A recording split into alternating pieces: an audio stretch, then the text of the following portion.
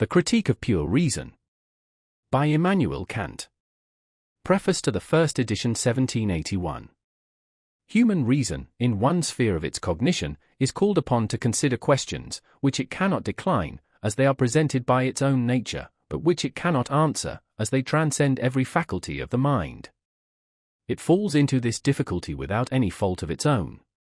It begins with principles, which cannot be dispensed with in the field of experience, and the truth and sufficiency of which are, at the same time, ensured by experience. With these principles it rises, in obedience to the laws of its own nature, to ever higher and more remote conditions. But it quickly discovers that, in this way, its labors must remain ever incomplete, because new questions never cease to present themselves, and thus it finds itself compelled to have recourse to principles which transcend the region of experience, while they are regarded by common sense without distrust. It thus falls into confusion and contradictions, from which it conjectures the presence of latent errors, which, however, it is unable to discover, because the principles it employs, transcending the limits of experience, cannot be tested by that criterion.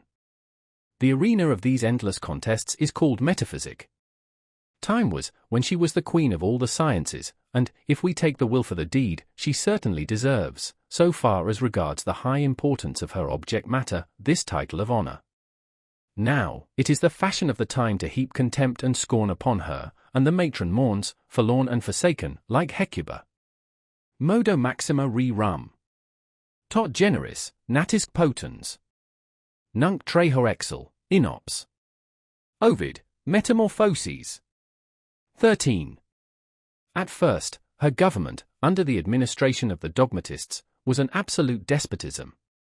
But as the legislative continued to show traces of the ancient barbaric rule, her empire gradually broke up, and intestine wars introduced the reign of anarchy, while the skeptics, like nomadic tribes, who hate a permanent habitation and settled mode of living, attacked from time to time those who had organized themselves into civil communities. But their number was, very happily, small, and thus they could not entirely put a stop to the exertions of those who persisted in raising new edifices, although on no settled or uniform plan.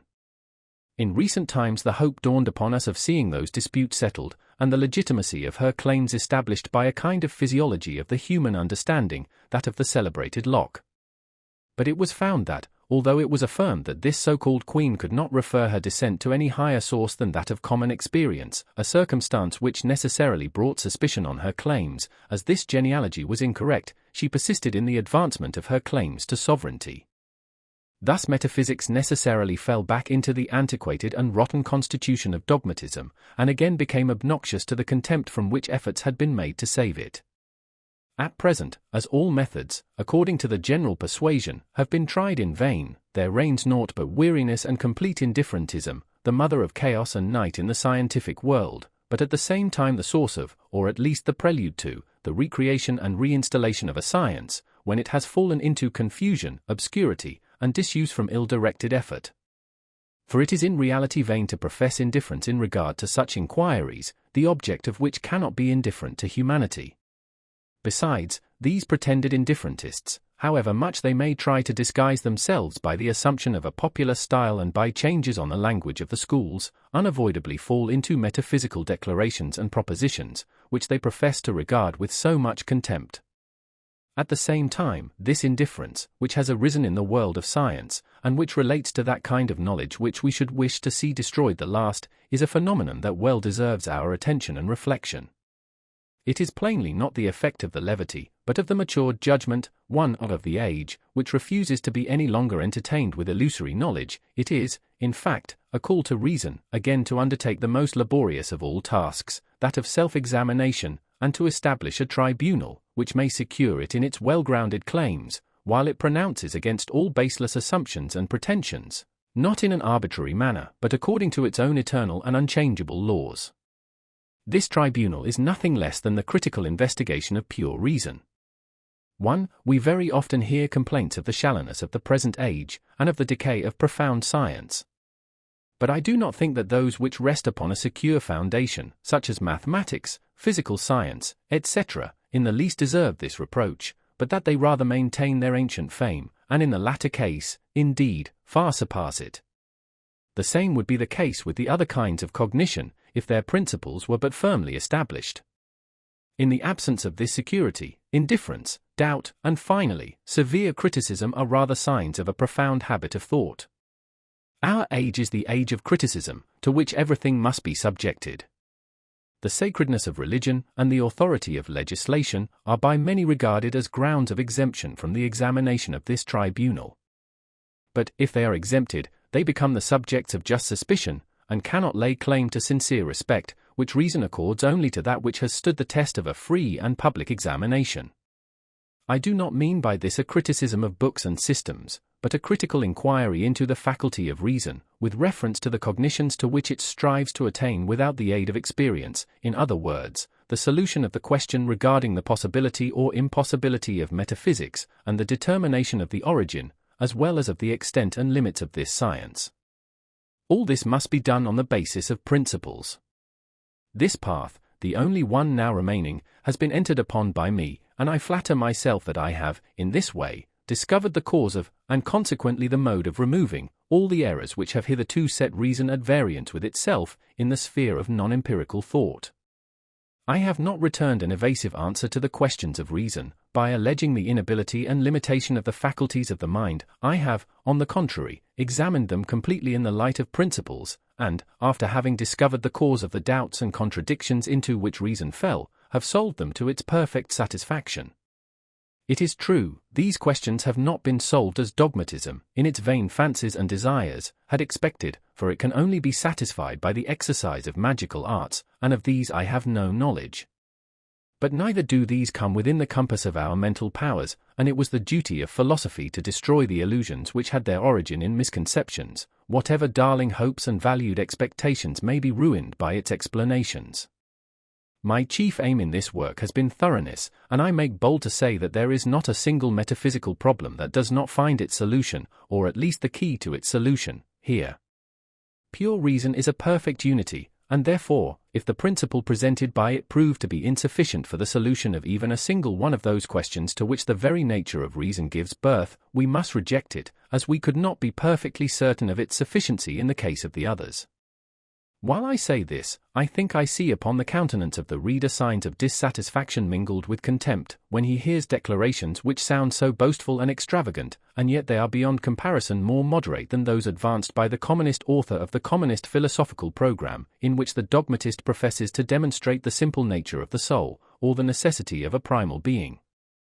Such a dogmatist promises to extend human knowledge beyond the limits of possible experience, while I humbly confess that this is completely beyond my power. Instead of any such attempt, I confine myself to the examination of reason alone and its pure thought, and I do not need to seek far for the sum total of its cognition, because it has its seat in my own mind. Besides, common logic presents me with a complete and systematic catalogue of all the simple operations of reason, and it is my task to answer the question how far reason can go, without the material presented and the aid furnished by experience. So much for the completeness and thoroughness necessary in the execution of the present task. The aims set before us are not arbitrarily proposed, but are imposed upon us by the nature of cognition itself. The above remarks relate to the matter of our critical inquiry. As regards the form, there are two indispensable conditions, which any one who undertakes so difficult a task as that of a critique of pure reason is bound to fulfill. These conditions are certitude and clearness. As regards certitude, I have fully convinced myself that, in this sphere of thought, opinion is perfectly inadmissible, and that everything which bears the least semblance of an hypothesis must be excluded, as of no value in such discussions. For it is a necessary condition of every cognition that is to be established upon a priori grounds that it shall be held to be absolutely necessary. Much more is this the case with an attempt to determine all pure a priori cognition, and to furnish the standard, and consequently an example, of all apodeictic, philosophical, certitude. Whether I have succeeded in what I profess to do, it is for the reader to determine. It is the author's business merely to adduce grounds and reasons, without determining what influence these ought to have on the mind of his judges. But, lest anything he may have said may become the innocent cause of doubt in their minds, or tend to weaken the effect which his arguments might otherwise produce, he may be allowed to point out those passages which may occasion mistrust or difficulty, although these do not concern the main purpose of the present work. He does this solely with the view of removing from the mind of the reader any doubts which might affect his judgment of the work as a whole, and in regard to its ultimate aim. I know no investigations more necessary for a full insight into the nature of the faculty which we call understanding, and at the same time for the determination of the rules and limits of its use, than those undertaken in the second chapter of the Transcendental Analytic, under the title of Deduction of the Pure Conceptions of the Understanding, and they have also cost me by far the greatest labor which, I hope, will not remain uncompensated. The view there taken, which goes somewhat deeply into the subject, has two sides.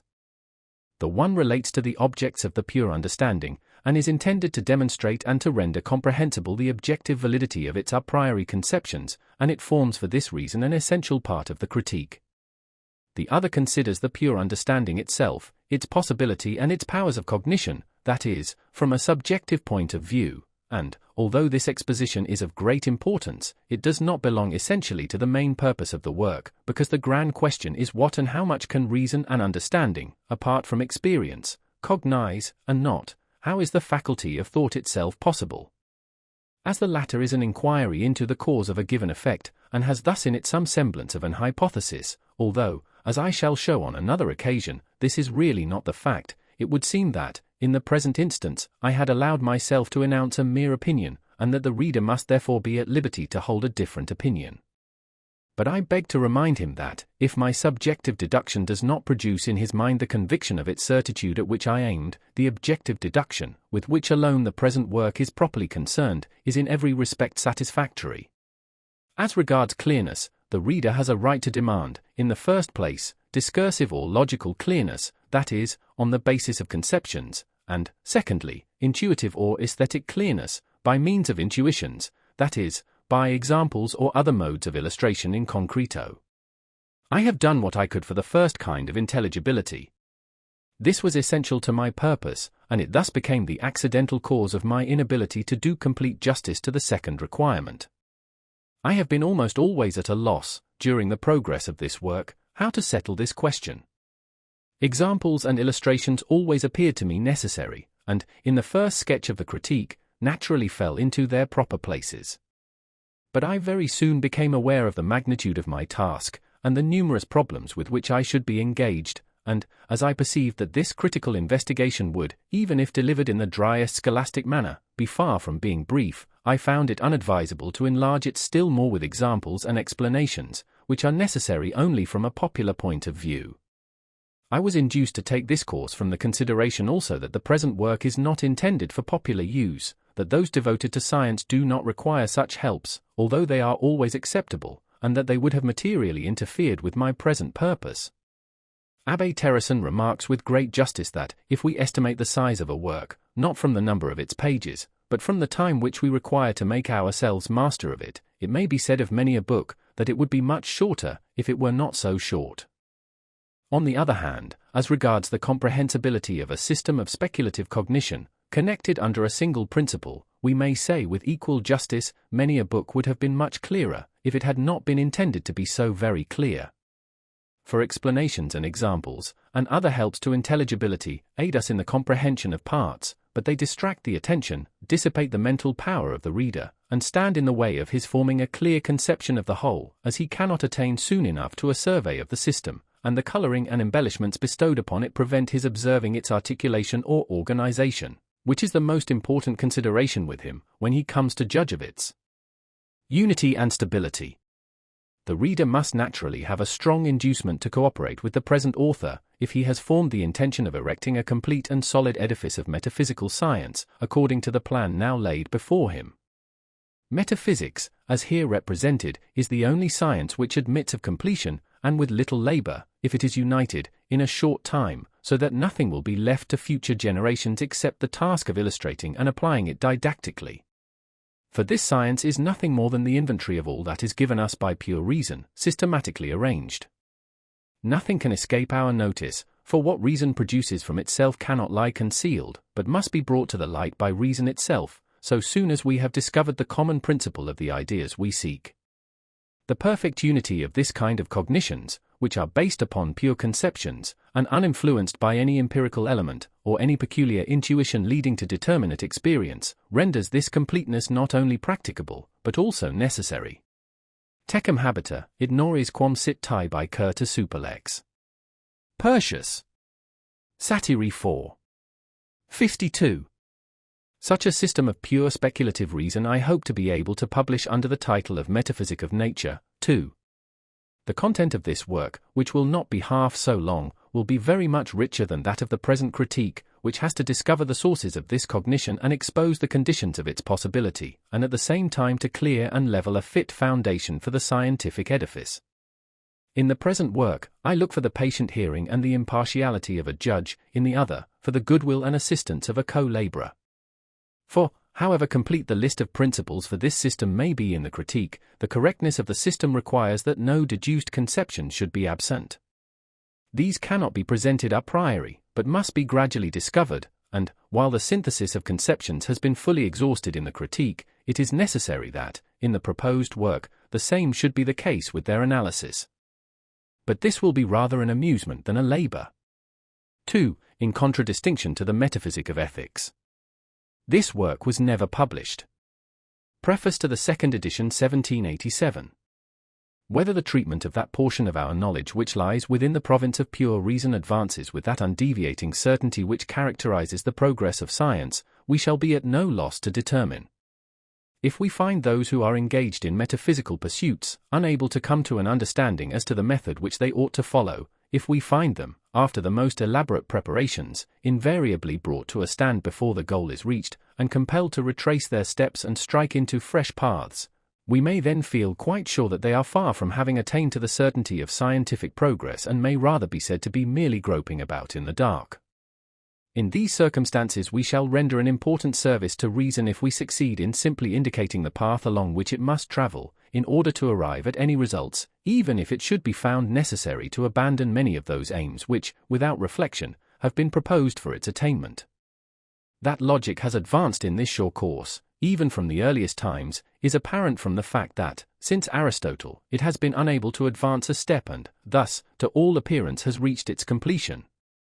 For, if some of the moderns have thought to enlarge its domain by introducing psychological discussions on the mental faculties, such as imagination and wit, metaphysical discussions on the origin of knowledge and the different kinds of certitude, according to the difference of the objects, idealism, skepticism, and so on, or anthropological discussions on prejudices, their causes and remedies, this attempt, on the part of these authors, only shows their ignorance of the peculiar nature of logical science. We do not enlarge but disfigure the sciences when we lose sight of their respective limits and allow them to run into one another. Now logic is enclosed within limits which admit of perfectly clear definition. It is a science which has for its object nothing but the exposition and proof of the formal laws of all thought, whether it be a priori or empirical, whatever be its origin or its object, and whatever the difficulties, natural or accidental, which it encounters in the human mind. The early success of logic must be attributed exclusively to the narrowness of its field, in which abstraction may, or rather must, be made of all the objects of cognition with their characteristic distinctions, and in which the understanding has only to deal with itself and with its own forms. It is, obviously, a much more difficult task for reason to strike into the sure path of science, where it has to deal not simply with itself, but with objects external to itself. Hence, logic is properly only a propedeutic, forms, as it were, the vestibule of the sciences, and while it is necessary to enable us to form a correct judgment with regard to the various branches of knowledge, still the acquisition of real, substantive knowledge is to be sought only in the sciences properly so called, that is, in the objective sciences. Now these sciences, if they can be termed rational at all, must contain elements of a priori cognition, and this cognition may stand in a twofold relation to its object. Either it may have to determine the conception of the object, which must be supplied extraneously, or it may have to establish its reality. The former is theoretical, the latter practical, rational cognition. In both, the pure or a priori element must be treated first, and must be carefully distinguished from that which is supplied from other sources. Any other method can only lead to irremediable confusion. Mathematics and physics are the two theoretical sciences which have to determine their objects a priori. The former is purely a priori, the latter is partially so, but is also dependent on other sources of cognition. In the earliest times of which history affords us any record, mathematics had already entered on the sure course of science, among that wonderful nation, the Greeks. Still it is not to be supposed that it was as easy for this science to strike into, or rather to construct for itself, that royal road, as it was for logic, in which reason has only to deal with itself.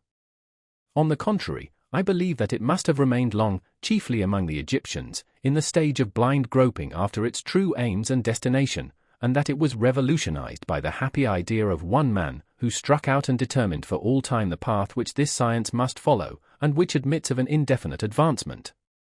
The history of this intellectual revolution, much more important in its results than the discovery of the passage round the celebrated Cape of Good Hope, and of its author, has not been preserved. But Diogenes Laertius, in naming the supposed discoverer of some of the simplest elements of geometrical demonstration, elements which, according to the ordinary opinion, do not even require to be proved, makes it apparent that the change introduced by the first indication of this new path must have seemed of the utmost importance to the mathematicians of that age, and it has thus been secured against the chance of oblivion. A new light must have flashed on the mind of the first man, Thales, or whatever may have been his name, who demonstrated the properties of the isosceles triangle.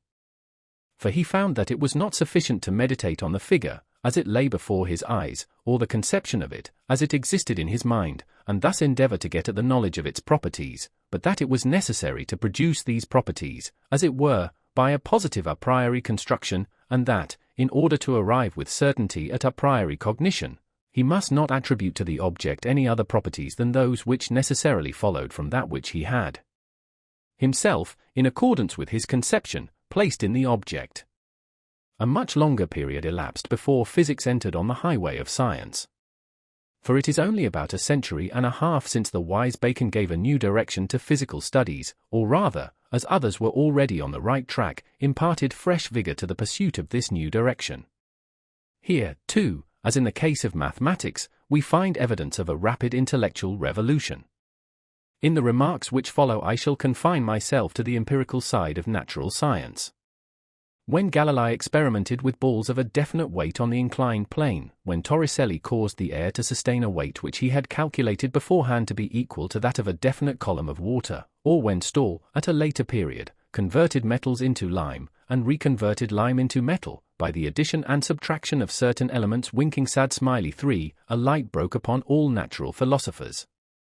They learned that reason only perceives that which it produces after its own design, that it must not be content to follow, as it were, in the leading strings of nature, but must proceed in advance with principles of judgment according to unvarying laws, and compel nature to reply its questions. For accidental observations, made according to no preconceived plan, cannot be united under a necessary law. But it is this that reason seeks for and requires. It is only the principles of reason which can give to concordant phenomena the validity of laws, and it is only when experiment is directed by these rational principles that it can have any real utility. Reason must approach nature with the view, indeed, of receiving information from it, not, however, in the character of a pupil, who listens to all that his master chooses to tell him, but in that of a judge, who compels the witnesses to reply to those questions which he himself thinks fit to propose. To this single idea must the revolution be ascribed, by which, after groping in the dark for so many centuries, natural science was at length conducted into the path of certain progress. 3. I do not here follow with exactness the history of the experimental method, of which, indeed, the first steps are involved in some obscurity. We come now to metaphysics, a purely speculative science, which occupies a completely isolated position and is entirely independent of the teachings of experience. It deals with mere conceptions, not, like mathematics, with conceptions applied to intuition, and in it, reason is the pupil of itself alone. It is the oldest of the sciences, and would still survive, even if all the rest were swallowed up in the abyss of an all-destroying barbarism. But it has not yet had the good fortune to attain to the sure scientific method. This will be apparent, if we apply the tests which we proposed at the outset.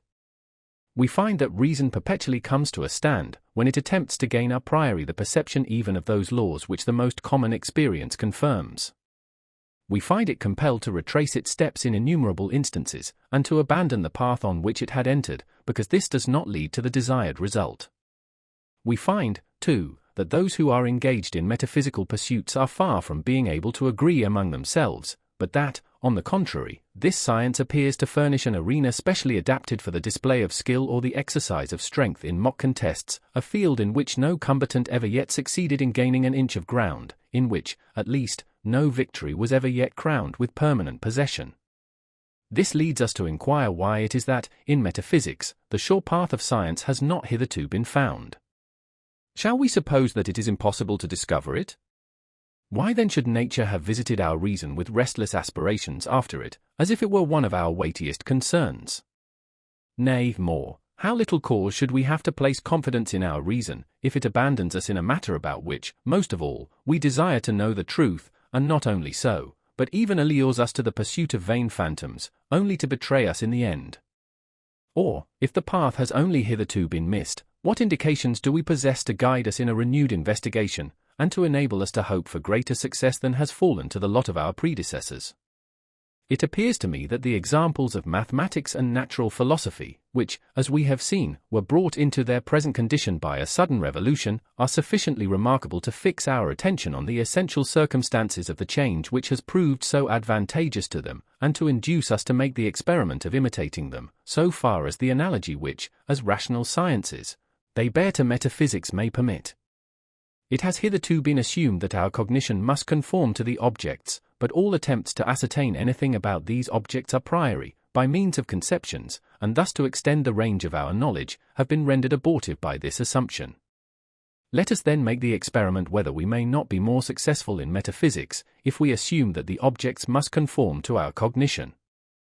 This appears, at all events, to accord better with the possibility of our gaining the end we have in view, that is to say, of arriving at the cognition of objects a priori, of determining something with respect to these objects, before they are given to us. We here propose to do just what Copernicus did in attempting to explain the celestial movements. When he found that he could make no progress by assuming that all the heavenly bodies revolved round the spectator, he reversed the process, and tried the experiment of assuming that the spectator revolved, while the stars remained at rest. We may make the same experiment with regard to the intuition of objects. If the intuition must conform to the nature of the objects, I do not see how we can know anything of them a priori. If, on the other hand, the object conforms to the nature of our faculty of intuition, I can then easily conceive the possibility of such an a priori knowledge. Now, as I cannot rest in the mere intuitions, but, if they are to become cognitions, must refer them, as representations, to something, as object, and must determine the latter by means of the former, here again there are two courses open to me.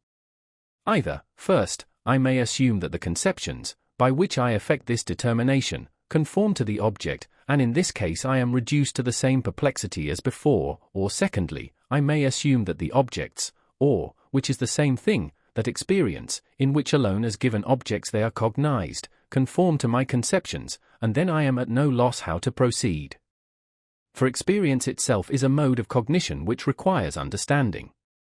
Before objects are given to me, that is, a priori, I must presuppose in myself laws of the understanding which are expressed in conceptions a priori. To these conceptions, then, all the objects of experience must necessarily conform. Now there are objects which reason thinks, and that necessarily, but which cannot be given in experience, or, at least, cannot be given so as reason thinks them. The attempt to think these objects will hereafter furnish an excellent test of the new method of thought which we have adopted, and which is based on the principle that we only cognize in things a priori that which we ourselves place in them. For this method, accordingly, which we have borrowed from the natural philosopher, consists in seeking for the elements of pure reason in that which admits of confirmation or refutation by experiment. Now the propositions of pure reason, especially when they transcend the limits of possible experience, do not admit of our making any experiment with their objects, as in natural science. Hence, with regard to those conceptions and principles which we assume a priori, our only course will be to view them from two different sides. We must regard one and the same conception, on the one hand, in relation to experience as an object of the senses and of the understanding, on the other hand, in relation to reason, isolated and transcending the limits of experience, as an object of mere thought. Now if we find that, when we regard things from this double point of view, the result is in harmony with the principle of pure reason, but that, when we regard them from a single point of view, reason is involved in self-contradiction, then the experiment will establish the correctness of this distinction. This attempt succeeds as well as we could desire, and promises to metaphysics, in its first part, that is, where it is occupied with conceptions a priori of which the corresponding objects may be given in experience, the certain course of science. For by this new method we are enabled perfectly to explain the possibility of a priori cognition, and, what is more, to demonstrate satisfactorily the laws which lie a priori at the foundation of nature, as the sum of the objects of experience, neither of which was possible according to the procedure hitherto followed. But from this deduction of the faculty of a priori cognition in the first part of metaphysics, we derive a surprising result, and one which, to all appearance, militates against the great end of metaphysics, as treated in the second part. For we come to the conclusion that our faculty of cognition is unable to transcend the limits of possible experience, and yet this is precisely the most essential object of this science. The estimate of our rational cognition a priori at which we arrive is that it has only to do with phenomena, and that things in themselves, while possessing a real existence, lie beyond its sphere. Here we are enabled to put the justice of this estimate to the test. For that which of necessity impels us to transcend the limits of experience and of all phenomena is the unconditioned, which reason absolutely requires in things as they are in themselves, in order to complete the series of conditions. Now, if it appears that when, on the one hand, we assume that our cognition conforms to its objects as things in themselves, the unconditioned cannot be thought without contradiction, and that when, on the other hand, we assume that our representation of things as they are given to us does not conform to these things as they are in themselves, but that these objects, as phenomena, conform to our mode of representation, the contradiction disappears. We shall then be convinced of the truth of that which we began by assuming for the sake of experiment. We may look upon it as established that the unconditioned does not lie in things as we know them, or as they are given to us, but in things as they are in themselves, beyond the range of our cognition. 5. This experiment of pure reason has a great similarity to that of the chemists, which they term the experiment of reduction, or, more usually, the synthetic process. The analysis of the metaphysician separates pure cognition a priori into two heterogeneous elements, viz., the cognition of things as phenomena, and of things in themselves. Dialectic combines these again into harmony with the necessary rational idea of the unconditioned, and finds that this harmony never results except through the above distinction, which is, therefore, concluded to be just. But, after we have thus denied the power of speculative reason to make any progress in the sphere of the supersensible, it still remains for our consideration whether data do not exist in practical cognition which may enable us to determine the transcendent conception of the unconditioned, to rise beyond the limits of all possible experience from a practical point of view, and thus to satisfy the great ends of metaphysics. Speculative reason has thus, at least, made room for such an extension of our knowledge, and, if it must leave this space vacant, still it does not rob us of the liberty to fill it up, if we can, by means of practical data. Nay, it even challenges us to make the attempt. 6.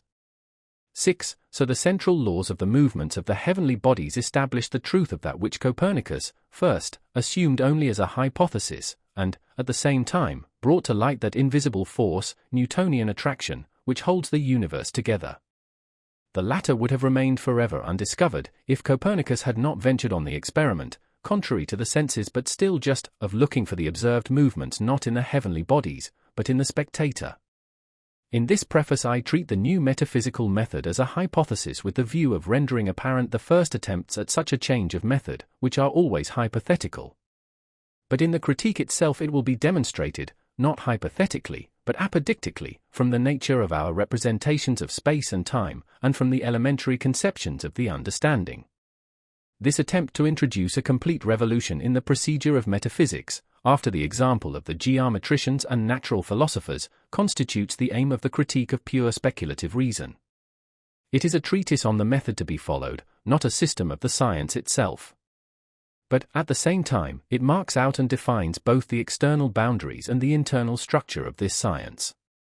For pure speculative reason has this peculiarity, that, in choosing the various objects of thought, it is able to define the limits of its own faculties, and even to give a complete enumeration of the possible modes of proposing problems to itself, and thus to sketch out the entire system of metaphysics.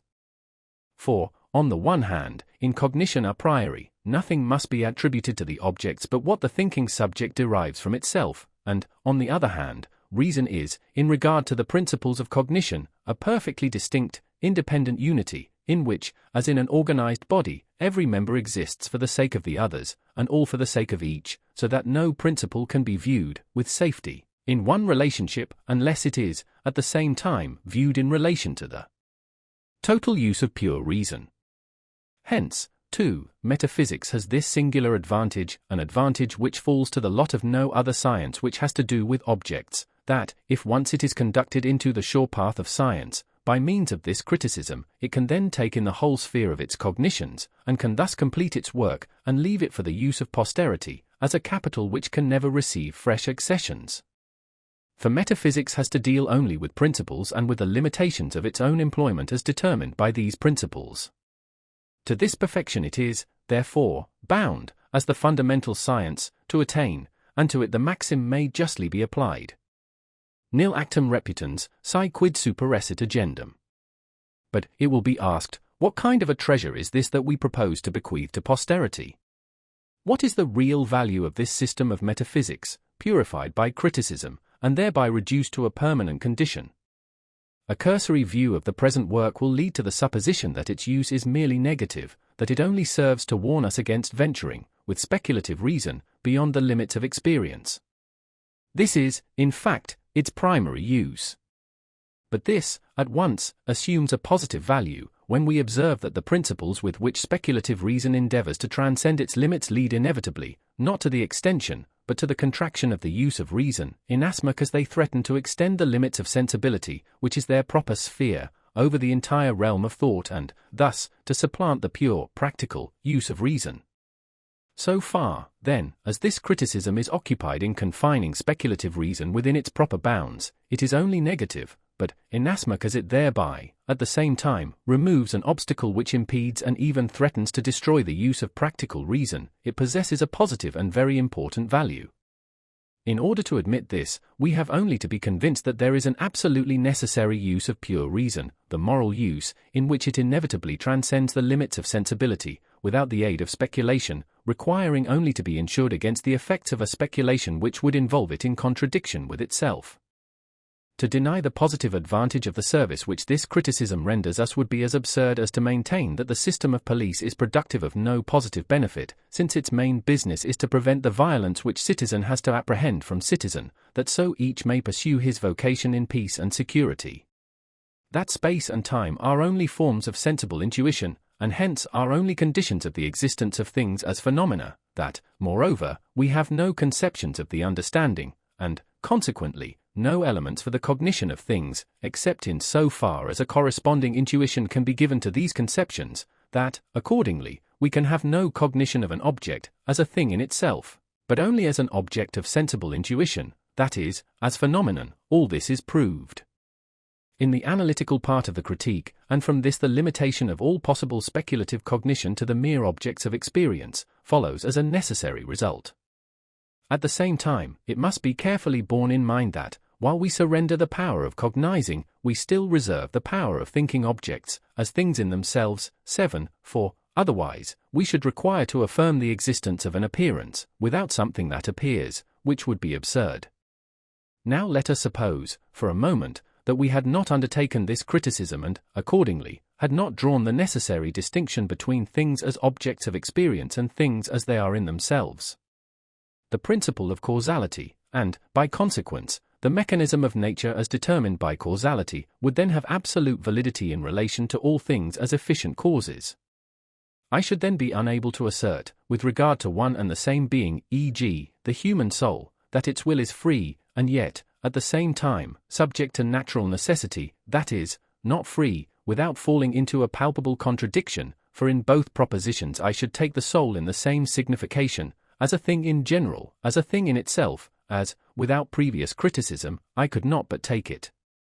Suppose now, on the other hand, that we have undertaken this criticism, and have learnt that an object may be taken in two senses, first, as a phenomenon, secondly, as a thing in itself, and that, according to the deduction of the conceptions of the understanding, the principle of causality has reference only to things in the first sense.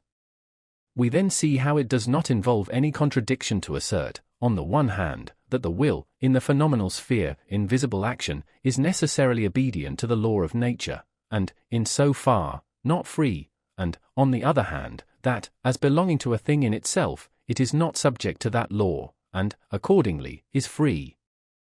Now, it is true that I cannot, by means of speculative reason, and still less by empirical observation, cognize my soul as a thing in itself, and consequently, cannot cognize liberty as the property of a being to which I ascribe effects in the world of sense.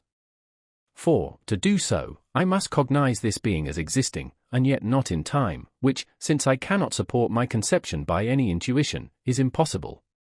At the same time, while I cannot cognize, I can quite well think freedom, that is to say, my representation of it involves at least no contradiction, if we bear in mind the critical distinction of the two modes of representation, the sensible and the intellectual, and the consequent limitation of the conceptions of the pure understanding and of the principles which flow from them. Suppose now that morality necessarily presupposed liberty, in the strictest sense, as a property of our will. Suppose that reason contained certain practical, original principles a priori, which were absolutely impossible without this presupposition, and suppose, at the same time, that speculative reason had proved that liberty was incapable of being thought at all.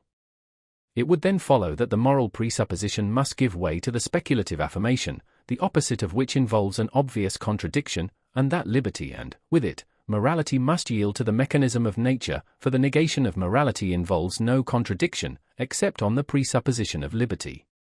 Now morality does not require the speculative cognition of liberty, it is enough that I can think it, that its conception involves no contradiction, that it does not interfere with the mechanism of nature. But even this requirement we could not satisfy, if we had not learnt the twofold sense in which things may be taken, and it is only in this way that the doctrine of morality and the doctrine of nature are confined within their proper limits. For this result, then, we are indebted to a criticism which warns us of our unavoidable ignorance with regard to things in themselves, and establishes the necessary limitation of our theoretical cognition to mere phenomena. 7. In order to cognize an object, I must be able to prove its possibility, either from its reality as attested by experience, or a priori, by means of reason. But I can think what I please, provided only I do not contradict myself, that is, provided my conception is a possible thought, though I may be unable to answer for the existence of a corresponding object in the sum of possibilities. But something more is required before I can attribute to such a conception objective validity, that is real possibility, the other possibility being merely logical. We are not, however, confined to theoretical sources of cognition for the means of satisfying this additional requirement, but may derive them from practical sources. The positive value of the critical principles of pure reason in relation to the conception of God and of the simple nature of the soul admits of a similar exemplification, but on this point I shall not dwell. I cannot even make the assumption, as the practical interests of morality require, of God, freedom, and immortality, if I do not deprive speculative reason of its pretensions to transcendent insight. For to arrive at these, it must make use of principles which, in fact, extend only to the objects of possible experience, and which cannot be applied to objects beyond this sphere without converting them into phenomena, and thus rendering the practical extension of pure reason impossible. I must, therefore, abolish knowledge, to make room for belief. The dogmatism of metaphysics, that is, the presumption that it is possible to advance in metaphysics without previous criticism, is the true source of the unbelief, always dogmatic, which militates against morality. Thus, while it may be no very difficult task to bequeath a legacy to posterity, in the shape of a system of metaphysics constructed in accordance with the critique of pure reason, still the value of such a bequest is not to be depreciated. It will render an important service to reason, by substituting the certainty of scientific method for that random groping after results without the guidance of principles, which has hitherto characterized the pursuit of metaphysical studies. It will render an important service to the inquiring mind of youth, by leading the student to apply his powers to the cultivation of genuine science, instead of wasting them, as at present, on speculations which can never lead to any result, or on the idle attempt to invent new ideas and opinions. But, above all, it will confer an inestimable benefit on morality and religion, by showing that all the objections urged against them may be silenced forever by the Socratic method, that is to say, by proving the ignorance of the objector. For, as the world has never been, and, no doubt, never will be without a system of metaphysics of one kind or another, it is the highest and weightiest concern of philosophy to render it powerless for harm, by closing up the sources of error. This important change in the field of the sciences, this loss of its fancied possessions, to which speculative reason must submit, does not prove in any way detrimental to the general interests of humanity.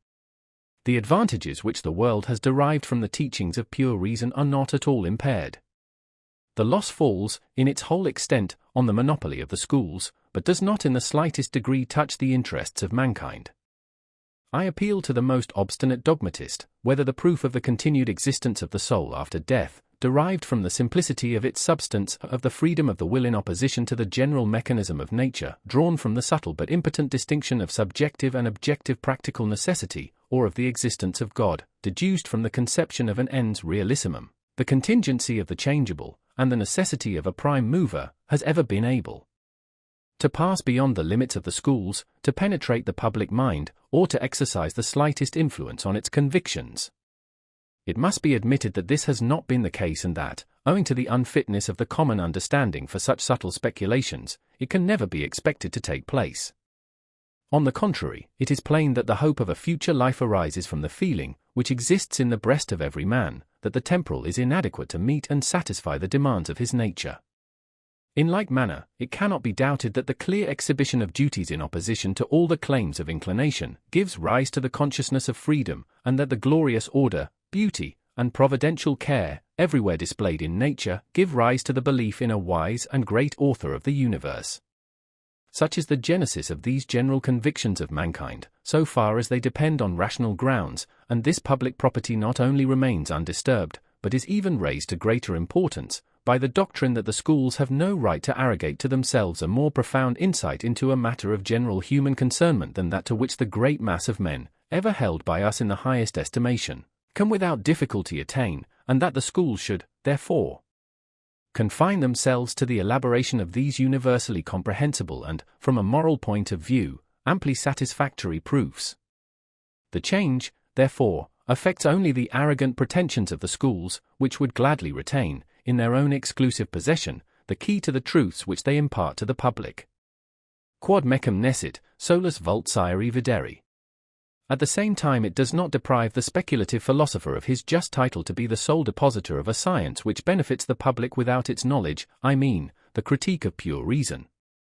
This can never become popular and, indeed, has no occasion to be so, for fine-spun arguments in favor of useful truths make just as little impression on the public mind as the equally subtle objections brought against these truths.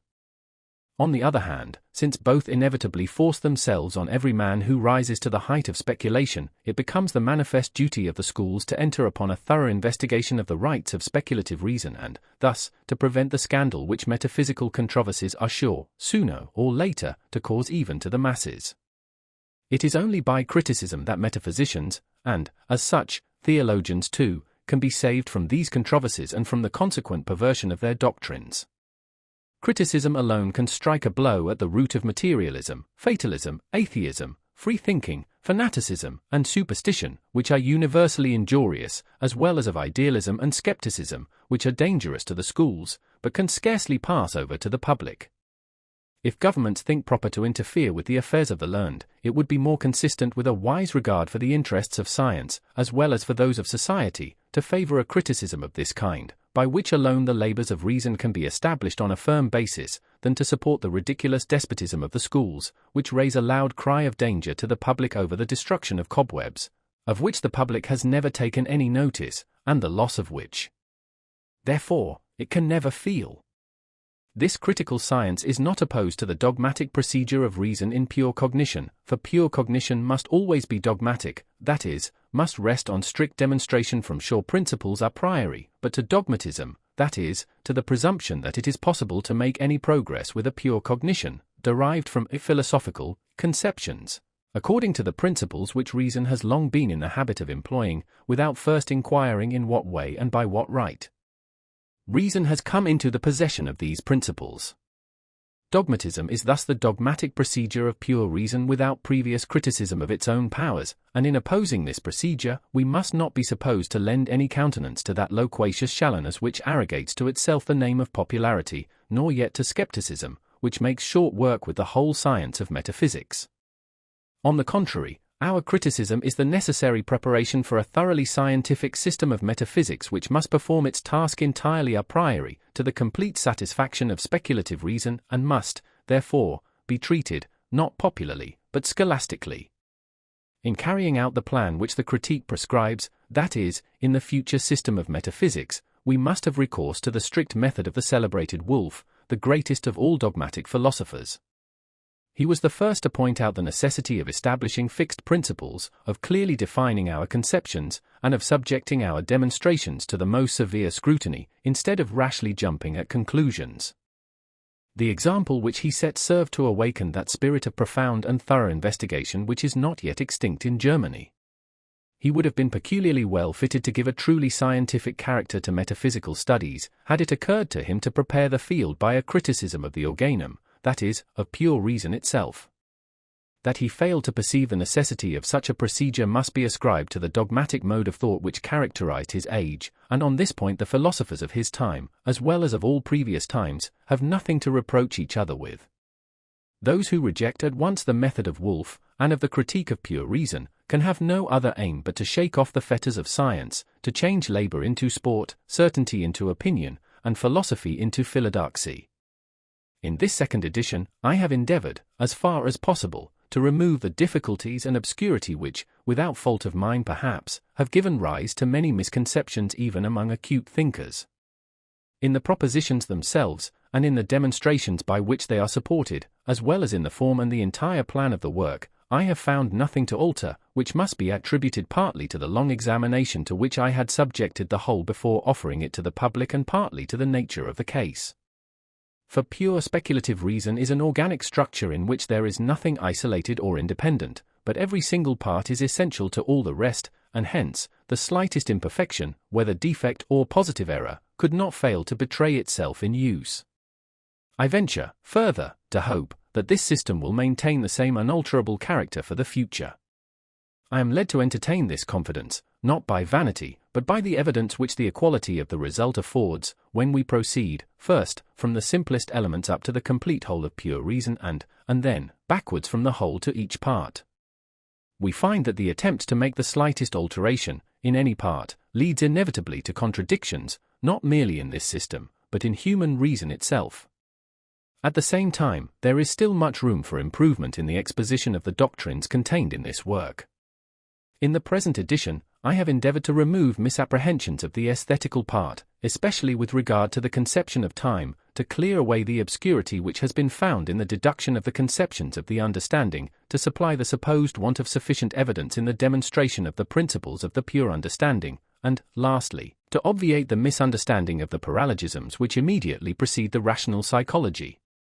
Beyond this point, the end of the second main division of the transcendental dialectic, I have not extended my alterations, 8, partly from want of time, and partly because I am not aware that any portion of the remainder has given rise to misconceptions among intelligent and impartial critics, whom I do not here mention with that praise which is their due, but who will find that their suggestions have been attended to in the work itself. 8. The only addition, properly so called, and that only in the method of proof, which I have made in the present edition, consists of a new refutation of psychological idealism, and a strict demonstration, the only one possible, as I believe, of the objective reality of external intuition. However harmless idealism may be considered, although in reality it is not so, in regard to the essential ends of metaphysics, it must still remain a scandal to philosophy and to the general human reason to be obliged to assume, as an article of mere belief, the existence of things external to ourselves, from which, yet, we derive the whole material of cognition for the internal sense, and not to be able to oppose a satisfactory proof to anyone who may call it in question. As there is some obscurity of expression in the demonstration as it stands in the text, I propose to alter the passage in question as follows, but this permanent cannot be an intuition in me. For all the determining grounds of my existence which can be found in me are representations and, as such, do themselves require a permanent, distinct from them, which may determine my existence in relation to their changes, that is, my existence in time, wherein they change. It may, probably, be urged in opposition to this proof that, after all, I am only conscious immediately of that which is in me, that is, of my representation of external things, and that, consequently, it must always remain uncertain whether anything corresponding to this representation does or does not exist externally to me. But I am conscious, through internal experience, of my existence in time, consequently, also, of the determinability of the former in the latter, and that is more than the simple consciousness of my representation. It is, in fact, the same as the empirical consciousness of my existence, which can only be determined in relation to something, which, while connected with my existence, is external to me. This consciousness of my existence in time is, therefore, identical with the consciousness of a relation to something external to me, and it is, therefore, experience, not fiction, sense, not imagination, which inseparably connects the external with my internal sense. For the external sense is, in itself, the relation of intuition to something real, external to me, and the reality of this something, as opposed to the mere imagination of it, rests solely on its inseparable connection with internal experience as the condition of its possibility. If with the intellectual consciousness of my existence, in the representation, I am, which accompanies all my judgments, and all the operations of my understanding, I could, at the same time, connect a determination of my existence by intellectual intuition, then the consciousness of a relation to something external to me would not be necessary. But the internal intuition in which alone my existence can be determined, though preceded by that purely intellectual consciousness, is itself sensible and attached to the condition of time. Hence this determination of my existence, and consequently my internal experience itself, must depend on something permanent which is not in me, which can be, therefore, only in something external to me, to which I must look upon myself as being related. Thus the reality of the external sense is necessarily connected with that of the internal, in order to the possibility of experience in general, that is, I am just as certainly conscious that there are things external to me related to my sense as I am that I myself exist as determined in time. But in order to ascertain to what given intuitions objects, external me, really correspond, in other words, what intuitions belong to the external sense and not to imagination, I must have recourse, in every particular case, to those rules according to which experience in general, even internal experience, is distinguished from imagination, and which are always based on the proposition that there really is an external experience. We may add the remark that the representation of something permanent in existence is not the same thing as the permanent representation, for a representation may be very variable and changing, as all our representations, even that of matter, are, and yet refer to something permanent, which must, therefore, be distinct from all my representations and external to me, the existence of which is necessarily included in the determination of my own existence, and with it constitutes one experience, an experience which would not even be possible internally, if it were not also at the same time, in part, external. To the question how? We are no more able to reply, than we are, in general, to think the stationary in time, the coexistence of which with the variable, produces the conception of change. In attempting to render the exposition of my views as intelligible as possible, I have been compelled to leave out or abridge various passages which were not essential to the completeness of the work, but which many readers might consider useful in other respects, and might be unwilling to miss. This trifling loss, which could not be avoided without swelling the book beyond due limits, may be supplied, at the pleasure of the reader, by a comparison with the first edition, and will, I hope, be more than compensated for by the greater clearness of the exposition as it now stands.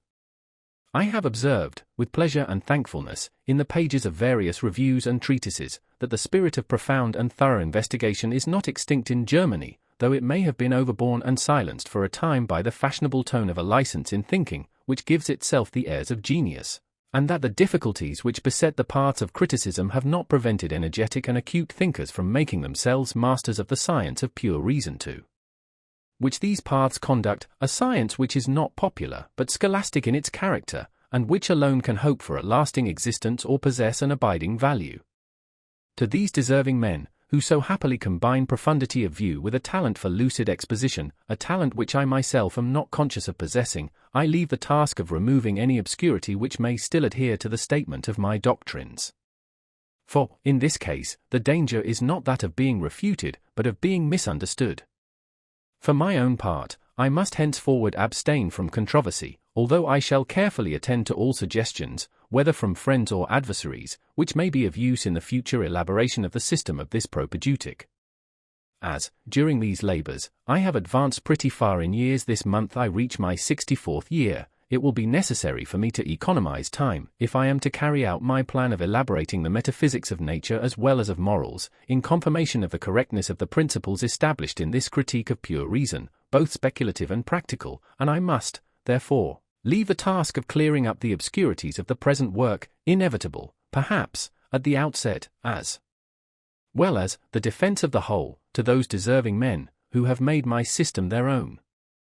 A philosophical system cannot come forward armed at all points like a mathematical treatise, and hence it may be quite possible to take objection to particular passages, while the organic structure of the system, considered as a unity, has no danger to apprehend.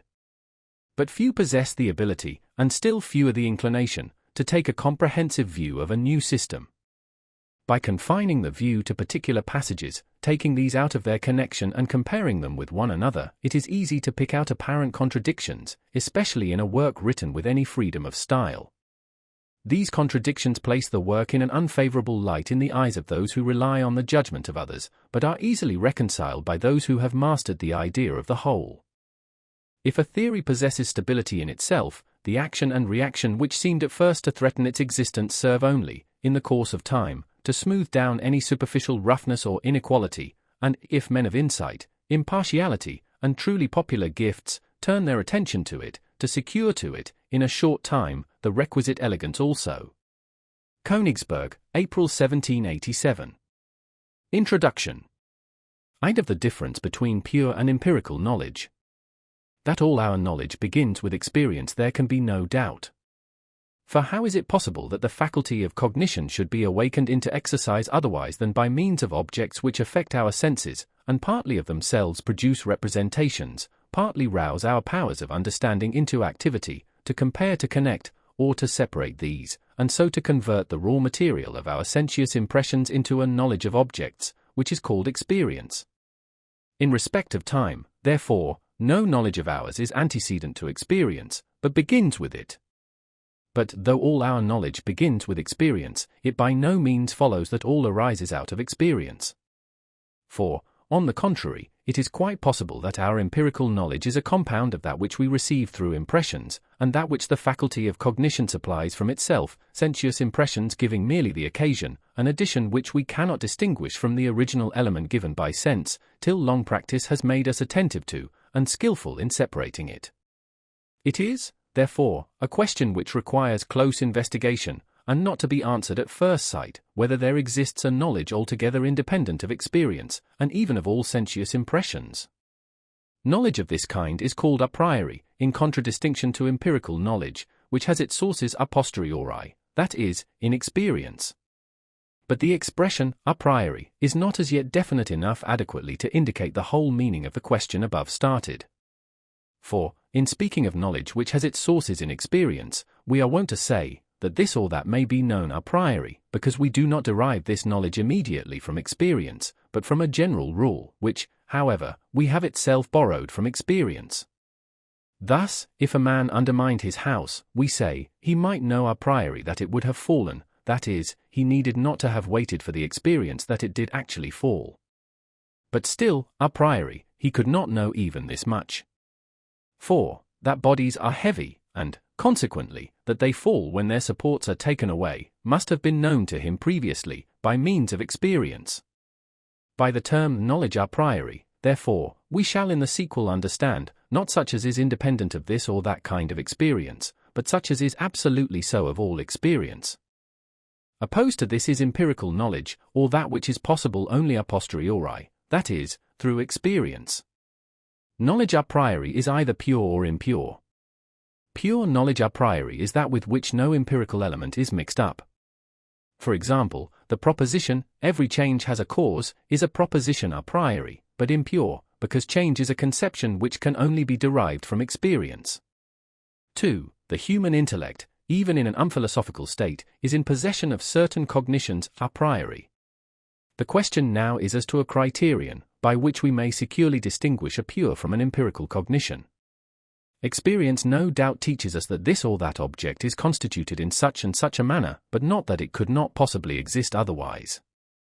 Now, in the first place, if we have a proposition which contains the idea of necessity in its very conception, it is priori. If, moreover, it is not derived from any other proposition, unless from one equally involving the idea of necessity, it is absolutely priori. Secondly, an empirical judgment never exhibits strict and absolute, but only assumed and comparative universality, by induction. Therefore, the most we can say is, so far as we have hitherto observed, there is no exception to this or that rule. If, on the other hand, a judgment carries with it strict and absolute universality, that is, admits of no possible exception, it is not derived from experience, but is valid absolutely a priori. Empirical universality is, therefore, only an arbitrary extension of validity from that which may be predicated of a proposition valid in most cases, to that which is asserted of a proposition which holds good in all, as, for example, in the affirmation, all bodies are heavy. When, on the contrary, strict universality characterizes a judgment, it necessarily indicates another peculiar source of knowledge, namely, a faculty of cognition a priori. Necessity and strict universality, therefore, are infallible tests for distinguishing pure from empirical knowledge, and are inseparably connected with each other. But as in the use of these criteria the empirical limitation is sometimes more easily detected than the contingency of the judgment, or the unlimited universality which we attach to a judgment is often a more convincing proof than its necessity, it may be advisable to use the criteria separately, each being by itself infallible. Now, that in the sphere of human cognition we have judgments which are necessary, and in the strictest sense universal, consequently pure a priori, it will be an easy matter to show. If we desire an example from the sciences, we need only take any proposition in mathematics. If we cast our eyes upon the commonest operations of the understanding, the proposition, every change must have a cause, will amply serve our purpose. In the latter case, indeed, the conception of a cause so plainly involves the conception of a necessity of connection with an effect, and of a strict universality of the law, that the very notion of a cause would entirely disappear, were we to derive it, like Hume, from a frequent association of what happens with that which precedes, and the habit thence originating of connecting representations, the necessity inherent in the judgment being therefore merely subjective. Besides, without seeking for such examples of principles existing a priori in cognition, we might easily show that such principles are the indispensable basis of the possibility of experience itself, and consequently prove their existence a priori. For whence could our experience itself acquire certainty, if all the rules on which it depends were themselves empirical, and consequently fortuitous?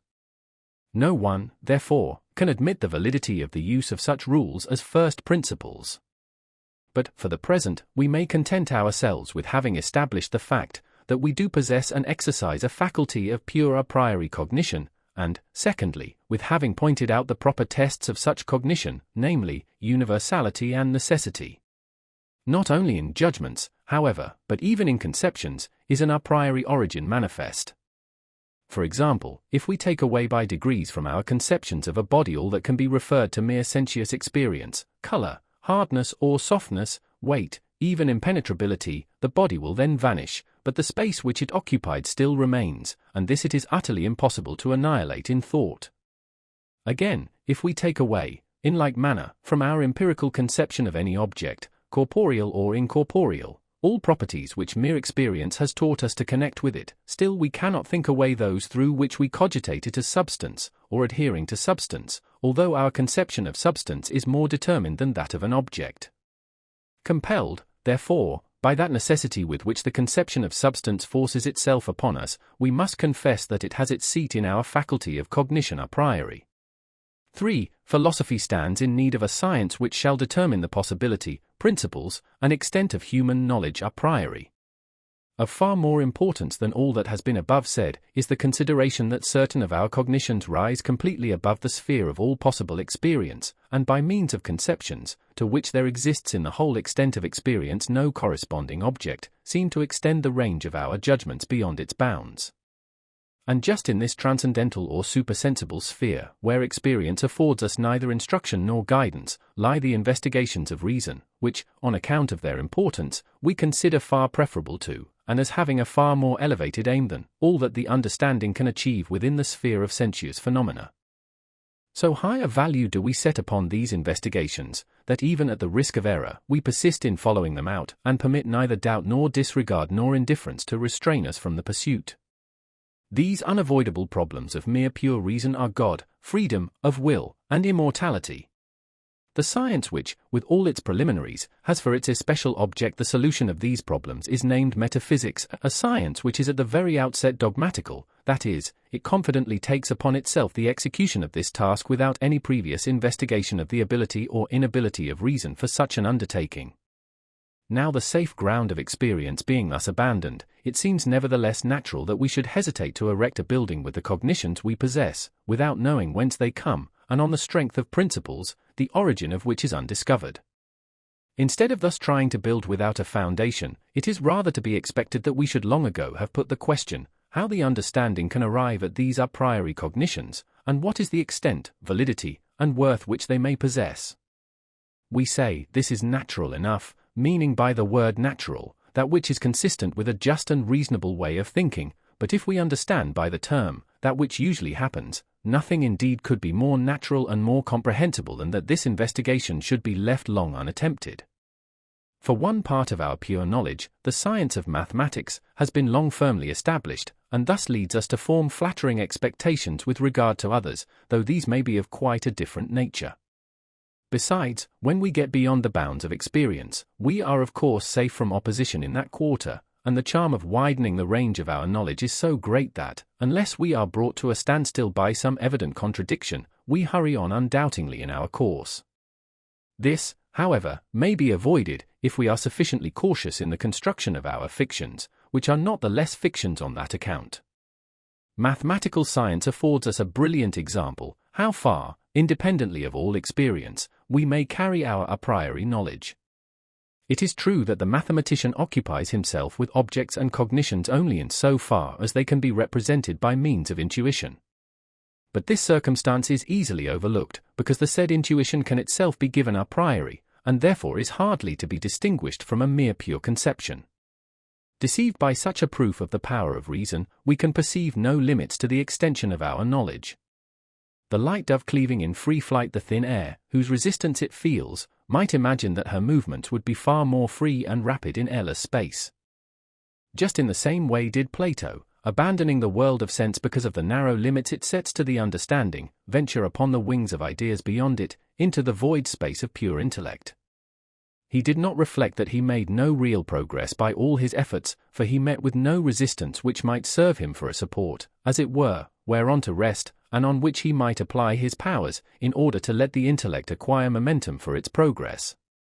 It is, indeed, the common fate of human reason in speculation, to finish the imposing edifice of thought as rapidly as possible, and then for the first time to begin to examine whether the foundation is a solid one or no. Arrived at this point, all sorts of excuses are sought after, in order to console us for its want of stability, or rather, indeed, to enable us to dispense altogether with so late and dangerous an investigation. But what frees us during the process of building from all apprehension or suspicion, and flatters us into the belief of its solidity, is this. A great part, perhaps the greatest part, of the business of our reason consists in the analyzation of the conceptions which we already possess of objects. By this means we gain a multitude of cognitions, which although really nothing more than elucidations or explanations of that which, though in a confused manner, was already thought in our conceptions, are, at least in respect of their form, prized as new introspections, whilst, so far as regards their matter or content, we have really made no addition to our conceptions, but only disinvolved them. But as this process does furnish a real priori knowledge, which has a sure progress and useful results, reason, deceived by this, slips in, without being itself aware of it, assertions of a quite different kind, in which, to given conceptions it adds others, a priori indeed, but entirely foreign to them, without our knowing how it arrives at these, and, indeed, without such a question ever suggesting itself. I shall therefore at once proceed to examine the difference between these two modes of knowledge. For of the difference between analytical and synthetical judgments. In all judgments wherein the relation of a subject to the predicate is cogitated, I mention affirmative judgments only here, the application to negative will be very easy, this relation is possible in two different ways. Either the predicate B belongs to the subject A, a somewhat which is contained, though covertly, in the conception A, or the predicate B lies completely out of the conception A, although it stands in connection with it. In the first instance, I term the judgment analytical, in the second, synthetical. Analytical judgments, affirmative, are therefore those in which the connection of the predicate with the subject is cogitated through identity. Those in which this connection is cogitated without identity are called synthetical judgments. The former may be called explicative, the latter augmentative judgments, because the former add in the predicate nothing to the conception of the subject, but only analyze it into its constituent conceptions, which were thought already in the subject, although in a confused manner. The latter add to our conceptions of the subject a predicate which was not contained in it, and which no analysis could ever have discovered therein. For example, when I say, all bodies are extended, this is an analytical judgment. For I need not go beyond the conception of body in order to find extension connected with it, but merely analyze the conception, that is, become conscious of the manifold properties which I think in that conception, in order to discover this predicate in it. It is therefore an analytical judgment. On the other hand, when I say, all bodies are heavy, the predicate is something totally different from that which I think in the mere conception of a body. By the addition of such a predicate, therefore, it becomes a synthetical judgment. Judgments of experience, as such, are always synthetical. For it would be absurd to think of grounding an analytical judgment on experience, because in forming such a judgment I need not go out of the sphere of my conceptions, and therefore recourse to the testimony of experience is quite unnecessary. That bodies are extended is not an empirical judgment, but a proposition which stands firm a priori. For before addressing myself to experience, I already have in my conception all the requisite conditions for the judgment, and I have only to extract the predicate from the conception, according to the principle of contradiction, and thereby at the same time become conscious of the necessity of the judgment, a necessity which I could never learn from experience. On the other hand, though at first I do not at all include the predicate of weight in my conception of body in general, that conception still indicates an object of experience, a part of the totality of experience, to which I can still add other parts, and this I do when I recognize by observation that bodies are heavy. I can cognize beforehand by analysis the conception of body through the characteristics of extension, impenetrability, shape, etc., all which are cogitated in this conception. But now I extend my knowledge, and looking back on experience from which I had derived this conception of body, I find weight at all times connected with the above characteristics, and therefore I synthetically add to my conceptions this as a predicate, and say, all bodies are heavy. Thus it is experience upon which rests the possibility of the synthesis of the predicate of weight with the conception of body, because both conceptions, although the one is not contained in the other, still belong to one another, only contingently, however, as parts of a whole, namely, of experience, which is itself a synthesis of intuitions. But to synthetical judgments a priori, such aid is entirely wanting. If I go out of and beyond the conception A, in order to recognize another B as connected with it, what foundation have I to rest on, whereby to render the synthesis possible? I have here no longer the advantage of looking out in the sphere of experience for what I want. Let us take, for example, the proposition, everything that happens has a cause. In the conception of something that happens, I indeed think an existence which a certain time antecedes, and from this I can derive analytical judgments. But the conception of a cause lies quite out of the above conception, and indicates something entirely different from that which happens, and is consequently not contained in that conception. How then am I able to assert concerning the general conception, that which happens, something entirely different from that conception, and to recognize the conception of cause although not contained in it, yet as belonging to it, and even necessarily? What is here the unknown equals X, upon which the understanding rests when it believes it has found, out of the conception a foreign predicate B, which it nevertheless considers to be connected with it? It cannot be experience, because the principle adduced annexes the two representations, cause and effect, to the representation existence, not only with universality, which experience cannot give, but also with the expression of necessity, therefore completely a priori and from pure conceptions. Upon such synthetical, that is augmentative propositions, depends the whole aim of our speculative knowledge a priori, for although analytical judgments are indeed highly important and necessary, they are so, only to arrive at that clearness of conceptions which is requisite for a sure and extended synthesis, and this alone is a real acquisition. In all theoretical sciences of reason, synthetical judgments a priori are contained as principles. 1. Mathematical judgments are always synthetical. Hitherto this fact, though incontestably true and very important in its consequences, seems to have escaped the analysts of the human mind, nay, to be in complete opposition to all their conjectures. For as it was found that mathematical conclusions all proceed according to the principle of contradiction, which the nature of every apodeictic certainty requires, people became persuaded that the fundamental principles of the science also were recognized and admitted in the same way. But the notion is fallacious, for although a synthetical proposition can certainly be discerned by means of the principle of contradiction, this is possible only when another synthetical proposition proceeds, from which the latter is deduced, but never of itself.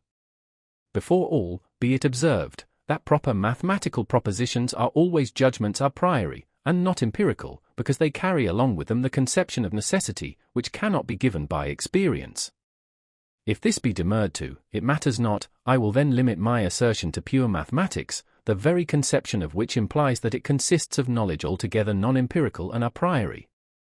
We might, indeed, at first suppose that the proposition 7 plus 5 is equal to 12 is a merely analytical proposition, following, according to the principle of contradiction, from the conception of a sum of 7 and 5. But if we regard it more narrowly, we find that our conception of the sum of 7 and 5 contains nothing more than the uniting of both sums into one, whereby it cannot at all be cogitated what this single number is which embraces both. The conception of 12 is by no means obtained by merely cogitating the union of 7 and 5, and we may analyze our conception of such a possible sum as long as we will, still we shall never discover in it the notion of 12. We must go beyond these conceptions, and have recourse to an intuition which corresponds to one of the two, our 5 fingers, for example, or like Segner in his arithmetic 5 points, and so by degrees, add the units contained in the 5 given in the intuition, to the conception of 7.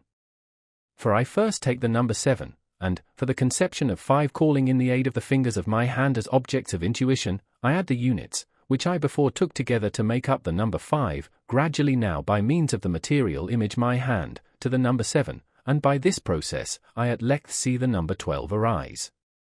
That 7 should be added to 5, I have certainly cogitated in my conception of a sum equals 7 plus 5, but not that this sum was equal to 12. Arithmetical propositions are therefore always synthetical, of which we may become more clearly convinced by trying large numbers. For it will thus become quite evident that, turn and twist our conceptions as we may, it is impossible, without having recourse to intuition, to arrive at the sum total or product by means of the mere analysis of our conceptions. Just as little is any principle of pure geometry analytical. A straight line between 2 points is the shortest, is a synthetical proposition. For my conception of straight contains no notion of quantity, but is merely qualitative. The conception of the shortest is therefore for wholly an addition, and by no analysis can it be extracted from our conception of a straight line. Intuition must therefore here lend its aid, by means of which, and thus only, our synthesis is possible. Some few principles preposited by geometricians are, indeed, really analytical, and depend on the principle of contradiction. They serve, however, like identical propositions, as links in the chain of method, not as principles, for example, A equals A, the whole is equal to itself, or A plus B, A, the whole is greater than its part. And yet even these principles themselves, though they derive their validity from pure conceptions, are only admitted in mathematics because they can be presented in intuition. What causes us here commonly to believe that the predicate of such apodeictic judgments is already contained in our conception, and that the judgment is therefore analytical, is merely the equivocal nature of the expression.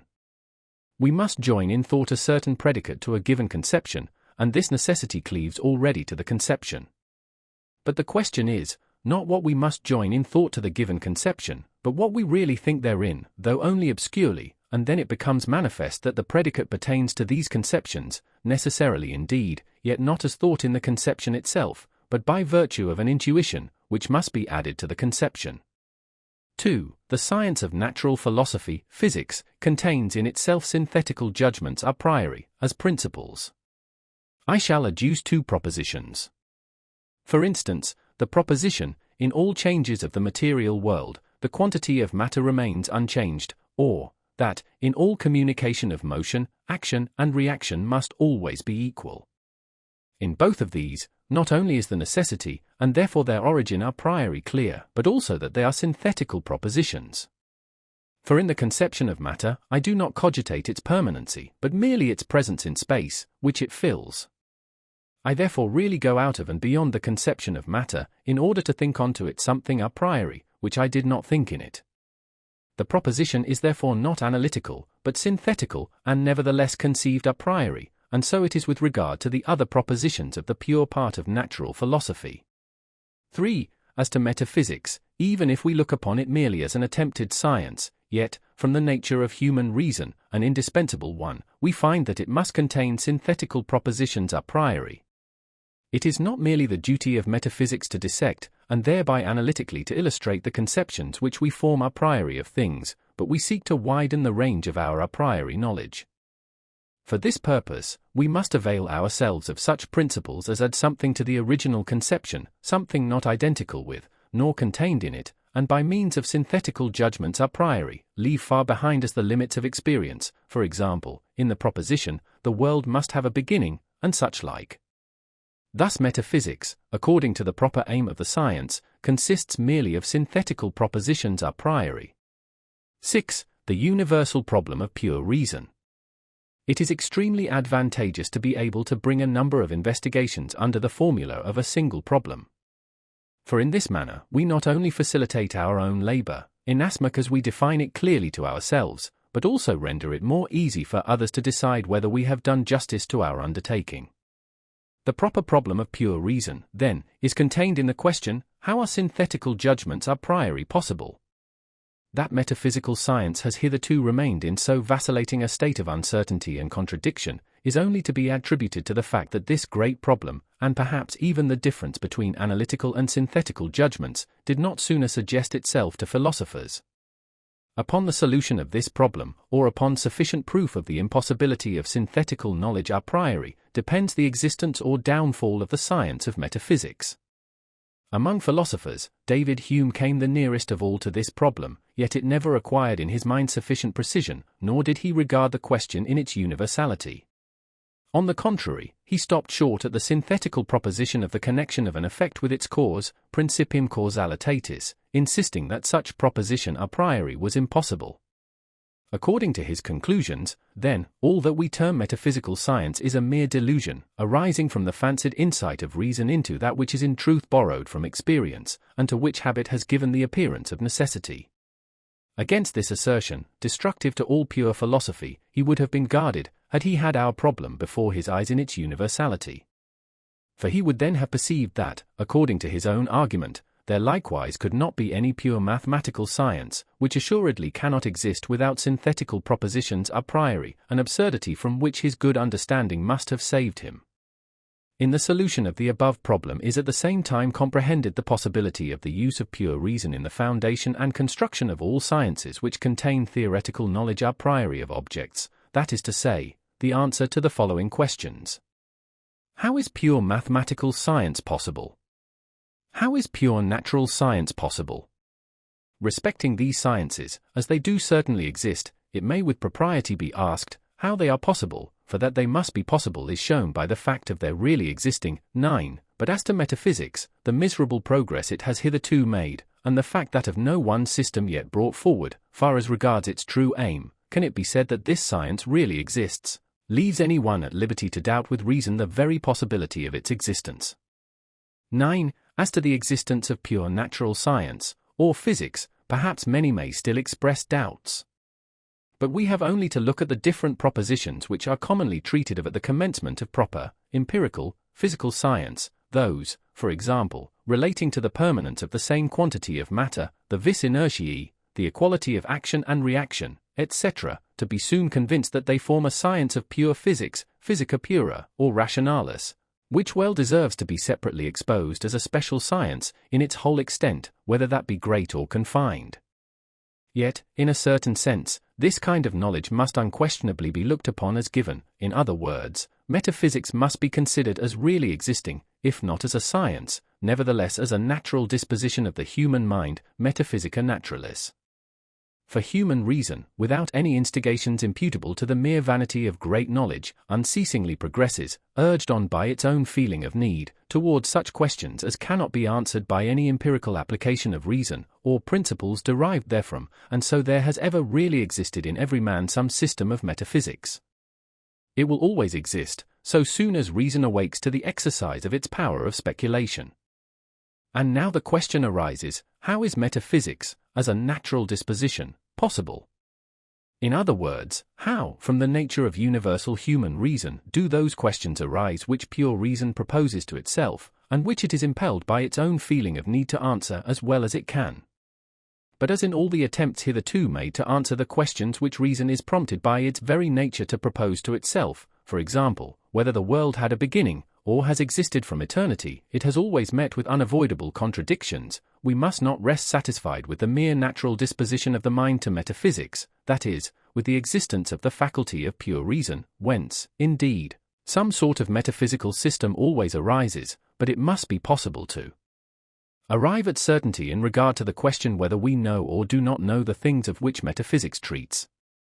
We must be able to arrive at a decision on the subjects of its questions, or on the ability or inability of reason to form any judgment respecting them, and therefore either to extend with confidence the bounds of our pure reason, or to set strictly defined and safe limits to its action.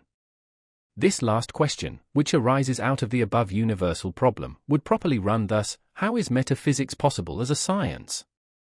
Thus, the critique of reason leads at last, naturally and necessarily, to science, and, on the other hand, the dogmatical use of reason without criticism leads to groundless assertions, against which others equally specious can always be set, thus ending unavoidably in skepticism. Besides, this science cannot be of great and formidable prolixity, because it has not to do with objects of reason, the variety of which is inexhaustible, but merely with reason herself and her problems, problems which arise out of her own bosom, and are not proposed to her by the nature of outward things, but by her own nature. And when once reason has previously become able completely to understand her own power in regard to objects which she meets with in experience, it will be easy to determine securely the extent and limits of her attempted application to objects beyond the confines of experience. We may and must, therefore, regard the attempts hitherto made to establish metaphysical science dogmatically as non-existent. For what of analysis, that is, mere dissection of conceptions, is contained in one or other, is not the aim of, but only a preparation for metaphysics proper, which has for its object the extension, by means of synthesis, of our a priori knowledge. And for this purpose, mere analysis is of course useless, because it only shows what is contained in these conceptions, but not how we arrive, a priori, at them, and this it is her duty to show, in order to be able afterwards to determine their valid use in regard to all objects of experience, to all knowledge in general. But little self-denial, indeed, is needed to give up these pretensions, seeing the undeniable, and in the dogmatic mode of procedure, inevitable contradictions of reason with herself, have long since ruined the reputation of every system of metaphysics that has appeared up to this time. It will require more firmness to remain undeterred by difficulty from within, and opposition from without, from endeavoring, by a method quite opposed to all those hitherto followed, to further the growth and fruitfulness of a science indispensable to human reason, a science from which every branch it has borne may be cut away, but whose roots remain indestructible. 7. Idea and division of a particular science, under the name of a critique of pure reason. From all that has been said, there results the idea of a particular science, which may be called the critique of pure reason. For reason is the faculty which furnishes us with the principles of knowledge a priori. Hence, pure reason is the faculty which contains the principles of cognizing anything absolutely a priori. An organon of pure reason would be a compendium of those principles according to which alone all pure cognitions a priori can be obtained.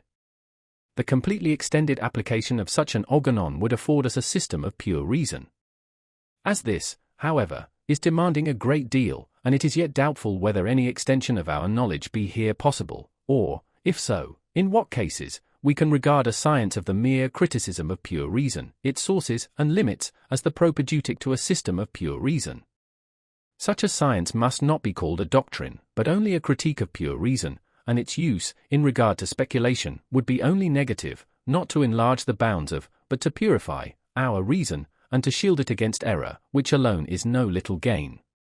I apply the term transcendental to all knowledge which is not so much occupied with objects as with the mode of our cognition of these objects, so far as this mode of cognition is possible a priori. A system of such conceptions would be called transcendental philosophy. But this, again, is still beyond the bounds of our present essay. For as such a science must contain a complete exposition not only of our synthetical a priori, but of our analytical a priori knowledge, it is of too wide a range for our present purpose, because we do not require to carry our analysis any farther than is necessary to understand, in their full extent, the principles of synthesis a priori, with which alone we have to do. This investigation, which we cannot properly call a doctrine, but only a transcendental critique, because it aims not at the enlargement, but at the correction and guidance of our knowledge, and is to serve as a touchstone of the worth or worthlessness of all knowledge a priori, is the sole object of our present essay. Such a critique is consequently, as far as possible, a preparation for an organon, and if this new organon should be found to fail, at least for a canon of pure reason, according to which the complete system of the philosophy of pure reason, whether it extend or limit the bounds of that reason, might one day be set forth both analytically and synthetically. For that this is possible, nay, that such a system is not of so great extent as to preclude the hope of its ever being completed, is evident. For we have not here to do with the nature of outward objects, which is infinite, but solely with the mind, which judges of the nature of objects, and, again, with the mind only in respect of its cognition a priori. And the object of our investigations, as it is not to be sought without, but, altogether within, ourselves, cannot remain concealed, and in all probability is limited enough to be completely surveyed and fairly estimated, according to its worth or worthlessness. Still less let the reader here expect a critique of books and systems of pure reason. Our present object is exclusively a critique of the faculty of pure reason itself. Only when we make this critique our foundation, do we possess a pure touchstone for estimating the philosophical value of ancient and modern writings on this subject, and without this criterion, the incompetent historian or judge decides upon and corrects the groundless assertions of others with his own, which have themselves just as little foundation. Transcendental philosophy is the idea of a science, for which the critique of pure reason must sketch the whole plan architectonically, that is, from principles, with a full guarantee for the validity and stability of all the parts which enter into the building. It is the system of all the principles of pure reason. If this critique itself does not assume the title of transcendental philosophy, it is only because, to be a complete system, it ought to contain a full analysis of all human knowledge a priori. Our critique must, indeed, lay before us a complete enumeration of all the radical conceptions which constitute the said pure knowledge. But from the complete analysis of these conceptions themselves, as also from a complete investigation of those derived from them, it abstains with reason, partly because it would be deviating from the end in view to occupy itself with this analysis, since this process is not attended with the difficulty and insecurity to be found in the synthesis, to which our critique is entirely devoted, and partly because it would be inconsistent with the unity of our plan to burden this essay with the vindication of the completeness of such an analysis and deduction, with which, after all, we have at present nothing to do. This completeness of the analysis of these radical conceptions, as well as of the deduction from the conceptions a priori which may be given by the analysis, we can, however, easily attain, provided only that we are in possession of all these radical conceptions, which are to serve as principles of the synthesis, and that in respect of this main purpose nothing is wanting. To the critique of pure reason, therefore, belongs all that constitutes transcendental philosophy, and it is the complete idea of transcendental philosophy, but still not the science itself, because it only proceeds so far with the analysis as is necessary to the power of judging completely of our synthetical knowledge a priori. The principal thing we must attend to, in the division of the parts of a science like this, is that no conceptions must enter it which contain aught empirical, in other words, that the knowledge a priori must be completely pure.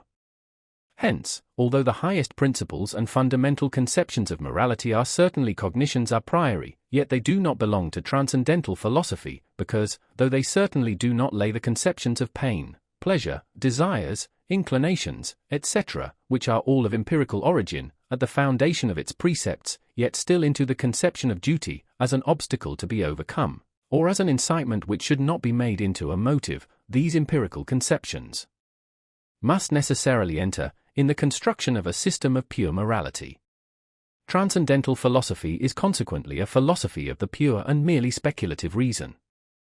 For all that is practical, so far as it contains motives, relates to feelings, and these belong to empirical sources of cognition. If we wish to divide this science from the universal point of view of a science in general, it ought to comprehend, first, a doctrine of the elements, and, secondly, a doctrine of the method of pure reason. Each of these main divisions will have its subdivisions, the separate reasons for which we cannot here particularize. Only so much seems necessary, by way of introduction of premonition, that there are two sources of human knowledge which probably spring from a common, but to us unknown root, namely, sense and understanding. By the former, objects are given to us, by the latter, thought.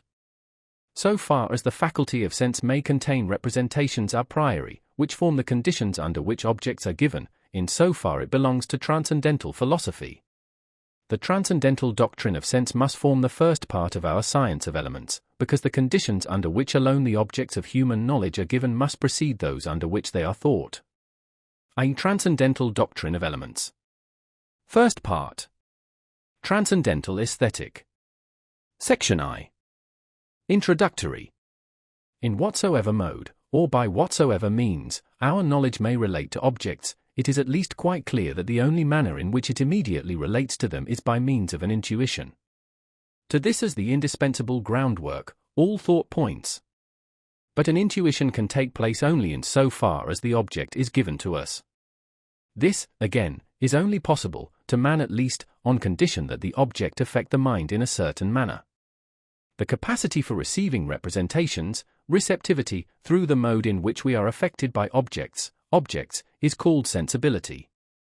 By means of sensibility, therefore, objects are given to us, and it alone furnishes us with intuitions, by the understanding they are thought, and from it arise conceptions. But an thought must directly, or indirectly, by means of certain signs, relate ultimately to intuitions, consequently, with us, to sensibility, because in no other way can an object be given to us. The effect of an object upon the faculty of representation, so far as we are affected by the said object, is sensation. That sort of intuition which relates to an object by means of sensation is called an empirical intuition. The undetermined object of an empirical intuition is called phenomenon. That which in the phenomenon corresponds to the sensation, I term its matter, but that which effects that the content of the phenomenon can be arranged under certain relations, I call its form. But that in which our sensations are merely arranged, and by which they are susceptible of assuming a certain form, cannot be itself sensation. It is, then, the matter of all phenomena that is given to us a posteriori, the form must lie ready a priori for them in the mind, and consequently can be regarded separately from all sensation. I call all representations pure, in the transcendental meaning of the word, wherein nothing is met with that belongs to sensation. And accordingly we find existing in the mind a priori, the pure form of sensuous intuitions in general, in which all the manifold content of the phenomenal world is arranged and viewed under certain relations. This pure form of sensibility I shall call pure intuition. Thus, if I take away from our representation of a body all that the understanding thinks as belonging to it, as substance, force, divisibility, etc., and also whatever belongs to sensation, as impenetrability, hardness, color, etc., yet there is still something left us from this empirical intuition, namely, extension and shape. These belong to pure intuition, which exists a priori in the mind, as a mere form of sensibility, and without any real object of the senses or any sensation. The science of all the principles of sensibility a priori, I call transcendental aesthetic. 10. There must, then, be such a science forming the first part of the transcendental doctrine of elements, in contradistinction to that part which contains the principles of pure thought, and which is called transcendental logic. 10. The Germans are the only people who at present use this word to indicate what others call the critique of taste.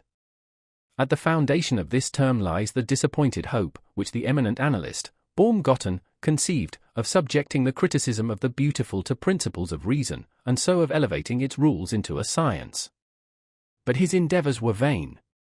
For the said rules or criteria are, in respect to their chief sources, merely empirical, consequently never can serve as determinate laws a priori, by which our judgment in matters of taste is to be directed.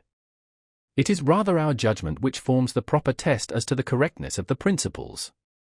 On this account it is advisable to give up the use of the term as designating the critique of taste, and to apply it solely to that doctrine, which is true science, the science of the laws of sensibility, and thus come nearer to the language and the sense of the ancients in their well-known division of the objects of cognition into aetheta kai noeta, or to share it with speculative philosophy, and employ it partly in a transcendental, partly in a psychological signification. In the science of transcendental aesthetic accordingly, we shall first isolate sensibility or the sensuous faculty, by separating from it all that is annexed to its perceptions by the conceptions of understanding, so that nothing be left but empirical intuition.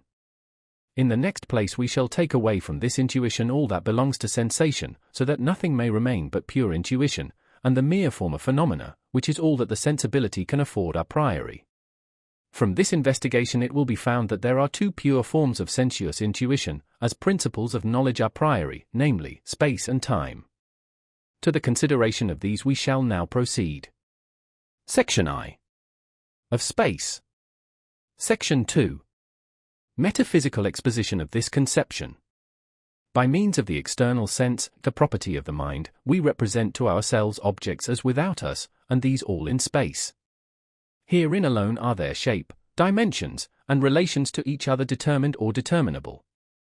The internal sense, by means of which the mind contemplates itself or its internal state, gives, indeed, no intuition of the soul as an object, yet there is nevertheless a determinate form, under which alone the contemplation of our internal state is possible, so that all which relates to the inward determinations of the mind is represented in relations of time. Of time we cannot have any external intuition, any more than we can have an internal intuition of space. What then are time and space? Are they real existences? Or are they merely relations or determinations of things, such, however, as would equally belong to these things in themselves, though they should never become objects of intuition? Or are they such as belong only to the form of intuition, and consequently to the subjective constitution of the mind, without which these predicates of time and space could not be attached to any object?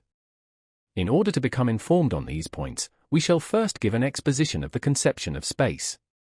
By exposition, I mean the clear, though not detailed, representation of that which belongs to a conception, and an exposition is metaphysical when it contains that which represents the conception as given a priori. 1. Space is not a conception which has been derived from outward experiences. For, in order that certain sensations may relate to something without me, that is, to something which occupies a different part of space from that in which I am, in like manner, in order that I may represent them not merely as without of, and near to each other, but also in separate places, the representation of space must already exist as a foundation. Consequently, the representation of space cannot be borrowed from the relations of external phenomena through experience, but, on the contrary, this external experience is itself only possible through the said antecedent representation. 2. Space then is a necessary representation a priori, which serves for the foundation of all external intuitions. We never can imagine or make a representation to ourselves of the non-existence of space, though we may easily enough think that no objects are found in it. It must, therefore, be considered as the condition of the possibility of phenomena, and by no means as a determination dependent on them, and is a representation a priori, which necessarily supplies the basis for external phenomena. 3. Space is no discursive, or as we say, general conception of the relations of things, but a pure intuition. For, in the first place, we can only represent to ourselves one space, and, when we talk of divers spaces, we mean only parts of one and the same space. Moreover, these parts cannot antecede this one all-embracing space, as the component parts from which the aggregate can be made up, but can be cogitated only as existing in it. Space is essentially one, and multiplicity in it, consequently the general notion of spaces, of this or that space, depends solely upon limitations. Hence it follows that an a priori intuition, which is not empirical, lies at the root of all our conceptions of space. Thus, moreover, the principles of geometry, for example, that in a triangle, two sides together are greater than the third, are never deduced from general conceptions of line and triangle, but from intuition, and this a priori, with apodeictic certainty. For space is represented as an infinite given quantity. Now every conception must indeed be considered as a representation which is contained in an infinite multitude of different possible representations, which, therefore, comprises these under itself, but no conception, as such, can be so conceived, as if it contained within itself an infinite multitude of representations. Nevertheless, space is so conceived of, for all parts of space are equally capable of being produced to infinity. Consequently, the original representation of space is an intuition a priori, and not a conception. Section 3. Transcendental exposition of the conception of space. By a transcendental exposition, I mean the explanation of a conception, as a principle, whence can be discerned the possibility of other synthetical a priori cognitions. For this purpose, it is requisite, firstly, that such cognitions do really flow from the given conception, and, secondly, that the said cognitions are only possible under the presupposition of a given mode of explaining this conception. Geometry is a science which determines the properties of space synthetically, and yet a priori. What, then, must be our representation of space, in order that such a cognition of it may be possible?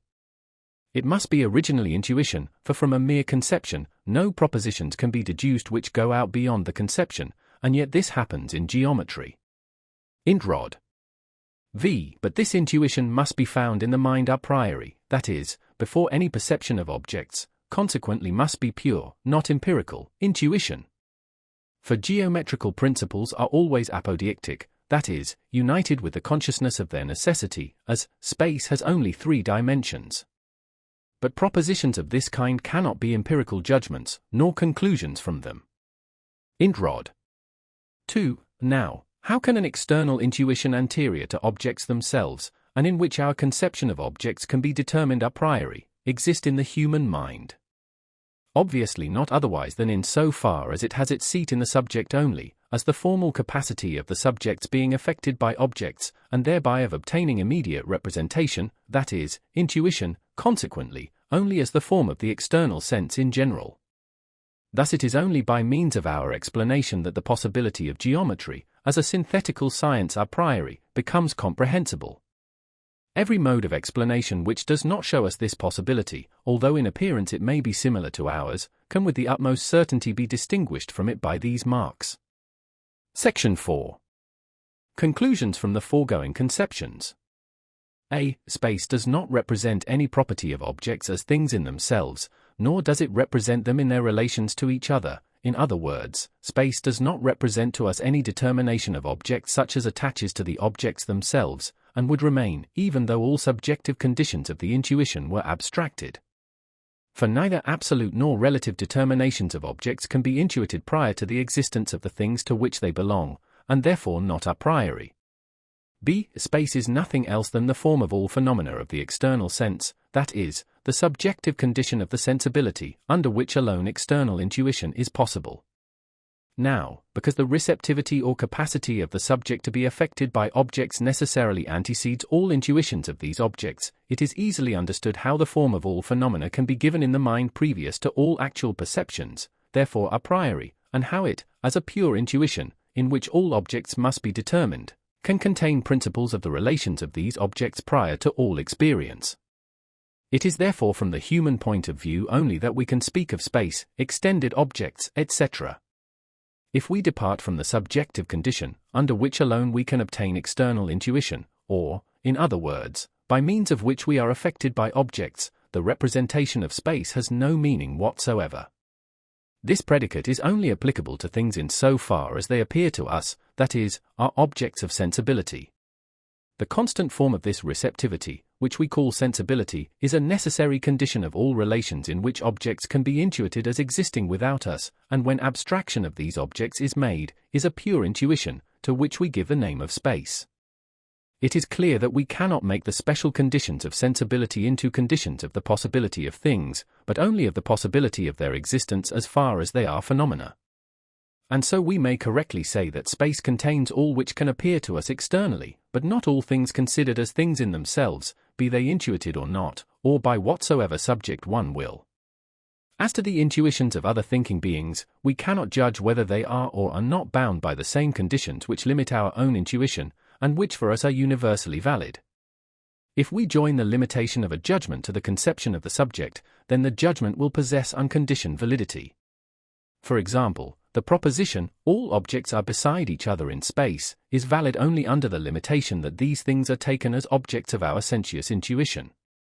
But if I join the condition to the conception and say, all things, as external phenomena, are beside each other in space, then the rule is valid universally, and without any limitation. Our expositions, consequently, teach the reality, i.e., the objective validity of space in regard of all which can be presented to us externally as object, and at the same time also the ideality of space in regard to objects when they are considered by means of reason as things in themselves, that is, without reference to the constitution of our sensibility. We maintain, therefore, the empirical reality of space in regard to all possible external experience, although we must admit its transcendental ideality, in other words, that it is nothing, so soon as we withdraw the condition upon which the possibility of all experience depends and look upon space as something that belongs to things in themselves. But, with the exception of space, there is no representation, subjective and referring to something external to us, which could be called objective a priori. For there are no other subjective representations from which we can deduce synthetical propositions a priori, as we can from the intuition of space. See section 3. Therefore, to speak accurately, no ideality whatever belongs to these, although they agree in this respect with the representation of space, that they belong merely to the subjective nature of the mode of sensuous perception, such a mode, for example, as that of sight, of hearing, and of feeling, by means of the sensations of color, sound, and heat, but which, because they are only sensations and not intuitions, do not of themselves give us the cognition of any object, least of all, an a priori cognition. My purpose, in the above remark, is merely this, to guard anyone against illustrating the asserted ideality of space by examples quite insufficient, for example, by color, taste, etc., for these must be contemplated not as properties of things, but only as changes in the subject, changes which may be different in different men. For, in such a case, that which is originally a mere phenomenon, a rose, for example, is taken by the empirical understanding for a thing in itself, though to every different eye, in respect of its color, it may appear different. On the contrary, the transcendental conception of phenomena in space is a critical admonition, that, in general, nothing which is intuited in space is a thing in itself, and that space is not a form which belongs as a property to things, but that objects are quite unknown to us in themselves, and what we call outward objects are nothing else but mere representations of our sensibility, whose form is space, but whose real correlate, the thing in itself, is not known by means of these representations, nor ever can be, but respecting which, in experience, no inquiry is ever made. Section 2. Of time. Section 5. Metaphysical exposition of this conception. 1. Time is not an empirical conception. For neither coexistence nor succession would be perceived by us if the representation of time did not exist as a foundation a priori. Without this presupposition we could not represent to ourselves that things exist together at one and the same time, or at different times, that is, contemporaneously, or in succession. 2. Time is a necessary representation, lying at the foundation of all our intuitions. With regard to phenomena in general, we cannot think away time from them, and represent them to ourselves as out of and unconnected with time, but we can quite well represent to ourselves time void of phenomena. Time is therefore given a priori. In it alone is all reality of phenomena possible. These may all be annihilated in thought, but time itself, as the universal condition of their possibility, cannot be so annulled. 3. On this necessity a priori is also founded the possibility of apodeictic principles of the relations of time, or axioms of time in general, such as, time has only one dimension, different times are not coexistent but successive, as different spaces are not successive but coexistent. These principles cannot be derived from experience, for it would give neither strict universality, nor apodeictic certainty. We should only be able to say, so common experience teaches us, but not it must be so. They are valid as rules, through which, in general, experience is possible, and they instruct us respecting experience, and not by means of it. For, time is not a discursive, or as it is called, general conception, but a pure form of the sensuous intuition. Different times are merely parts of one and the same time. But the representation which can only be given by a single object is an intuition. Besides, the proposition that different times cannot be coexistent could not be derived from a general conception. For this proposition is synthetical, and therefore cannot spring out of conceptions alone. It is therefore contained immediately in the intuition and representation of time. 5. The infinity of time signifies nothing more than that every determined quantity of time is possible only through limitations of one time lying at the foundation. Consequently, the original representation, time, must be given as unlimited. But as the determinate representation of the parts of time and of every quantity of an object can only be obtained by limitation, the complete representation of time must not be furnished by means of conceptions, for these contain only partial representations. Conceptions, on the contrary, must have immediate intuition for their basis.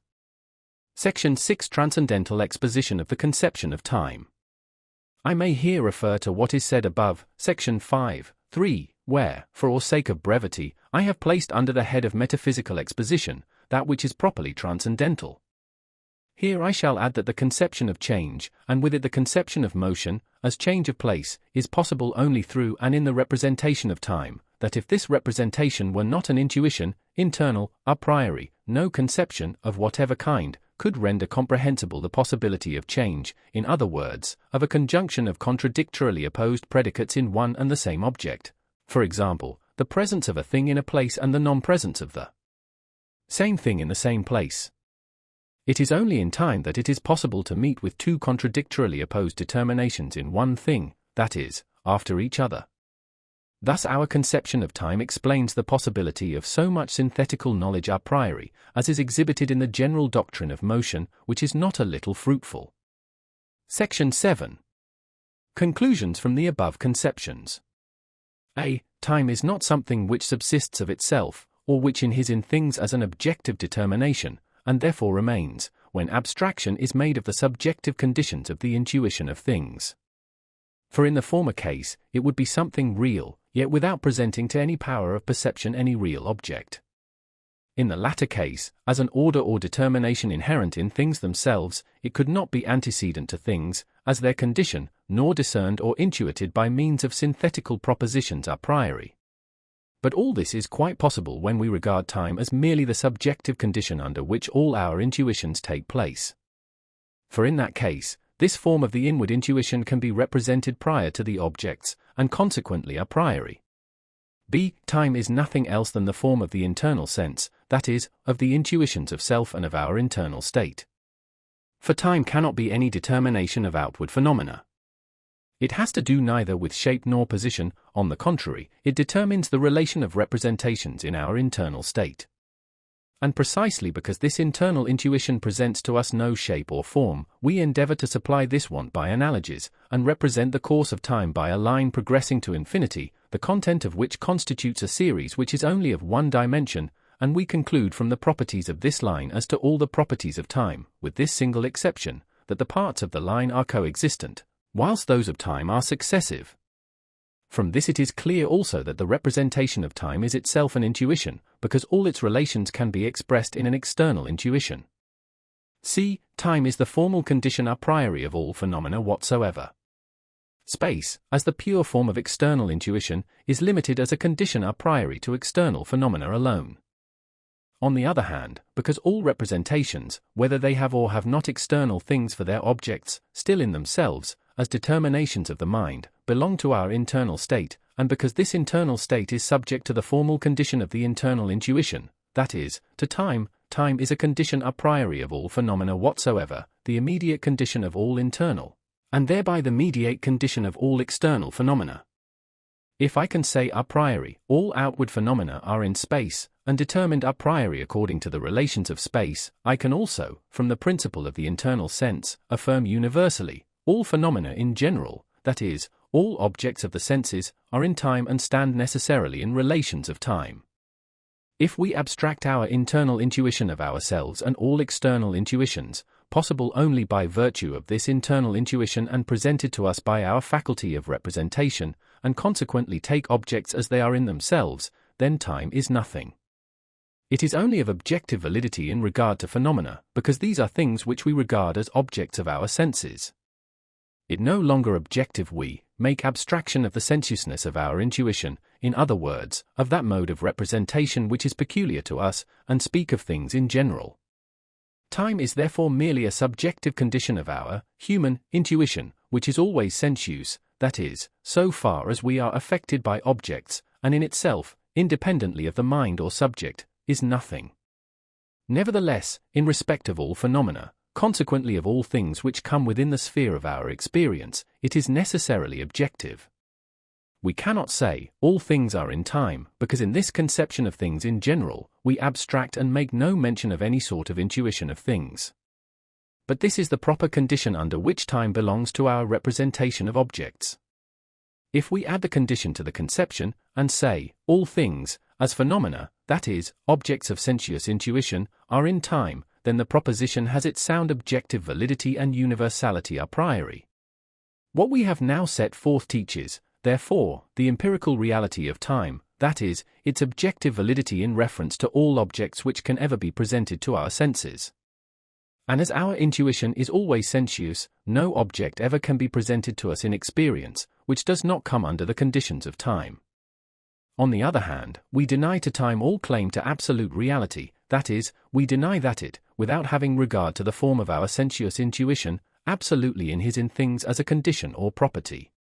Such properties as belong to objects as things in themselves never can be presented to us through the medium of the senses. Herein consists, therefore, the transcendental ideality of time, according to which, if we abstract the subjective conditions of sensuous intuition, it is nothing, and cannot be reckoned as subsisting or inhering in objects as things in themselves, independently of its relation to our intuition.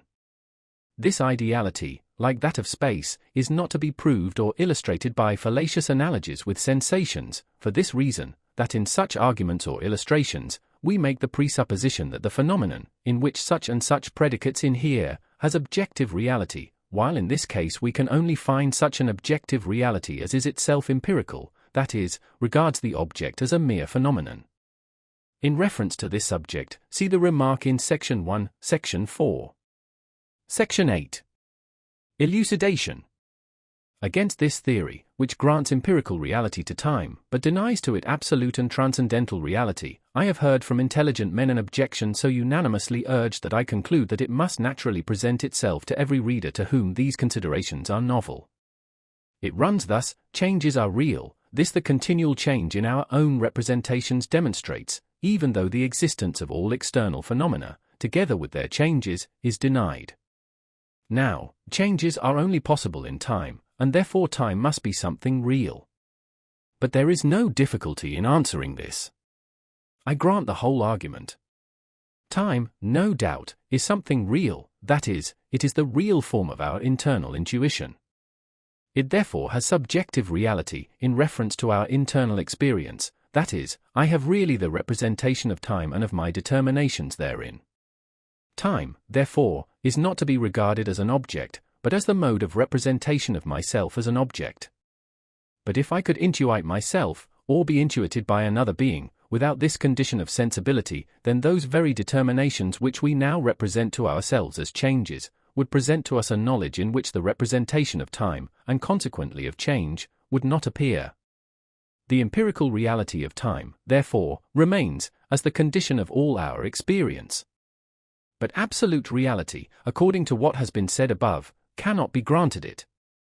Time is nothing but the form of our internal intuition. 11. If we take away from it the special condition of our sensibility, the conception of time also vanishes, and it inheres not in the objects themselves, but solely in the subject, or mind, which intuits them.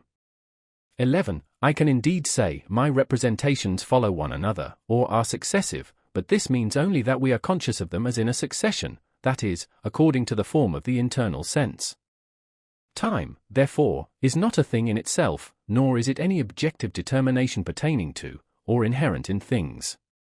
But the reason why this objection is so unanimously brought against our doctrine of time, and that too by disputants who cannot start any intelligible arguments against the doctrine of the ideality of space, is this: they have no hope of demonstrating apodictically the absolute reality of space, because the doctrine of idealism is against them, according to which the reality of external objects is not capable of any strict proof.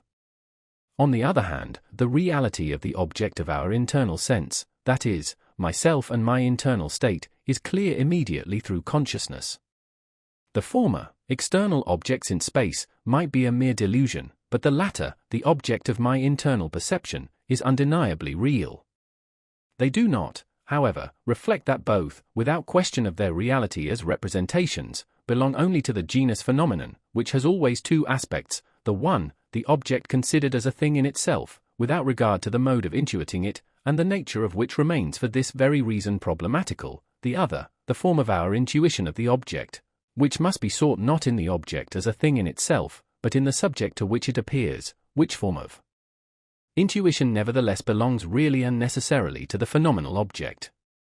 Time and space are, therefore, two sources of knowledge, from which, a priori, various synthetical cognitions can be drawn. Of this we find a striking example in the cognitions of space and its relations, which form the foundation of pure mathematics. They are the two pure forms of all intuitions, and thereby make synthetical propositions a priori possible. But these sources of knowledge, being merely conditions of our sensibility, do therefore, and as such, strictly determine their own range and purpose, in that they do not and cannot present objects as things in themselves, but are applicable to them solely in so far as they are considered as sensuous phenomena. The sphere of phenomena is the only sphere of their validity, and if we venture out of this, no further objective use can be made of them. For the rest, this formal reality of time and space leaves the validity of our empirical knowledge unshaken, for our certainty in that respect is equally firm, whether these forms necessarily inhere in the things themselves, or only in our intuitions of them. On the other hand, those who maintain the absolute reality of time and space, whether as essentially subsisting, or only inhering, as modifications, in things, must find themselves at utter variance with the principles of experience itself. For, if they decide for the first view, and make space and time into substances, this being the side taken by mathematical natural philosophers, they must admit two self-subsisting nonentities, infinite and eternal, which exist, yet without there being anything real, for the purpose of containing in themselves everything that is real. If they adopt the second view of inherence, which is preferred by some metaphysical natural philosophers, and regard space and time as relations, contiguity in space or succession in time, abstracted from experience, though represented confusedly in this state of separation, they find themselves in that case necessitated to deny the validity of mathematical doctrines a priori in reference to real things, for example, in space, at all events their apodeictic certainty. For such certainty cannot be found in an a posteriori proposition, and the conceptions a priori of space and time are, according to this opinion, mere creations of the imagination, having their source really in experience, inasmuch as, out of relations abstracted from experience, imagination has made up something which contains, indeed, general statements of these relations, yet of which no application can be made without the restrictions attached thereto by nature. The former of these parties gains this advantage, that they keep the sphere of phenomena free for mathematical science. On the other hand, these very conditions, space and time, embarrass them greatly, when the understanding endeavors to pass the limits of that sphere.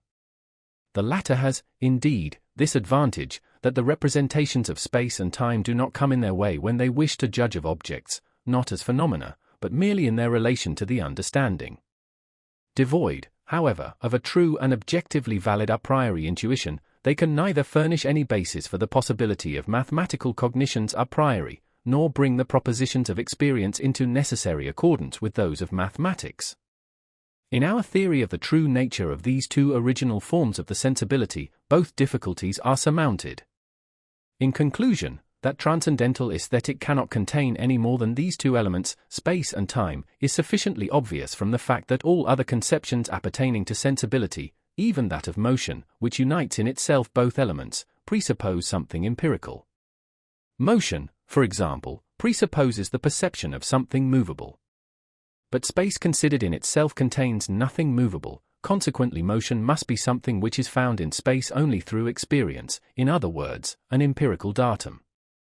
In like manner, transcendental aesthetic cannot number the conception of change among its data a priori, for time itself does not change, but only something which is in time. To acquire the conception of change, therefore, the perception of some existing object and of the succession of its determinations, in one word, experience, is necessary. Section 9. General remarks on transcendental aesthetic. In order to prevent any misunderstanding, it will be requisite, in the first place, to recapitulate, as clearly as possible, what our opinion is with respect to the fundamental nature of our sensuous cognition in general. We have intended, then, to say that all our intuition is nothing but the representation of phenomena, that the things which we intuit are not in themselves the same as our representations of them in intuition, nor are their relations in themselves so constituted as they appear to us, and that if we take away the subject, or even only the subjective constitution of our senses in general, then not only the nature and relations of objects in space and time, but even space and time themselves disappear, and that these, as phenomena, cannot exist in themselves, but only in us. What may be the nature of objects considered as things in themselves and without reference to the receptivity of our sensibility is quite unknown to us. We know nothing more than our mode of perceiving them, which is peculiar to us, and which, though not of necessity pertaining to every animated being, is so to the whole human race. With this alone we have to do. Space and time are the pure forms thereof, sensation the matter. The former alone can we cognize a priori, that is, antecedent to all actual perception, and for this reason such cognition is called pure intuition. The latter is that in our cognition which is called cognition a posteriori, that is, empirical intuition. The former appertain absolutely and necessarily to our sensibility, of whatsoever kind our sensations may be, the latter may be of very diversified character. Supposing that we should carry our empirical intuition even to the very highest degree of clearness, we should not thereby advance one step nearer to a knowledge of the constitution of objects as things in themselves. For we could only, at best, arrive at a complete cognition of our own mode of intuition, that is of our sensibility, and this always under the conditions originally attaching to the subject, namely, the conditions of space and time, while the question, what are objects considered as things in themselves, remains unanswerable even after the most thorough examination of the phenomenal world. To say, then, that all our sensibility is nothing but the confused representation of things containing exclusively that which belongs to them as things in themselves, and this under an accumulation of characteristic marks and partial representations which we cannot distinguish in consciousness, is a falsification of the conception of sensibility and phenomenization, which renders our whole doctrine thereof empty and useless. The difference between a confused and a clear representation is merely logical and has nothing to do with content. No doubt the conception of right, as employed by a sound understanding, contains all that the most subtle investigation could unfold from it, although, in the ordinary practical use of the word, we are not conscious of the manifold representations comprised in the conception. But we cannot for this reason assert that the ordinary conception is a sensuous one, containing a mere phenomenon, for right cannot appear as a phenomenon, but the conception of it lies in the understanding, and represents a property, the moral property, of actions, which belongs to them in themselves.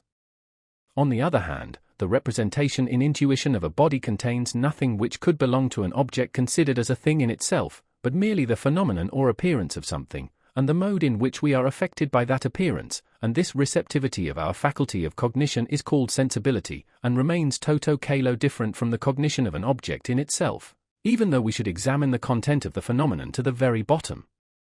It must be admitted that the Leibniz-Wolffian philosophy has assigned an entirely erroneous point of view to all investigations into the nature and origin of our cognitions, inasmuch as it regards the distinction between the sensuous and the intellectual as merely logical, whereas it is plainly transcendental, and concerns not merely the clearness or obscurity, but the content and origin of both. For the faculty of sensibility not only does not present us with an indistinct and confused cognition of objects as things in themselves, but, in fact, gives us no knowledge of these at all.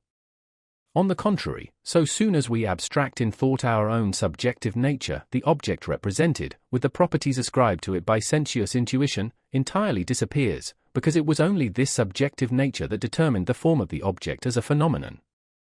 In phenomena, we commonly, indeed, distinguish that which essentially belongs to the intuition of them, and is valid for the sensuous faculty of every human being, from that which belongs to the same intuition accidentally, as valid not for the sensuous faculty in general, but for a particular state or organization of this or that sense.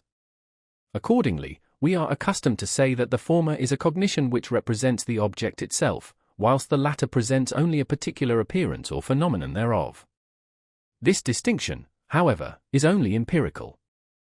If we stop here, as is usual, and do not regard the empirical intuition as itself a mere phenomenon, as we ought to do, in which nothing that can appertain to a thing in itself is to be found, our transcendental distinction is lost, and we believe that we cognize objects as things in themselves, although in the whole range of the sensuous world, investigate the nature of its objects as profoundly as we may, we have to do with nothing but phenomena. Thus, we call the rainbow a mere appearance of phenomenon in a sunny shower, and the rain, the reality or thing in itself, and this is right enough if we understand the latter conception in a merely physical sense, that is, as that which in universal experience, and under whatever conditions of sensuous perception, is known in intuition to be so and so determined, and not otherwise. But if we consider this empirical datum generally, and inquire, without reference to its accordance with all our senses, whether there can be discovered in it aught which represents an object as a thing in itself, the raindrops of course are not such, for they are, as phenomena, empirical objects. The question of the relation of the representation to the object is transcendental, and not only are the raindrops mere phenomena, but even their circular form, nay, the space itself through which they fall, is nothing in itself, but both are mere modifications or fundamental dispositions of our sensuous intuition, whilst the transcendental object remains for us utterly unknown. The second important concern of our aesthetic is that it does not obtain favor merely as a plausible hypothesis, but possess as undoubted a character of certainty as can be demanded of any theory which is to serve for an organon. In order fully to convince the reader of this certainty, we shall select a case which will serve to make its validity apparent, and also to illustrate what has been said in section 3. Suppose, then, that space and time are in themselves objective, and conditions of the possibility of objects as things in themselves. In the first place, it is evident that both present us with very many apodeictic and synthetic propositions a priori, but especially space, and for this reason we shall prefer it for investigation at present.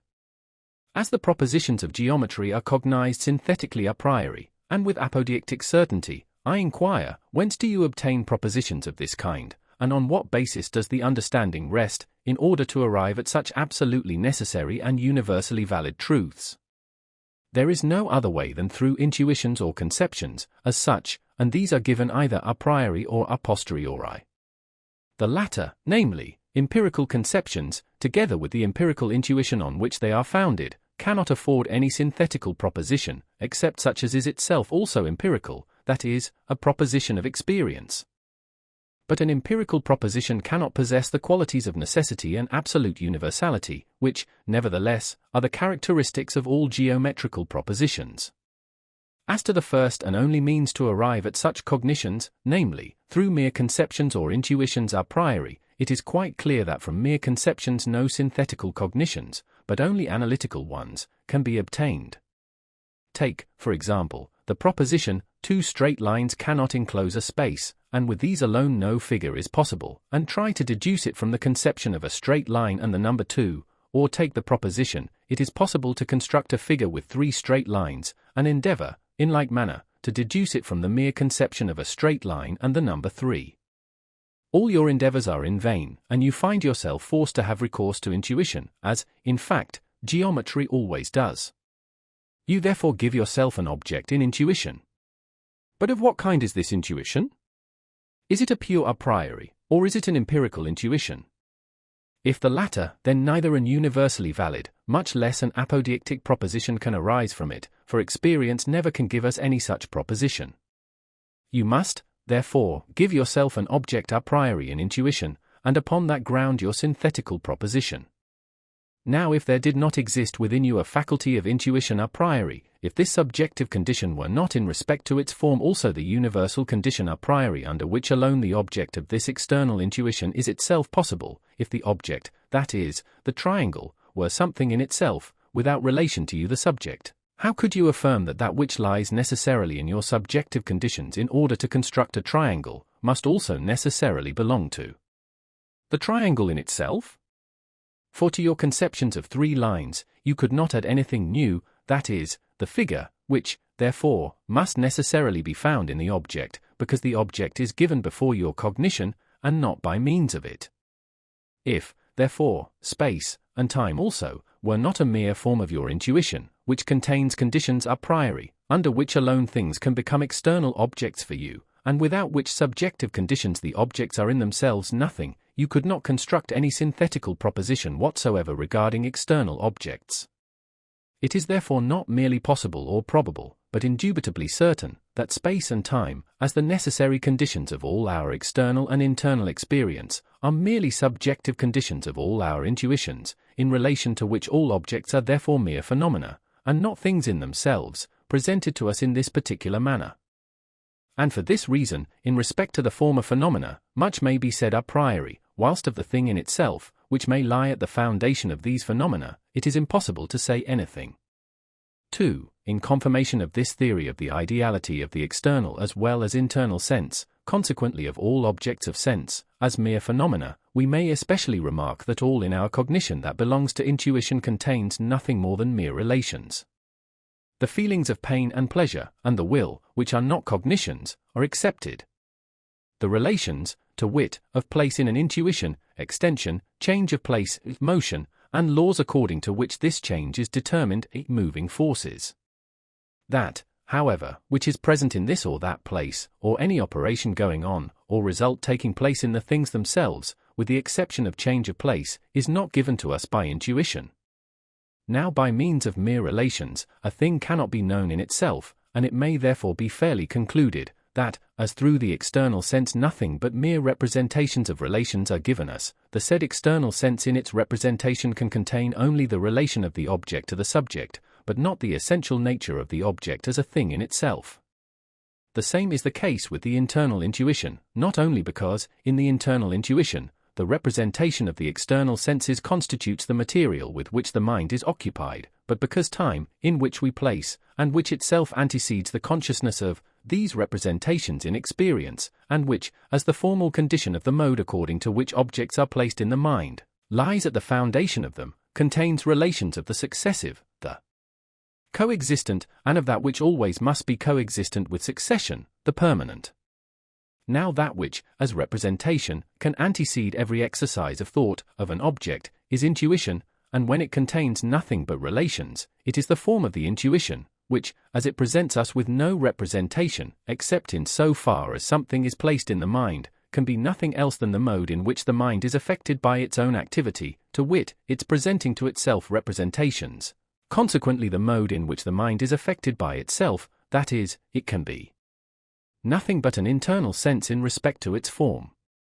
Everything that is represented through the medium of sense is so far phenomenal, consequently, we must either refuse altogether to admit an internal sense, or the subject, which is the object of that sense, could only be represented by it as phenomenon, and not as it would judge of itself, if its intuition were pure spontaneous activity, that is, were intellectual.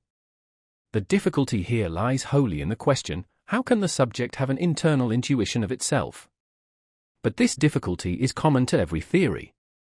The consciousness of self, apperception, is the simple representation of the ego, and if by means of that representation alone, all the manifold representations in the subject were spontaneously given, then our internal intuition would be intellectual. This consciousness in man requires an internal perception of the manifold representations which are previously given in the subject, and the manner in which these representations are given in the mind without spontaneity, must, on account of this difference, the want of spontaneity, be called sensibility. If the faculty of self-consciousness is to apprehend what lies in the mind, it must all act that and can in this way alone produce an intuition of self. But the form of this intuition, which lies in the original constitution of the mind, determines, in the representation of time, the manner in which the manifold representations are to combine themselves in the mind, since the subject intuits itself, not as it would represent itself immediately and spontaneously, but according to the manner in which the mind is internally affected, consequently, as it appears, and not as it is. 3. When we say that the intuition of external objects, and also the self-intuition of the subject, represent both objects and subject, in space and time, as they affect our senses, that is, as they appear, this is by no means equivalent to asserting that these objects are mere illusory appearances. For when we speak of things as phenomena, the objects, nay, even the properties which we ascribe to them, are looked upon as really given only that, in so far as this or that property depends upon the mode of intuition of the subject, in the relation of the given object to the subject, the object as phenomenon is to be distinguished from the object as a thing in itself. Thus I do not say that bodies seem or appear to be external to me, or that my soul seems merely to be given in my self-consciousness, although I maintain that the properties of space and time, in conformity to which I set both, as the condition of their existence, abide in my mode of intuition, and not in the objects in themselves. It would be my own fault, if out of that which I should reckon as phenomenon, I made mere illusory appearance. 12. But this will not happen, because of our principle of the ideality of all sensuous intuitions. On the contrary, if we ascribe objective reality to these forms of representation, it becomes impossible to avoid changing everything into mere appearance.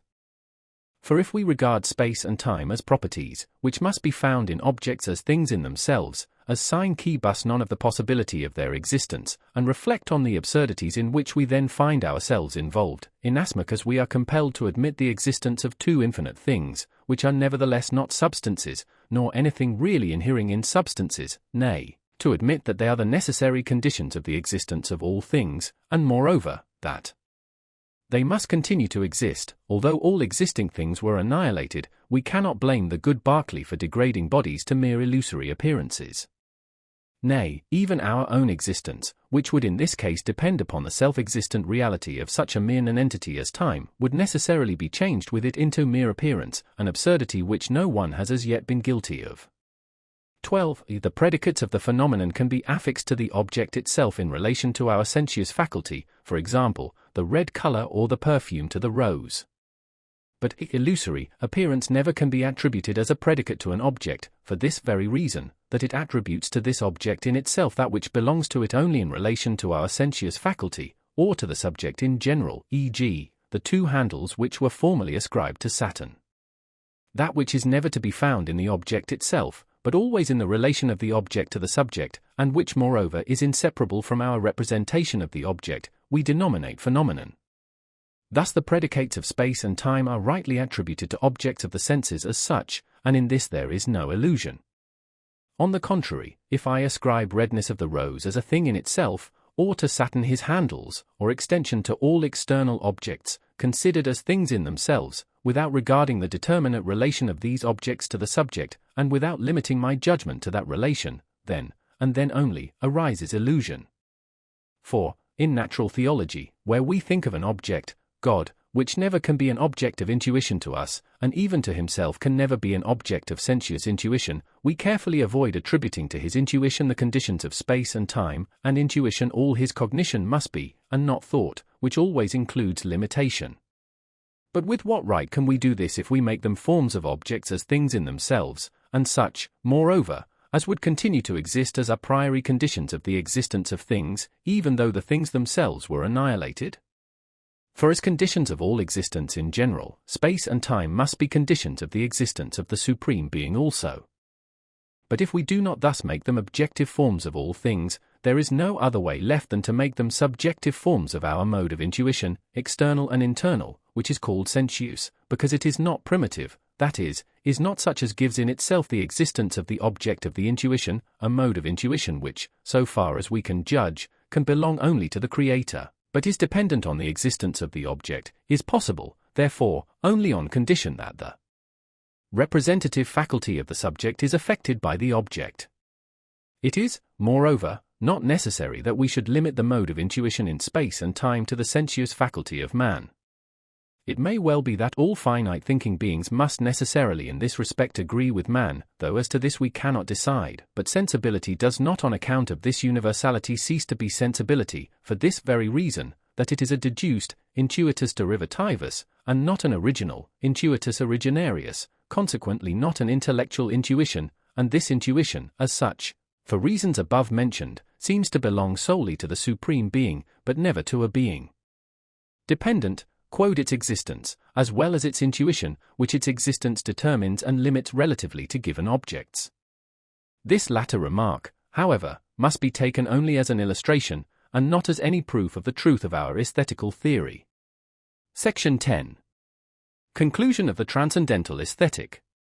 We have now completely before us one part of the solution of the grand general problem of transcendental philosophy, namely, the question, how are synthetical propositions a priori possible?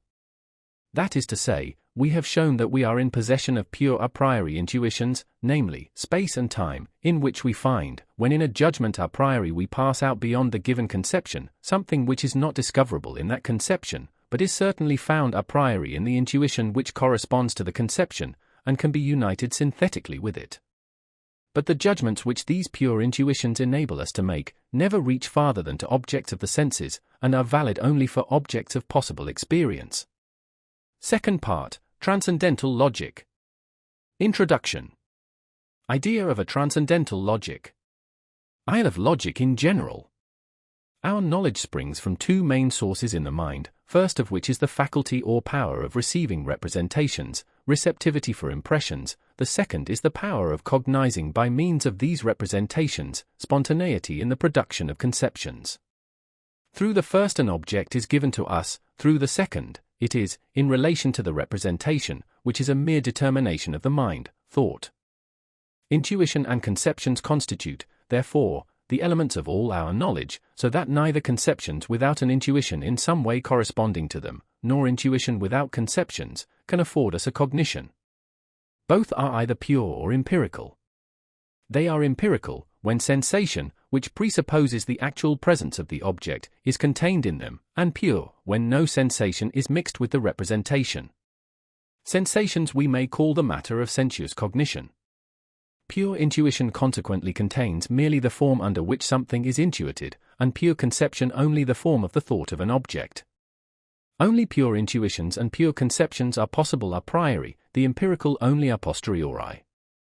We apply the term sensibility to the receptivity of the mind for impressions, in so far as it is in some way affected, and, on the other hand, we call the faculty of spontaneously producing representations, or the spontaneity of cognition, understanding.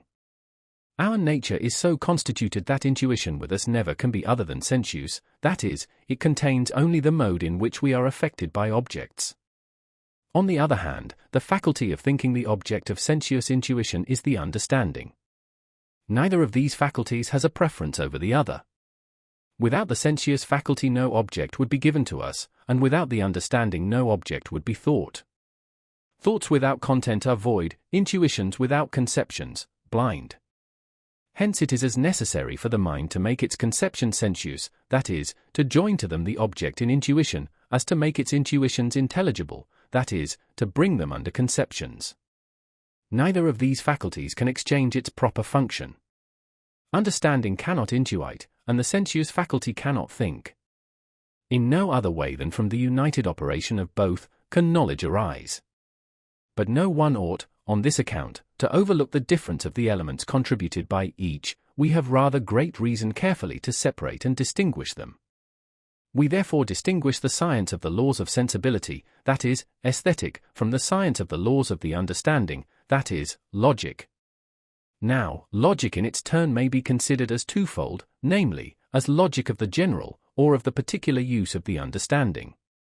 The first contains the absolutely necessary laws of thought, without which no use whatsoever of the understanding is possible, and gives laws therefore to the understanding, without regard to the difference of objects on which it may be employed.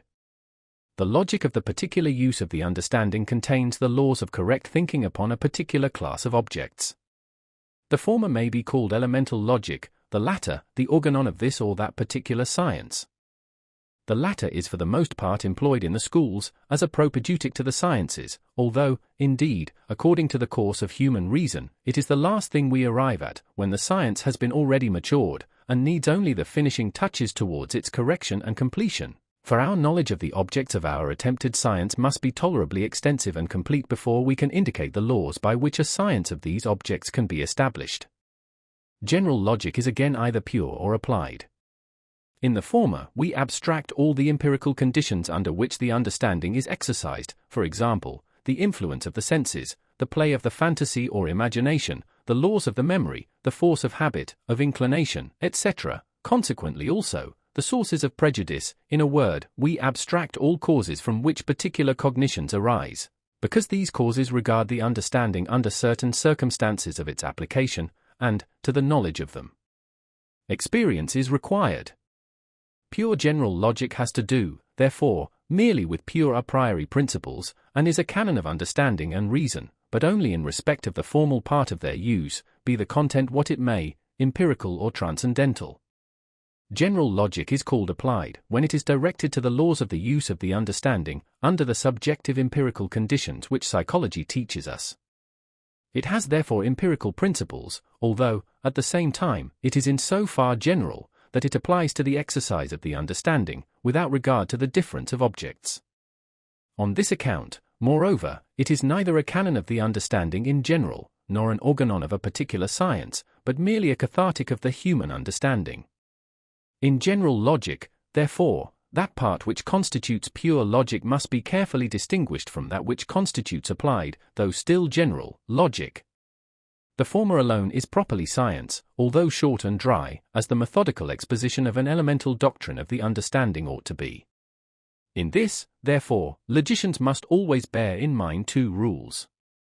1. As general logic, it makes abstraction of all content of the cognition of the understanding, and of the difference of objects, and has to do with nothing but the mere form of thought. 2. As pure logic, it has no empirical principles, and consequently draws nothing, contrary to the common persuasion, from psychology, which therefore has no influence on the canon of the understanding. It is a demonstrated doctrine, and everything in it must be certain completely a priori. What I called applied logic, contrary to the common acceptation of this term, according to which it should contain certain exercises for the scholar, for which pure logic gives the rules, is a representation of the understanding, and of the rules of its necessary employment in concreto, that is to say, under the accidental conditions of the subject, which may either hinder or promote this employment, and which are all given only empirically. Thus applied logic treats of attention, its impediments and consequences, of the origin of error, of the state of doubt, hesitation, conviction, etc., and to it is related pure general logic in the same way that pure morality, which contains only the necessary moral laws of a free will, is related to practical ethics, which considers these laws under all the impediments of feelings, inclinations, and passions to which men are more or less subjected, and which never can furnish us with a true and demonstrated science, because it, as well as applied logic, requires empirical and psychological principles. 2. Of transcendental logic. General logic, as we have seen, makes abstraction of all content of cognition, that is, of all relation of cognition to its object, and regards only the logical form in the relation of cognitions to each other, that is, the form of thought in general. But as we have both pure and empirical intuitions, as transcendental aesthetic proves, in like manner a distinction might be drawn between pure and empirical thought of objects. In this case, there would exist a kind of logic in which we should not make abstraction of all content of cognition, for all logic which should comprise merely the laws of pure thought of an object would of course exclude all those cognitions which were of empirical content. This kind of logic would also examine the origin of our cognitions of objects, so far as that origin cannot be ascribed to the objects themselves, while, on the contrary, general logic has nothing to do with the origin of our cognitions, but contemplates our representations, be they given primitively a priori in ourselves, or be they only of empirical origin, solely according to the laws which the understanding observes in employing them in the process of thought, in relation to each other. Consequently, general logic treats of the form of the understanding only, which can be applied to representations, from whatever source they may have arisen.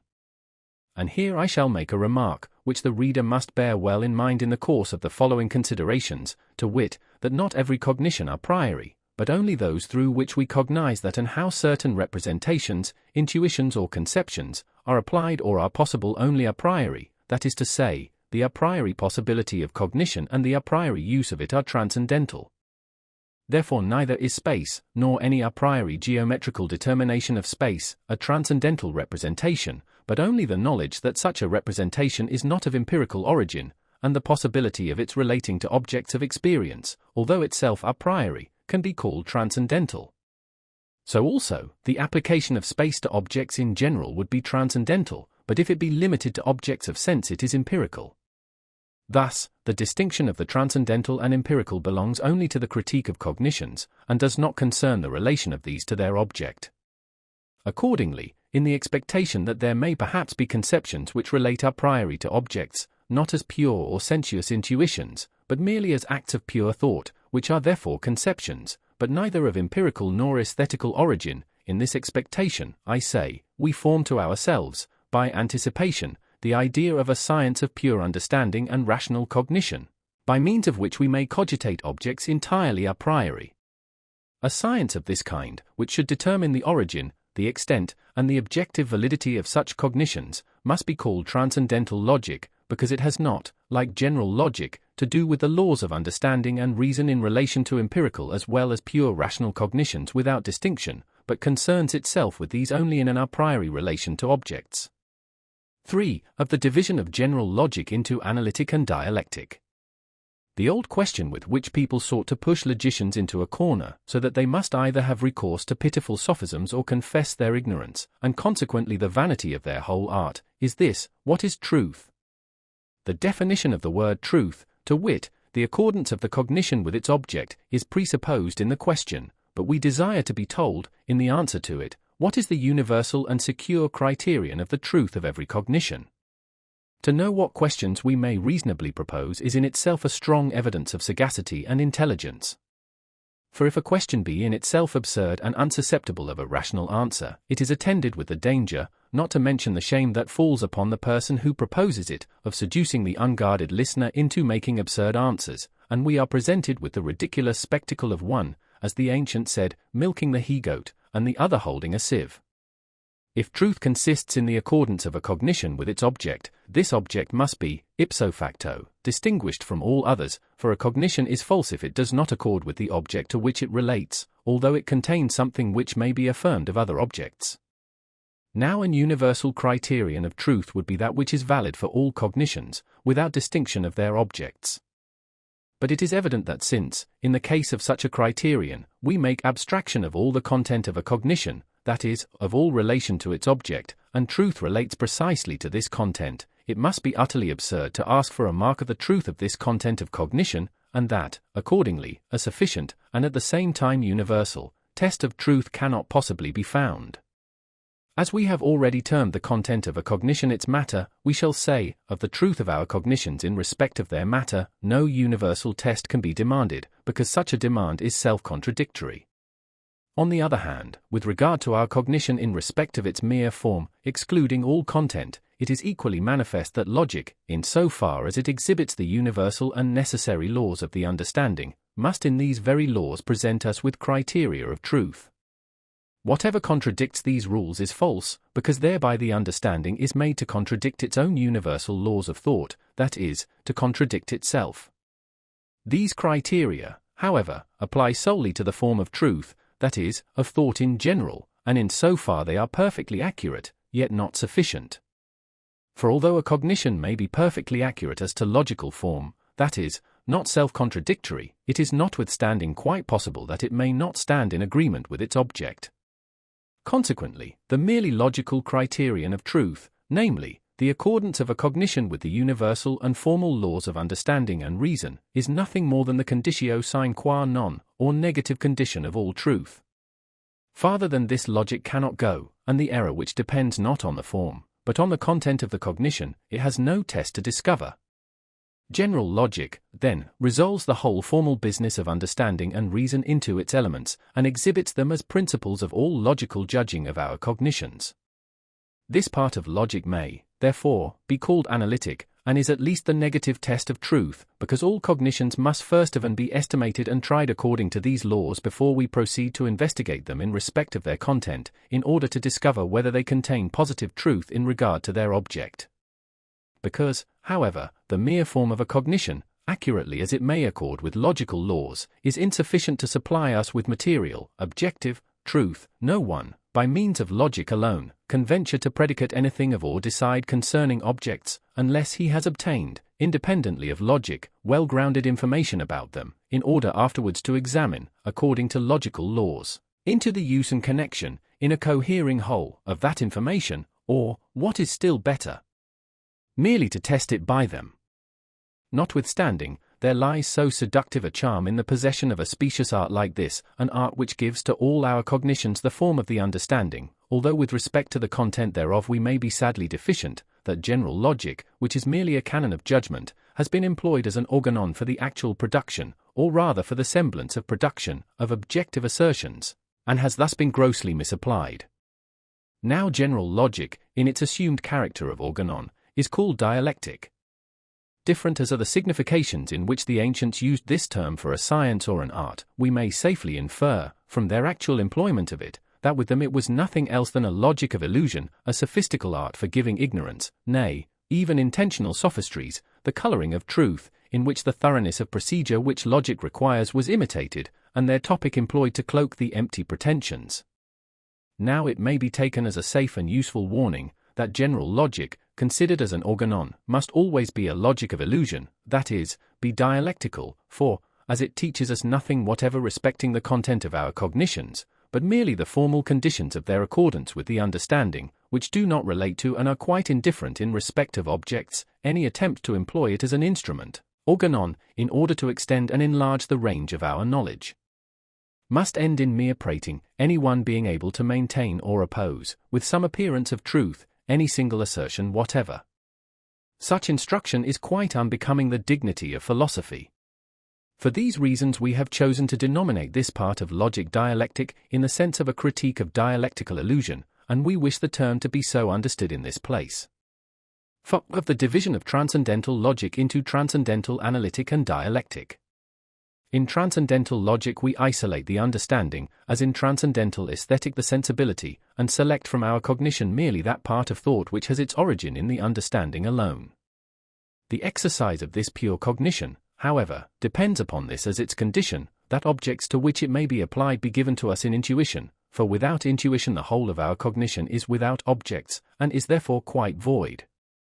That part of transcendental logic, then, which treats of the elements of pure cognition of the understanding, and of the principles without which no object at all can be thought, is transcendental analytic, and at the same time a logic of truth. For no cognition can contradict it, without losing at the same time all content, that is, losing all reference to an object, and therefore all truth. But because we are very easily seduced into employing these pure cognitions and principles of the understanding by themselves, and that even beyond the boundaries of experience, which yet is the only source whence we can obtain matter, objects, on which those pure conceptions may be employed, understanding runs the risk of making, by means of empty sophisms, a material and objective use of the mere formal principles of the pure understanding, and of passing judgments on objects without distinction, objects which are not given to us, nay, perhaps cannot be given to us in any way. Now, as it ought properly to be only a canon for judging of the empirical use of the understanding, this kind of logic is misused when we seek to employ it as an organon of the universal and unlimited exercise of the understanding, and attempt with the pure understanding alone to judge synthetically, affirm, and determine respecting objects in general. In this case the exercise of the pure understanding becomes dialectical. The second part of our transcendental logic must therefore be a critique of dialectical illusion, and this critique we shall term transcendental dialectic, not meaning it as an art of producing dogmatically such illusion, an art which is unfortunately too current among the practitioners of metaphysical juggling, but as a critique of understanding and reason in regard to their hyperphysical use. This critique will expose the groundless nature of the pretensions of these two faculties, and invalidate their claims to the discovery and enlargement of our cognitions merely by means of transcendental principles, and show that the proper employment of these faculties is to test the judgments made by the pure understanding, and to guard it from sophistical delusion. First division. Transcendental logic. Transcendental analytic. Section 1. Transcendental analytic is the dissection of the whole of our a priori knowledge into the elements of the pure cognition of the understanding. In order to effect our purpose, it is necessary, 1. That the conceptions be pure and not empirical, 2. That they belong not to intuition and sensibility, but to thought and understanding, 3. That they be elementary conceptions, and as such, quite different from deduced or compound conceptions, 4. That our table of these elementary conceptions be complete, and fill up the whole sphere of the pure understanding. Now this completeness of a science cannot be accepted with confidence on the guarantee of a mere estimate of its existence in an aggregate formed only by means of repeated experiments and attempts. The completeness which we require is possible only by means of an idea of the totality of the a priori cognition of the understanding, and through the thereby determined division of the conceptions which form the said whole, consequently, only by means of their connection in a system. Pure understanding distinguishes itself not merely from everything empirical, but also completely from all sensibility. It is a unity self-subsistent, self-sufficient, and not to be enlarged by any additions from without. Hence the sum of its cognition constitutes a system to be determined by and comprised under an idea, and the completeness and articulation of this system can at the same time serve as a test of the correctness and genuineness of all the parts of cognition that belong to it. The whole of this part of transcendental logic consists of 2 books, of which the one contains the conceptions, and the other the principles of pure understanding. Book I, Analytic of Conceptions. Section 2.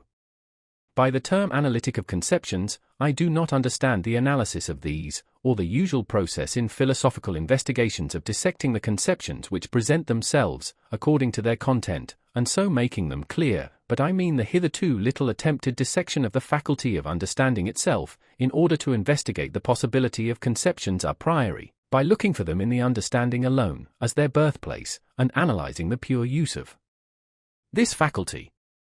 For this is the proper duty of a transcendental philosophy. What remains is the logical treatment of the conceptions in philosophy in general. We shall therefore follow up the pure conceptions even to their germs and beginnings in the human understanding, in which they lie, until they are developed on occasions presented by experience, and, freed by the same understanding from the empirical conditions attaching to them, are set forth in their unalloyed purity. Chapter 1. Of the transcendental clue to the discovery of all pure conceptions of the understanding. Introductory Section 3. When we call into play a faculty of cognition, different conceptions manifest themselves according to the different circumstances, and make known this faculty, and assemble themselves into a more or less extensive collection, according to the time or penetration that has been applied to the consideration of them. Where this process, conducted as it is mechanically, so to speak, will end, cannot be determined with certainty. Besides, the conceptions which we discover in this haphazard manner present themselves by no means in order and systematic unity, but are at last coupled together only according to resemblances to each other, and arranged in series, according to the quantity of their content, from the simpler to the more complex, series which are anything but systematic, though not altogether without a certain kind of method in their construction. Transcendental philosophy has the advantage, and moreover the duty, of searching for its conceptions according to a principle, because these conceptions spring pure and unmixed out of the understanding as an absolute unity, and therefore must be connected with each other according to one conception or idea. A connection of this kind, however, furnishes us with a ready prepared rule, by which its proper place may be assigned to every pure conception of the understanding, and the completeness of the system of all be determined a priori, both which would otherwise have been dependent on mere choice or chance. Section 1. Of the logical use of the understanding in general. Section 4. The understanding was defined above only negatively, as a non-sensuous faculty of cognition. Now, independently of sensibility, we cannot possibly have any intuition, consequently, the understanding is no faculty of intuition.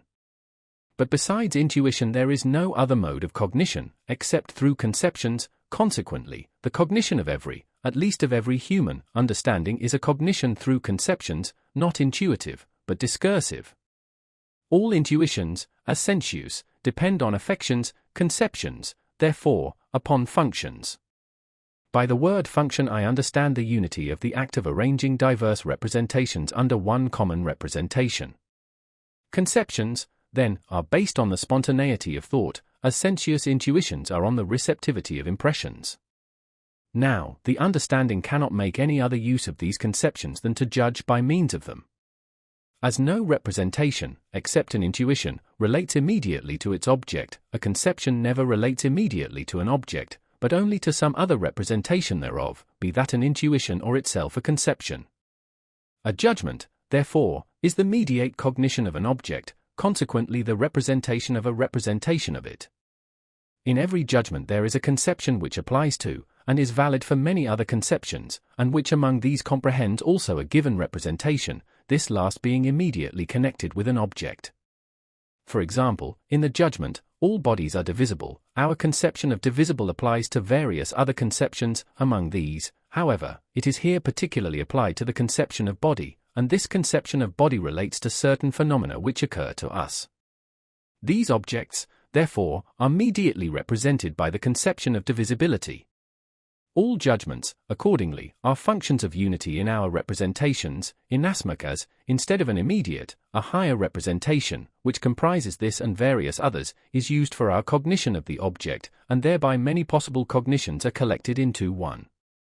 But we can reduce all acts of the understanding to judgments, so that understanding may be represented as the faculty of judging. For it is, according to what has been said above, a faculty of thought. Now thought is cognition by means of conceptions. But conceptions, as predicates of possible judgments, relate to some representation of a yet undetermined object. Thus the conception of body indicates something, for example, metal, which can be cognized by means of that conception. It is therefore a conception, for the reason alone that other representations are contained under it, by means of which it can relate to objects. It is therefore the predicate to a possible judgment, for example, every metal is a body. All the functions of the understanding therefore can be discovered when we can completely exhibit the functions of unity in judgments. And that this may be effected very easily, the following section will show. Section 2. Of the logical function of the understanding in judgment. Section 5. If we abstract all the content of a judgment, and consider only the intellectual form thereof, we find that the function of thought in a judgment can be brought under 4 heads, of which each contains 3 momenta. These may be conveniently represented in the following table. 1. Quantity of judgments. Universal. Particular. Singular. 2-3. Quality relation. Affirmative categorical. Negative hypothetical. Infinite disjunctive. 4. Modality. Problematical. Assertorical. Apodictical. As this division appears to differ in some, though not essential points, from the usual technique of logicians, the following observations, for the prevention of otherwise possible misunderstanding, will not be without their use. 1. Logicians say, with justice, that in the use of judgments in syllogisms, singular judgments may be treated like universal ones. 4. Precisely because a singular judgment has no extent at all, its predicate cannot refer to a part of that which is contained in the conception of the subject and be excluded from the rest. The predicate is valid for the whole conception just as if it were a general conception, and had extent, to the whole of which the predicate applied. On the other hand, let us compare a singular with a general judgment, merely as a cognition, in regard to quantity. The singular judgment relates to the general one, as unity to infinity, and is therefore in itself essentially different. Thus, if we estimate a singular judgment, judicium singulari, not merely according to its intrinsic validity as a judgment, but also as a cognition generally, according to its quantity in comparison with that of other cognitions, it is then entirely different from a general judgment, judicium commune, and in a complete table of the momenta of thought deserves a separate place, though, indeed, this would not be necessary in a logic limited merely to the consideration of the use of judgments in reference to each other. 2. In like manner, in transcendental logic, infinite must be distinguished from affirmative judgments, although in general logic they are rightly enough classed under affirmative. General logic abstracts all content of the predicate, though it be negative, and only considers whether the said predicate be affirmed or denied of the subject. But transcendental logic considers also the worth or content of this logical affirmation, an affirmation by means of a merely negative predicate, and inquires how much the sum total of our cognition gains by this affirmation. For example, if I say of the soul, it is not mortal, by this negative judgment I should at least ward off error.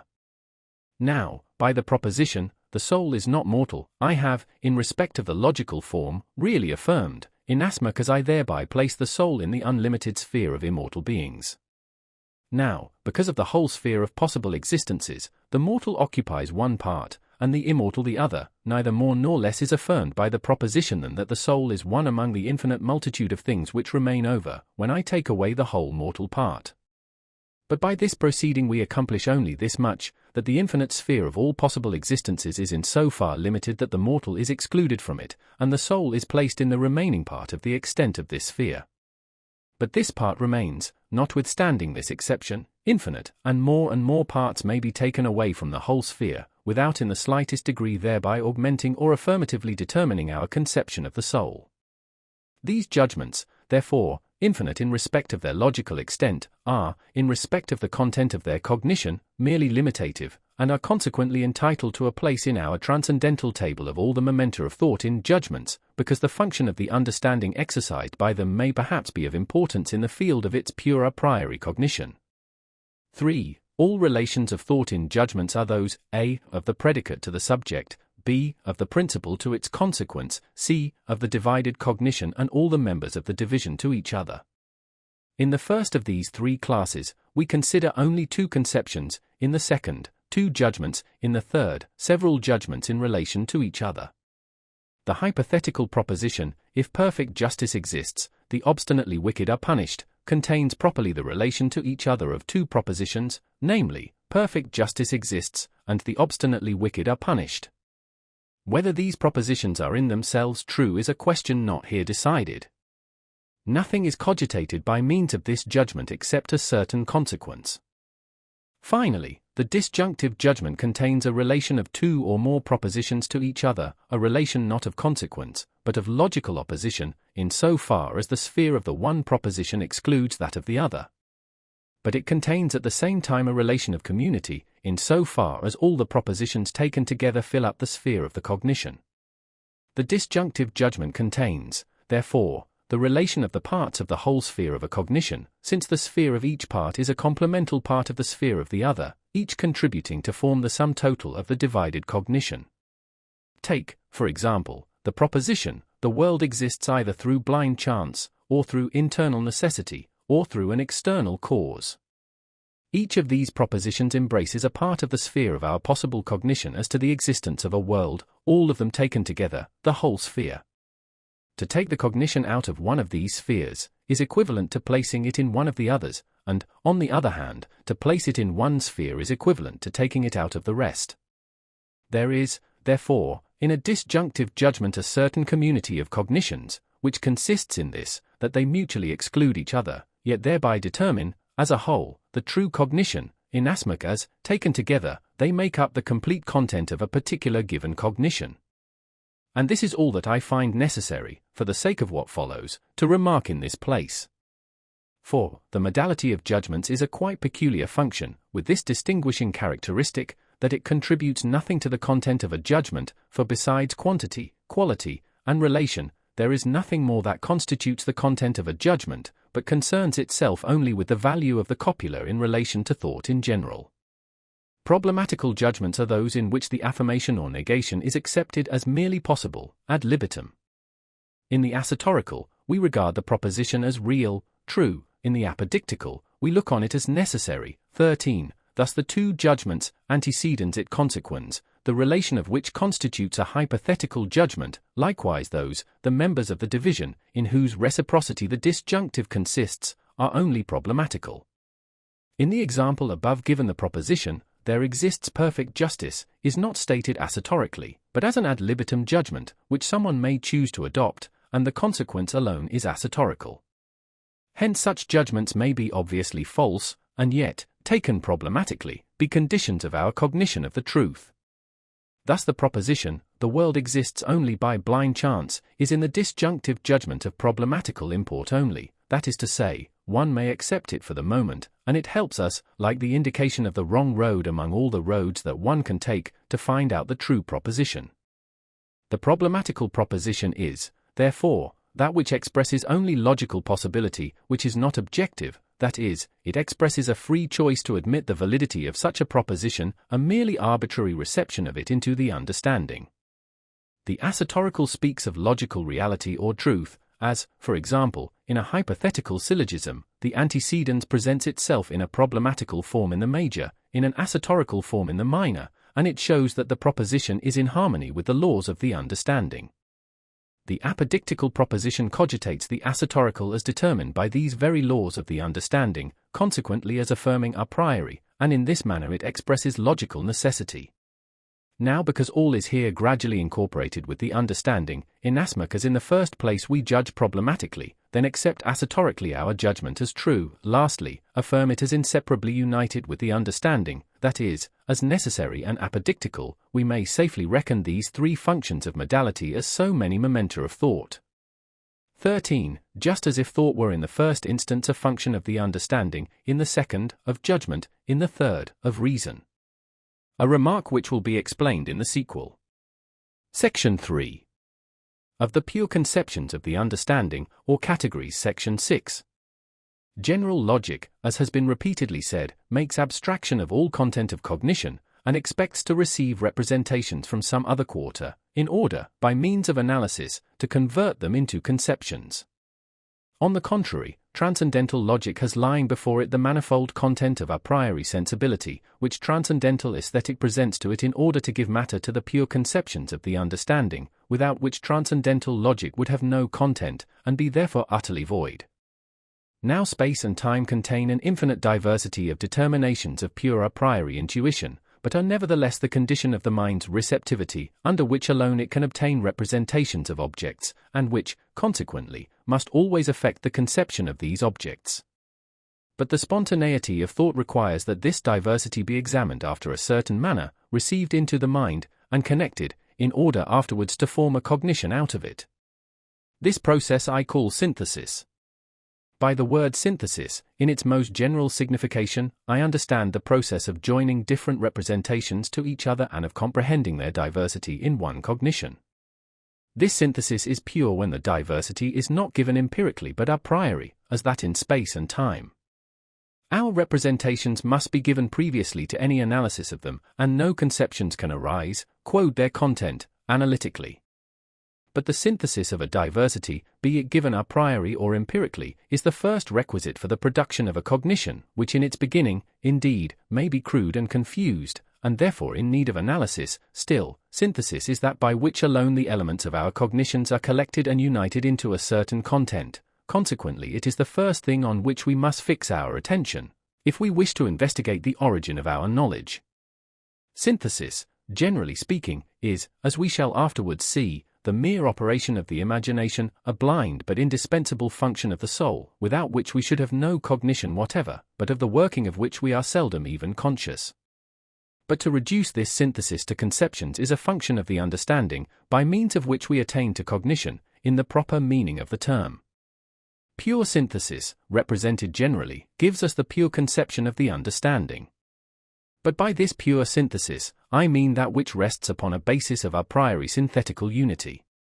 Thus, our numeration, and this is more observable in large numbers, is a synthesis according to conceptions, because it takes place according to a common basis of unity, for example, the decade. By means of this conception, therefore, the unity in the synthesis of the manifold becomes necessary. By means of analysis different representations are brought under one conception, an operation of which general logic treats. On the other hand, the duty of transcendental logic is to reduce to conceptions, not representations, but the pure synthesis of representations. The first thing which must be given to us for the sake of the a priori cognition of all objects is the diversity of the pure intuition. The synthesis of this diversity by means of the imagination is the second, but this gives, as yet, no cognition.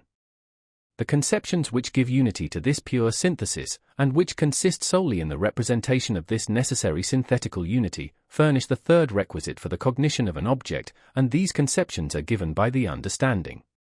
The same function which gives unity to the different representation in a judgment, gives also unity to the mere synthesis of different representations in an intuition, and this unity we call the pure conception of the understanding.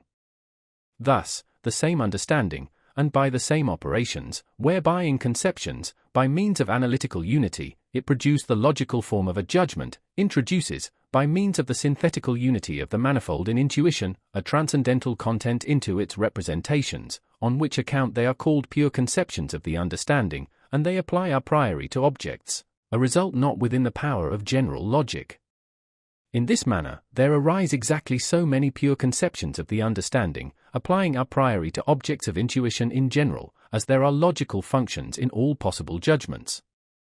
For there is no other function or faculty existing in the understanding besides those enumerated in that table. These conceptions we shall, with Aristotle, call categories, our purpose being originally identical with his, notwithstanding the great difference in the execution. Table of the categories. 1-2. Of quantity of quality. Unity reality. Plurality negation. Totality limitation. 3. Of relation. Of inherence and subsistence, a substantia et accidens. Of causality and dependence, cause and effect. Of community, reciprocity between the agent and patient. 4. Of modality. Possibility, impossibility. Existence, non-existence. Necessity, contingence. This, then, is a catalogue of all the originally pure conceptions of the synthesis which the understanding contains a priori, and these conceptions alone entitle it to be called a pure understanding, inasmuch as only by them it can render the manifold of intuition conceivable, in other words, think an object of intuition. This division is made systematically from a common principle, namely the faculty of judgment, which is just the same as the power of thought, and has not arisen rhapsodically from a search at haphazard after pure conceptions, respecting the full number of which we never could be certain, inasmuch as we employ induction alone in our search, without considering that in this way we can never understand wherefore precisely these conceptions, and none others, abide in the pure understanding. It was a design worthy of an acute thinker like Aristotle, to search for these fundamental conceptions. Destitute, however, of any guiding principle, he picked them up just as they occurred to him, and at first hunted out 10, which he called categories, predicaments. Afterwards be believed that he had discovered 5 others, which were added under the name of post-predicaments. But his catalogue still remained defective. Besides, there are to be found among them some of the modes of pure sensibility, quando, ubi, situs, also prius, simul, and likewise an empirical conception, motus, which can by no means belong to this genealogical register of the pure understanding. Moreover, there are deduced conceptions, axio, passio, enumerated among the original conceptions, and, of the latter, some are entirely wanting. With regard to these, it is to be remarked that the categories, as the true primitive conceptions of the pure understanding, have also their pure deduced conceptions, which, in a complete system of transcendental philosophy, must by no means be passed over, though in a merely critical essay we must be contented with the simple mention of the fact. Let it be allowed me to call these pure but deduced conceptions of the understanding, the predicables of the pure understanding, in contradistinction to predicaments. If we are in possession of the original and primitive, the deduced and subsidiary conceptions can easily be added, and the genealogical tree of the understanding completely delineated. As my present aim is not to set forth a complete system, but merely the principles of one, I reserve this task for another time. It may be easily executed by anyone who will refer to the ontological manuals, and subordinate to the category of causality, for example, the predicables of force, action, passion, to that of community, those of presence and resistance, to the categories of modality, those of origination, extinction, change, and so with the rest. The categories combined with the modes of pure sensibility or with one another, afford a great number of deduced a priori conceptions, a complete enumeration of which would be a useful and not unpleasant, but in this place a perfectly dispensable, occupation. I purposely omit the definitions of the categories in this treatise. I shall analyze these conceptions only so far as is necessary for the doctrine of method, which is to form a part of this critique. In a system of pure reason, definitions of them would be with justice demanded of me, but to give them here would only bide from our view the main aim of our investigation, at the same time raising doubts and objections, the consideration of which, without injustice to our main purpose, may be very well postponed till another opportunity. Meanwhile, it ought to be sufficiently clear, from the little we have already said on this subject, that the formation of a complete vocabulary of pure conceptions, accompanied by all the requisite explanations, is not only a possible, but an easy undertaking. The compartments already exist, it is only necessary to fill them up, and a systematic topic like the present indicates with perfect precision the proper place to which each conception belongs, while it readily points out any that have not yet been filled up. Section 7. Our table of the categories suggests considerations of some importance, which may perhaps have significant results in regard to the scientific form of all rational cognitions.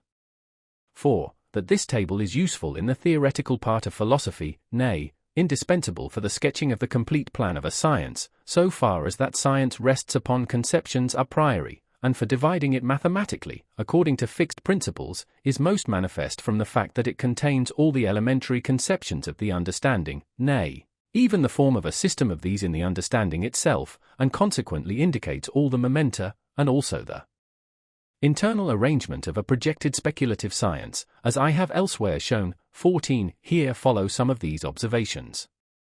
14. In the metaphysical principles of natural science. This table, which contains 4 classes of conceptions of the understanding, may, in the first instance, be divided into 2 classes, the first of which relates to objects of intuition, pure as well as empirical, the second, to the existence of these objects, either in relation to one another, or to the understanding. The former of these classes of categories I would entitle the mathematical, and the latter the dynamical categories. The former, as we see, has no correlates. These are only to be found in the second class.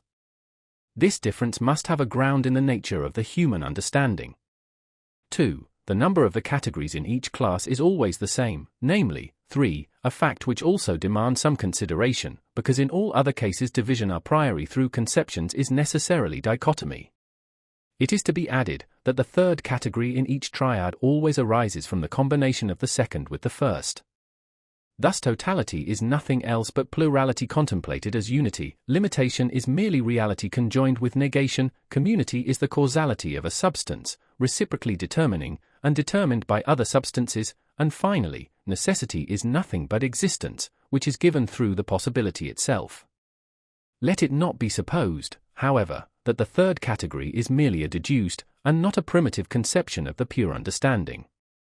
For the conjunction of the first and second, in order to produce the third conception, requires a particular function of the understanding, which is by no means identical with those which are exercised in the first and second. Thus, the conception of a number, which belongs to the category of totality, is not always possible, where the conceptions of multitude and unity exist, for example, in the representation of the infinite. Or, if I conjoin the conception of a cause with that of a substance, it does not follow that the conception of influence, that is, how one substance can be the cause of something in another substance, will be understood from that. Thus it is evident that a particular act of the understanding is here necessary, and so in the other instances. 3. With respect to one category, namely, that of community, which is found in the third class, it is not so easy as with the others to detect its accordance with the form of the disjunctive judgment which corresponds to it in the table of the logical functions. In order to assure ourselves of this accordance, we must observe that in every disjunctive judgment, the sphere of the judgment, that is, the complex of all that is contained in it, is represented as a whole divided into parts, and, since one part cannot be contained in the other, they are cogitated as coordinated with, not subordinated to each other, so that they do not determine each other unilaterally, as in a linear series, but reciprocally, as in an aggregate. If one member of the division is posited, all the rest are excluded, and conversely. Now a like connection is cogitated in a whole of things, for one thing is not subordinated, as effect, to another as cause of its existence, but, on the contrary, is coordinated contemporaneously and reciprocally, as a cause in relation to the determination of the others, for example, in a body, the parts of which mutually attract and repel each other.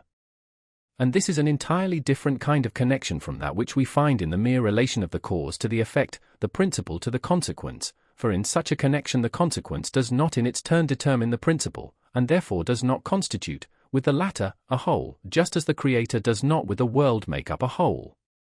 The process of understanding by which it represents to itself the sphere of a divided conception is employed also when we think of a thing as divisible, and in the same manner as the members of the division in the former exclude one another, and yet are connected in one sphere, so the understanding represents to itself the parts of the latter as having, each of them, an existence, as substances, independently of the others, and yet as united in one whole. Section 8. In the transcendental philosophy of the ancients there exists one more leading division, which contains pure conceptions of the understanding, and which, although not numbered among the categories, ought, according to them, as conceptions a priori, to be valid of objects. But in this case they would augment the number of the categories, which cannot be. These are set forth in the proposition, so renowned among the schoolmen, quodlibet ens ist unum, virum, bonum. Now, though the inferences from this principle were mere tautological propositions, and though it is allowed only by courtesy to retain a place in modern metaphysics, yet a thought which maintained itself for such a length of time, however empty it seems to be, deserves an investigation of its origin, and justifies the conjecture that it must be grounded in some law of the understanding, which, as is often the case, has only been erroneously interpreted. These pretended transcendental predicates are, in fact, nothing but logical requisites and criteria of all cognition of objects, and they employ, as the basis for this cognition, the categories of quantity, namely, unity, plurality, and totality.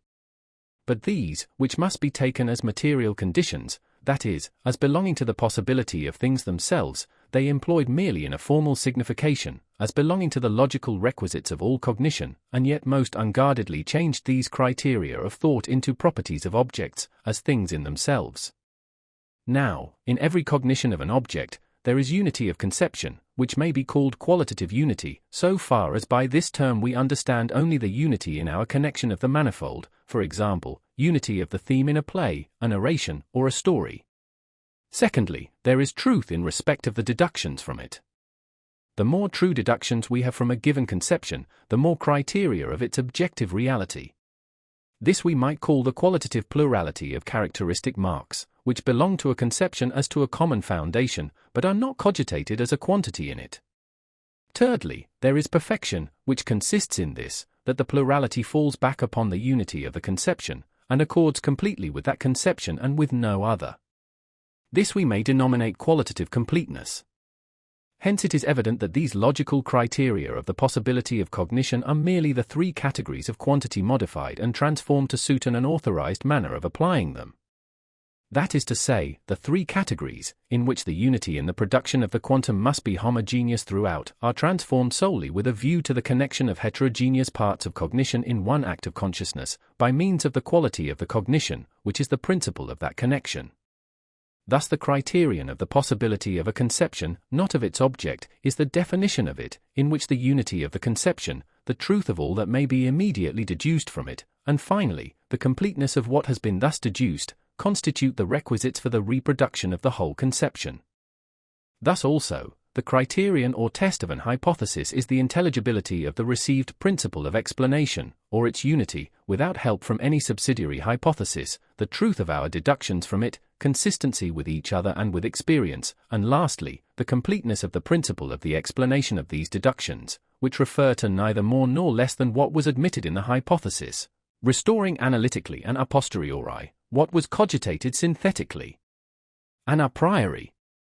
By the conceptions, therefore, of unity, truth, and perfection, we have made no addition to the transcendental table of the categories, which is complete without them. We have, on the contrary, merely employed the three categories of quantity, setting aside their application to objects of experience, as general logical laws of the consistency of cognition with itself. Chapter 2. Of the deduction of the pure conceptions of the understanding. Section 1. Of the principles of a transcendental deduction in general. Section 9. Teachers of jurisprudence, when speaking of rights and claims, distinguish in a cause the question of right, quid juris, from the question of fact, quid facti, and while they demand proof of both, they give to the proof of the former, which goes to establish right or claim in law, the name of deduction. Now we make use of a great number of empirical conceptions, without opposition from any one, and consider ourselves, even without any attempt at deduction, justified in attaching to them a sense, and a supposititious signification, because we have always experience at hand to demonstrate their objective reality. There exist also, however, usurped conceptions, such as fortune, fate, which circulate with almost universal indulgence, and yet are occasionally challenged by the question, quid juris? In such cases, we have great difficulty in discovering any deduction for these terms, inasmuch as we cannot produce any manifest ground of right, either from experience or from reason, on which the claim to employ them can be founded. Among the many conceptions, which make up the very variegated web of human cognition, some are destined for pure use a priori, independent of all experience, and their title to be so employed always requires a deduction, inasmuch as, to justify such use of them, proofs from experience are not sufficient, but it is necessary to know how these conceptions can apply to objects without being derived from experience. I term, therefore, an examination of the manner in which conceptions can apply a priori to objects, the transcendental deduction of conceptions, and I distinguish it from the empirical deduction, which indicates the mode in which conception is obtained through experience and reflection thereon, consequently, does not concern itself with the right, but only with the fact of our obtaining conceptions in such and such a manner. We have already seen that we are in possession of two perfectly different kinds of conceptions, which nevertheless agree with each other in this, that they both apply to objects completely a priori. These are the conceptions of space and time as forms of sensibility, and the categories as pure conceptions of the understanding. To attempt an empirical deduction of either of these classes would be labor in vain, because the distinguishing characteristic of their nature consists in this, that they apply to their objects, without having borrowed anything from experience towards the representation of them. Consequently, if a deduction of these conceptions is necessary, it must always be transcendental. Meanwhile, with respect to these conceptions, as with respect to all our cognition, we certainly may discover in experience, if not the principle of their possibility, yet the occasioning causes of their production. It will be found that the impressions of sense give the first occasion for bringing into action the whole faculty of cognition, and for the production of experience, which contains two very dissimilar elements, namely, a matter for cognition, given by the senses, and a certain form for the arrangement of this matter, arising out of the inner fountain of pure intuition and thought, and these, on occasion given by sensuous impressions, are called into exercise and produce conceptions. Such an investigation into the first efforts of our faculty of cognition to mount from particular perceptions to general conceptions is undoubtedly of great utility, and we have to thank the celebrated Locke for having first opened the way for this inquiry. But a deduction of the pure a priori conceptions of course never can be made in this way, seeing that, in regard to their future employment, which must be entirely independent of experience, they must have a far different certificate of birth to show from that of a descent from experience. This attempted physiological derivation, which cannot properly be called deduction, because it relates merely to a quaestio facti, I shall entitle an explanation of the possession of a pure cognition. It is therefore manifest that there can only be a transcendental deduction of these conceptions and by no means an empirical one, also, that all attempts at an empirical deduction, in regard to pure a priori conceptions, are vain, and can only be made by one who does not understand the altogether peculiar nature of these cognitions. But although it is admitted that the only possible deduction of pure a priori cognition is a transcendental deduction, it is not, for that reason, perfectly manifest that such a deduction is absolutely necessary. We have already traced to their sources the conceptions of space and time, by means of a transcendental deduction, and we have explained and determined their objective validity a priori. Geometry, nevertheless, advances steadily and securely in the province of pure a priori cognitions, without needing to ask from philosophy any certificate as to the pure and legitimate origin of its fundamental conception of space. But the use of the conception in this science extends only to the external world of sense, the pure form of the intuition of which is space, and in this world, therefore, all geometrical cognition, because it is founded upon a priori intuition, possesses immediate evidence, and the objects of this cognition are given a priori, as regards their form, in intuition by and through the cognition itself. With the pure conceptions of understanding, on the contrary, commences the absolute necessity of seeking a transcendental deduction, not only of these conceptions themselves, but likewise of space, because, inasmuch as they make affirmations concerning objects not by means of the predicates of intuition and sensibility, but of pure thought a priori, they apply to objects without any of the conditions of sensibility.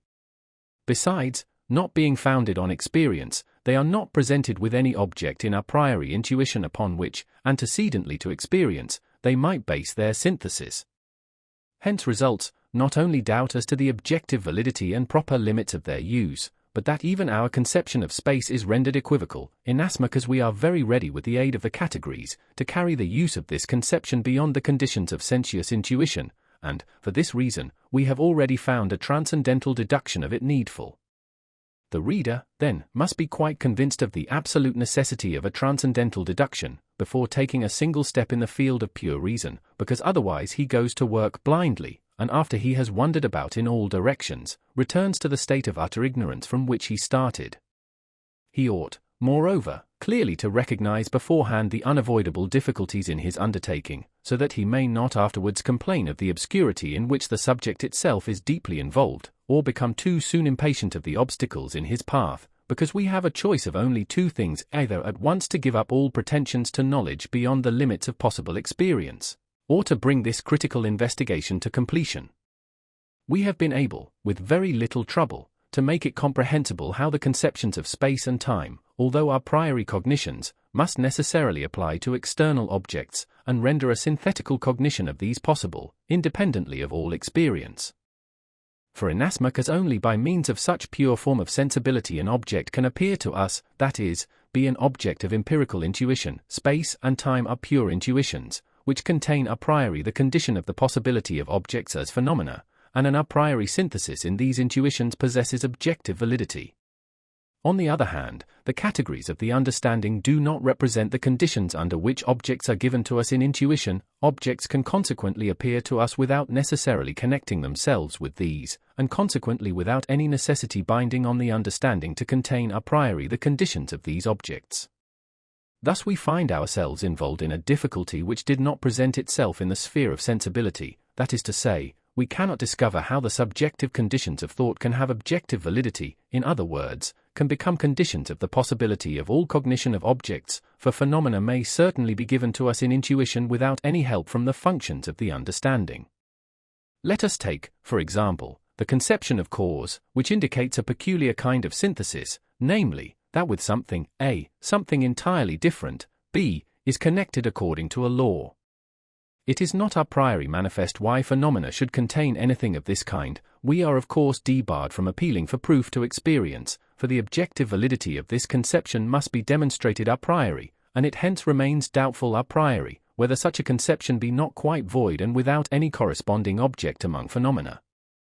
For that objects of sensuous intuition must correspond to the formal conditions of sensibility existing a priori in the mind is quite evident, from the fact that without these they could not be objects for us, but that they must also correspond to the conditions which understanding requires for the synthetical unity of thought is an assertion, the grounds for which are not so easily to be discovered. For phenomena might be so constituted as not to correspond to the conditions of the unity of thought, and all things might lie in such confusion that, for example, nothing could be met within the sphere of phenomena to suggest a law of synthesis, and so correspond to the conception of cause and effect, so that this conception would be quite void, null, and without significance. Phenomena would nevertheless continue to present objects to our intuition, for mere intuition does not in any respect stand in need of the functions of thought. If we thought to free ourselves from the labor of these investigations by saying, experience is constantly offering us examples of the relation of cause and effect in phenomena, and presents us with abundant opportunity of abstracting the conception of cause, and so at the same time of corroborating the objective validity of this conception, we should in this case be overlooking the fact that the conception of cause cannot arise in this way at all, that, on the contrary, it must either have an a priori basis in the understanding, or be rejected as a mere chimera. For this conception demands that something, A, should be of such a nature that something else, B, should follow from it necessarily, and according to an absolutely universal law. We may certainly collect from phenomena a law, according to which this or that usually happens, but the element of necessity is not to be found in it. Hence it is evident that to the synthesis of cause and effect belongs a dignity, which is utterly wanting in any empirical synthesis, for it is no mere mechanical synthesis, by means of addition, but a dynamical one, that is to say, the effect is not to be cogitated as merely annexed to the cause, but as posited by and through the cause, and resulting from it. The strict universality of this law never can be a characteristic of empirical laws, which obtain through induction only a comparative universality, that is, an extended range of practical application. But the pure conceptions of the understanding would entirely lose all their peculiar character if we treated them merely as the productions of experience. Transition to the transcendental deduction of the categories. Section 10. There are only two possible ways in which synthetical representation and its objects can coincide with and relate necessarily to each other, and, as it were, meet together. Either the object alone makes the representation possible, or the representation alone makes the object possible. In the former case, the relation between them is only empirical, and an a priori representation is impossible. And this is the case with phenomena, as regards that in them which is referable to mere sensation. In the latter case, although representation alone, for of its causality, by means of the will, we do not here speak, does not produce the object as to its existence, it must nevertheless be a priori determinative in regard to the object, if it is only by means of the representation that we can cognize anything as an object. Now there are only two conditions of the possibility of a cognition of objects. Firstly, intuition, by means of which the object, though only as phenomenon, is given. Secondly, conception, by means of which the object which corresponds to this intuition is thought.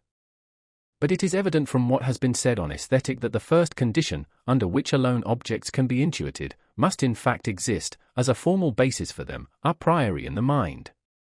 With this formal condition of sensibility, therefore, all phenomena necessarily correspond, because it is only through it that they can be phenomena at all, that is, can be empirically intuited and given. Now the question is whether there do not exist, a priori in the mind, conceptions of understanding also, as conditions under which alone something, if not intuited, is yet thought as object. If this question be answered in the affirmative, it follows that all empirical cognition of objects is necessarily conformable to such conceptions, since, if they are not presupposed, it is impossible that anything can be an object of experience.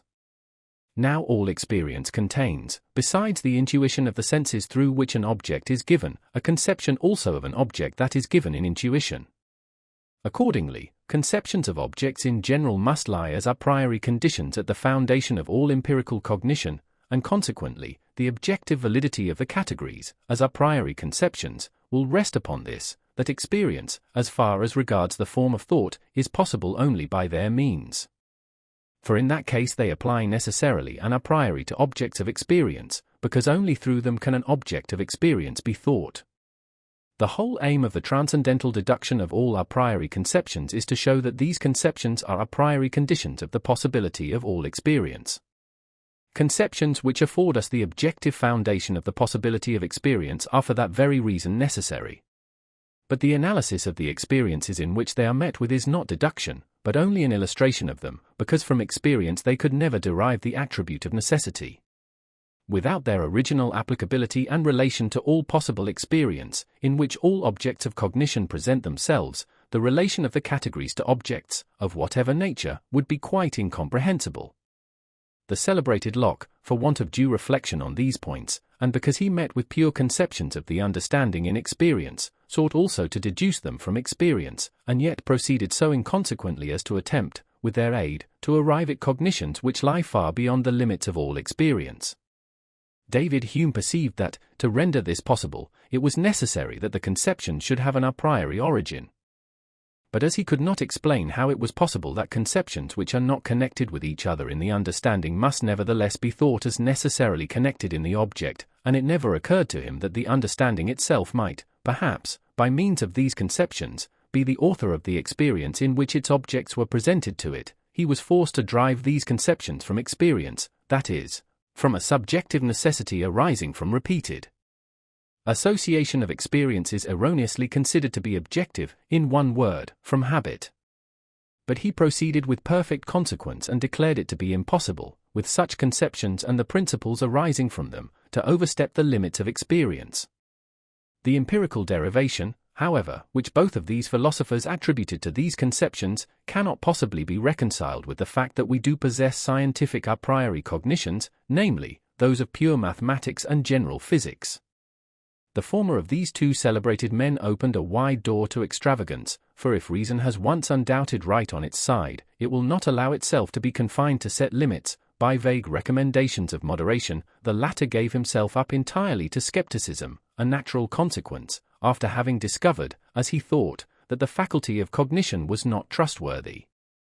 We now intend to make a trial whether it be not possible safely to conduct reason between these two rocks, to assign her determinate limits, and yet leave open for her the entire sphere of her legitimate activity.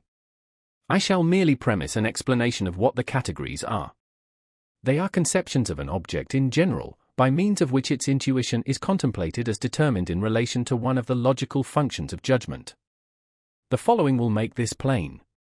The function of the categorical judgment is that of the relation of subject to predicate, for example, in the proposition, all bodies are divisible. But in regard to the merely logical use of the understanding, it still remains undetermined to which of these two conceptions belongs the function of subject and to which that of predicate. For we could also say, some divisible is a body. But the category of substance, when the conception of a body is brought under it, determines that, and its empirical intuition in experience must be contemplated always as subject and never as mere predicate. And so with all the other categories. Section 2 Transcendental deduction of the pure conceptions of the understanding. of the possibility of a conjunction of the manifold representations given by sense section 11. The manifold content in our representations can be given in an intuition which is merely sensuous, in other words, is nothing but susceptibility, and the form of this intuition can exist a priori in our faculty of representation, without being anything else but the mode in which the subject is affected. But the conjunctio, of a manifold in intuition never can be given us by the senses. It cannot therefore be contained in the pure form of sensuous intuition, for it is a spontaneous act of the faculty of representation.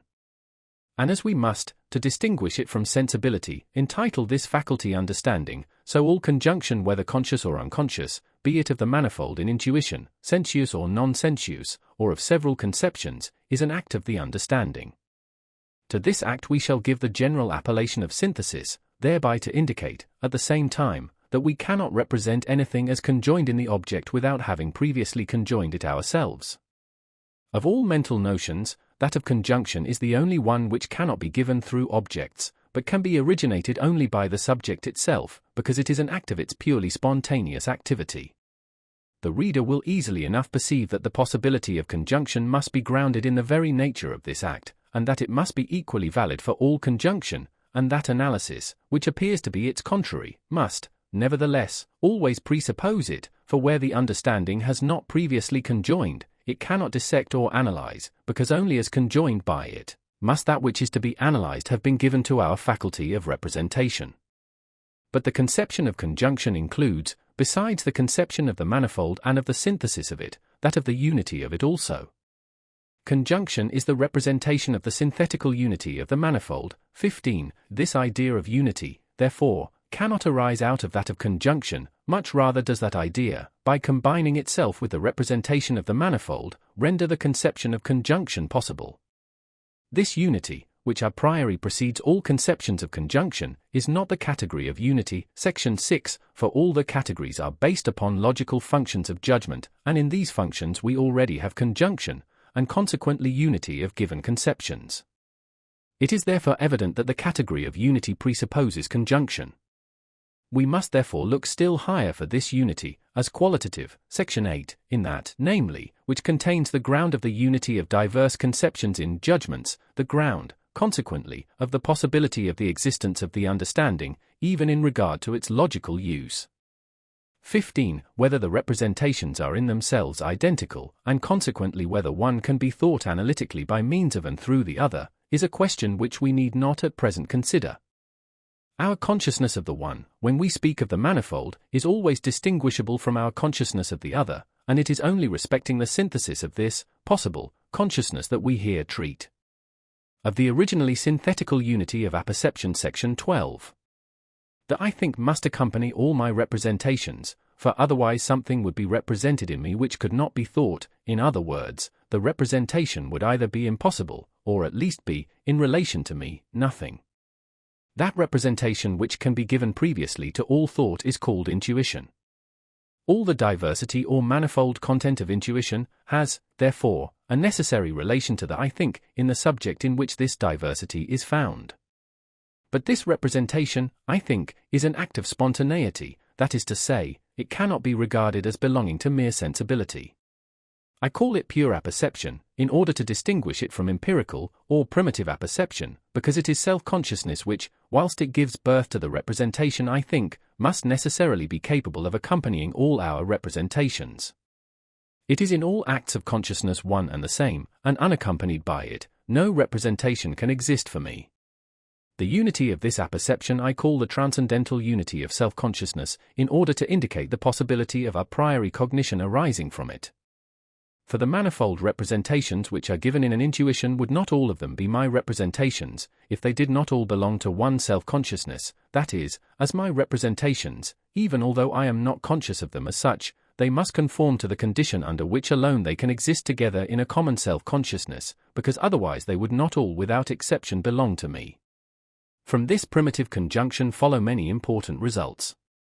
For example, this universal identity of the apperception of the manifold given in intuition contains a synthesis of representations and is possible only by means of the consciousness of this synthesis. for the empirical consciousness which accompanies different representations is in itself fragmentary and disunited, and without relation to the identity of the subject. This relation, then, does not exist because I accompany every representation with consciousness, but because I join one representation to another, and am conscious of the synthesis of them.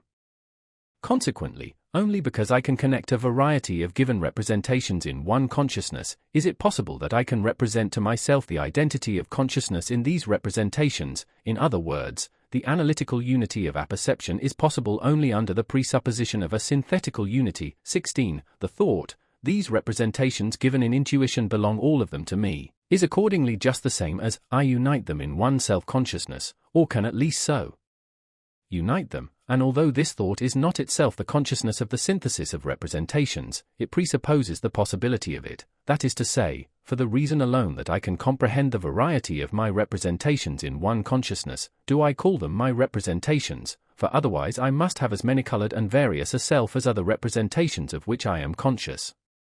Synthetical unity of the manifold in intuitions, as given a priori, is therefore the foundation of the identity of apperception itself, which antecedes a priori all determinate thought. But the conjunction of representations into a conception is not to be found in objects themselves, nor can it be, as it were, borrowed from them and taken up into the understanding by perception, but it is on the contrary an operation of the understanding itself, which is nothing more than the faculty of conjoining a priori and of bringing the variety of given representations under the unity of apperception. This principle is the highest in all human cognition. 16. All general conceptions, as such, depend, for their existence, on the analytical unity of consciousness. For example, when I think of red in general, I thereby think to myself a property which, as a characteristic mark, can be discovered somewhere, or can be united with other representations. Consequently, it is only by means of a forethought possible synthetical unity that I can think to myself the analytical. A representation which is cogitated as common to different representations is regarded as belonging to such as, besides this common representation, contains something different. Consequently it must be previously thought in synthetical unity with other although only possible representations, before I can think in it the analytical unity of consciousness which makes it a conceptus communis. And thus the synthetical unity of apperception is the highest point with which we must connect every operation of the understanding, even the whole of logic, and after it our transcendental philosophy. Indeed, this faculty is the understanding itself. This fundamental principle of the necessary unity of apperception is indeed an identical, and therefore analytical, proposition, but it nevertheless explains the necessity for a synthesis of the manifold given in an intuition, without which the identity of self-consciousness would be incogitable. For the ego, as a simple representation, presents us with no manifold content, only an intuition, which is quite different from the representation ego, can it be given us, and by means of conjunction it is cogitated in one self-consciousness. An understanding, in which all the manifold should be given by means of consciousness itself, would be intuitive. Our understanding can only think and must look for its intuition to sense. I am, therefore, conscious of my identical self, in relation to all the variety of representations given to me in an intuition, because I call all of them my representations. In other words, I am conscious myself of a necessary a priori synthesis of my representations, which is called the original synthetical unity of apperception, under which rank all the representations presented to me, but that only by means of a synthesis. The principle of the synthetical unity of apperception is the highest principle of all exercise of the understanding. Section 13. The supreme principle of the possibility of all intuition in relation to sensibility was, according to our transcendental aesthetic, that all the manifold in intuition be subject to the formal conditions of space and time. The supreme principle of the possibility of it in relation to the understanding is that all the manifold in it be subject to conditions of the originally synthetical unity or apperception. 17. To the former of these two principles are subject all the various representations of intuition, in so far as they are given to us, to the latter, in so far as they must be capable of conjunction in one consciousness, for without this nothing can be thought or cognized, because the given representations would not have in common the act of the apperception I think and therefore could not be connected in one self-consciousness. 17. Space and time, and all portions thereof, are intuitions, consequently are, with a manifold for their content, single representations. See the Transcendental Aesthetic. Consequently, they are not pure conceptions, by means of which the same consciousness is found in a great number of representations, but, on the contrary, they are many representations contained in one, the consciousness of which is, so to speak, compounded. The unity of consciousness is nevertheless synthetical and, therefore, primitive. From this peculiar character of consciousness follow many important consequences. See section 21. Understanding is, to speak generally, the faculty of cognitions. These consist in the determined relation of given representation to an object. But an object is that, in the conception of which the manifold in a given intuition is united.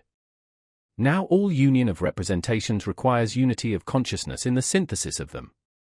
Consequently, it is the unity of consciousness alone that constitutes the possibility of representations relating to an object, and therefore of their objective validity, and of their becoming cognitions, and consequently, the possibility of the existence of the understanding itself.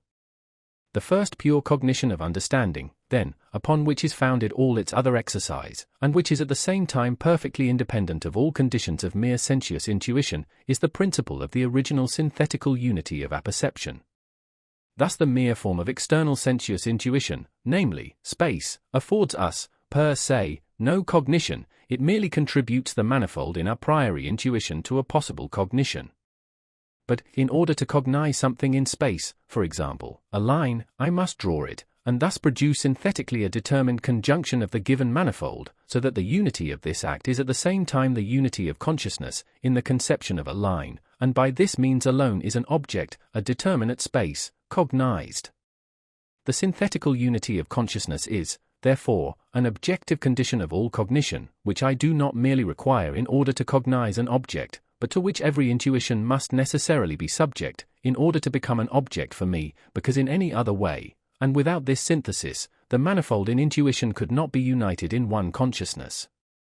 This proposition is, as already said, itself analytical, although it constitutes the synthetical unity, the condition of all thought, for it states nothing more than that all my representations in any given intuition must be subject to the condition which alone enables me to connect them, as my representation with the identical self, and so to unite them synthetically in one apperception, by means of the general expression, I think. But this principle is not to be regarded as a principle for every possible understanding, but only for the understanding by means of whose pure apperception in the thought I am, no manifold content is given. The understanding or mind which contained the manifold in intuition, in and through the act itself of its own self-consciousness, in other words, an understanding by and in the representation of which the objects of the representation should at the same time exist, would not require a special act of synthesis of the manifold as the condition of the unity of its consciousness, an act of which the human understanding, which thinks only and cannot intuite, has absolute need. But this principle is the first principle of all the operations of our understanding, so that we cannot form the least conception of any other possible understanding, either of one such as should be itself intuition, or possess a sensuous intuition, but with forms different from those of space and time. What objective unity of self-consciousness is section 14? It is by means of the transcendental unity of apperception that all the manifold, given in an intuition, is united into a conception of the object. On this account it is called objective, and must be distinguished from the subjective unity of consciousness, which is a determination of the internal sense, by means of which the said manifold in intuition is given empirically to be so united. Whether I can be empirically conscious of the manifold as coexistent or as successive, depends upon circumstances, or empirical conditions. Hence the empirical unity of consciousness by means of association of representations, itself relates to a phenomenal world and is wholly contingent. On the contrary, the pure form of intuition in time, merely as an intuition, which contains a given manifold, is subject to the original unity of consciousness, and that solely by means of the necessary relation of the manifold in intuition to the I think, consequently by means of the pure synthesis of the understanding, which lies a priori at the foundation of all empirical synthesis. The transcendental unity of apperception is alone objectively valid, the empirical which we do not consider in this essay, and which is merely a unity deduced from the former under given conditions in concreto, possesses only subjective validity. One person connects the notion conveyed in a word with one thing, another with another thing, and the unity of consciousness in that which is empirical, is, in relation to that which is given by experience, not necessarily and universally valid. The logical form of all judgments consists in the objective unity of apperception of the conceptions contained therein. Section 15. I could never satisfy myself with the definition which logicians give of a judgment. It is, according to them, the representation of a relation between two conceptions. I shall not dwell here on the faultiness of this definition, in that it suits only for categorical and not for hypothetical or disjunctive judgments, these latter containing a relation not of conceptions but of judgments themselves, a blunder from which many evil results have followed. 18. It is more important for our present purpose to observe that this definition does not determine in what the said relation consists. 18. The tedious doctrine of the four syllogistic figures concerns only categorical syllogisms, and although it is nothing more than an artifice by surreptitiously introducing immediate conclusions, consequentiae immediati, among the premises of a pure syllogism, to give rise to an appearance of more modes of drawing a conclusion than that in the first figure, the artifice would not have had much success, had not its authors succeeded in bringing categorical judgments into exclusive respect, as those to which all others must be referred, a doctrine, however, which, according to section 5, is utterly false. But if I investigate more closely the relation of given cognitions in every judgment, and distinguish it, as belonging to the understanding, from the relation which is produced according to laws of the reproductive imagination, which has only subjective validity, I find that judgment is nothing but the mode of bringing given cognitions under the objective unit of apperception. This is plain from our use of the term of relation is in judgments, in order to distinguish the objective unity of given representations from the subjective unity. For this term indicates the relation of these representations to the original apperception, and also their necessary unity, even although the judgment is empirical, therefore contingent, as in the judgment, all bodies are heavy. I do not mean by this, that these representations do necessarily belong to each other in empirical intuition, but that by means of the necessary unity of appreciation they belong to each other in the synthesis of intuitions, that is to say, they belong to each other according to principles of the objective determination of all our representations, in so far as cognition can arise from them, these principles being all deduced from the main principle of the transcendental unity of apperception. In this way alone can there arise from this relation a judgment, that is, a relation which has objective validity, and is perfectly distinct from that relation of the very same representations which has only subjective validity, a relation, to wit, which is produced according to laws of association. According to these laws, I could only say, when I hold in my hand or carry a body, I feel an impression of weight, but I could not say, the body, is heavy, for this is tantamount to saying both these representations are conjoined in the object, that is, without distinction as to the condition of the subject, and do not merely stand together in my perception, however frequently the perceptive act may be repeated. All sensuous intuitions are subject to the categories, as conditions under which alone the manifold content of them can be united in one consciousness. Section 16. The manifold content given in a sensuous intuition comes necessarily under the original synthetical unity of apperception, because thereby alone is the unity of intuition possible. Section 13. But that act of the understanding, by which the manifold content of given representations, whether intuitions or conceptions, is brought under one apperception, is the logical function of judgments. Section 15. All the manifold, therefore, in so far as it is given in one empirical intuition, is determined in relation to one of the logical functions of judgment, by means of which it is brought into union in one consciousness. Now the categories are nothing else than these functions of judgment so far as the manifold in a given intuition is determined in relation to them. Section 9. Consequently, the manifold in a given intuition is necessarily subject to the categories of the understanding. Observation. Section 17. The manifold in an intuition, which I call mine, is represented by means of the synthesis of the understanding, as belonging to the necessary unity of self-consciousness, and this takes place by means of the category. 19. The category indicates accordingly that the empirical consciousness of a given manifold in an intuition is subject to a pure self-consciousness a priori, in the same manner as an empirical intuition is subject to a pure sensuous intuition, which is also a priori. In the above proposition, then, lies the beginning of a deduction of the pure conceptions of the understanding. Now, as the categories have their origin in the understanding alone, independently of sensibility, I must in my deduction make abstraction of the mode in which the manifold of an empirical intuition is given, in order to fix my attention exclusively on the unity which is brought by the understanding into the intuition by means of the category. In what follows, section 22, it will be shown, from the mode in which the empirical intuition is given in the faculty of sensibility, that the unity which belongs to it is no other than that which the category, according to section 16, imposes on the manifold in a given intuition, and thus, its a priori validity in regard to all objects of sense being established, the purpose of our deduction will be fully attained. 19. The proof of this rests on the represented unity of intuition, by means of which an object is given, and which always includes in itself a synthesis of the manifold to be intuited, and also the relation of this latter to unity of apperception. But there is one thing in the above demonstration of which I could not make abstraction, namely, that the manifold to be intuited must be given previously to the synthesis of the understanding, and independently of it. How this takes place remains here undetermined. For if I cogitate an understanding which was itself intuitive, as, for example, a divine understanding which should not represent given objects, but by whose representation the objects themselves should be given or produced, the categories would possess no significance in relation to such a faculty of cognition. They are merely rules for an understanding, whose whole power consists in thought, that is, in the act of submitting the synthesis of the manifold which is presented to it in intuition from a very different quarter, to the unity of apperception, a faculty, therefore, which cognizes nothing per se, but only connects and arranges the material of cognition, the intuition, namely, which must be presented to it by means of the object.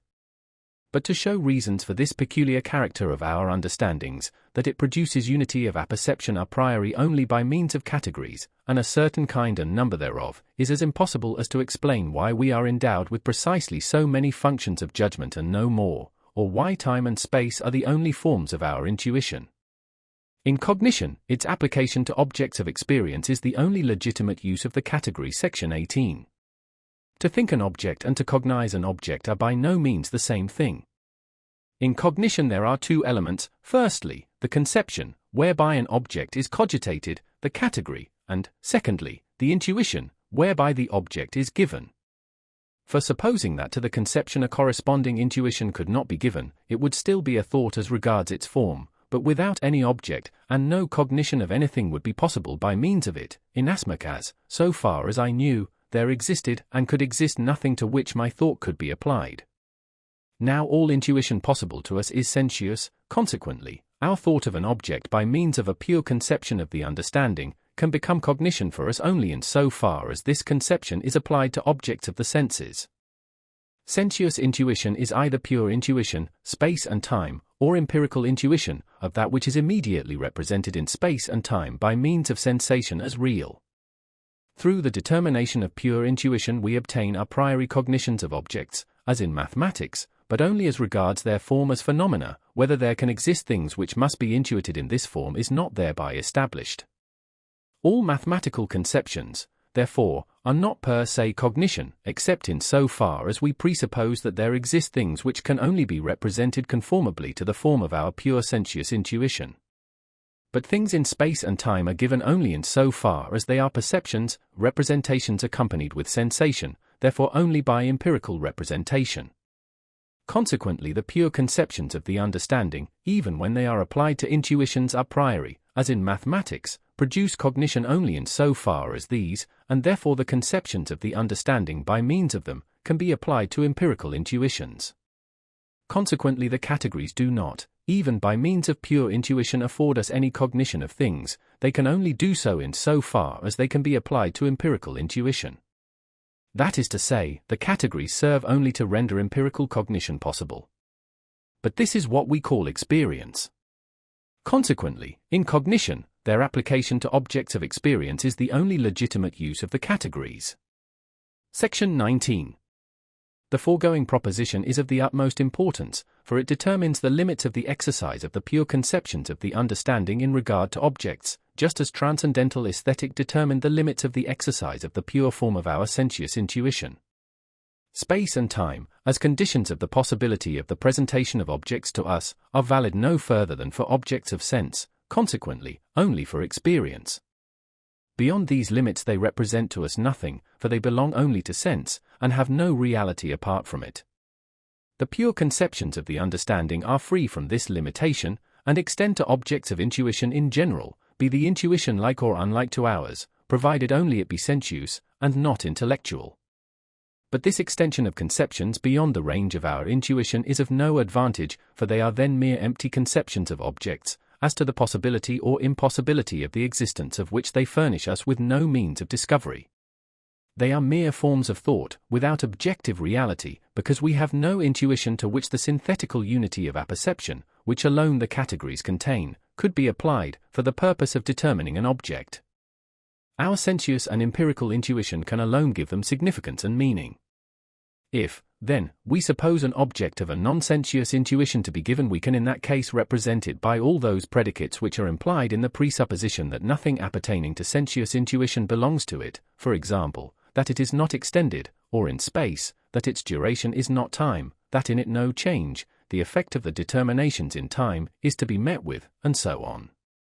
But it is no proper knowledge if I merely indicate what the intuition of the object is not, without being able to say what is contained in it, for I have not shown the possibility of an object to which my pure conception of understanding could be applicable, because I have not been able to furnish any intuition corresponding to it, but am only able to say that our intuition is not valid for it.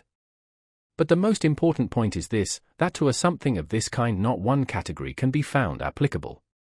Take, for example, the conception of substance, that is, something that can exist as subject, but never as mere predicate. In regard to this conception I am quite ignorant whether there can really be anything to correspond to such a determination of thought, if empirical intuition did not afford me the occasion for its application.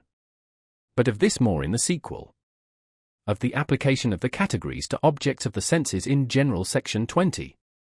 The pure conceptions of the understanding apply to objects of intuition in general, through the understanding alone, whether the intuition be our own or some other, provided only it be sensuous, but are, for this very reason, mere forms of thought, by means of which alone no determined object can be cognized.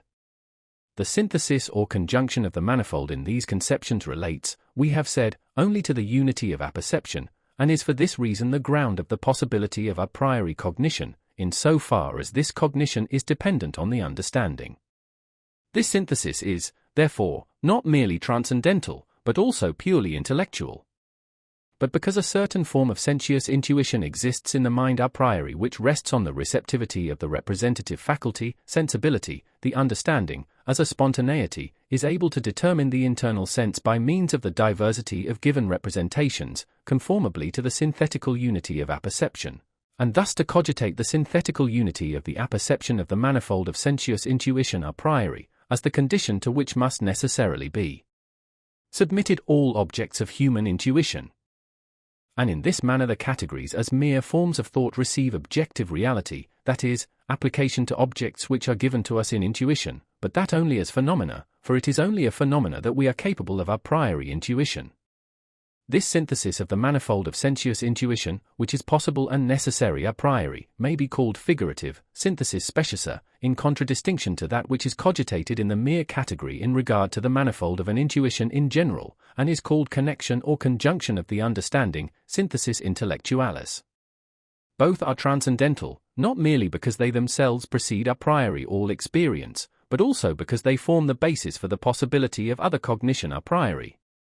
But the figurative synthesis, when it has relation only to the originally synthetical unity of apperception, that is to the transcendental unity cogitated in the categories, must, to be distinguished from the purely intellectual conjunction, be entitled the transcendental synthesis of imagination. Imagination is the faculty of representing an object even without its presence in intuition. Now, as all our intuition is sensuous, imagination, by reason of the subjective condition under which alone it can give a corresponding intuition to the conceptions of the understanding, belongs to sensibility. But in so far as the synthesis of the imagination is an act of spontaneity, which is determinative, and not, like sense, merely determinable, and which is consequently able to determine sense a priori, according to its form, conformably to the unity of apperception, in so far is the imagination a faculty of determining sensibility a priori, and its synthesis of intuitions according to the categories must be the transcendental synthesis of the imagination. It is an operation of the understanding on sensibility, and the first application of the understanding to objects of possible intuition, and at the same time the basis for the exercise of the other functions of that faculty. As figurative, it is distinguished from the merely intellectual synthesis, which is produced by the understanding alone, without the aid of imagination. Now, in so far as imagination is spontaneity, I sometimes call it also the productive imagination, and distinguish it from the reproductive, the synthesis of which is subject entirely to empirical laws, those of association, namely, and which, therefore, contributes nothing to the explanation of the possibility of a priori cognition, and for this reason belongs not to transcendental philosophy, but to psychology. We have now arrived at the proper place for explaining the paradox which must have struck every one in our exposition of the internal sense, section 6, namely, how this sense represents us to our own consciousness only as we appear to ourselves, not as we are in ourselves, because, to wit, we intuite ourselves only as we are inwardly affected.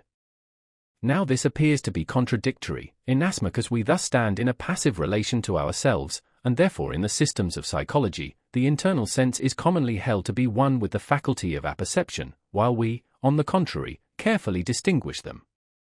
That which determines the internal sense is the understanding, and its original power of conjoining the manifold of intuition, that is, of bringing this under an apperception, upon which rests the possibility of the understanding itself. Now, as the human understanding is not in itself a faculty of intuition, and is unable to exercise such a power, in order to conjoin, as it were, the manifold of its own intuition, the synthesis of understanding is, considered per se, nothing but the unity of action, of which, as such, it is self-conscious, even apart from sensibility, by which, moreover, it is able to determine our internal sense in respect of the manifold which may be presented to it according to the form of sensuous intuition. Thus, under the name of a transcendental synthesis of imagination, the understanding exercises an activity upon the passive subject, whose faculty it is, and so we are right in saying that the internal sense is affected thereby. Apperception and its synthetical unity are by no means one and the same with the internal sense. The former, as the source of all our synthetical conjunction, applies, under the name of the categories, to the manifold of intuition in general, prior to all sensuous intuition of objects. The internal sense, on the contrary, contains merely the form of intuition, but without any synthetical conjunction of the manifold therein, and consequently does not contain any determined intuition, which is possible only through consciousness of the determination of the manifold by the transcendental act of the imagination, synthetical influence of the understanding on the internal sense, which I have named figurative synthesis. This we can indeed always perceive in ourselves.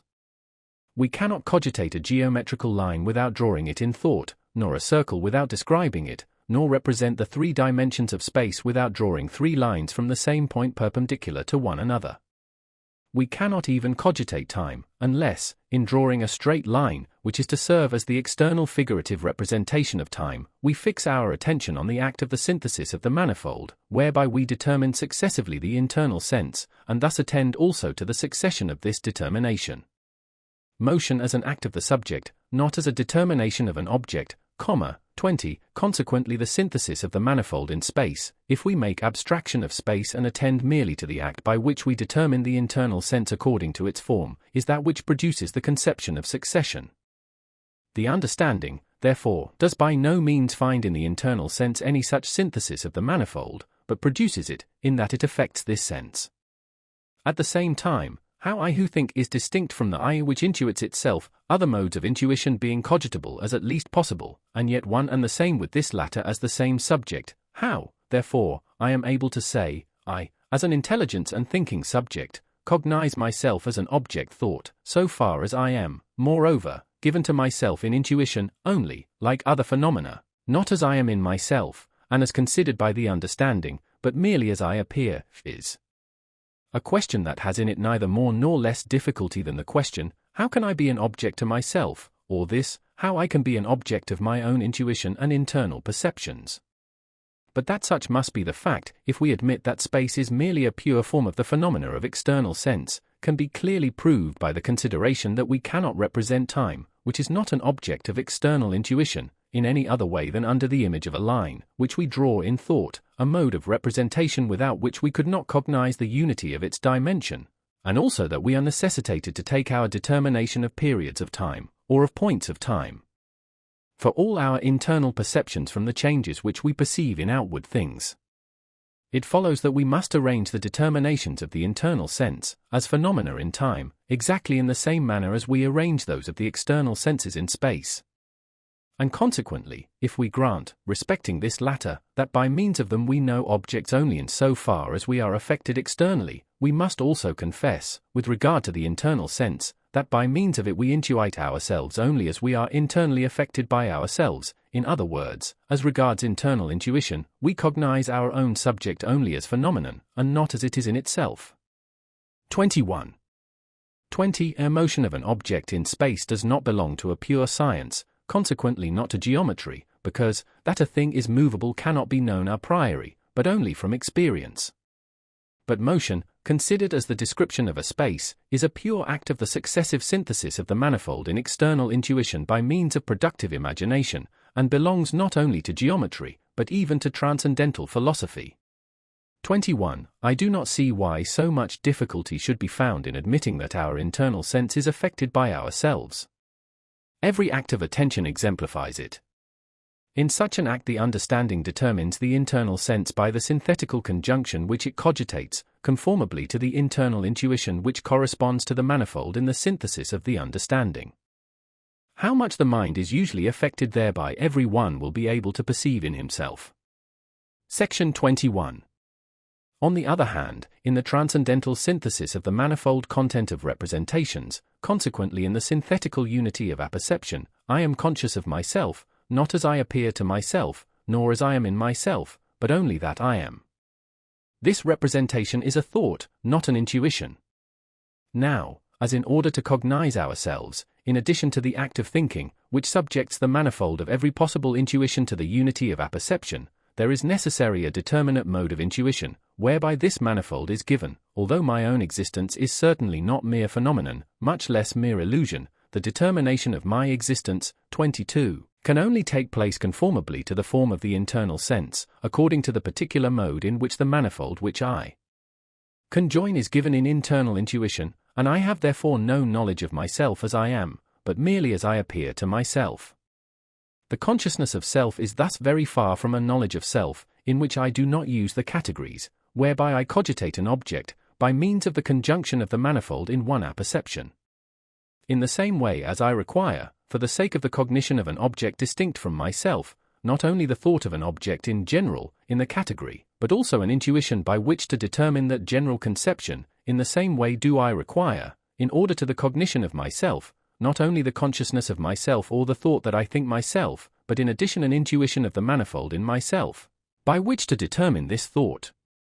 It is true that I exist as an intelligence which is conscious only of its faculty of conjunction or synthesis, but subjected in relation to the manifold which this intelligence has to conjoin to a limitative conjunction called the internal sense. My intelligence, that is, i.e. can render that conjunction or synthesis perceptible only according to the relations of time, which are quite beyond the proper sphere of the conceptions of the understanding, and consequently cognize itself in respect to an intuition, which cannot possibly be intellectual, nor given by the understanding, only as it appears to itself, and not as it would cognize itself, if its intuition were intellectual. 22. The I think expresses the act of determining my own existence. My existence is thus already given by the act of consciousness, but the mode in which I must determine my existence, that is, the mode in which I must place the manifold belonging to my existence, is not thereby given. For this purpose intuition of self is required, and this intuition possesses a form given a priori, namely, time, which is sensuous, and belongs to our receptivity of the determinable.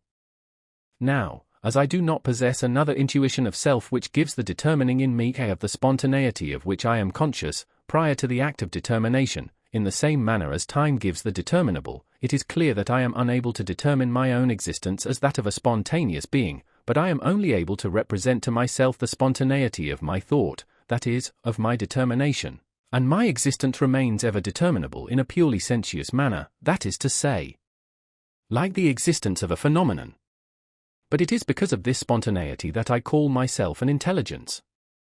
Transcendental deduction of the universally possible employment in experience of the pure conceptions of the understanding. Section 22. In the metaphysical deduction, the a priori origin of categories was proved by their complete accordance with the general logical of thought. In the transcendental deduction was exhibited the possibility of the categories as a priori cognitions of objects of an intuition in general. Sections 16 and 17. At present we are about to explain the possibility of cognizing, a priori, by means of the categories, all objects which can possibly be presented to our senses, not, indeed, according to the form of their intuition, but according to the laws of their conjunction or synthesis, and thus, as it were, of prescribing laws to nature and even of rendering nature possible. For if the categories were inadequate to this task, it would not be evident to us why everything that is presented to our senses must be subject to those laws which have an a priori origin in the understanding itself. I premise that by the term synthesis of apprehension I understand the combination of the manifold in an empirical intuition, whereby perception, that is, empirical consciousness of the intuition, as phenomenon, is possible. We have a priori forms of the external and internal sensuous intuition in the representations of space and time, and to these must the synthesis of apprehension of the manifold in a phenomenon be always conformable, because the synthesis itself can only take place according to these forms. But space and time are not merely forms of sensuous intuition, but intuitions themselves, which contain a manifold, and therefore contain a priori the determination of the unity of this manifold. 23. See the Transcendent Aesthetic. Therefore is unity of the synthesis of the manifold without or within us, consequently also a conjunction to which all that is to be represented as determined in space or time must correspond, given a priori along with, not in, these intuitions, as the condition of the synthesis of all apprehension of them. But this synthetical unity can be no other than that of the conjunction of the manifold of a given intuition in general, in a primitive act of consciousness, according to the categories, but applied to our sensuous intuition. Consequently all synthesis, whereby alone is even perception possible, is subject to the categories. And, as experience is cognition by means of conjoined perceptions, the categories are conditions of the possibility of experience and are therefore valid a priori for all objects of experience. 23. Space represented as an object, as geometry really requires it to be, contains more than the mere form of the intuition, namely, a combination of the manifold given according to the form of sensibility into a representation that can be intuited, so that the form of the intuition gives us merely the manifold, but the formal intuition gives unity of representation. In the aesthetic, I regarded this unity as belonging entirely to sensibility, for the purpose of indicating that it antecedes all conceptions, although it presupposes a synthesis which does not belong to sense, through which alone, however, all our conceptions of space and time are possible. For as by means of this unity alone, the understanding determining the sensibility, space and time are given as intuitions, it follows that the unity of this intuition a priori belongs to space and time, and not to the conception of the understanding. Section 20. When, then, for example, I make the empirical intuition of a house by apprehension of the manifold contained therein into a perception, the necessary unity of space and of my external sensuous intuition lies at the foundation of this act, and I, as it were, draw the form of the house conformably to this synthetical unity of the manifold in space. But this very synthetical unity remains, even when I abstract the form of space, and has its seat in the understanding, and is in fact the category of the synthesis of the homogeneous in an intuition, that is to say, the category of quantity, to which the aforesaid synthesis of apprehension, that is, the perception, must be completely conformable. 24. 24. In this manner it is proved that the synthesis of apprehension, which is empirical, must necessarily be conformable to the synthesis of apperception, which is intellectual, and contained a priori in the category. It is one and the same spontaneity which at one time, under the name of imagination, at another under that of understanding, produces conjunction in the manifold of intuition. To take another example, when I perceive the freezing of water, I apprehend two states, fluidity and solidity, which, as such, stand toward each other mutually in a relation of time. But in the time, which I place as an internal intuition, at the foundation of this phenomenon, I represent to myself synthetical unity of the manifold, without which the aforesaid relation could not be given in an intuition as determined, in regard to the succession of time. Now this synthetical unity, as the a priori condition under which I can join the manifold of an intuition, is, if I make abstraction of the permanent form of my internal intuition, that is to say, of time, the category of cause, by means of which, when applied to my sensibility, I determine everything that occurs according to relations of time.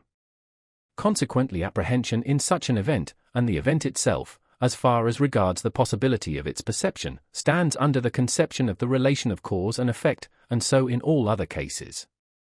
Categories are conceptions which prescribe laws a priori to phenomena, consequently to nature as the complex of all phenomena, natura materiali to spectata.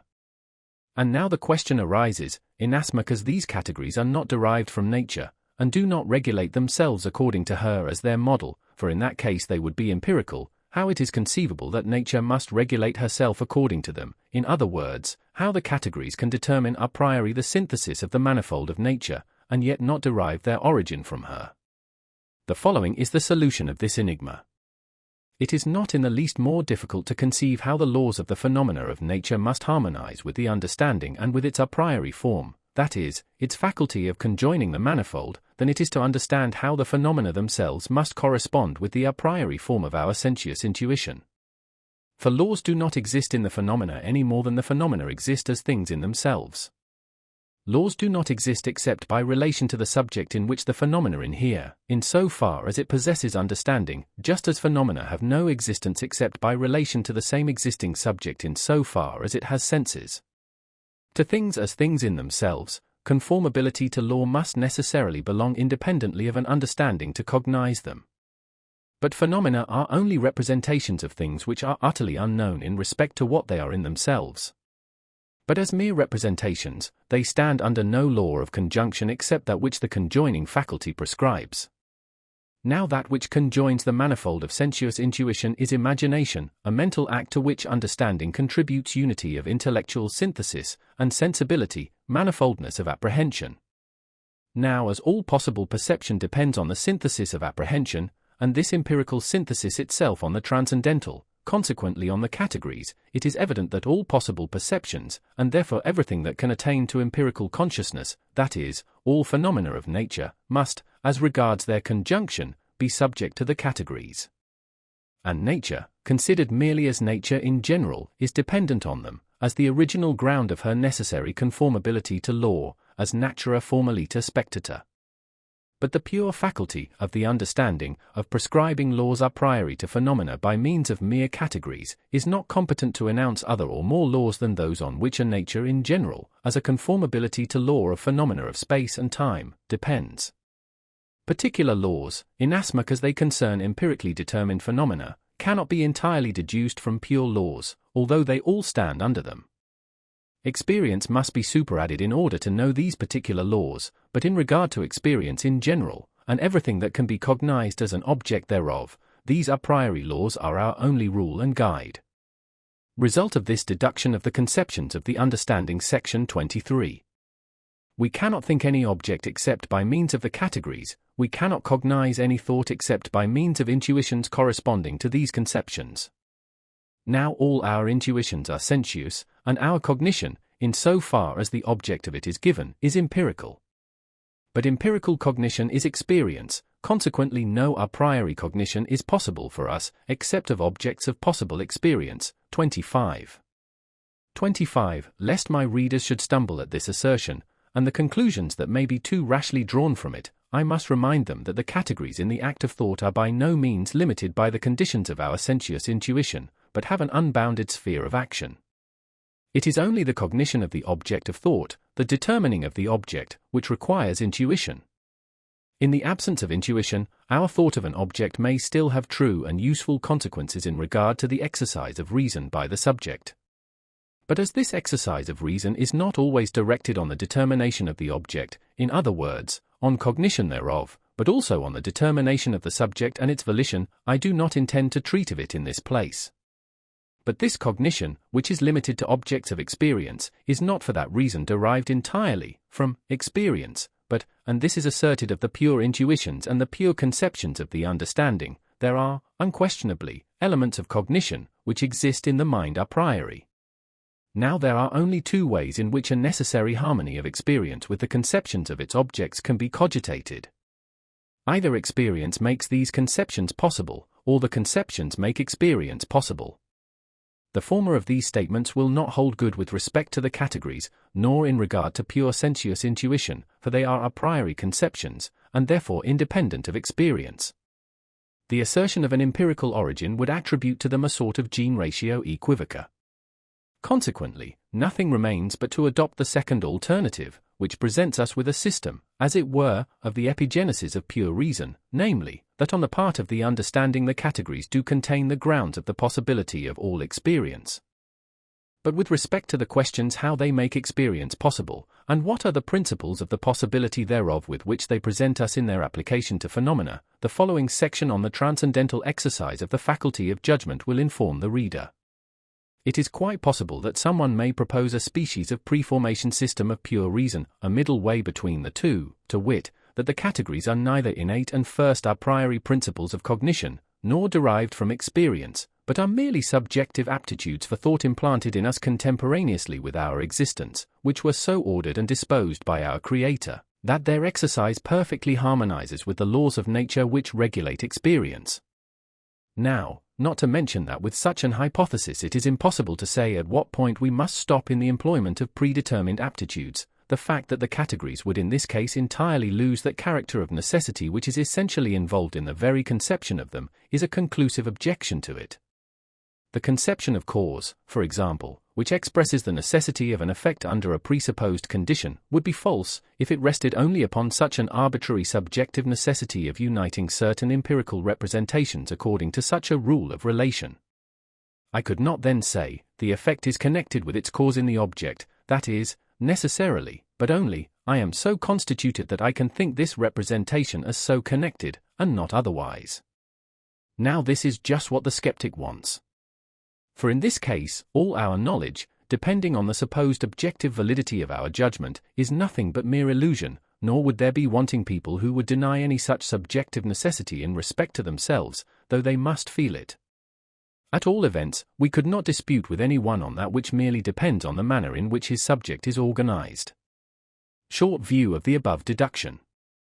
The foregoing deduction is an exposition of the pure conceptions of the understanding, and with them of all theoretical a priori cognition, as principles of the possibility of experience, but of experience as the determination of all phenomena in space and time in general, of experience, finally, from the principle of the original synthetical unity of apperception, as the form of the understanding in relation to time and space as original forms of sensibility. I consider the division by paragraphs to be necessary only up to this point, because we had to treat of the elementary conceptions. As we now proceed to the exposition of the employment of these, I shall not designate the chapters in this manner any further. Book 2. Analytic of Principles. General logic is constructed upon a plan which coincides exactly with the division of the higher faculties of cognition. These are understanding, judgment, and reason. This science, accordingly, treats in its analytic of conceptions, judgments, and conclusions in exact correspondence with the functions and order of those mental powers which we include generally under the generic denomination of understanding. As this merely formal logic makes abstraction of all content of cognition, whether pure or empirical, and occupies itself with the mere form of thought, discursive cognition, it must contain in its analytic a canon for reason. For the form of reason has its law, which, without taking into consideration the particular nature of the cognition about which it is employed, can be discovered a priori, by the simple analysis of the action of reason into its momenta. Transcendental logic, limited as it is to a determinate content, that of pure a priori cognitions, to wit, cannot imitate general logic in this division. For it is evident that the transcendental employment of reason is not objectively valid, and therefore does not belong to the logic of truth, that is, to analytic, but as a logic of illusion, occupies a particular department in the scholastic system under the name of transcendental dialectic. Understanding and judgment accordingly possess in transcendental logic a canon of objectively valid, and therefore true exercise, and are comprehended in the analytical department of that logic. But reason, in her endeavors to arrive by a priori means at some true statement concerning objects and to extend cognition beyond the bounds of possible experience, is altogether dialectic, and her illusory assertions cannot be constructed into a canon such as an analytic ought to contain. Accordingly, the analytic of principles will be merely a canon for the faculty of judgment, for the instruction of this faculty in its application to phenomena of the pure conceptions of the understanding, which contain the necessary condition for the establishment of a priori laws. On this account, although the subject of the following chapters is the especial principles of understanding, I shall make use of the term doctrine of the faculty of judgment, in order to define more particularly my present purpose. Introduction. Of the transcendental faculty of judgment in general. If understanding in general be defined as the faculty of laws or rules, the faculty of judgment may be termed the faculty of subsumption under these rules, that is, of distinguishing whether this or that does or does not stand under a given rule, casus dati legis. General logic contains no directions or precepts for the faculty of judgment, nor can it contain any such. For as it makes abstraction of all content of cognition, no duty is left for it, except that of exposing analytically the mere form of cognition in conceptions, judgments, and conclusions, and of thereby establishing formal rules for all exercise of the understanding.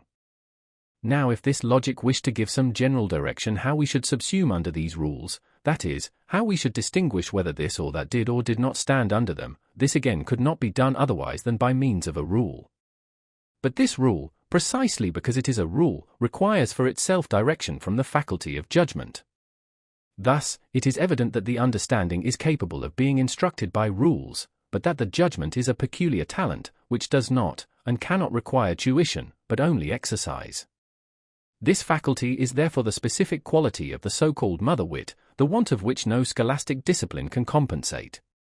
For although education may furnish, and, as it were, engraft upon a limited understanding rules borrowed from other minds, yet the power of employing these rules correctly must belong to the pupil himself, and no rule which we can prescribe to him with this purpose is, in the absence or deficiency of this gift of nature, secure from misuse. 26. A physician therefore, a judge or a statesman, may have in his head many admirable pathological, juridical, or political rules, in a degree that may enable him to be a profound teacher in his particular science, and yet in the application of these rules he may very possibly blunder, either because he is wanting in natural judgment, though not in understanding, and, whilst he can comprehend the general in abstracto, cannot distinguish whether a particular case in concreto ought to rank under the former, or because his faculty of judgment has not been sufficiently exercised by examples and real practice.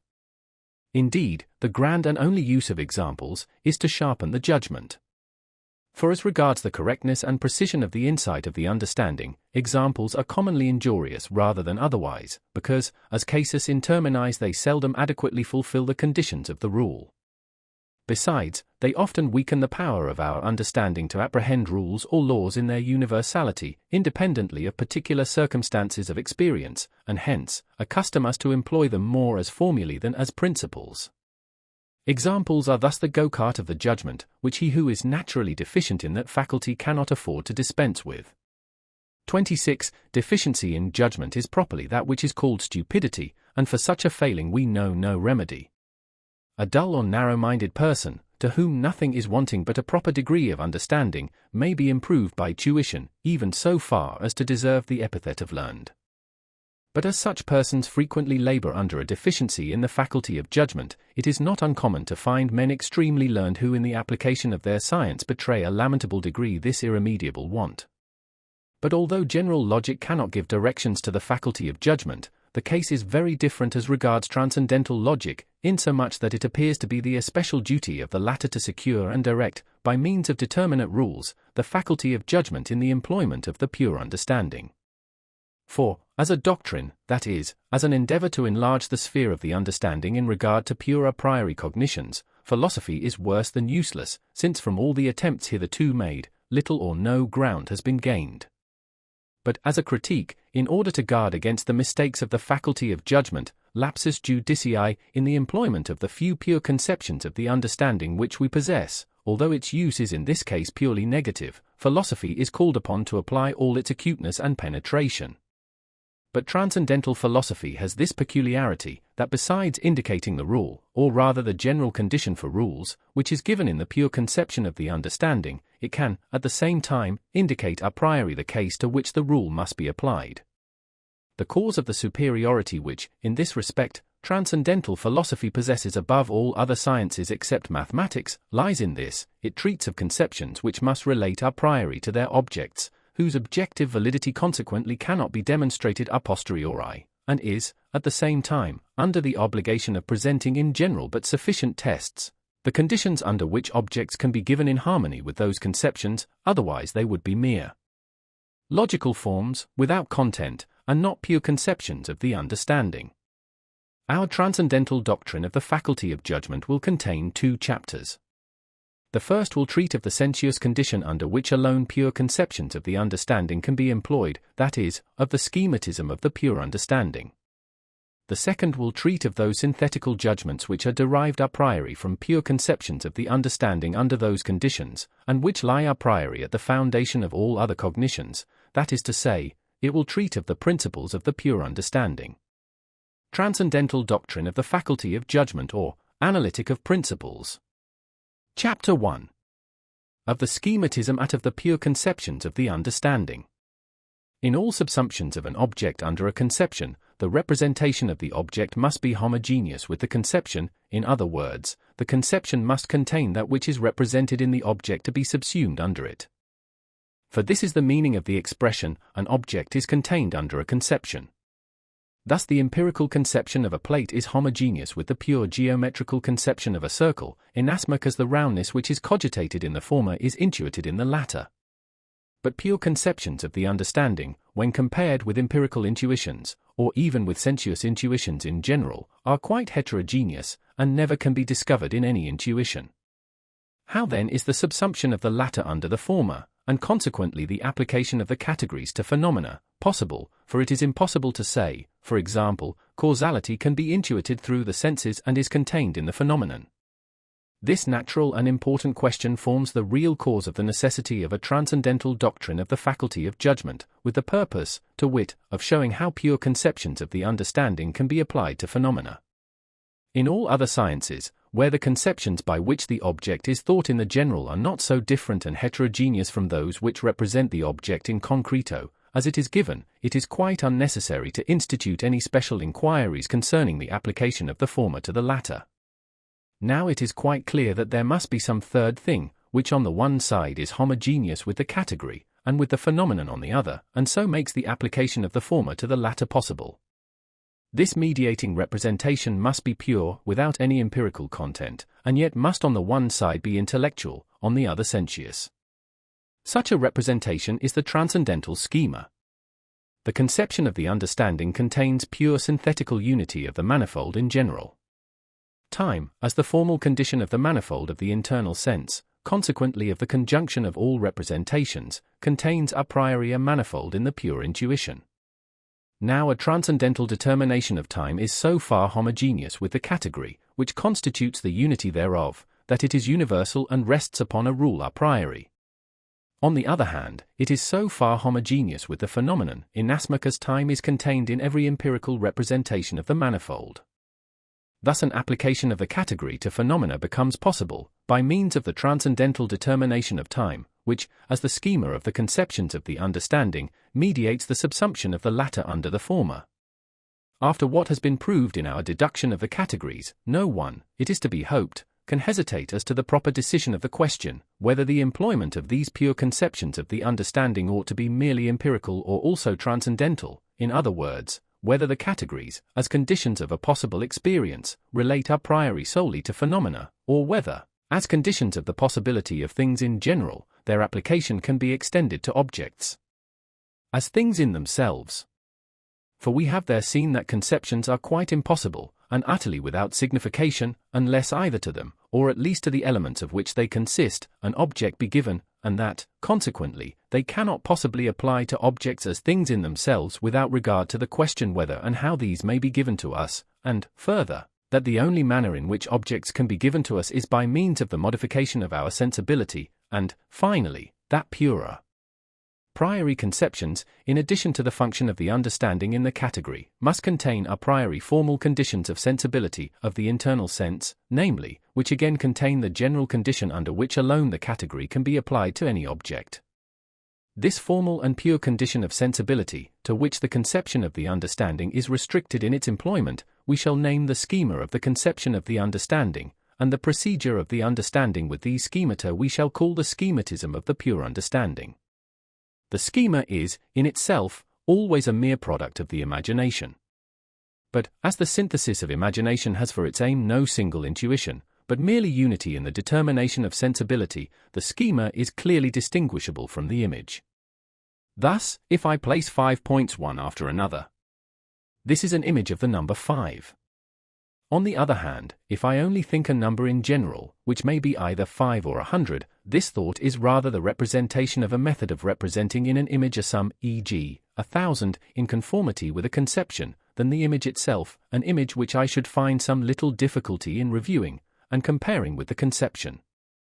Now this representation of a general procedure of the imagination to present its image to a conception, I call the schema of this conception.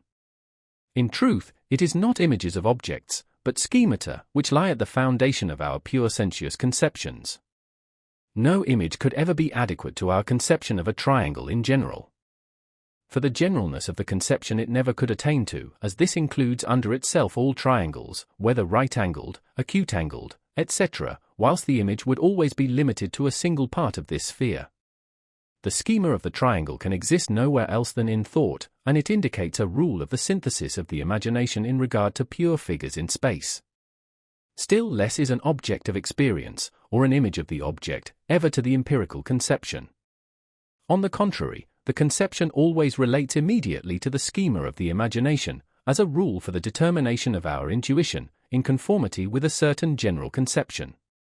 The conception of a dog indicates a rule, according to which my imagination can delineate the figure of a four-footed animal in general, without being limited to any particular individual form which experience presents to me, or indeed to any possible image that I can represent to myself in concreto.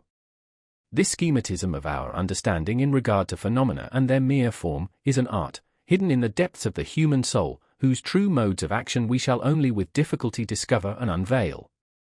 Thus much only can we say: the image is a product of the empirical faculty of the productive imagination. The schema of sensuous conceptions of figures in space, for example, is a product, and, as it were, a monogram of the pure imagination a priori, whereby and according to which images first become possible, which, however, can be connected with the conception only mediately by means of the schema which they indicate, and are in themselves never fully adequate to it. On the other hand, the schema of a pure conception of the understanding is something that cannot be reduced into any image. It is nothing else than the pure synthesis expressed by the category, conformably to a rule of unity according to conceptions. It is a transcendental product of the imagination, a product which concerns the determination of the internal sense, according to conditions of its form, time, in respect to all representations, in so far as these representations must be conjoined a priori in one conception, conformably to the unity of apperception. Without entering upon a dry and tedious analysis of the essential requisites of transcendental schemata of the pure conceptions of the understanding, we shall rather proceed at once to give an explanation of them according to the order of the categories, and in connection therewith.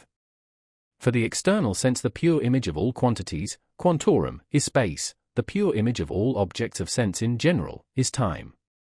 But the pure schema of quantity, quantitatis, as a conception of the understanding, is number, a representation which comprehends the successive addition of one-to-one homogeneous quantities. Thus, number is nothing else than the unity of the synthesis of the manifold in a homogeneous intuition, by means of my generating time itself in my apprehension of the intuition. Reality, in the pure conception of the understanding, is that which corresponds to a sensation in general, that, consequently, the conception of which indicates a being, in time. Negation is that the conception of which represents a not being, in time. The opposition of these two consists therefore in the difference of one and the same time, as a time filled or a time empty. Now as time is only the form of intuition, consequently of objects as phenomena, that which in objects corresponds to sensation is the transcendental matter of all objects as things in themselves, Sachheit, reality. Now every sensation has a degree or quantity by which it can fill time, that is to say, the internal sense in respect of the representation of an object, more or less, until it vanishes into nothing, equals zero equals negatio.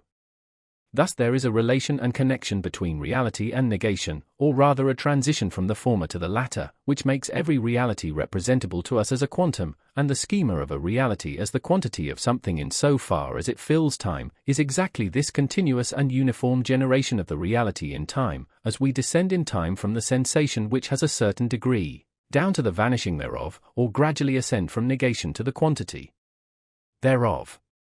The schema of substance is the permanence of the real in time, that is, the representation of it as a substratum of the empirical determination of time, a substratum which therefore remains, whilst all else changes. Time passes not, but in it passes the existence of the changeable. To time, therefore, which is itself unchangeable and permanent, corresponds that which in the phenomenon is unchangeable in existence, that is, substance, and it is only by it that the succession and coexistence of phenomena can be determined in regard to time. The schema of cause and of the causality of a thing is the real which, when posited, is always followed by something else. It consists, therefore, in the succession of the manifold, in so far as that succession is subjected to a rule.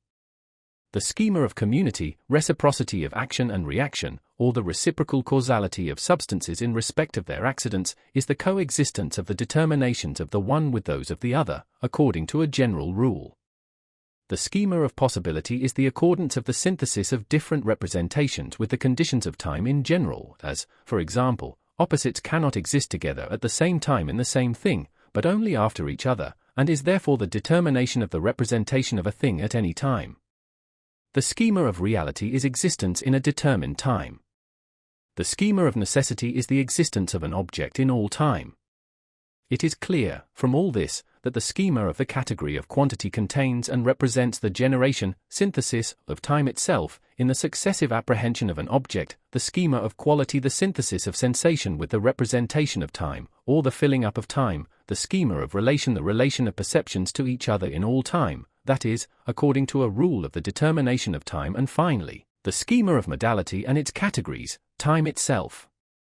As the correlative of the determination of an object, whether it does belong to time, and how. The schemata, therefore, are nothing but a priori determinations of time according to rules, and these, in regard to all possible objects, following the arrangement of the categories, relate to the series in time, the content in time, the order in time, and finally, to the complex or totality in time. Hence it is apparent that the schematism of the understanding, by means of the transcendental synthesis of the imagination, amounts to nothing else than the unity of the manifold of intuition in the internal sense, and thus indirectly to the unity of apperception, as a function corresponding to the internal sense, a receptivity. Thus, the schemata of the pure conceptions of the understanding are the true and only conditions whereby our understanding receives an application to objects, and consequently significance. Finally, therefore, the categories are only capable of empirical use, inasmuch as they serve merely to subject phenomena to the universal rules of synthesis, by means of an a priori necessary unity, on account of the necessary union of all consciousness in one original apperception, and so to render them susceptible of a complete connection in one experience. But within this whole of possible experience lie all our cognitions, and in the universal relation to this experience consists transcendental truth, which antecedes all empirical truth, and renders the latter possible.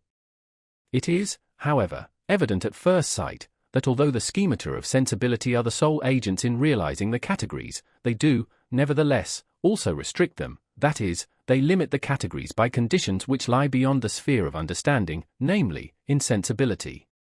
Hence the schema is properly only the phenomenon, or the sensuous conception of an object in harmony with the category. Numerus ist quantitas phenomenon, sensatio realitas phenomenon, constans it perdurabile rerum substantia phenomenon, eternitas, necessitas, phenomena, etc. Now, if we remove a restrictive condition, we thereby amplify, it appears, the formerly limited conception. In this way, the categories in their pure signification, free from all conditions of sensibility, ought to be valid of things as they are, and not, as the schemata represent them, merely as they appear, and consequently the categories must have a significance far more extended, and wholly independent of all schemata. In truth, there does always remain to the pure conceptions of the understanding, after abstracting every sensuous condition, a value and significance, which is, however, merely logical. But in this case, no object is given them, and therefore they have no meaning sufficient to afford us a conception of an object. The notion of substance, for example, if we leave out the sensuous determination of permanence, would mean nothing more than a something which can be cogitated as subject, without the possibility of becoming a predicate to anything else. Of this representation I can make nothing, inasmuch as it does not indicate to me what determinations the thing possesses which must thus be valid as premier subject. Consequently, the categories, without schemata, are merely functions of the understanding for the production of conceptions, but do not represent any object. This significance they derive from sensibility, which at the same time realizes the understanding and restricts it. Chapter 2. System of all principles of the pure understanding. In the foregoing chapter we have merely considered the general conditions under which alone the transcendental faculty of judgment is justified in using the pure conceptions of the understanding for synthetical judgments. Our duty at present is to exhibit in systematic connection those judgments which the understanding really produces a priori.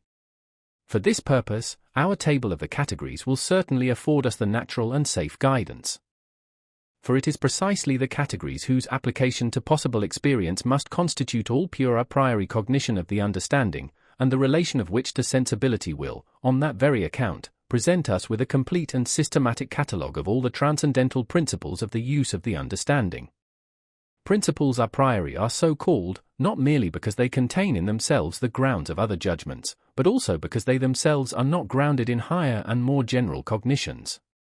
This peculiarity, however, does not raise them altogether above the need of a proof. For although there could be found no higher cognition, and therefore no objective proof, and although such a principle rather serves as the foundation for all cognition of the object, this by no means hinders us from drawing a proof from the subjective sources of the possibility of the cognition of an object. Such a proof is necessary, moreover, because without it the principle might be liable to the imputation of being a mere gratuitous assertion. In the second place, we shall limit our investigations to those principles which relate to the categories. For as to the principles of transcendental aesthetic, according to which space and time are the conditions of the possibility of things as phenomena, as also the restriction of these principles, namely, that they cannot be applied to objects as things in themselves, these, of course, do not fall within the scope of our present inquiry. In like manner, the principles of mathematical science form no part of this system, because they are all drawn from intuition, and not from the pure conception of the understanding. The possibility of these principles, however, will necessarily be considered here, inasmuch as they are synthetical judgments a priori, not indeed for the purpose of proving their accuracy and apodeictic certainty, which is unnecessary, but merely to render conceivable and deduce the possibility of such evident a priori cognitions. But we shall have also to speak of the principle of analytical judgments, in opposition to synthetical judgments, which is the proper subject of our inquiries, because this very opposition will free the theory of the latter from all ambiguity, and place it clearly before our eyes in its true nature. System of the principles of the pure understanding. Section 1. Of the supreme principle of all analytical judgments. Whatever may be the content of our cognition, and in whatever manner our cognition may be related to its object, the universal, although only negative conditions of all our judgments is that they do not contradict themselves, otherwise these judgments are in themselves, even without respect to the object, nothing. But although there may exist no contradiction in our judgment, it may nevertheless connect conceptions in such a manner that they do not correspond to the object, or without any grounds either a priori or a posteriori for arriving at such a judgment, and thus, without being self-contradictory, a judgment may nevertheless be either false or groundless. Now, the proposition, no subject can have a predicate that contradicts it, is called the principle of contradiction, and is a universal but purely negative criterion of all truth. But it belongs to logic alone, because it is valid of cognitions, merely as cognitions and without respect to their content, and declares that the contradiction entirely nullifies them. We can also, however, make a positive use of this principle, that is, not merely to banish falsehood and error, in so far as it rests upon contradiction, but also for the cognition of truth. For if the judgment is analytical, be it affirmative or negative, its truth must always be recognizable by means of the principle of contradiction. For the contrary of that which lies and is cogitated as conception in the cognition of the object will be always properly negatived, but the conception itself must always be affirmed of the object, inasmuch as the contrary thereof would be in contradiction to the object. We must therefore hold the principle of contradiction to be the universal and fully sufficient principle of all analytical cognition. But as a sufficient criterion of truth, it has no further utility or authority. For the fact that no cognition can be at variance with this principle without nullifying itself, constitutes this principle the sine qua non, but not the determining ground of the truth of our cognition. As our business at present is properly with the synthetical part of our knowledge only, we shall always be on our guard not to transgress this inviolable principle, but at the same time not to expect from it any direct assistance in the establishment of the truth of any synthetical proposition. There exists, however, a formula of this celebrated principle, a principle merely formal and entirely without content, which contains a synthesis that has been inadvertently and quite unnecessarily mixed up with it. It is impossible for a thing to be and not to be at the same time. Not to mention the superfluousness of the addition of the word impossible to indicate the apodeictic certainty, which ought to be self-evident from the proposition itself. The proposition is affected by the condition of time, and as it were says, a thing equals A, which is something equals B, cannot at the same time be non-B. But both B as well as non-B may quite well exist in succession. For example, a man who is young cannot at the same time be old, but the same man can very well be at one time young, and at another not young, that is, old. Now the principle of contradiction as a merely logical proposition must not by any means limit its application merely to relations of time, and consequently a formula like the preceding is quite foreign to its true purpose. The misunderstanding arises in this way. We first of all separate a predicate of a thing from the conception of the thing, and afterwards connect with this predicate its opposite, and hence do not establish any contradiction with the subject, but only with its predicate, which has been conjoined with the subject synthetically, a contradiction, moreover, which obtains only when the first and second predicate are affirmed in the same time. If I say, a man who is ignorant is not learned, the condition at the same time must be added, for he who is at one time ignorant, may at another be learned. But if I say, no ignorant man is a learned man, the proposition is analytical, because the characteristic ignorance is now a constituent part of the conception of the subject, and in this case the negative proposition is evident immediately from the proposition of contradiction, without the necessity of adding the condition the same time. This is the reason why I have altered the formula of this principle, an alteration which shows very clearly the nature of an analytical proposition. Section 2. Of the supreme principle of all synthetical judgments. The explanation of the possibility of synthetical judgments is a task with which general logic has nothing to do, indeed she needs not even be acquainted with its name. But in transcendental logic it is the most important matter to be dealt with, indeed the only one, if the question is of the possibility of synthetical judgments a priori, the conditions and extent of their validity. For when this question is fully decided, it can reach its aim with perfect ease, the determination, to wit, of the extent and limits of the pure understanding. In an analytical judgment I do not go beyond the given conception, in order to arrive at some decision respecting it. If the judgment is affirmative, I predicate of the conception only that which was already cogitated in it; if negative, I merely exclude from the conception its contrary. But in synthetical judgments, I must go beyond the given conception, in order to cogitate, in relation with it, something quite different from that which was cogitated in it, a relation which is consequently never one either of identity or contradiction, and by means of which the truth or error of the judgment cannot be discerned merely from the judgment itself. Granted, then, that we must go out beyond a given conception, in order to compare it synthetically with another, a third thing is necessary, in which alone the synthesis of two conceptions can originate. Now what is this tertium quid that is to be the medium of all synthetical judgments? It is only a complex in which all our representations are contained, the internal sense to wit, and its form a priori, time. The synthesis of our representations rests upon the imagination, their synthetical unity, which is requisite to a judgment, upon the unity of apperception. In this, therefore, is to be sought the possibility of synthetical judgments, and as all three contain the sources of a priori representations, the possibility of pure synthetical judgments also, nay, they are necessary upon these grounds, if we are to possess a knowledge of objects, which rests solely upon the synthesis of representations. If a cognition is to have objective reality, that is, to relate to an object, and possess sense and meaning in respect to it, it is necessary that the object be given in some way or another. Without this, our conceptions are empty, and we may indeed have thought by means of them, but by such thinking we have not, in fact, cognized anything, we have merely played with representation.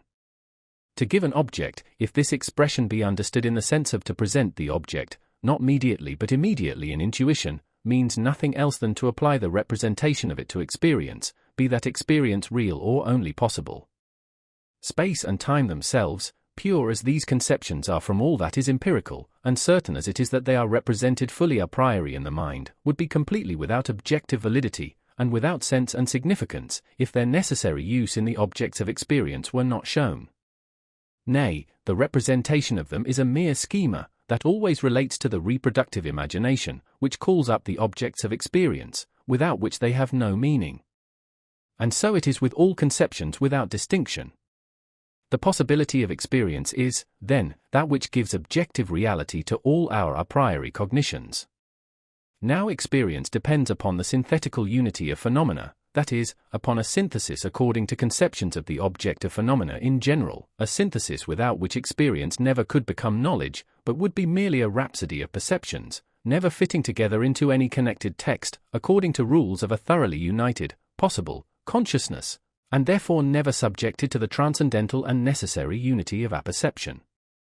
Experience has therefore for a foundation, a priori principles of its form, that is to say, general rules of unity in the synthesis of phenomena, the objective reality of which rules, as necessary conditions even of the possibility of experience which rules, as necessary conditions, even of the possibility of experience, can always be shown in experience. But apart from this relation, a priori synthetical propositions are absolutely impossible, because they have no third term, that is, no pure object, in which the synthetical unity can exhibit the objective reality of its conceptions. Although, then, respecting space, or the forms which productive imagination describes therein, we do cognize much a priori in synthetical judgments, and are really in no need of experience for this purpose, such knowledge would nevertheless amount to nothing but a busy trifling with a mere chimera, were not space to be considered as the condition of the phenomena which constitute the material of external experience.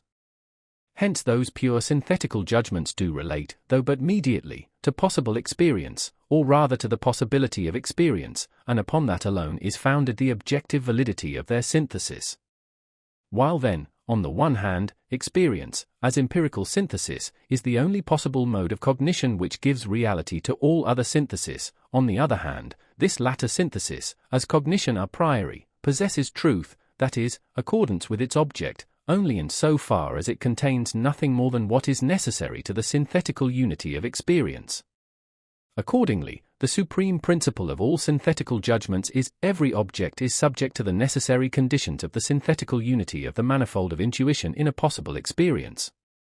A priori synthetical judgments are possible when we apply the formal conditions of the a priori intuition, the synthesis of the imagination, and the necessary unity of that synthesis in a transcendental apperception, to a possible cognition of experience, and say, the conditions of the possibility of experience in general are at the same time conditions of the possibility of the objects of experience, and have, for that reason, objective validity in an a priori synthetical judgment. Section 3.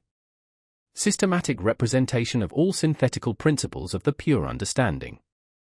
That principles exist at all is to be ascribed solely to the pure understanding, which is not only the faculty of rules in regard to that which happens, but is even the source of principles according to which everything that can be presented to us as an object is necessarily subject to rules, because without such rules we never could attain to cognition of an object. Even the laws of nature, if they are contemplated as principles of the empirical use of the understanding, possess also a characteristic of necessity, and we may therefore at least expect them to be determined upon grounds which are valid a priori and antecedent to all experience. But all laws of nature, without distinction, are subject to higher principles of the understanding, inasmuch as the former are merely applications of the latter to particular cases of experience. These higher principles alone therefore give the conception, which contains the necessary condition, and, as it were, the exponent of a rule, experience, on the other hand, gives the case which comes under the rule. There is no danger of our mistaking merely empirical principles for principles of the pure understanding, or conversely, for the character of necessity, according to conceptions which distinguish the latter, and the absence of this in every empirical proposition, how extensively valid soever it may be, is a perfect safeguard against confounding them. There are, however, pure principles a priori, which nevertheless I should not ascribe to the pure understanding, for this reason, that they are not derived from pure conceptions, but, although by the mediation of the understanding, from pure intuitions. But understanding is the faculty of conceptions. Such principles mathematical science possesses, but their application to experience, consequently their objective validity, nay the possibility of such a priori synthetical cognitions, the deduction thereof, rests entirely upon the pure understanding. On this account, I shall not reckon among my principles those of mathematics, though I shall include those upon the possibility and objective validity a priori of principles of the mathematical science, which, consequently, are to be looked upon as the principle of these, and which proceed from conceptions to intuition, and not from intuition to conceptions. In the application of the pure conceptions of the understanding to possible experience, the employment of their synthesis is either mathematical or dynamical, for it is directed partly on the intuition alone, partly on the existence of a phenomenon. But the a priori conditions of intuition are in relation to a possible experience absolutely necessary, those of the existence of objects of a possible empirical intuition are in themselves contingent. Hence the principles of the mathematical use of the categories will possess a character of absolute necessity, that is, will be apodeictic, those, on the other hand, of the dynamical use, the character of an a priori necessity indeed, but only under the condition of empirical thought in an experience, therefore only mediately and indirectly. Consequently they will not possess that immediate evidence which is peculiar to the former, although their application to experience does not, for that reason, lose its truth and certitude. But of this point we shall be better able to judge at the conclusion of this system of principles. The table of the categories is naturally our guide to the table of principles, because these are nothing else than rules for the objective employment of the former. Accordingly, all principles of the pure understanding are 1. Axioms of intuition. 2-3. Anticipations analogies of perception of experience. 4. Postulates of empirical thought. In general, these appellations I have chosen advisedly, in order that we might not lose sight of the distinctions in respect of the evidence and the employment of these principles. It will, however, soon appear that, a fact which concerns both the evidence of these principles, and the a priori determination of phenomena, according to the categories of quantity and quality, if we attend merely to the form of these, the principles of these categories are distinguishable from those of the two others, inasmuch as the former are possessed of an intuitive, but the latter of a merely discursive, though in both instances a complete, certitude. I shall therefore call the former mathematical, and the latter dynamical principles. 27. It must be observed, however, that by these terms I mean just as little in the one case the principles of mathematics as those of general, physical, dynamics in the other. I have here in view merely the principles of the pure understanding, in their application to the internal sense, without distinction of the representations given therein, by means of which the sciences of mathematics and dynamics become possible. Accordingly, I have named these principles rather with reference to their application than their content, and I shall now proceed to consider them in the order in which they stand in the table.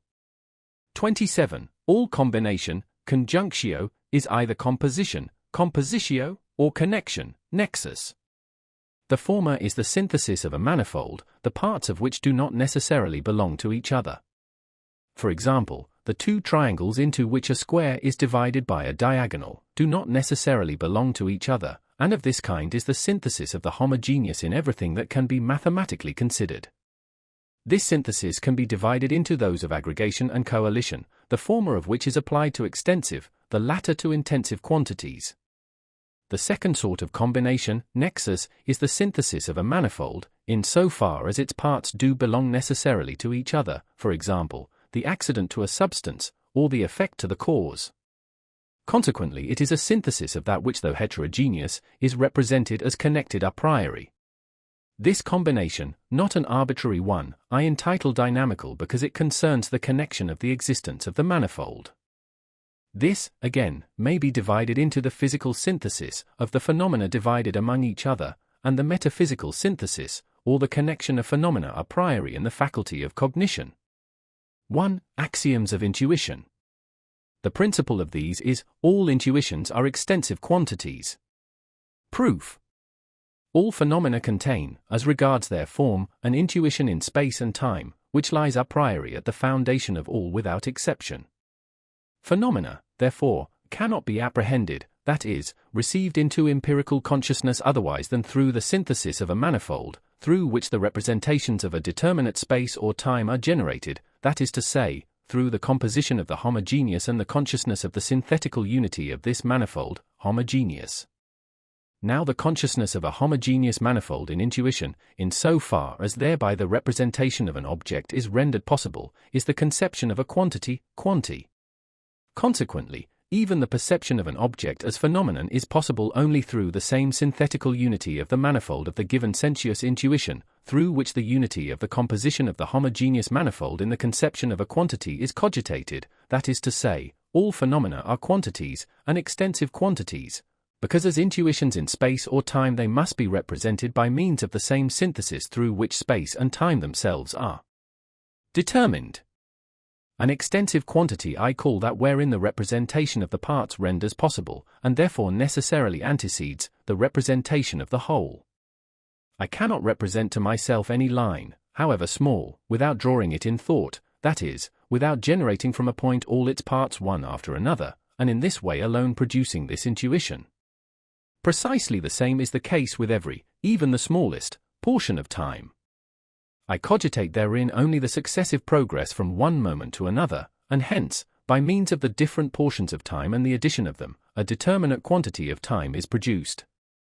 As the pure intuition in all phenomena is either time or space, so is every phenomenon in its character of intuition an extensive quantity, inasmuch as it can only be cognized in our apprehension by successive synthesis, from part to part. All phenomena are, accordingly, to be considered as aggregates, that is, as a collection of previously given parts, which is not the case with every sort of quantities, but only with those which are represented and apprehended by us as extensive. On this successive synthesis of the productive imagination, in the generation of figures, is founded the mathematics of extension, or geometry, with its axioms, which express the conditions of sensuous intuition a priori, under which alone the schema of a pure conception of external intuition can exist. For example, between 2 points only one straight line is possible, 2 straight lines cannot enclose a space, etc. These are the axioms which properly relate only to quantities, quanta, as such. But, as regards the quantity of a thing, quantitas, that is to say, the answer to the question, how large is this or that object, although, in respect to this question, we have various propositions synthetical and immediately certain, indemonstrabilia, we have, in the proper sense of the term, no axioms. For example, the propositions, if equals be added to equals, the wholes are equal, if equals be taken from equals, the remainders are equal, are analytical, because I am immediately conscious of the identity of the production of the one quantity with the production of the other, whereas axioms must be a priori synthetical propositions. On the other hand, the self-evident propositions as to the relation of numbers are certainly synthetical but not universal, like those of geometry, and for this reason cannot be called axioms, but numerical formulae. That 7 plus 5 is equal to 12 is not an analytical proposition. For neither in the representation of 7, nor of 5, nor of the composition of the two numbers, do I cogitate the number 12. Whether I cogitate the number in the addition of both is not at present the question, for in the case of an analytical proposition, the only point is whether I really cogitate the predicate in the representation of the subject. But although the proposition is synthetical, it is nevertheless only a singular proposition. In so far as regard is here had merely to the synthesis of the homogeneous, the units, it cannot take place except in one manner, although our use of these numbers is afterwards general. If I say, a triangle can be constructed with 3 lines, any 2 of which taken together are greater than the third, I exercise merely the pure function of the productive imagination, which may draw the lines longer or shorter and construct the angles at its pleasure.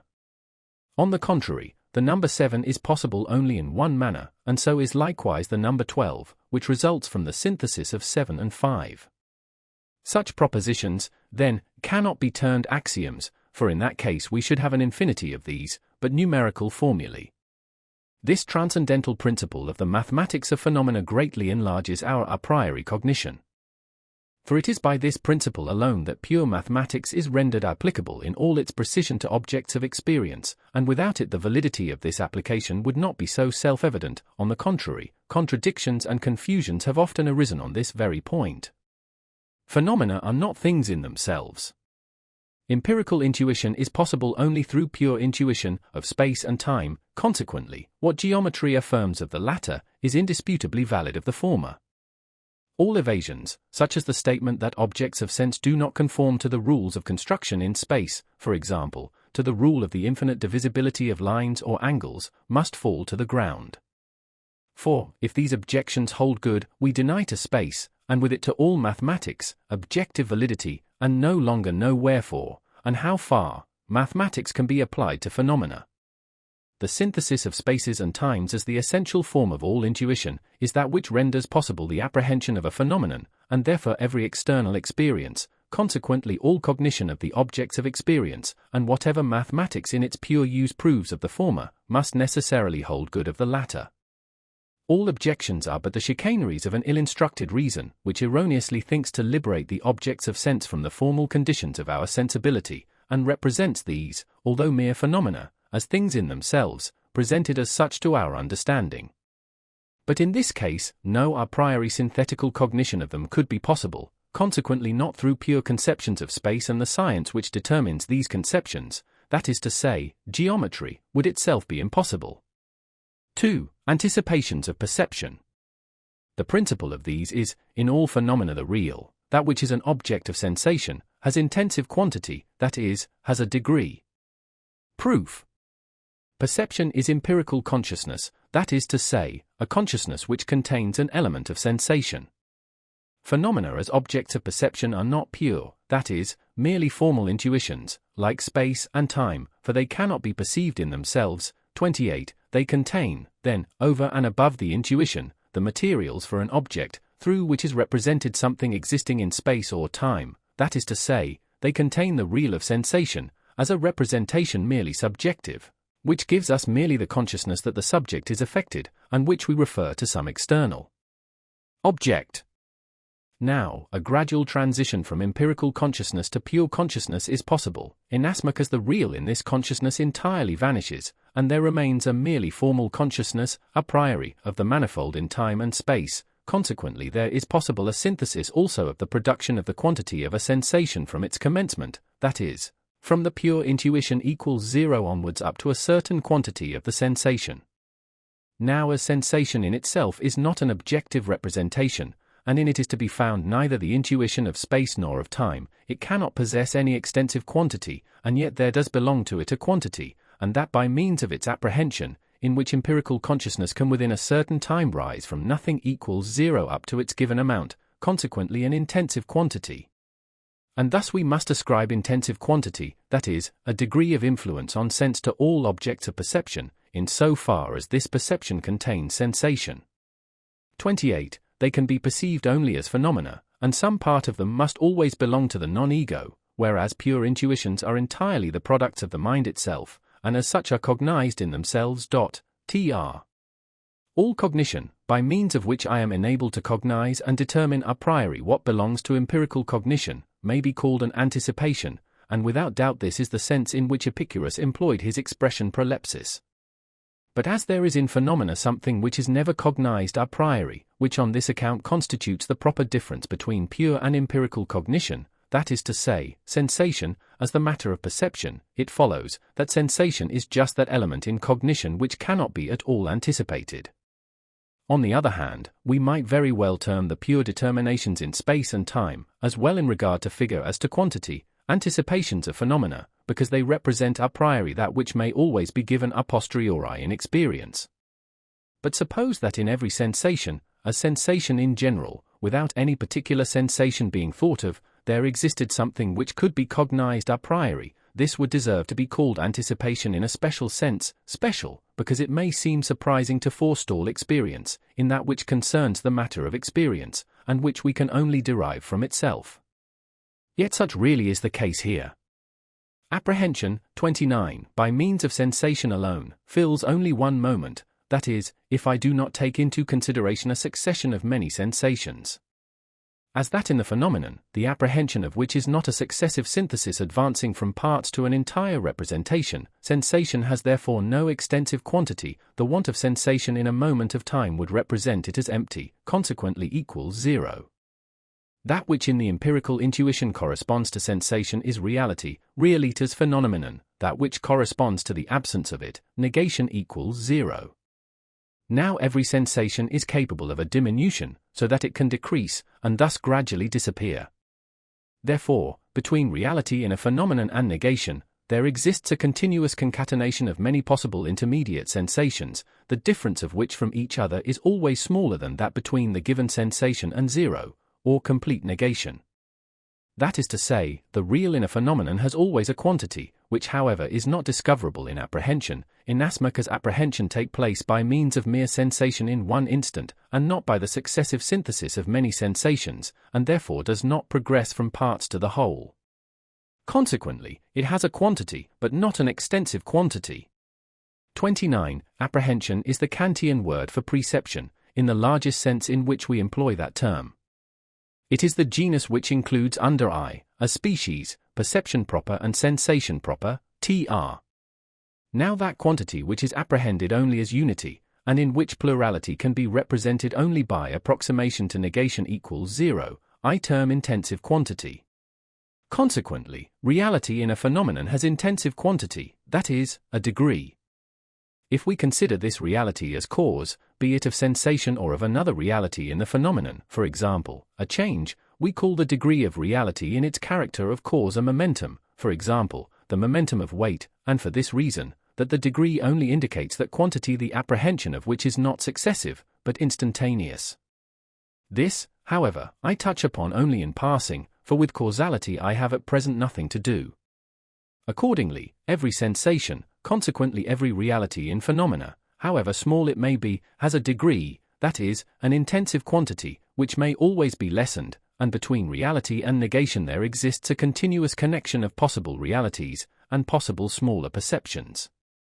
Every color, for example, red, has a degree, which, be it ever so small, is never the smallest, and so is it always with heat, the momentum of weight, etc. This property of quantities, according to which no part of them is the smallest possible, no part simple, is called their continuity. Space and time are quanta continua, because no part of them can be given, without enclosing it within boundaries, points and moments. Consequently, this given part is itself a space or a time.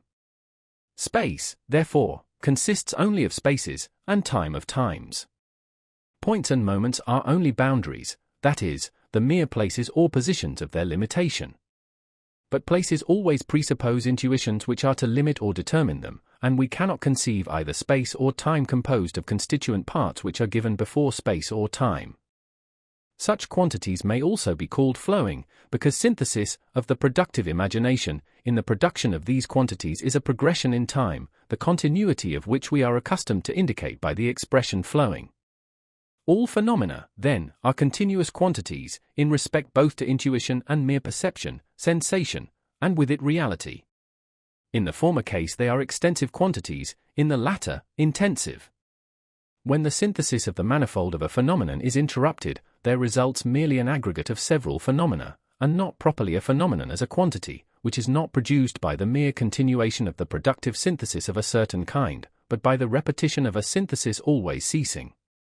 For example, if I call $13 a sum or quantity of money, I employ the term quite correctly, inasmuch as I understand by $13 the value of a mark in standard silver, which is, to be sure, a continuous quantity, in which no part is the smallest, but every part might constitute a piece of money, which would contain material for still smaller pieces.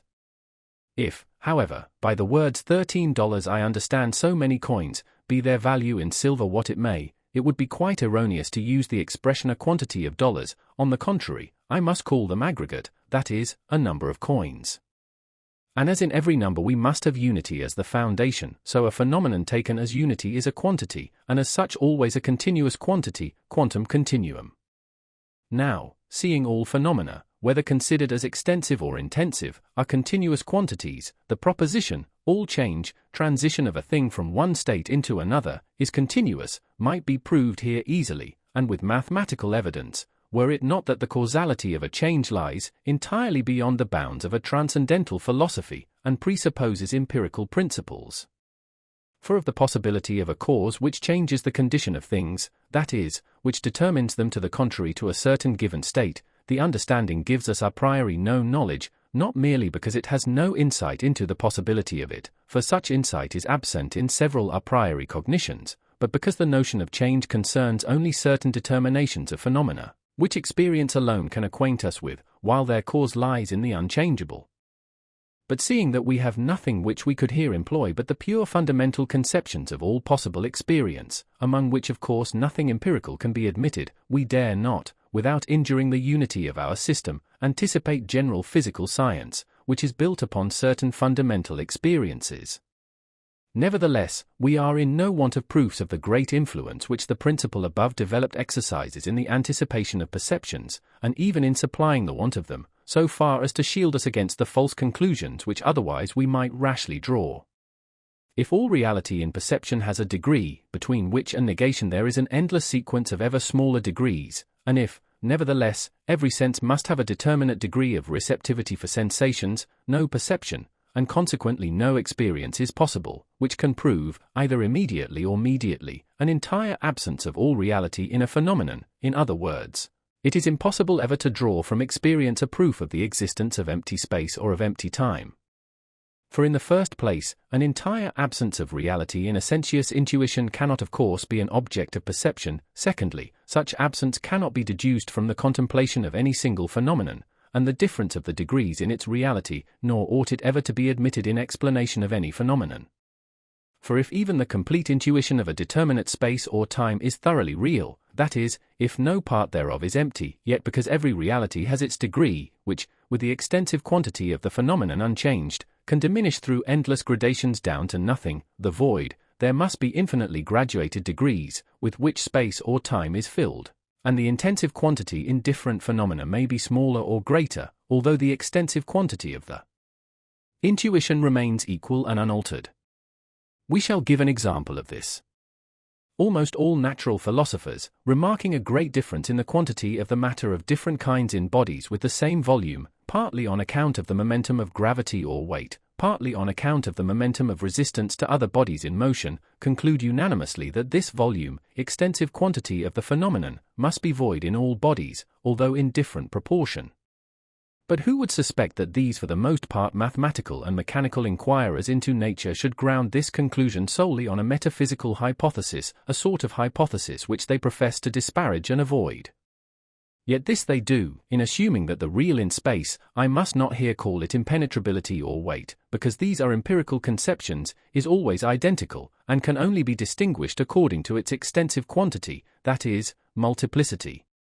Now to this presupposition, for which they can have no ground in experience, and which consequently is merely metaphysical, I oppose a transcendental demonstration, which it is true will not explain the difference in the filling up of spaces, but which nevertheless completely does away with the supposed necessity of the above-mentioned presupposition that we cannot explain the said difference otherwise than by the hypothesis of empty spaces. This demonstration, moreover, has the merit of setting the understanding at liberty to conceive this distinction in a different manner, if the explanation of the fact requires any such hypothesis. For we perceive that although two equal spaces may be completely filled by matters altogether different, so that in neither of them is there left a single point wherein matter is not present, nevertheless, every reality has its degree of resistance or of weight, which, without diminution of the extensive quantity, can become less and less ad infinitum, before it passes into nothingness and disappears. Thus an expansion which fills a space, for example, caloric, or any other reality in the phenomenal world, can decrease in its degrees to infinity, yet without leaving the smallest part of the space empty, on the contrary, filling it with those lesser degrees as completely as another phenomenon could with greater. My intention here is by no means to maintain that this is really the case with the difference of matters, in regard to their specific gravity. I wish only to prove, from a principle of the pure understanding, that the nature of our perceptions makes such a mode of explanation possible, and that it is erroneous to regard the real in a phenomenon as equal quod its degree, and different only quod its aggregation and extensive quantity, and this, too, on the pretended authority of an a priori principle of the understanding. Nevertheless, this principle of the anticipation of perception must somewhat startle an inquirer whom initiation into transcendental philosophy has rendered cautious. We must naturally entertain some doubt whether or not the understanding can enunciate any such synthetical proposition as that respecting the degree of all reality in phenomena, and consequently the possibility of the internal difference of sensation itself, abstraction being made of its empirical quality. Thus it is a question not unworthy of solution, how the understanding can pronounce synthetically and a priori respecting phenomena, and thus anticipate these, even in that which is peculiarly and merely empirical, that, namely, which concerns sensation itself. The quality of sensation is in all cases merely empirical, and cannot be represented a priori, for example, colors, taste, etc. But the real, that which corresponds to sensation, in opposition to negation equals zero, only represents something the conception of which in itself contains a being, ein Sein, and signifies nothing but the synthesis in an empirical consciousness. That is to say, the empirical consciousness in the internal sense can be raised from zero to every higher degree, so that the very same extensive quantity of intuition, an illuminated surface, for example, excites as great a sensation as an aggregate of many other surfaces less illuminated. We can therefore make complete abstraction of the extensive quantity of a phenomenon, and represent to ourselves in the mere sensation in a certain momentum, a synthesis of homogeneous ascension from zero up to the given empirical consciousness. All sensations therefore as such are given only a posteriori, but this property thereof, namely, that they have a degree, can be known a priori. It is worthy of remark, that in respect to quantities in general, we can cognize a priori only a single quality, namely, continuity, but in respect to all quality, the real in phenomena, we cannot cognize a priori anything more than the intensive quantity thereof, namely, that they have a degree. All else is left to experience. 3. Analogies of experience. The principle of these is, experience is possible only through the representation of a necessary connection of perceptions. Proof. Experience is an empirical cognition, that is to say, a cognition which determines an object by means of perceptions. It is therefore a synthesis of perceptions, a synthesis which is not itself contained in perception, but which contains the synthetical unity of the manifold of perception in a consciousness, and this unity constitutes the essential of our cognition of objects of the senses, that is, of experience, not merely of intuition or sensation. Now in experience our perceptions come together contingently, so that no character of necessity in their connection appears, or can appear from the perceptions themselves, because apprehension is only a placing together of the manifold of empirical intuition, and no representation of a necessity in the connected existence of the phenomena which apprehension brings together, is to be discovered therein. But as experience is a cognition of objects by means of perceptions, it follows that the relation of the existence of the manifold must be represented in experience not as it is put together in time, but as it is objectively in time. And as time itself cannot be perceived, the determination of the existence of objects in time can only take place by means of their connection in time in general, consequently only by means of a priori connecting conceptions. Now as these conceptions always possess the character of necessity, experience is possible only by means of a representation of the necessary connection of perception. The three modi of time are permanence, succession, and coexistence. Accordingly, there are three rules of all relations of time in phenomena, according to which the existence of every phenomenon is determined in respect of the unity of all time, and these antecede all experience and render it possible. The general principle of all three analogies rests on the necessary unity of apperception in relation to all possible empirical consciousness, perception, at every time. Consequently, as this unity lies a priori at the foundation of all mental operations, the principle rests on the synthetical unity of all phenomena according to their relation in time. For the original apperception relates to our internal sense, the complex of all representations, and indeed relates a priori to its form, that is to say, the relation of the manifold empirical consciousness in time.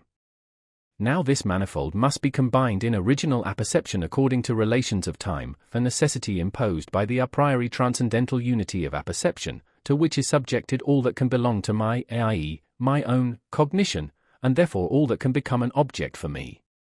This synthetical and a priori determined unity in relation of perceptions in time is therefore the rule. All empirical determinations of time must be subject to rules of the general determination of time, and the analogies of experience, of which we are now about to treat, must be rules of this nature. These principles have this peculiarity, that they do not concern phenomena, and the synthesis of the empirical intuition thereof, but merely the existence of phenomena and their relation to each other in regard to this existence. Now the mode in which we apprehend a thing in a phenomenon can be determined a priori in such a manner that the rule of its synthesis can give, that is to say, can produce this a priori intuition in every empirical example. But the existence of phenomena cannot be known a priori, and although we could arrive by this path at a conclusion of the fact of some existence, we could not cognize that existence determinately, that is to say, we should be incapable of anticipating in what respect the empirical intuition of it would be distinguishable from that of others.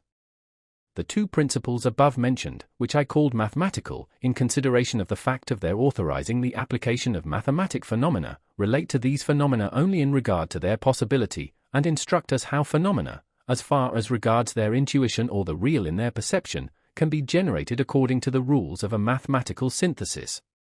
Consequently, numerical quantities, and with them the determination of a phenomenon as a quantity, can be employed in the one case as well as in the other. Thus, for example, out of 200,000 illuminations by the moon, I might compose and give a priori, that is construct, the degree of our sensations of the sunlight, 30, we may therefore entitle these two principles constitutive.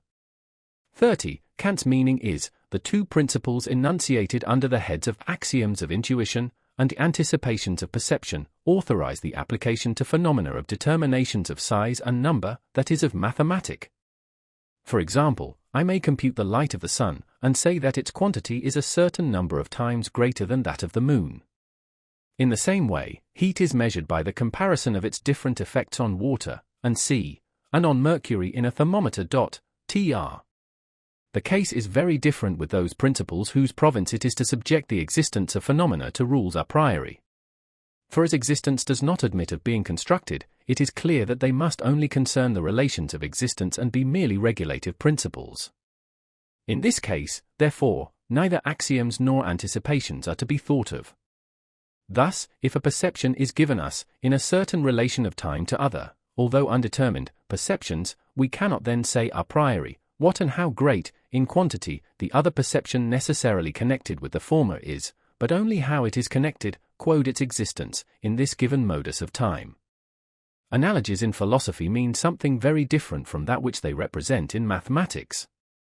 In the latter they are formulae, which announce the equality of two relations of quantity, and are always constitutive, so that if two terms of the proportion are given, the third is also given, that is, can be constructed by the aid of these formulae. But in philosophy, analogy is not the equality of two quantitative but of two qualitative relations. In this case, from three given terms, I can give a priori and cognize the relation to a fourth member, but not this fourth term itself, although I certainly possess a rule to guide me in the search for this fourth term in experience, and a mark to assist me in discovering it. An analogy of experience is therefore only a rule according to which unity of experience must arise out of perceptions in respect to objects, phenomena, not as a constitutive, but merely as a regulative principle. The same holds good also of the postulates of empirical thought in general, which relate to the synthesis of mere intuition, which concerns the former phenomena, the synthesis of perception, which concerns the matter of phenomena, and the synthesis of experience, which concerns the relation of these perceptions. For they are only regulative principles, and clearly distinguishable from the mathematical, which are constitutive, not indeed in regard to the certainty which both possess a priori, but in the mode of evidence thereof, consequently also in the manner of demonstration. But what has been observed of all synthetical propositions, and must be particularly remarked in this place, is this, that these analogies possess significance and validity, not as principles of the transcendental, but only as principles of the empirical use of the understanding, and their truth can therefore be proved only as such, and that consequently the phenomena must not be subjoined directly under the categories, but only under their schemata. For if the objects to which those principles must be applied were things in themselves, it would be quite impossible to cognize aught concerning them synthetically a priori. But they are nothing but phenomena, the complete knowledge of which, a knowledge to which all principles a priori must at last relate, is the only possible experience. It follows that these principles can have nothing else for their aim than the conditions of the empirical cognition in the unity of synthesis of phenomena. But this synthesis is cogitated only in the schema of the pure conception of the understanding, of whose unity, as that of a synthesis in general, the category contains the function unrestricted by any sensuous condition. These principles will therefore authorize us to connect phenomena according to an analogy, with the logical and universal unity of conceptions, and consequently to employ the categories in the principles themselves, but in the application of them to experience, we shall use only their schemata, as the key to their proper application, instead of the categories, or rather the latter as restricting conditions, under the title of formulae, of the former. 8. First analogy. Principle of the permanence of substance. In all changes of phenomena, substance is permanent, and the quantum thereof in nature is neither increased nor diminished. Proof. All phenomena exist in time, wherein alone as substratum, that is, as the permanent form of the internal intuition, coexistence and succession can be represented. Consequently, time, in which all changes of phenomena must be cogitated, remains and changes not, because it is that in which succession and coexistence can be represented only as determinations thereof. Now, time in itself cannot be an object of perception. It follows that in objects of perception, that is, in phenomena, there must be found a substratum which represents time in general, and in which all change or coexistence can be perceived by means of the relation of phenomena to it. But the substratum of all reality, that is, of all that pertains to the existence of things, is substance. All that pertains to existence can be cogitated only as a determination of substance. Consequently, the permanent, in relation to which alone can all relations of time in phenomena be determined, is substance in the world of phenomena, that is, the real in phenomena, that which, as the substratum of all change, remains ever the same. Accordingly, as this cannot change in existence, its quantity in nature can neither be increased nor diminished. Our apprehension of the manifold in a phenomenon is always successive, is consequently always changing. By it alone we could, therefore, never determine whether this manifold, as an object of experience, is coexistent or successive, unless it had for a foundation something fixed and permanent, of the existence of which all succession and coexistence are nothing but so many modi of time. Only in the permanent, then, are relations of time possible, for simultaneity and succession are the only relations in time, that is to say, the permanent is the substratum of our empirical representation of time itself, in which alone all determination of time is possible. Permanence is, in fact, just another expression for time, as the abiding correlate of all existence of phenomena, and of all change, and of all coexistence. For change does not affect time itself, but only the phenomena in time, just as coexistence cannot be regarded as a modus of time itself, seeing that in time no parts are coexistent, but all successive. If we were to attribute succession to time itself, we should be obliged to cogitate another time, in which this succession would be possible. It is only by means of the permanent that existence in different parts of the successive series of time receives a quantity, which we entitle duration. For in mere succession, existence is perpetually vanishing and recommencing, and therefore never has even the least quantity. Without the permanent, then, no relation in time is possible. Now, time in itself is not an object of perception, consequently the permanent in phenomena must be regarded as the substratum of all determination of time, and consequently also as the condition of the possibility of all synthetical unity of perceptions, that is, of experience, and all existence and all change in time can only be regarded as a mode in the existence of that which abides unchangeably. Therefore, in all phenomena, the permanent is the object in itself, that is, the substance, phenomenon, but all that changes or can change belongs only to the mode of the existence of this substance or substances, consequently to its determinations. I find that in all ages not only the philosopher, but even the common understanding, has preposited this permanence as a substratum of all change in phenomena. Indeed, I am compelled to believe that they will always accept this as an indubitable fact. Only the philosopher expresses himself in a more precise and definite manner, when he says, in all changes in the world, the substance remains, and the accidents alone are changeable. But of this decidedly synthetical proposition, I nowhere meet with even an attempt at proof, nay, it very rarely has the good fortune to stand, as it deserves to do, at the head of the pure and entirely a priori laws of nature. In truth, the statement that substance is permanent, is tautological. For this very permanence is the ground on which we apply the category of substance to the phenomenon, and we should have been obliged to prove that in all phenomena there is something permanent, of the existence of which the changeable is nothing but a determination. But because a proof of this nature cannot be dogmatical, that is, cannot be drawn from conceptions, inasmuch as it concerns a synthetical proposition a priori, and as philosophers never reflected that such propositions are valid only in relation to possible experience, and therefore cannot be proved except by means of a deduction of the possibility of experience, it is no wonder that while it has served as the foundation of all experience, for we feel the need of it in empirical cognition, it has never been supported by proof. A philosopher was asked, "What is the weight of smoke?" He answered, "Subtract from the weight of the burnt wood the weight of the remaining ashes, and you will have the weight of the smoke." Thus he presumed it to be incontrovertible that even in fire the matter, substance, does not perish, but that only the form of it undergoes a change. In like manner was the saying, from nothing comes nothing, only another inference from the principle or permanence, or rather of the ever-abiding existence of the true subject in phenomena. For if that in the phenomenon which we call substance is to be the proper substratum of all determination of time, it follows that all existence in past as well as in future time must be determinable by means of it alone. Hence we are entitled to apply the term substance to a phenomenon only because we suppose its existence in all time, a notion which the word permanence does not fully express, as it seems rather to be referable to future time. However, the internal necessity perpetually to be is inseparably connected with the necessity always to have been, and so the expression may stand as it is. Gigni de nihilo nihil, in nihilum nil posse reverti, 31, are two propositions which the ancients never parted, and which people nowadays sometimes mistakenly disjoin, because they imagine that the propositions apply to objects as things in themselves, and that the former might be inimical to the dependence, even in respect of its substance also, of the world upon a supreme cause.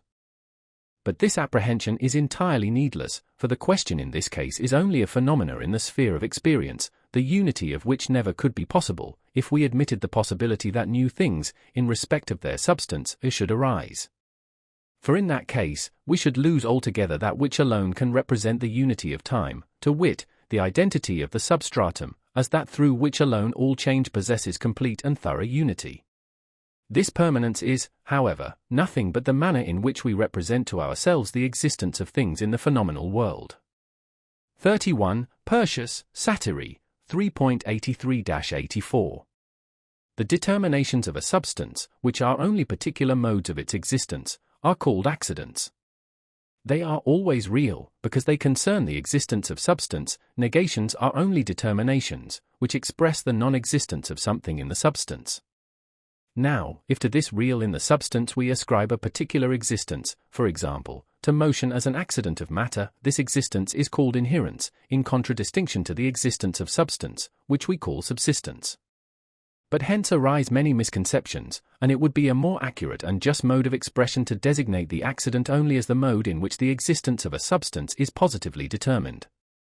Meanwhile, by reason of the conditions of the logical exercise of our understanding, it is impossible to avoid separating, as it were, that which in the existence of a substance is subject to change, whilst the substance remains, and regarding it in relation to that which is properly permanent and radical.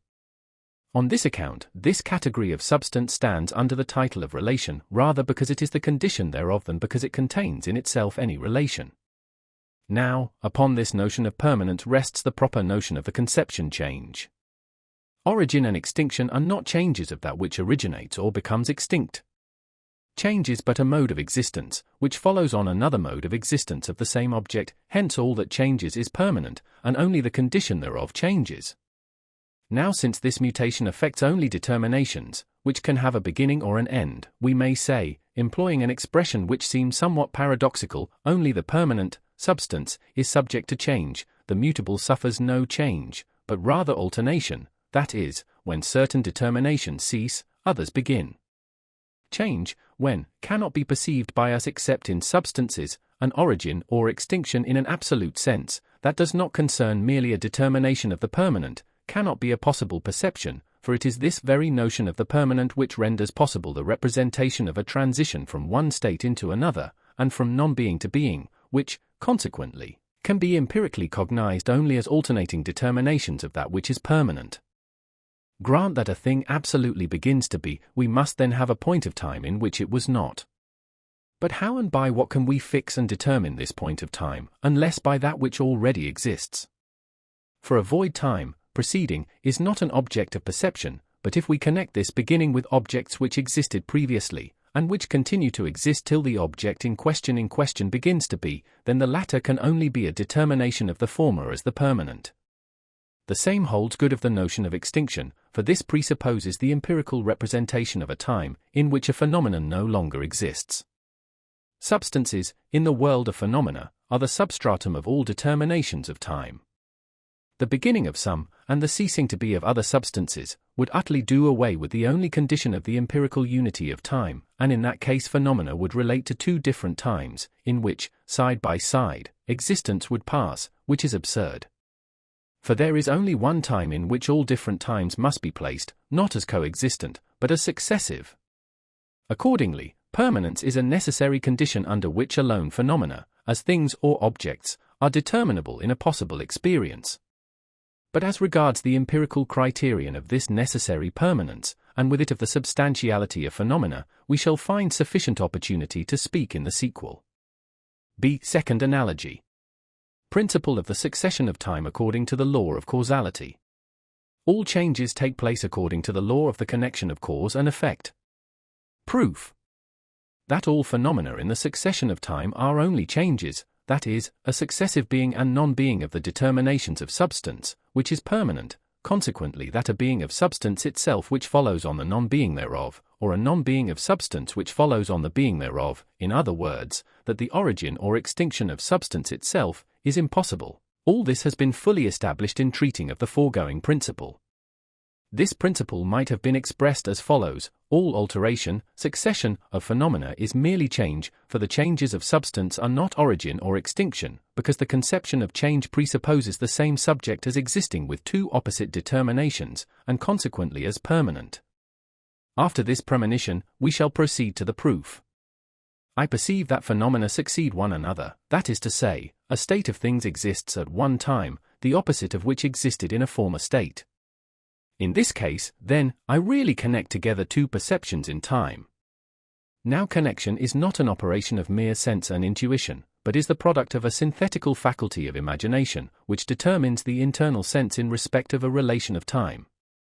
But imagination can connect these two states in two ways, so that either the one or the other may antecede in time, for time in itself cannot be an object of perception, and what in an object precedes and what follows cannot be empirically determined in relation to it. I am only conscious, then, that my imagination places one state before and the other after, not that the one state antecedes the other in the object. In other words, the objective relation of the successive phenomena remains quite undetermined by means of mere perception. Now, in order that this relation may be cognized as determined, the relation between the two states must be so cogitated that it is thereby determined as necessary, which of them must be placed before and which after, and not conversely. But the conception which carries with it a necessity of synthetical unity can be none other than a pure conception of the understanding which does not lie in mere perception, and in this case it is the conception of the relation of cause and effect, the former of which determines the latter in time, as its necessary consequence, and not as something which might possibly antecede, or which might in some cases not be perceived to follow. It follows that it is only because we subject the sequence of phenomena, and consequently all change, to the law of causality, that experience itself, that is, empirical cognition of phenomena, becomes possible, and consequently, that phenomena themselves, as objects of experience, are possible only by virtue of this law. Our apprehension of the manifold of phenomena is always successive. The representations of parts succeed one another. Whether they succeed one another in the object also, is a second point for reflection, which was not contained in the former. Now we may certainly give the name of object to everything, even to every representation, so far as we are conscious thereof, but what this word may mean in the case of phenomena, not merely in so far as they, as representations, are objects, but only in so far as they indicate an object, is a question requiring deeper consideration. In so far as they, regarded merely as representations, are at the same time objects of consciousness, they are not to be distinguished from apprehension, that is, reception into the synthesis of imagination, and we must therefore say, the manifold of phenomena is always produced successively in the mind. If phenomena were things in themselves, no man would be able to conjecture from the succession of our representations how this manifold is connected in the object, for we have to do only with our representations. How things may be in themselves, without regard to the representations through which they affect us, is utterly beyond the sphere of our cognition. Now, although phenomena are not things in themselves, and are nevertheless the only thing given to us to be cognized, it is my duty to show what sort of connection in time belongs to the manifold in phenomena themselves, while the representation of this manifold in apprehension is always successive. For example, the apprehension of the manifold in the phenomenon of a house which stands before me is successive. Now comes the question whether the manifold of this house is in itself successive, which no one will be at all willing to grant. But, so soon as I raise my conception of an object to the transcendental signification thereof, I find that the house is not a thing in itself, but only a phenomenon, that is, a representation, the transcendental object of which remains utterly unknown. What then am I to understand by the question, how can the manifold be connected in the phenomenon itself, not considered as a thing in itself, but merely as a phenomenon? Here that which lies in my successive apprehension is regarded as representation, whilst the phenomenon which is given me, notwithstanding that it is nothing more than a complex of these representations, is regarded as the object thereof, with which my conception, drawn from the representations of apprehension, must harmonize. It is very soon seen that, as accordance of the cognition with its object constitutes truth, the question now before us can only relate to the formal conditions of empirical truth, and that the phenomenon, in opposition to the representations of apprehension, can only be distinguished therefrom as the object of them, if it is subject to a rule which distinguishes it from every other apprehension, and which renders necessary a mode of connection of the manifold. That in the phenomenon which contains the condition of this necessary rule of apprehension is the object.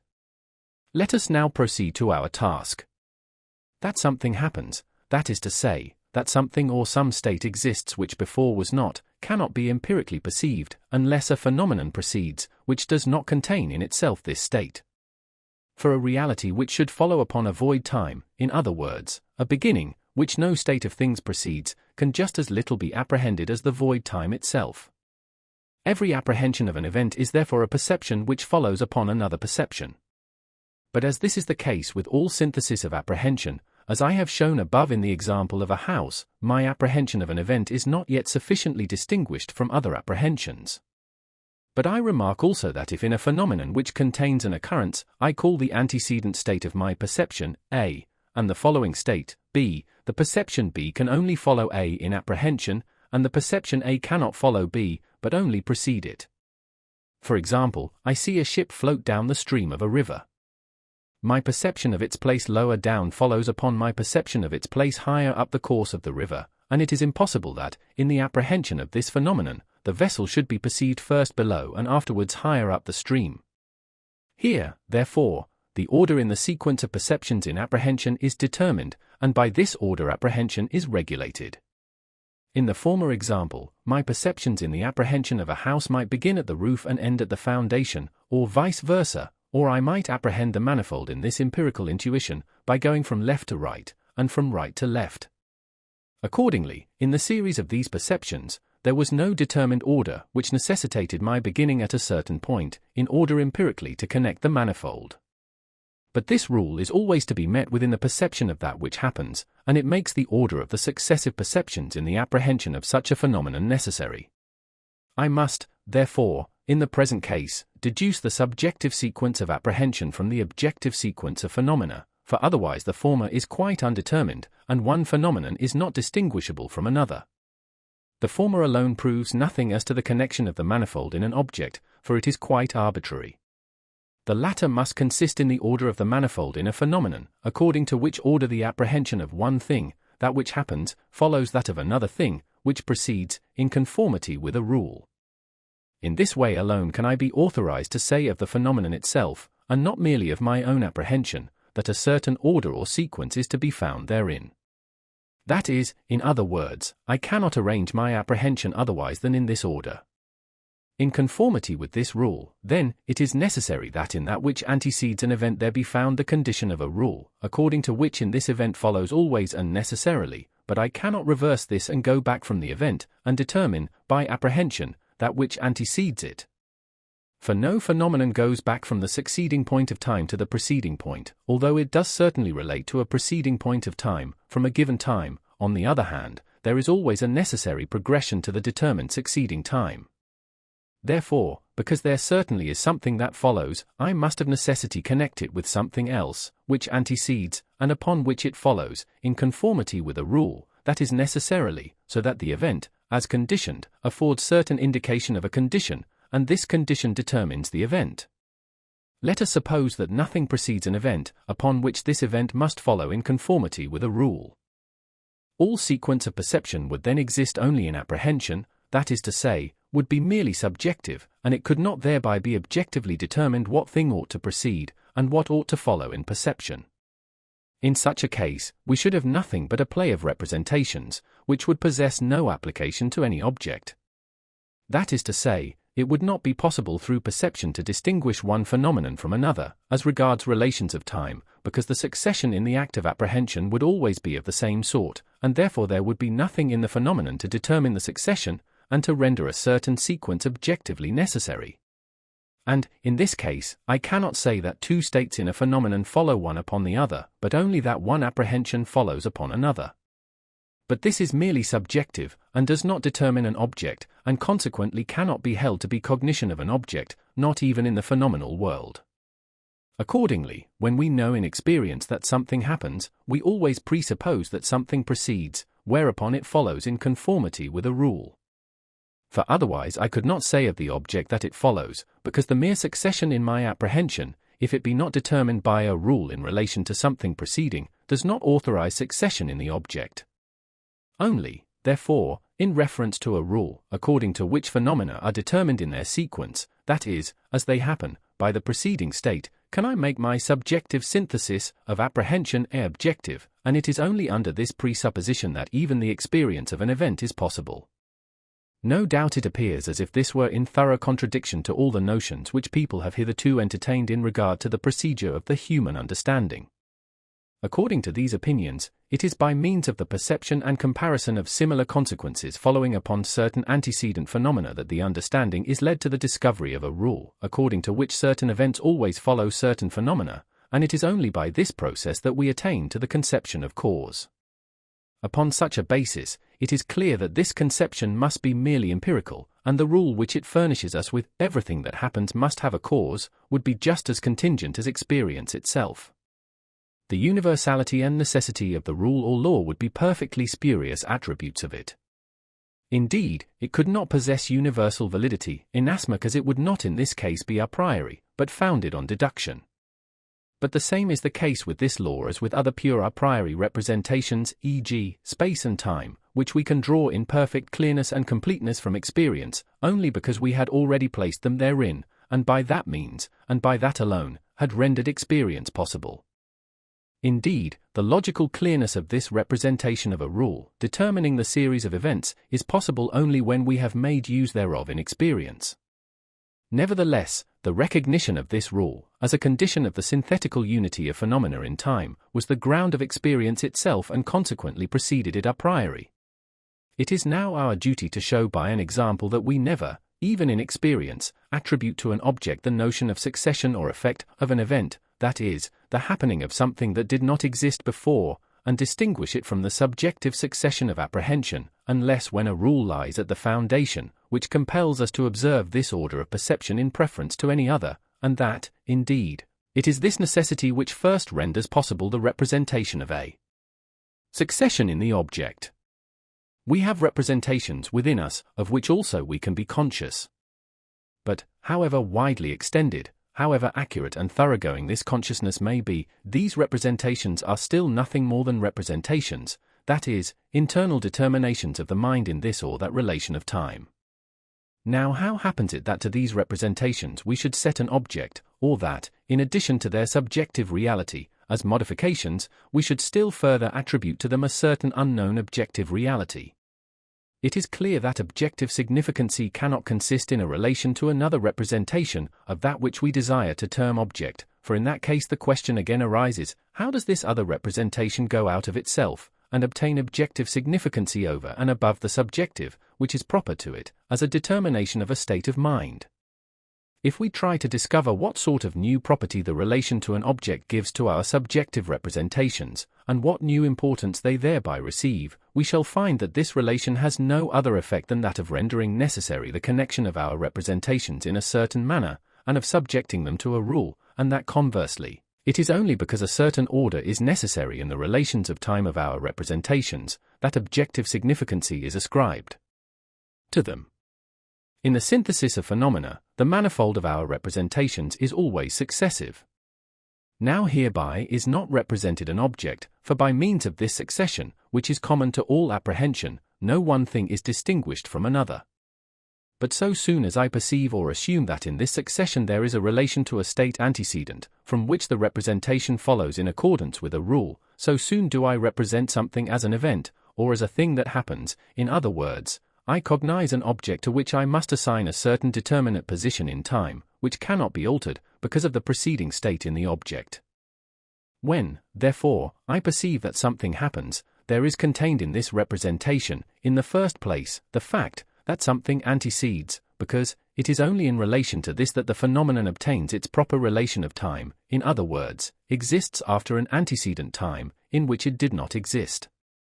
But it can receive its determined place in time only by the presupposition that something existed in the foregoing state, upon which it follows inevitably and always, that is, in conformity with a rule. From all this it is evident that, in the first place, I cannot reverse the order of succession, and make that which happens precede that upon which it follows, and that, in the second place, if the antecedent state be posited, a certain determinate event inevitably and necessarily follows. Hence it follows that there exists a certain order in our representations, whereby the present gives a sure indication of some previously existing state, as a correlate, though still undetermined, of the existing event which is given, a correlate which itself relates to the event as its consequence, conditions it, and connects it necessarily with itself in the series of time. If then it be admitted as a necessary law of sensibility, and consequently a formal condition of all perception, that the preceding necessarily determines the succeeding time, inasmuch as I cannot arrive at the succeeding except through the preceding, it must likewise be an indispensable law of empirical representation of the series of time that the phenomena of the past determine all phenomena in the succeeding time, and that the latter, as events, cannot take place, except in so far as the former determine their existence in time, that is to say, establish it according to a rule. For it is of course only in phenomena that we can empirically cognize this continuity in the connection of times. For all experience and for the possibility of experience, understanding is indispensable, and the first step which it takes in this sphere is not to render the representation of objects clear, but to render the representation of an object in general possible. It does this by applying the order of time to phenomena, and their existence. In other words, it assigns to each phenomenon, as a consequence, a place in relation to preceding phenomena, determined a priori in time, without which it could not harmonize with time itself, which determines a place a priori to all its parts. This determination of place cannot be derived from the relation of phenomena to absolute time, for it is not an object of perception, but, on the contrary, phenomena must reciprocally determine the places in time of one another, and render these necessary in the order of time. In other words, whatever follows or happens, must follow in conformity with a universal rule upon that which was contained in the foregoing state. Hence arises a series of phenomena, which, by means of the understanding, produces and renders necessary exactly the same order and continuous connection in the series of our possible perceptions, as is found a priori in the form of internal intuition, time, in which all our perceptions must have place. That something happens, then, is a perception which belongs to a possible experience, which becomes real only because I look upon the phenomenon as determined in regard to its place in time, consequently as an object, which can always be found by means of a rule in the connected series of my perceptions. But this rule of the determination of a thing according to succession in time is as follows: in what precedes may be found the condition, under which an event always, that is, necessarily, follows. From all this it is obvious that the principle of cause and effect is the principle of possible experience, that is, of objective cognition of phenomena, in regard to their relations in the succession of time. The proof of this fundamental proposition rests entirely on the following momenta of argument. To all empirical cognition belongs the synthesis of the manifold by the imagination, a synthesis which is always successive, that is, in which the representations therein always follow one another. But the order of succession in imagination is not determined, and the series of successive representations may be taken retrogressively as well as progressively. But if this synthesis is a synthesis of apprehension of the manifold of a given phenomenon, then the order is determined in the object, or to speak more accurately, there is therein an order of successive synthesis which determines an object, and according to which something necessarily proceeds, and when this is posited, something else necessarily follows. If, then, my perception is to contain the cognition of an event, that is, of something which really happens, it must be an empirical judgment, wherein we think that the succession is determined, that is, it presupposes another phenomenon, upon which this event follows necessarily, or in conformity with a rule. If, on the contrary, when I posited the antecedent, the event did not necessarily follow, I should be obliged to consider it merely as a subjective play of my imagination, and if in this I represented to myself anything as objective, I must look upon it as a mere dream.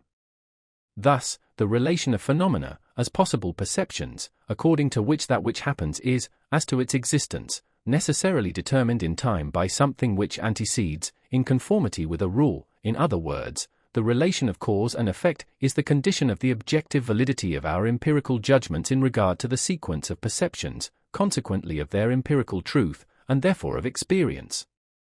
The principle of the relation of causality in the succession of phenomena is therefore valid for all objects of experience, because it is itself the ground of the possibility of experience. Here, however, a difficulty arises, which must be resolved. The principle of the connection of causality among phenomena is limited in our formula to the succession thereof, although in practice we find that the principle applies also when the phenomena exist together in the same time, and that cause and effect may be simultaneous.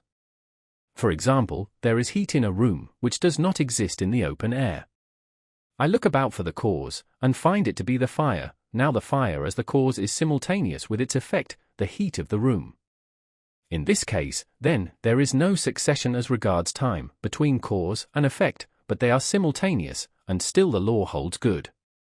The greater part of operating causes in nature are simultaneous with their effects, and the succession in time of the latter is produced only because the cause cannot achieve the total of its effect in one moment.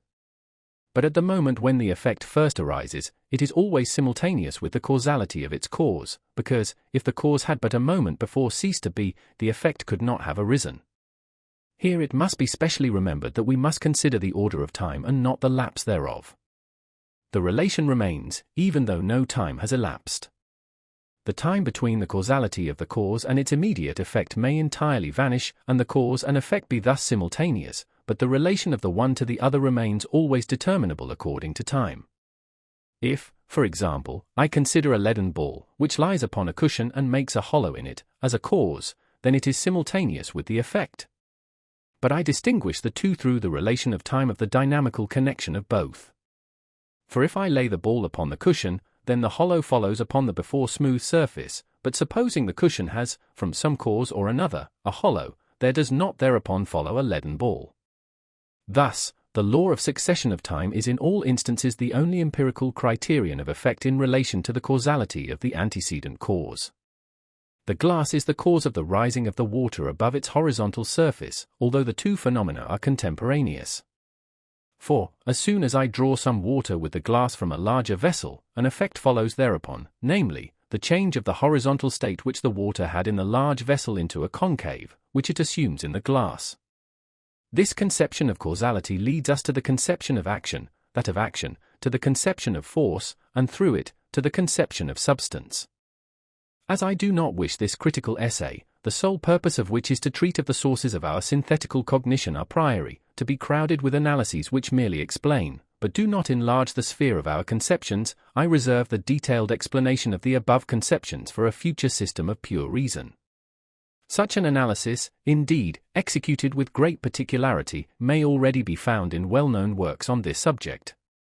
But I cannot at present refrain from making a few remarks on the empirical criterion of a substance, in so far as it seems to be more evident and more easily recognized through the conception of action than through that of the permanence of a phenomenon. Where action, consequently activity and force, exists, substance also must exist, and in it alone must be sought the seat of that fruitful source of phenomena. Very well. But if we are called upon to explain what we mean by substance, and wish to avoid the vice of reasoning in a circle, the answer is by no means so easy. How shall we conclude immediately from the action to the permanence of that which acts, this being nevertheless an essential and peculiar criterion of substance, phenomenon? But after what has been said above, the solution of this question becomes easy enough, although by the common mode of procedure, merely analyzing our conceptions, it would be quite impossible. The conception of action indicates the relation of the subject of causality to the effect. Now because all effect consists in that which happens, therefore in the changeable, the last subject thereof is the permanent, as the substratum of all that changes, that is, substance. For according to the principle of causality, actions are always the first ground of all change in phenomena and, consequently, cannot be a property of a subject which itself changes, because if this were the case, other actions and another subject would be necessary to determine this change. From all this it results that action alone, as an empirical criterion, is a sufficient proof of the presence of substantiality, without any necessity on my part of endeavoring to discover the permanence of substance by a comparison. Besides, by this mode of induction we could not attain to the completeness which the magnitude and strict universality of the conception requires. For that the primary subject of the causality of all arising and passing away, all origin and extinction, cannot itself, in the sphere of phenomena, arise and pass away, is a sound and safe conclusion, a conclusion which leads us to the conception of empirical necessity and permanence in existence, and consequently to the conception of a substance as phenomenon. When something happens, the mere fact of the occurrence, without regard to that which occurs, is an object requiring investigation. The transition from the non-being of a state into the existence of it, supposing that this state contains no quality which previously existed in the phenomenon, is a fact of itself demanding inquiry. Such an event, as has been shown in No. A, does not concern substance, for substance does not thus originate, but its condition or state. It is therefore only change, and not origin from nothing. If this origin be regarded as the effect of a foreign cause, it is termed creation, which cannot be admitted as an event among phenomena, because the very possibility of it would annihilate the unity of experience. If, however, I regard all things not as phenomena, but as things in themselves and objects of understanding alone, they, although substances, may be considered as dependent, in respect of their existence, on a foreign cause. But this would require a very different meaning in the words, a meaning which could not apply to phenomena as objects of possible experience. How a thing can be changed, how it is possible that upon one state existing in one point of time, an opposite state should follow in another point of time, of this we have not the smallest conception a priori. There is requisite for this the knowledge of real powers, which can only be given empirically, for example, knowledge of moving forces, or, in other words, of certain successive phenomena, as movements, which indicate the presence of such forces. But the form of every change, the condition under which alone it can take place as the coming into existence of another state, be the content of the change, that is, the state which is changed, what it may, and consequently the succession of the states themselves can very well be considered a priori, in relation to the law of causality and the conditions of time. 32. It must be remarked that I do not speak of the change of certain relations, but of the change of the state. Thus, when a body moves in a uniform manner, it does not change its state of motion, but only when all motion increases or decreases.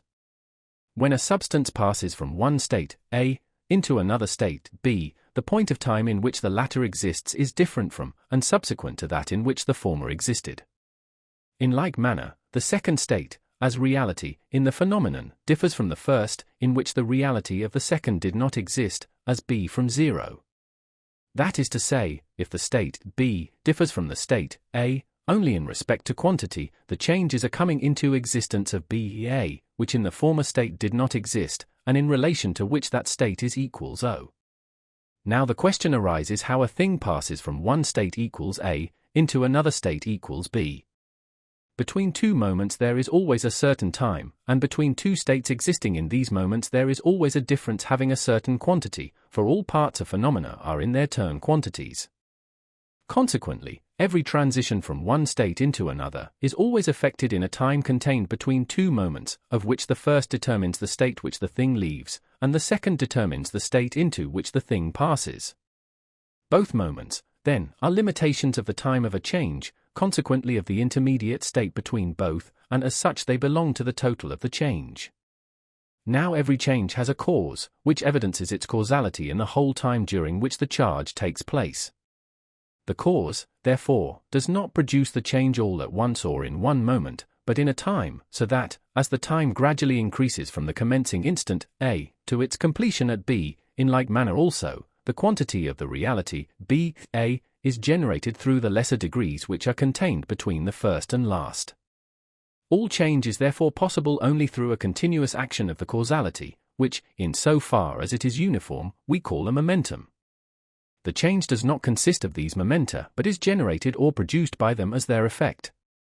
Such is the law of the continuity of all change, the ground of which is that neither time itself nor any phenomenon in time consists of parts which are the smallest possible, but that, notwithstanding, the state of a thing passes in the process of a change through all these parts, as elements, to its second state. There is no smallest degree of reality in a phenomenon, just as there is no smallest degree in the quantity of time, and so the new state of reality grows up out of the former state, through all the infinite degrees thereof, the differences of which one from another, taken altogether, are less than the difference between 0 and A. It is not our business to inquire here into the utility of this principle in the investigation of nature. But how such a proposition, which appears so greatly to extend our knowledge of nature, is possible completely a priori, is indeed a question which deserves investigation, although the first view seems to demonstrate the truth and reality of the principle, and the question, how it is possible, may be considered superfluous. For there are so many groundless pretensions to the enlargement of our knowledge by pure reason that we must take it as a general rule to be mistrustful of all such, and without a thoroughgoing and radical deduction, to believe nothing of the sort even on the clearest dogmatical evidence. Every addition to our empirical knowledge, and every advance made in the exercise of our perception, is nothing more than an extension of the determination of the internal sense, that is to say, a progression in time, be objects themselves what they may, phenomena, or pure intuitions. This progression in time determines everything, and is itself determined by nothing else. That is to say, the parts of the progression exist only in time, and by means of the synthesis thereof, and are not given antecedently to it. For this reason, every transition in perception to anything which follows upon another in time, is a determination of time by means of the production of this perception. And as this determination of time is, always and in all its parts, a quantity, the perception produced is to be considered as a quantity which proceeds through all its degrees, no one of which is the smallest possible, from 0 up to its determined degree. From this we perceive the possibility of cognizing a priori a law of changes, a law, however, which concerns therefore merely. We merely anticipate our own apprehension, the formal condition of which, inasmuch as it is itself to be found in the mind antecedently to all given phenomena, must certainly be capable of being cognized a priori.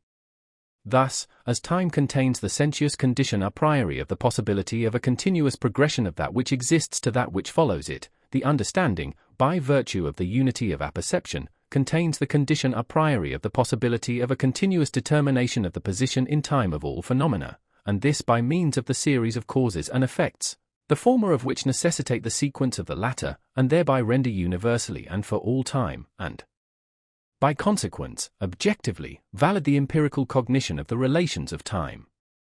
See third analogy. Principle of coexistence, according to the law of reciprocity or community. All substances, in so far as they can be perceived in space at the same time, exist in a state of complete reciprocity of action. Proof. Things are coexistent, when in empirical intuition the perception of the one can follow upon the perception of the other, and vice versa, which cannot occur in the succession of phenomena, as we have shown in the explanation of the second principle. Thus I can perceive the moon and then the earth, or conversely, first the earth and then the moon, and for the reason that my perceptions of these objects can reciprocally follow each other, I say, they exist contemporaneously. Now coexistence is the existence of the manifold in the same time. But time itself is not an object of perception, and therefore we cannot conclude from the fact that things are placed in the same time, the other fact, that the perception of these things can follow each other reciprocally. The synthesis of the imagination in apprehension would only present to us each of these perceptions as present in the subject when the other is not present, and contrariwise, but would not show that the objects are coexistent, that is to say, that, if the one exists, the other also exists in the same time, and that this is necessarily so, in order that the perceptions may be capable of following each other reciprocally. It follows that a conception of the understanding or category of the reciprocal sequence of the determinations of phenomena, existing, as they do, apart from each other, and yet contemporaneously, is requisite to justify us in saying that the reciprocal succession of perceptions has its foundation in the object, and to enable us to represent coexistence as objective. But that relation of substances in which the one contains determinations the ground of which is in the other substance, is the relation of influence. And, when this influence is reciprocal, it is the relation of community or reciprocity. Consequently, the coexistence of substances in space cannot be cognized in experience otherwise than under the precondition of their reciprocal action. This is therefore the condition of the possibility of things themselves as objects of experience.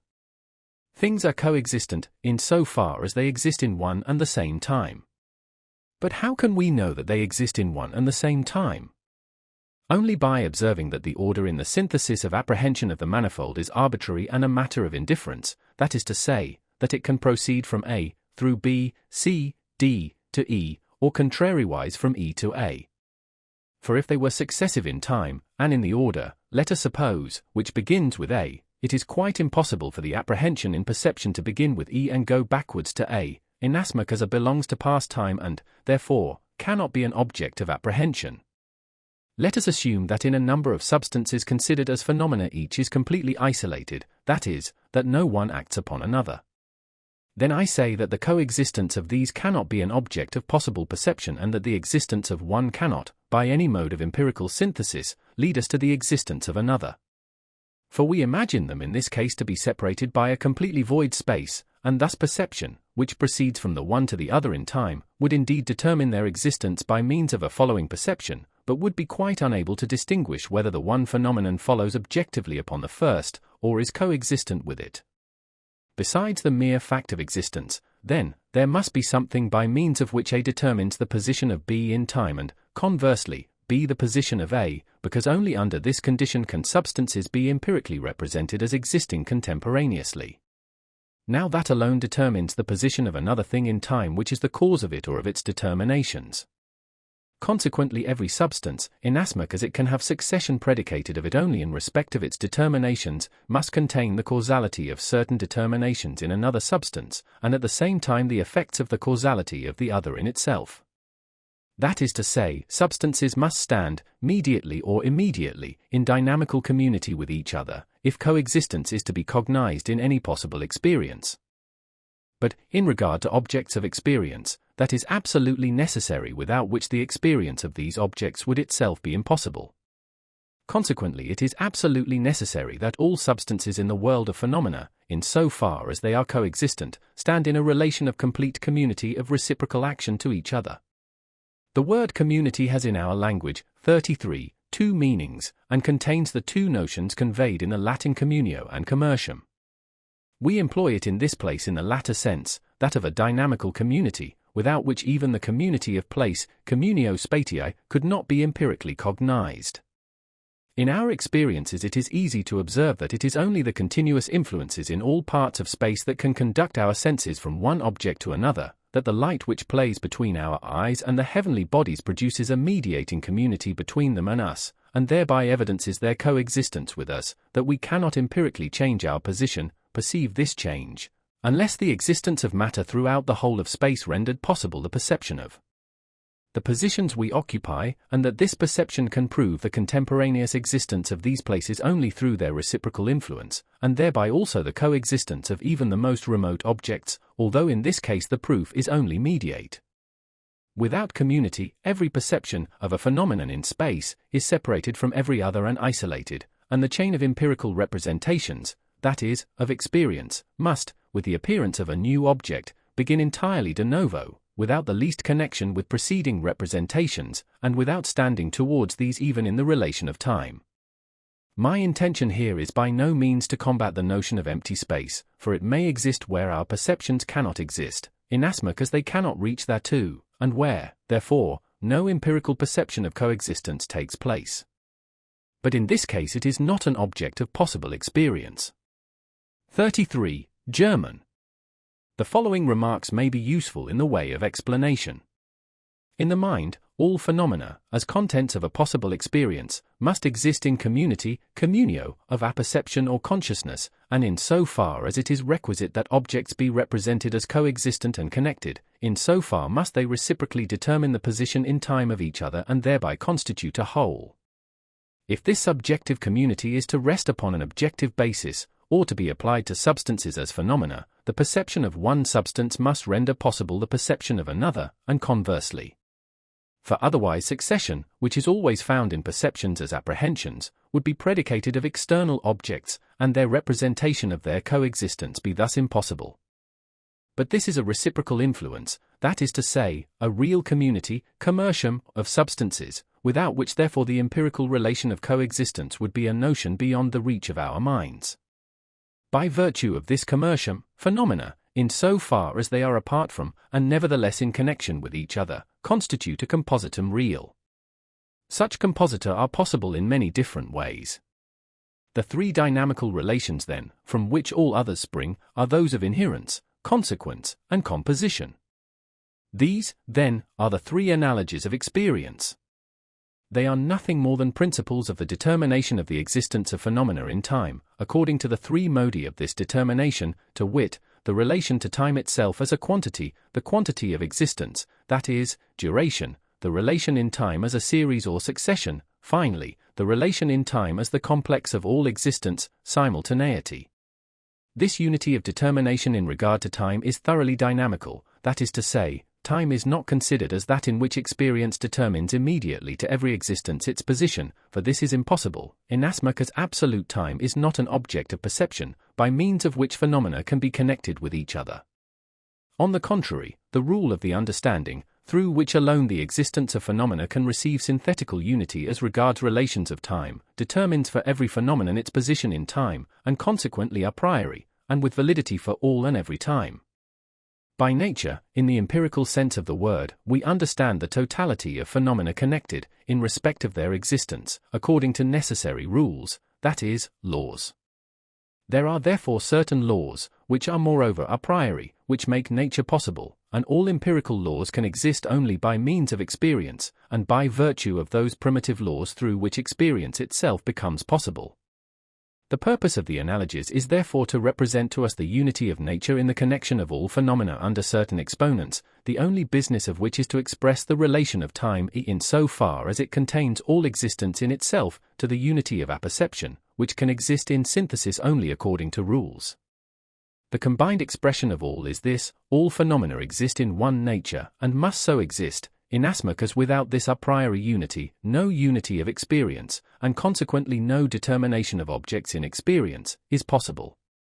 As regards the mode of proof which we have employed in treating of these transcendental laws of nature, and the peculiar character of it, we must make one remark, which will at the same time be important as a guide in every other attempt to demonstrate the truth of intellectual and likewise synthetical propositions a priori.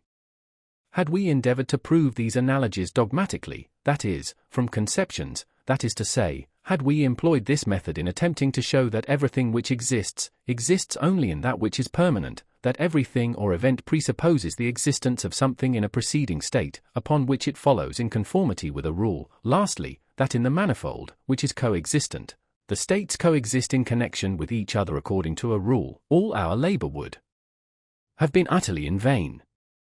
For mere conceptions of things, analyze them as we may, cannot enable us to conclude from the existence of one object to the existence of another. What other course was left for us to pursue? This only, to demonstrate the possibility of experience as a cognition in which at last all objects must be capable of being presented to us, if the representation of them is to possess any objective reality. Now in this third, this mediating term, the essential form of which consists in the synthetical unity of the apperception of all phenomena, we found a priori conditions of the universal and necessary determination as to time of all existences in the world of phenomena, without which the empirical determination thereof as to time would itself be impossible, and we also discovered rules of synthetical unity a priori, by means of which we could anticipate experience. For want of this method, and from the fancy that it was possible to discover a dogmatical proof of the synthetical propositions which are requisite in the empirical employment of the understanding, has it happened that a proof of the principle of sufficient reason has been so often attempted, and always in vain. The other two analogies nobody has ever thought of, although they have always been silently employed by the mind. 34, because the guiding thread furnished by the categories was wanting, the guide which alone can enable us to discover every hiatus, both in the system of conceptions and of principles. 34. The unity of the universe, in which all phenomena to be connected, is evidently a mere consequence of the admitted principle of the community of all substances which are coexistent. For were substances isolated, they could not as parts constitute a whole, and were their connection, reciprocal action of the manifold, not necessary from the very fact of coexistence, we could not conclude from the fact of the latter as a merely ideal relation to the former as a real one. We have, however, shown in its place that community is the proper ground of the possibility of an empirical cognition of coexistence, and that we may therefore properly reason from the latter to the former as its condition. 4. The postulates of empirical thought. 1. That which agrees with the formal conditions, intuition and conception, of experience, is possible. 2. That which coheres with the material conditions of experience, sensation, is real. 3. That whose coherence with the real is determined according to universal conditions of experience exists, necessary. Explanation. The categories of modality possess this peculiarity, that they do not in the least determine the object, or enlarge the conception to which they are annexed as predicates, but only express its relation to the faculty of cognition. Though my conception of a thing is in itself complete, I am still entitled to ask whether the object of it is merely possible, or whether it is also real, or, if the latter, whether it is also necessary. But hereby the object itself is not more definitely determined in thought, but the question is only in what relation it, including all its determinations, stands to the understanding and its employment in experience, to the empirical faculty of judgment, and to the reason of its application to experience. For this very reason, too, the categories of modality are nothing more than explanations of the conceptions of possibility, reality, and necessity, as employed in experience, and at the same time, restrictions of all the categories to empirical use alone, not authorizing the transcendental employment of them. For if they are to have something more than a merely logical significance, and to be something more than a mere analytical expression of the form of thought, and to have a relation to things and their possibility, reality, or necessity, they must concern possible experience and its synthetical unity, in which alone objects of cognition can be given. The postulate of the possibility of things requires also that the conception of the things agree with the formal conditions of our experience in general. But this, that is to say, the objective form of experience, contains all the kinds of synthesis which are requisite for the cognition of objects. A conception which contains a synthesis must be regarded as empty and, without reference to an object, if its synthesis does not belong to experience, either as borrowed from it, and in this case it is called an empirical conception, or such as is the ground and a priori condition of experience, its form, and in this case it is a pure conception, a conception which nevertheless belongs to experience, inasmuch as its object can be found in this alone. For where shall we find the criterion or character of the possibility of an object which is cogitated by means of an a priori synthetical conception, if not in the synthesis which constitutes the form of empirical cognition of objects? That in such a conception no contradiction exists is indeed a necessary logical condition, but very far from being sufficient to establish the objective reality of the conception, that is, the possibility of such an object as is thought in the conception. Thus, in the conception of a figure which is contained within two straight lines, there is no contradiction, for the conceptions of two straight lines and of their junction contain no negation of a figure. The impossibility in such a case does not rest upon the conception in itself, but upon the construction of it in space, that is to say, upon the conditions of space and its determinations. But these have themselves objective reality, that is, they apply to possible things, because they contain a priori the form of experience in general. And now we shall proceed to point out the extensive utility and influence of this postulate of possibility. When I represent to myself a thing that is permanent, so that everything in it which changes belongs merely to its state or condition, from such a conception alone I never can cognize that such a thing is possible. Or, if I represent to myself something which is so constituted that, when it is posited, something else follows always and infallibly, my thought contains no self-contradiction, but whether such a property as causality is to be found in any possible thing, my thought alone affords no means of judging. Finally, I can represent to myself different things, substances, which are so constituted that the state or condition of one causes a change in the state of the other, and reciprocally, but whether such a relation is a property of things cannot be perceived from these conceptions, which contain a merely arbitrary synthesis. Only from the fact, therefore, that these conceptions express a priori the relations of perceptions in every experience, do we know that they possess objective reality, that is, transcendental truth, and that independent of experience, though not independent of all relation to form of an experience in general and its synthetical unity, in which alone objects can be empirically cognized. But when we fashion to ourselves new conceptions of substances, forces, action, and reaction, from the material presented to us by perception, without following the example of experience in their connection, we create mere chimeras of the possibility of which we cannot discover any criterion, because we have not taken experience for our instructress, though we have borrowed the conceptions from her. Such fictitious conceptions derive their character of possibility not, like the categories, a priori, as conceptions on which all experience depends, but only, a posteriori, as conceptions given by means of experience itself, and their possibility must either be cognized a posteriori and empirically, or it cannot be cognized at all. A substance which is permanently present in space, yet without filling it, like that tertium quid between matter and the thinking subject which some have tried to introduce into metaphysics, or a peculiar fundamental power of the mind of intuiting the future by anticipation, instead of merely inferring from past and present events, or, finally, a power of the mind to place itself in community of thought with other men. However distant they may be, these are conceptions the possibility of which has no ground to rest upon. For they are not based upon experience and its known laws, and, without experience, they are a merely arbitrary conjunction of thoughts, which, though containing no internal contradiction, has no claim to objective reality, neither, consequently, to the possibility of such an object as is thought in these conceptions. As far as concerns reality, it is self-evident that we cannot cogitate such a possibility in concreto without the aid of experience, because reality is concerned only with sensation, as the matter of experience, and not with the form of thought, with which we can no doubt indulge in shaping fancies.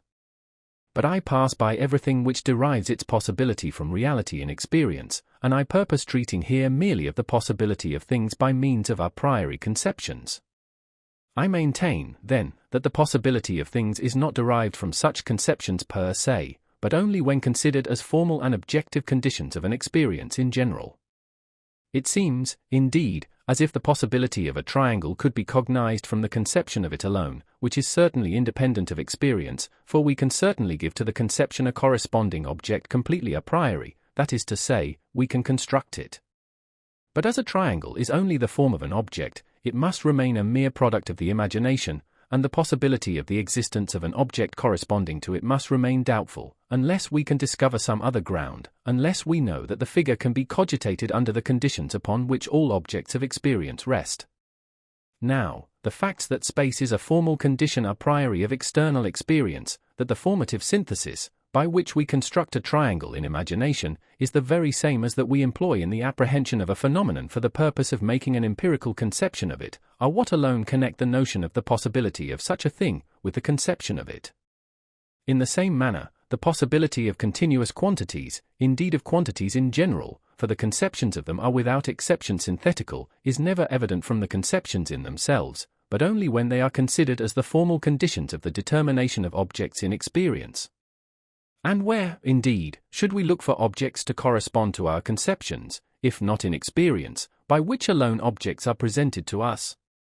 It is, however, true that without antecedent experience we can cognize and characterize the possibility of things, relatively to the formal conditions, under which something is determined in experience as an object, consequently, completely a priori. But still this is possible only in relation to experience and within its limits.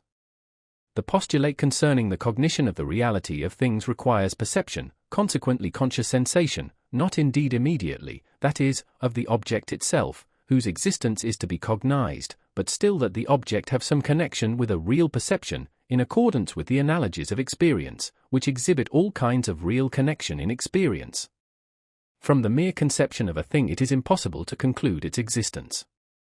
For, let the conception be ever so complete, and containing a statement of all the determinations of the thing, the existence of it has nothing to do with all this, but only with the question whether such a thing is given, so that the perception of it can in every case precede the conception.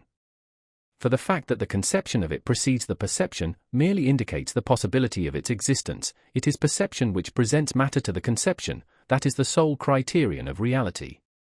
Prior to the perception of the thing, however, and therefore comparatively a priori, we are able to cognize its existence, provided it stands in connection with some perceptions according to the principles of the empirical conjunction of these, that is, in conformity with the analogies of perception. For, in this case, the existence of the supposed thing is connected with our perception in a possible experience, and we are able, with the guidance of these analogies, to reason in the series of possible perceptions from a thing which we do really perceive to the thing we do not perceive. Thus, we cognize the existence of a magnetic matter penetrating all bodies from the perception of the attraction of the steel filings by the magnet, although the constitution of our organs renders an immediate perception of this matter impossible for us. For, according to the laws of sensibility and the connected context of our perceptions, we should in an experience come also on an immediate empirical intuition of this matter, if our senses were more acute, but this obtuseness has no influence upon and cannot alter the form of possible experience in general. Our knowledge of the existence of things reaches as far as our perceptions, and what may be inferred from them according to empirical laws, extend. If we do not set out from experience, or do not proceed according to the laws of the empirical connection of phenomena, our pretensions to discover the existence of a thing which we do not immediately perceive are vain. Idealism, however, brings forward powerful objections to these rules for proving existence mediately. This is, therefore, the proper place for its refutation. Refutation of idealism. Idealism, I mean material idealism, is the theory which declares the existence of objects in space without us to be either doubtful and indemonstrable, or 2, false and impossible. The first is the problematical idealism of Descartes, who admits the undoubted certainty of only one empirical assertion, assertio, to wit, I am.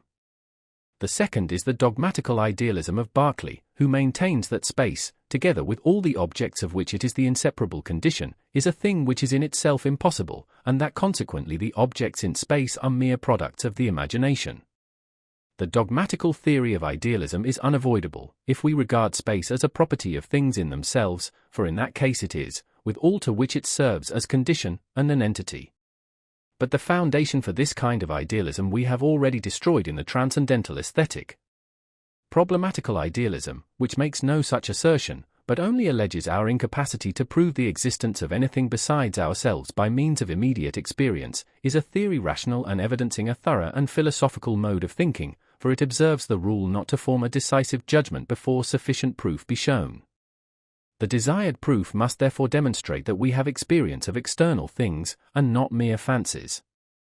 For this purpose, we must prove that our internal and, to Descartes, indubitable experience is itself possible only under the previous assumption of external experience.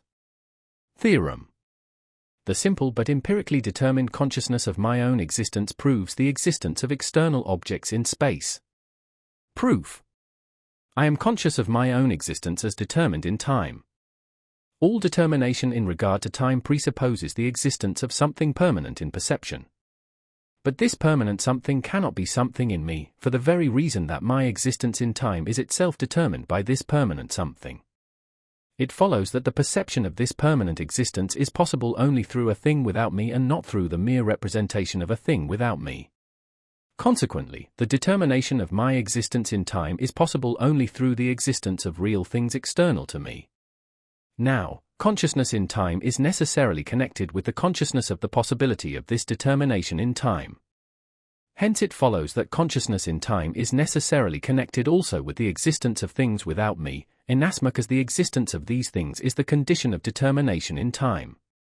That is to say, the consciousness of my own existence is at the same time an immediate consciousness of the existence of other things without me. Remark I. The reader will observe that in the foregoing proof the game which idealism plays is retorted upon itself, and with more justice. It assumed that the only immediate experience is internal and that from this we can only infer the existence of external things. But, as always happens, when we reason from given effects to determine causes, idealism has reasoned with too much haste and uncertainty, for it is quite possible that the cause of our representations may lie in ourselves, and that we ascribe it falsely to external things. But our proof shows that external experience is properly immediate, 35, that only by virtue of it, not, indeed, the consciousness of our own existence, but certainly the determination of our existence in time, that is, internal experience, is possible. It is true that the representation I am, which is the expression of the consciousness which can accompany all my thoughts, is that which immediately includes the existence of a subject. But in this representation we cannot find any knowledge of the subject, and therefore also no empirical knowledge, that is, experience. For experience contains, in addition to the thought of something existing, intuition, and in this case it must be internal intuition, that is, time, in relation to which the subject must be determined. But the existence of external things is absolutely requisite for this purpose, so that it follows that internal experience is itself possible only mediately and through external experience. 35. The immediate consciousness of the existence of external things is, in the preceding theorem, not presupposed, but proved, by the possibility of this consciousness understood by us or not. The question as to the possibility of it would stand thus: have we an internal sense, but no external sense, and is our belief in external perception a mere delusion? But it is evident that, in order merely to fancy to ourselves anything as external, that is, to present it to the sense in intuition, we must already possess an external sense, and must thereby distinguish immediately the mere receptivity of an external intuition from the spontaneity which characterizes every act of imagination. For merely to imagine also an external sense would annihilate the faculty of intuition itself, which is to be determined by the imagination. Remark 2. Now with this view, all empirical use of our faculty of cognition in the determination of time is in perfect accordance. Its truth is supported by the fact that it is possible to perceive a determination of time only by means of a change in external relations, motion, to the permanent in space. For example, we become aware of the sun's motion by observing the changes of his relation to the objects of this earth. But this is not all. We find that we possess nothing permanent that can correspond and be submitted to the conception of a substance as intuition, except matter. This idea of permanence is not itself derived from external experience, but is an a priori necessary condition of all determination of time, consequently also of the internal sense in reference to our own existence, and that through the existence of external things. In the representation I, the consciousness of myself is not an intuition, but a merely intellectual representation produced by the spontaneous activity of a thinking subject. It follows that this I has not any predicate of intuition, which, in its character of permanence, could serve as correlate to the determination of time in the internal sense, in the same way as impenetrability is the correlate of matter as an empirical intuition. Remark 3. From the fact that the existence of external things is a necessary condition of the possibility of a determined consciousness of ourselves, it does not follow that every intuitive representation of external things involves the existence of these things, for their representations may very well be the mere products of the imagination, in dreams as well as in madness, though, indeed, these are themselves created by the reproduction of previous external perceptions, which, as has been shown, are possible only through the reality of external objects.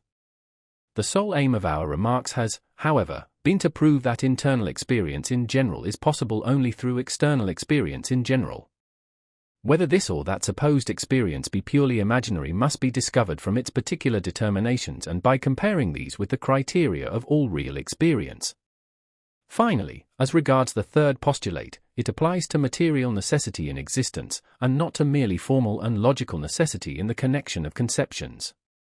Now, as we cannot cognize completely a priori the existence of any object of sense, though we can do so comparatively a priori, that is, relatively to some other previously given existence, a cognition, however, which can only be of such an existence as must be contained in the complex of experience, of which the previously given perception is a part, the necessity of existence can never be cognized from conceptions, but always, on the contrary, from its connection with that which is an object of perception.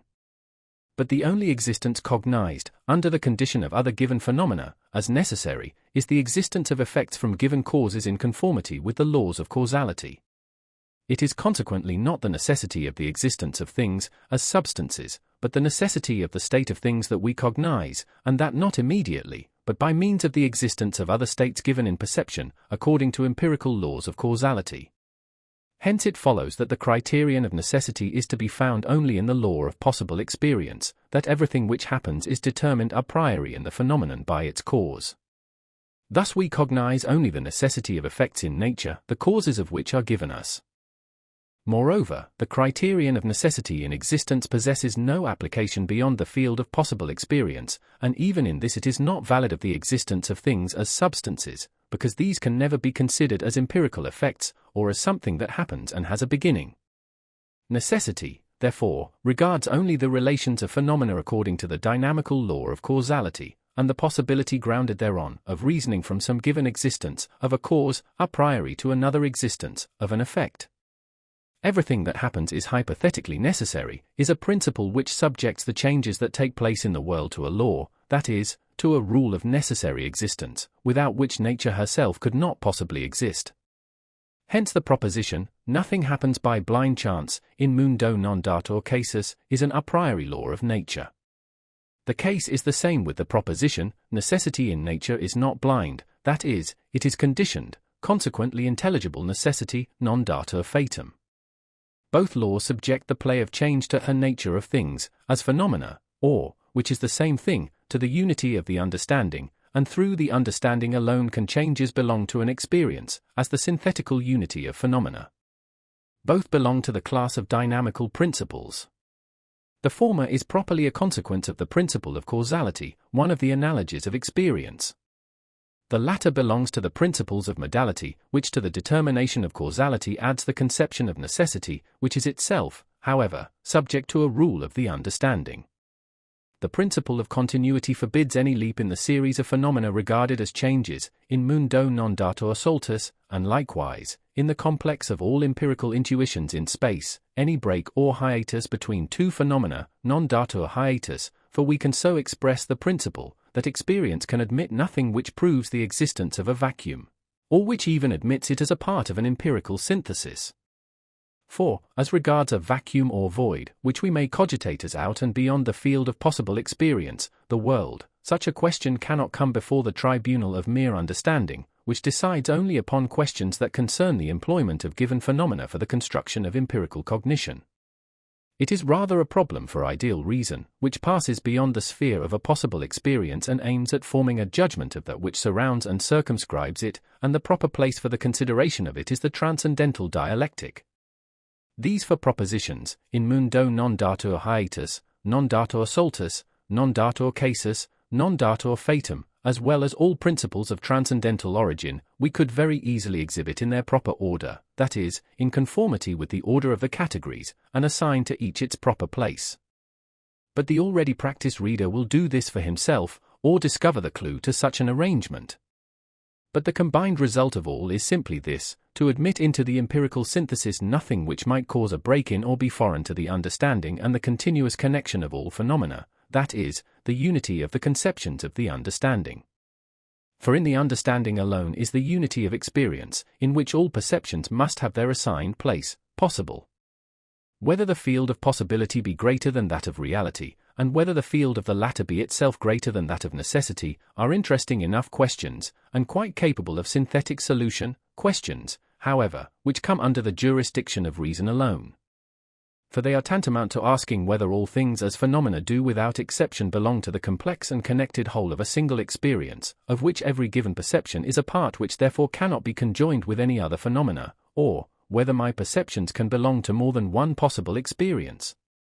The understanding gives to experience, according to the subjective and formal conditions of sensibility as well as of apperception, the rules which alone make this experience possible. Other forms of intuition besides those of space and time, other forms of understanding besides the discursive forms of thought, or of cognition by means of conceptions, we can neither imagine nor make intelligible to ourselves, and even if we could, they would still not belong to experience, which is the only mode of cognition by which objects are presented to us. Whether other perceptions besides those which belong to the total of our possible experience, and consequently whether some other sphere of matter exists, the understanding has no power to decide, its proper occupation being with the synthesis of that which is given. Moreover, the poverty of the usual arguments which go to prove the existence of a vast sphere of possibility, of which all that is real, every object of experience, is but a small part, is very remarkable. All real is possible, from this follows naturally, according to the logical laws of conversion, the particular proposition, some possible is real. Now this seems to be equivalent to, much is possible that is not real. No doubt it does seem as if we ought to consider the sum of the possible to be greater than that of the real, from the fact that something must be added to the former to constitute the latter. But this notion of adding to the possible is absurd. For that which is not in the sum of the possible, and consequently requires to be added to it, is manifestly impossible. In addition to accordance with the formal conditions of experience, the understanding requires a connection with some perception, but that which is connected with this perception is real, even although it is not immediately perceived. but that another series of phenomena, in complete coherence with that which is given in perception, consequently more than one all-embracing experience is possible, is an inference which cannot be concluded from the data given us by experience, and still less without any data at all. That which is possible only under conditions which are themselves merely possible, is not possible in any respect. And yet we can find no more certain ground on which to base the discussion of the question whether the sphere of possibility is wider than that of experience. I have merely mentioned these questions, that in treating of the conception of the understanding, there might be no omission of anything that, in the common opinion, belongs to them. In reality, however, the notion of absolute possibility, possibility which is valid in every respect, is not a mere conception of the understanding, which can be employed empirically, but belongs to reason alone, which passes the bounds of all empirical use of the understanding. We have, therefore, contented ourselves with a merely critical remark, leaving the subject to be explained in the sequel. Before concluding this fourth section, and at the same time the system of all principles of the pure understanding, it seems proper to mention the reasons which induced me to term the principles of modality postulates. This expression I do not here use in the sense which some more recent philosophers, contrary to its meaning with mathematicians, to whom the word properly belongs, attach to it, that of a proposition, namely, immediately certain, requiring neither deduction nor proof. For if, in the case of synthetical propositions, however evident they may be, we accord to them without deduction, and merely on the strength of their own pretensions, unqualified belief, all critique of the understanding is entirely lost, and, as there is no want of bold pretensions, which the common belief, though for the philosopher this is no credential, does not reject, the understanding lies exposed to every delusion and conceit, without the power of refusing its assent to those assertions, which, though illegitimate, demand acceptance as veritable axioms. When, therefore, to the conception of a thing an a priori determination is synthetically added, such a proposition must obtain, if not a proof, at least a deduction of the legitimacy of its assertion. The principles of modality are, however, not objectively synthetical, for the predicates of possibility, reality, and necessity do not in the least augment the conception of that of which they are affirmed, inasmuch as they contribute nothing to the representation of the object. But as they are, nevertheless, always synthetical, they are so merely subjectively. That is to say, they have a reflective power, and apply to the conception of a thing, of which, in other respects, they affirm nothing, the faculty of cognition in which the conception originates and has its seat. So that if the conception merely agree with the formal conditions of experience, its object is called possible, if it is in connection with perception, and determined thereby, the object is real, if it is determined according to conceptions by means of the connection of perceptions, the object is called necessary. The principles of modality therefore predicate of a conception nothing more than the procedure of the faculty of cognition which generated it. Now a postulate in mathematics is a practical proposition which contains nothing but the synthesis by which we present an object to ourselves, and produce the conception of it, for example, with a given line, to describe a circle upon a plane, from a given point, and such a proposition does not admit of proof, because the procedure, which it requires, is exactly that by which alone it is possible to generate the conception of such a figure. With the same right, accordingly, can we postulate the principles of modality, because they do not augment, 36, the conception of a thing but merely indicate the manner in which it is connected with the faculty of cognition. 36. When I think the reality of a thing, I do really think more than the possibility, but not in the thing, for that can never contain more in reality than was contained in its complete possibility. But while the notion of possibility is merely the notion of a position of thing in relation to the understanding, its empirical use, reality is the conjunction of the thing with perception. General remark on the system of principles. It is very remarkable that we cannot perceive the possibility of a thing from the category alone, but must always have an intuition, by which to make evident the objective reality of the pure conception of the understanding. Take, for example, the categories of relation. How, or 1, a thing can exist only as a subject, and not as a mere determination of other things, that is, can be substance, or how, 2, because something exists, some other thing must exist, consequently how a thing can be a cause, or how, 3, when several things exist, from the fact that one of these things exists, some consequence to the others follows, and reciprocally, and in this way a community of substances can be possible, are questions whose solution cannot be obtained from mere conceptions. The very same is the case with the other categories, for example, how a thing can be of the same sort with many others, that is, can be a quantity, and so on. So long as we have not intuition, we cannot know whether we do really think an object by the categories, and where an object can anywhere be found to cohere with them, and thus the truth is established, that the categories are not in themselves cognitions, but mere forms of thought for the construction of cognitions from given intuitions. For the same reason is it true that from categories alone no synthetical proposition can be made. For example, in every existence there is substance, that is, something that can exist only as a subject and not as mere predicate, or, everything is a quantity. To construct propositions such as these, we require something to enable us to go out beyond the given conception and connect another with it. For the same reason the attempt to prove a synthetical proposition by means of mere conceptions, for example, everything that exists contingently has a cause, has never succeeded. We could never get further than proving that, without this relation to conceptions, we could not conceive the existence of the contingent, that is, could not a priori through the understanding cognize the existence of such a thing, but it does not hence follow that this is also the condition of the possibility of the thing itself that is said to be contingent. If, accordingly, we look back to our proof of the principle of causality, we shall find that we were able to prove it as valid only of objects of possible experience, and, indeed, only as itself the principle of the possibility of experience, consequently of the cognition of an object given in empirical intuition, and not from mere conceptions. That, however, the proposition, everything that is contingent must have a cause, is evident to every one merely from conceptions, is not to be denied. But in this case the conception of the contingent is cogitated as involving not the category of modality, as that the non-existence of which can be conceived, but that of relation, as that which can exist only as the consequence of something else, and so it is really an identical proposition, that which can exist only as a consequence, has a cause. In fact, when we have to give examples of contingent existence, we always refer to changes, and not merely to the possibility of conceiving the opposite. 37. But change is an event, which, as such, is possible only through a cause, and considered per se its non-existence is therefore possible, and we become cognizant of its contingency from the fact that it can exist only as the effect of a cause. Hence, if a thing is assumed to be contingent, it is an analytical proposition to say, it has a cause. 37. We can easily conceive the non-existence of matter, but the ancients did not thence infer its contingency. But even the alternation of the existence and non-existence of a given state in a thing, in which all change consists, by no means proves the contingency of that state, the ground of proof being the reality of its opposite. For example, a body is in a state of rest after motion, but we cannot infer the contingency of the motion from the fact that the former is the opposite of the latter. For this opposite is merely a logical and not a real opposite to the other.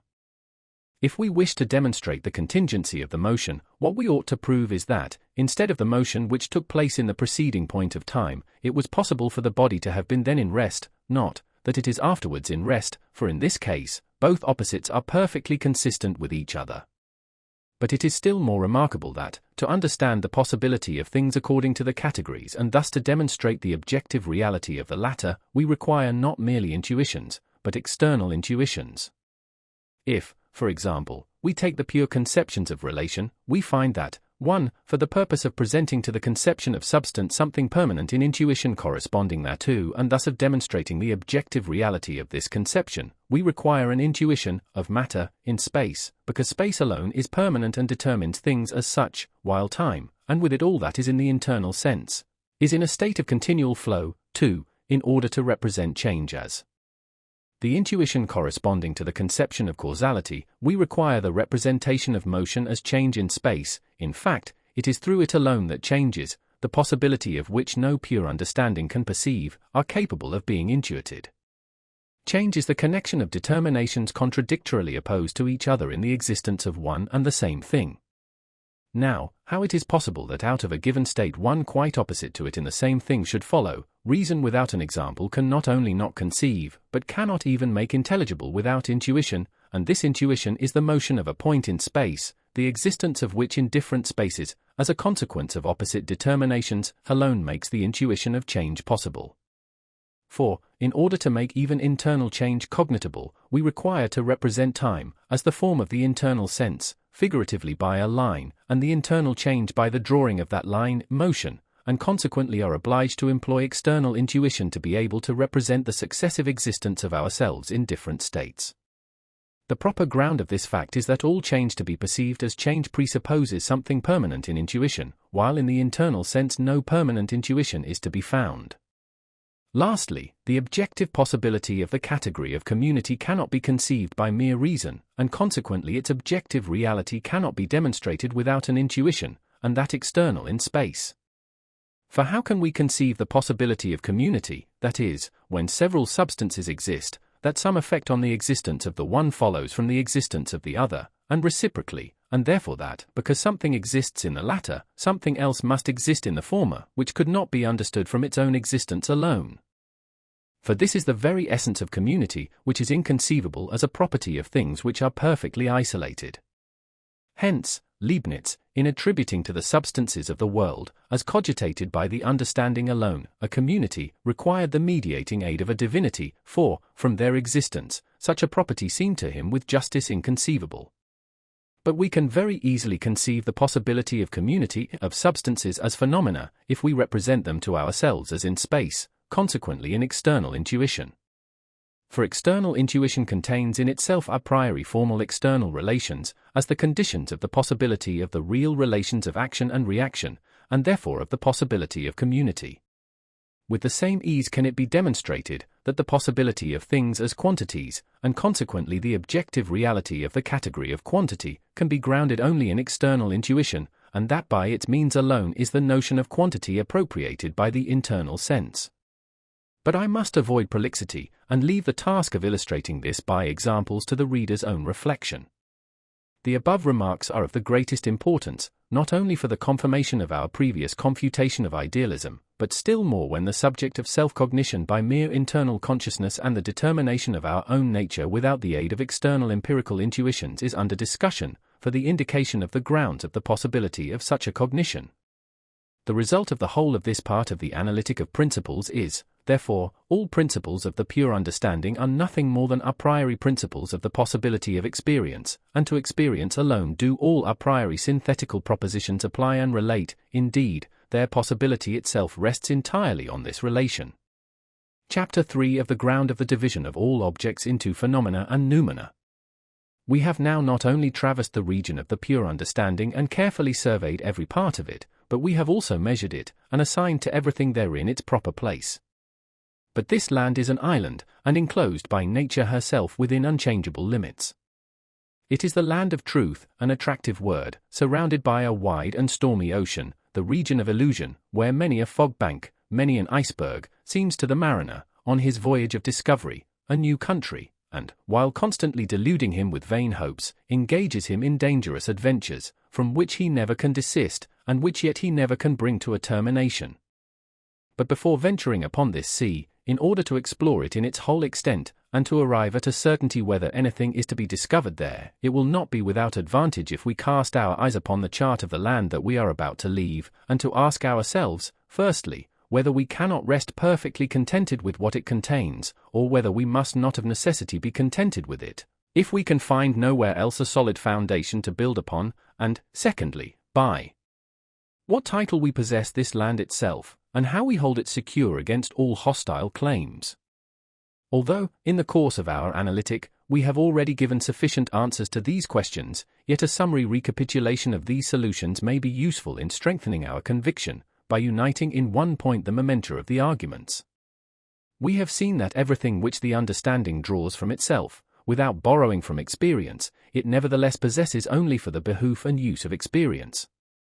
The principles of the pure understanding, whether constitutive a priori, as the mathematical principles, or merely regulative, as the dynamical, contain nothing but the pure schema, as it were, of possible experience. For experience possesses its unity from the synthetical unity which the understanding, originally and from itself, imparts to the synthesis of the imagination in relation to apperception, and in a priori relation to an agreement with which phenomena, as data for a possible cognition, must stand. But although these rules of the understanding are not only a priori true, but the very source of all truth, that is, of the accordance of our cognition with objects, and on this ground, that they contain the basis of the possibility of experience, as the ensemble of all cognition, it seems to us not enough to propound what is true, we desire also to be told what we want to know. If, then, we learn nothing more by this critical examination than what we should have practiced in the merely empirical use of the understanding, without any such subtle inquiry, the presumption is that the advantage we reap from it is not worth the labor bestowed upon it. It may certainly be answered that no rash curiosity is more prejudicial to the enlargement of our knowledge than that which must know beforehand the utility of this or that piece of information which we seek, before we have entered on the needful investigations, and before one could form the least conception of its utility, even though it were placed before our eyes. But there is one advantage in such transcendental inquiries which can be made comprehensible to the dullest and most reluctant learner, this, namely, that the understanding which is occupied merely with empirical exercise, and does not reflect on the sources of its own cognition, may exercise its functions very well and very successfully, but is quite unable to do one thing, and that of very great importance, to determine, namely, the bounds that limit its employment, and to know what lies within or without its own sphere. This purpose can be obtained only by such profound investigations as we have instituted. But if it cannot distinguish whether certain questions lie within its horizon or not, it can never be sure either as to its claims or possessions, but must lay its account with many humiliating corrections, when it transgresses, as it unavoidably will, the limits of its own territory, and loses itself in fanciful opinions and blinding illusions. That the understanding, therefore, cannot make of its a priori principles, or even of its conceptions, other than an empirical use, is a proposition which leads to the most important results. A transcendental use is made of a conception in a fundamental proposition or principle, when it is referred to things in general and considered as things in themselves, an empirical use, when it is referred merely to phenomena, that is, to objects of a possible experience. That the latter use of a conception is the only admissible one is evident from the reasons following. For every conception are requisite, firstly, the logical form of a conception of thought, general, and, secondly, the possibility of presenting to this an object to which it may apply. Failing this latter, it has no sense, and utterly void of content, although it may contain the logical function for constructing a conception from certain data. Now, object cannot be given to a conception otherwise than by intuition, and, even if a pure intuition antecedent to the object is a priori possible, this pure intuition can itself obtain objective validity only from empirical intuition, of which it is itself but the form. All conceptions, therefore, and with them all principles, however high the degree of their a priori possibility, relate to empirical intuitions, that is, to data towards a possible experience. Without this they possess no objective validity, but are mere play of imagination or of understanding with images or notions. Let us take, for example, the conceptions of mathematics, and first in its pure intuitions. Space has 3 dimensions, between 2 points there can be only one straight line, etc. Although all these principles, and the representation of the object with which this science occupies itself, are generated in the mind entirely a priori, they would nevertheless have no significance if we were not always able to exhibit their significance in and by means of phenomena, empirical objects. Hence it is requisite that an abstract conception be made sensuous, that is, that an object corresponding to it in intuition be forthcoming, otherwise the conception remains, as we say, without sense, that is, without meaning. Mathematics fulfills this requirement by the construction of the figure, which is a phenomenon evident to the senses. The same science finds support and significance in number, this in its turn finds it in the fingers, or in counters, or in lines and points. The conception itself is always produced a priori, together with the synthetical principles or formulas from such conceptions, but the proper employment of them, and their application to objects, can exist nowhere but in experience, the possibility of which, as regards its form, they contain a priori.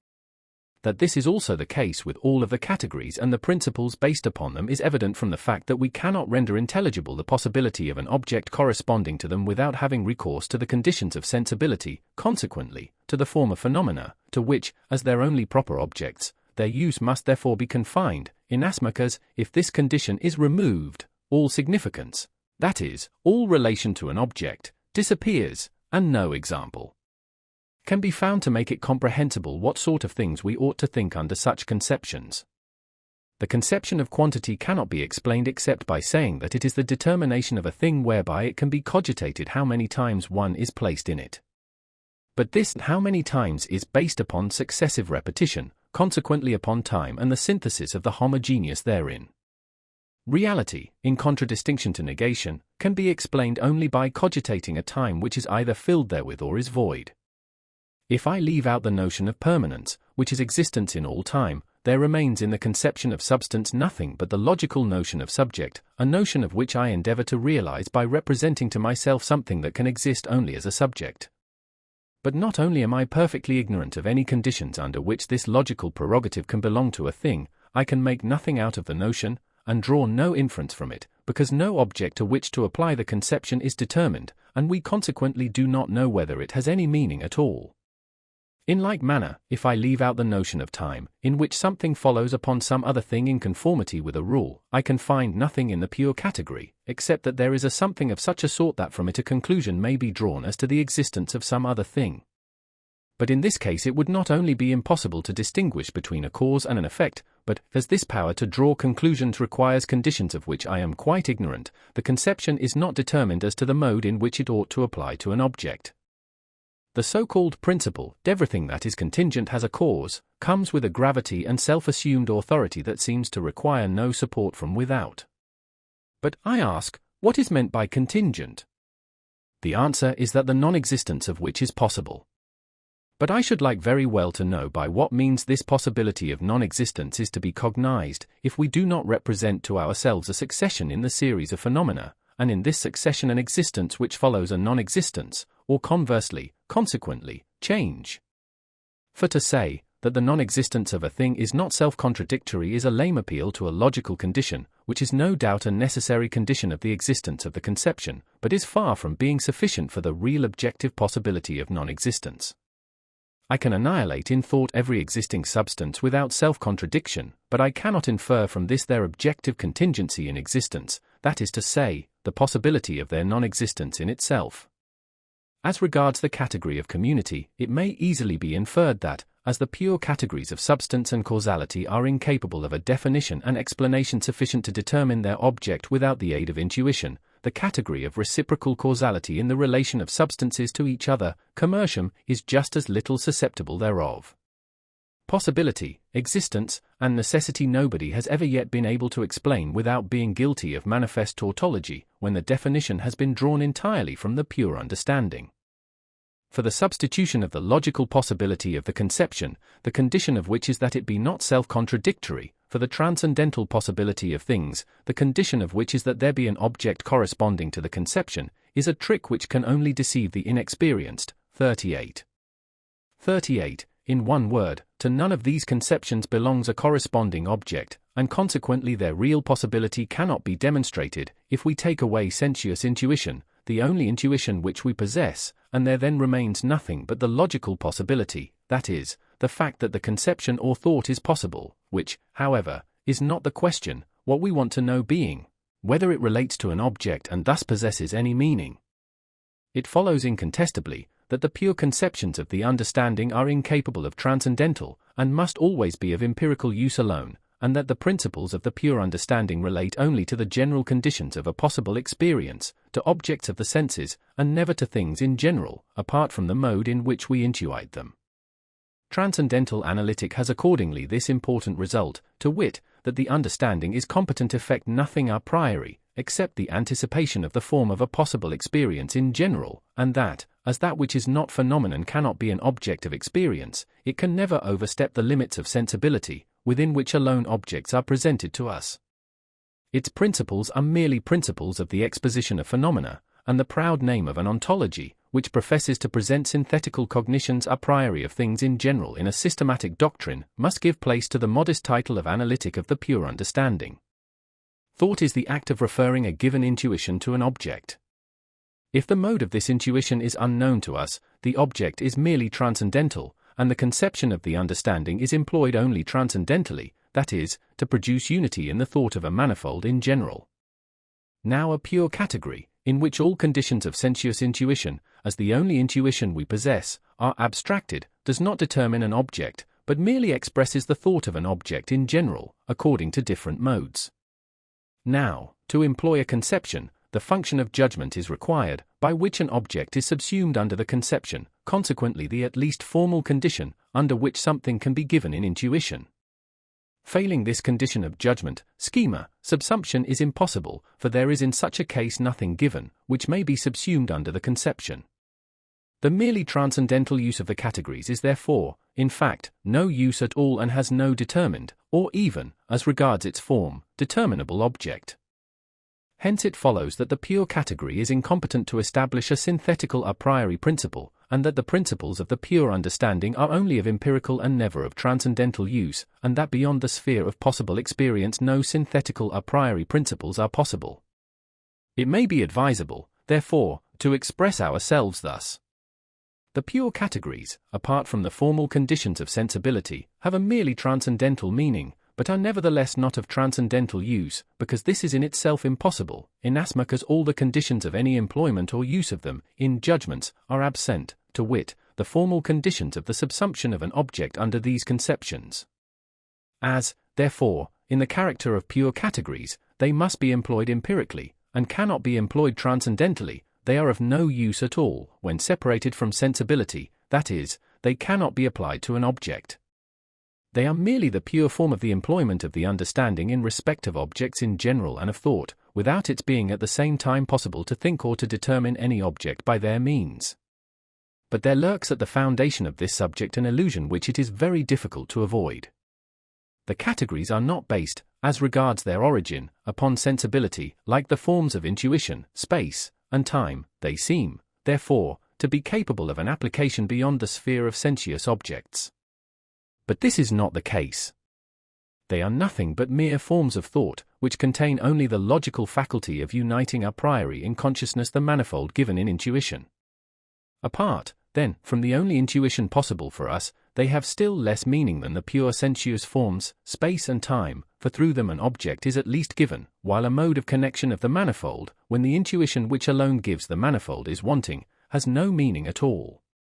At the same time, when we designate certain objects as phenomena or sensuous existences, thus distinguishing our mode of intuiting them from their own nature as things in themselves, it is evident that by this very distinction we as it were place the latter, considered in this their own nature, although we do not so intuite them, in opposition to the former, or, on the other hand, we do so place other possible things, which are not objects of our senses, but are cogitated by the understanding alone, and call them intelligible existences, noumena. Now the question arises whether the pure conceptions of our understanding do possess significance in respect of these latter, and may possibly be a mode of cognizing them. But we are met at the very commencement with an ambiguity, which may easily occasion great misapprehension. The understanding, when it terms an object in a certain relation phenomenon, at the same time forms out of this relation a representation or notion of an object in itself, and hence believes that it can form also conceptions of such objects. Now as the understanding possesses no other fundamental conceptions besides the categories, it takes for granted that an object considered as a thing in itself must be capable of being thought by means of these pure conceptions, and is thereby led to hold the perfectly undetermined conception of an intelligible existence as something out of the sphere of our sensibility, for a determinate conception of an existence which we can cognize in some way or other by means of the understanding. If, by the term noumenon, we understand a thing so far as it is not an object of our sensuous intuition, thus making abstraction of our mode of intuiting it, this is a noumenon in the negative sense of the word. But if we understand by it an object of a non-sensuous intuition, we in this case assume a peculiar mode of intuition, an intellectual intuition, to wit, which does not, however, belong to us, of the very possibility of which we have no notion, and this is a noumenon in the positive sense. The doctrine of sensibility is also the doctrine of noumena in the negative sense, that is, of things which the understanding is obliged to cogitate apart from any relation to our mode of intuition, consequently not as mere phenomena, but as things in themselves. But the understanding at the same time comprehends that it cannot employ its categories for the consideration of things in themselves, because these possess significance only in relation to the unity of intuitions in space and time, and that they are competent to determine this unity by means of general a priori connecting conceptions only on account of the pure ideality of space and time. Where this unity of time is not to be met with, as is the case with noumena, the whole use, indeed the whole meaning of the categories is entirely lost, for even the possibility of things to correspond to the categories is in this case incomprehensible. On this point, I need only refer the reader to what I have said at the commencement of the general remark appended to the foregoing chapter. Now, the possibility of a thing can never be proved from the fact that the conception of it is not self-contradictory, but only by means of an intuition corresponding to the conception. If, therefore, we wish to apply the categories to objects which cannot be regarded as phenomena, we must have an intuition different from the sensuous, and in this case the objects would be a noumena in the positive sense of the word. Now, as such an intuition, that is, an intellectual intuition, is no part of our faculty of cognition, it is absolutely impossible for the categories to possess any application beyond the limits of experience.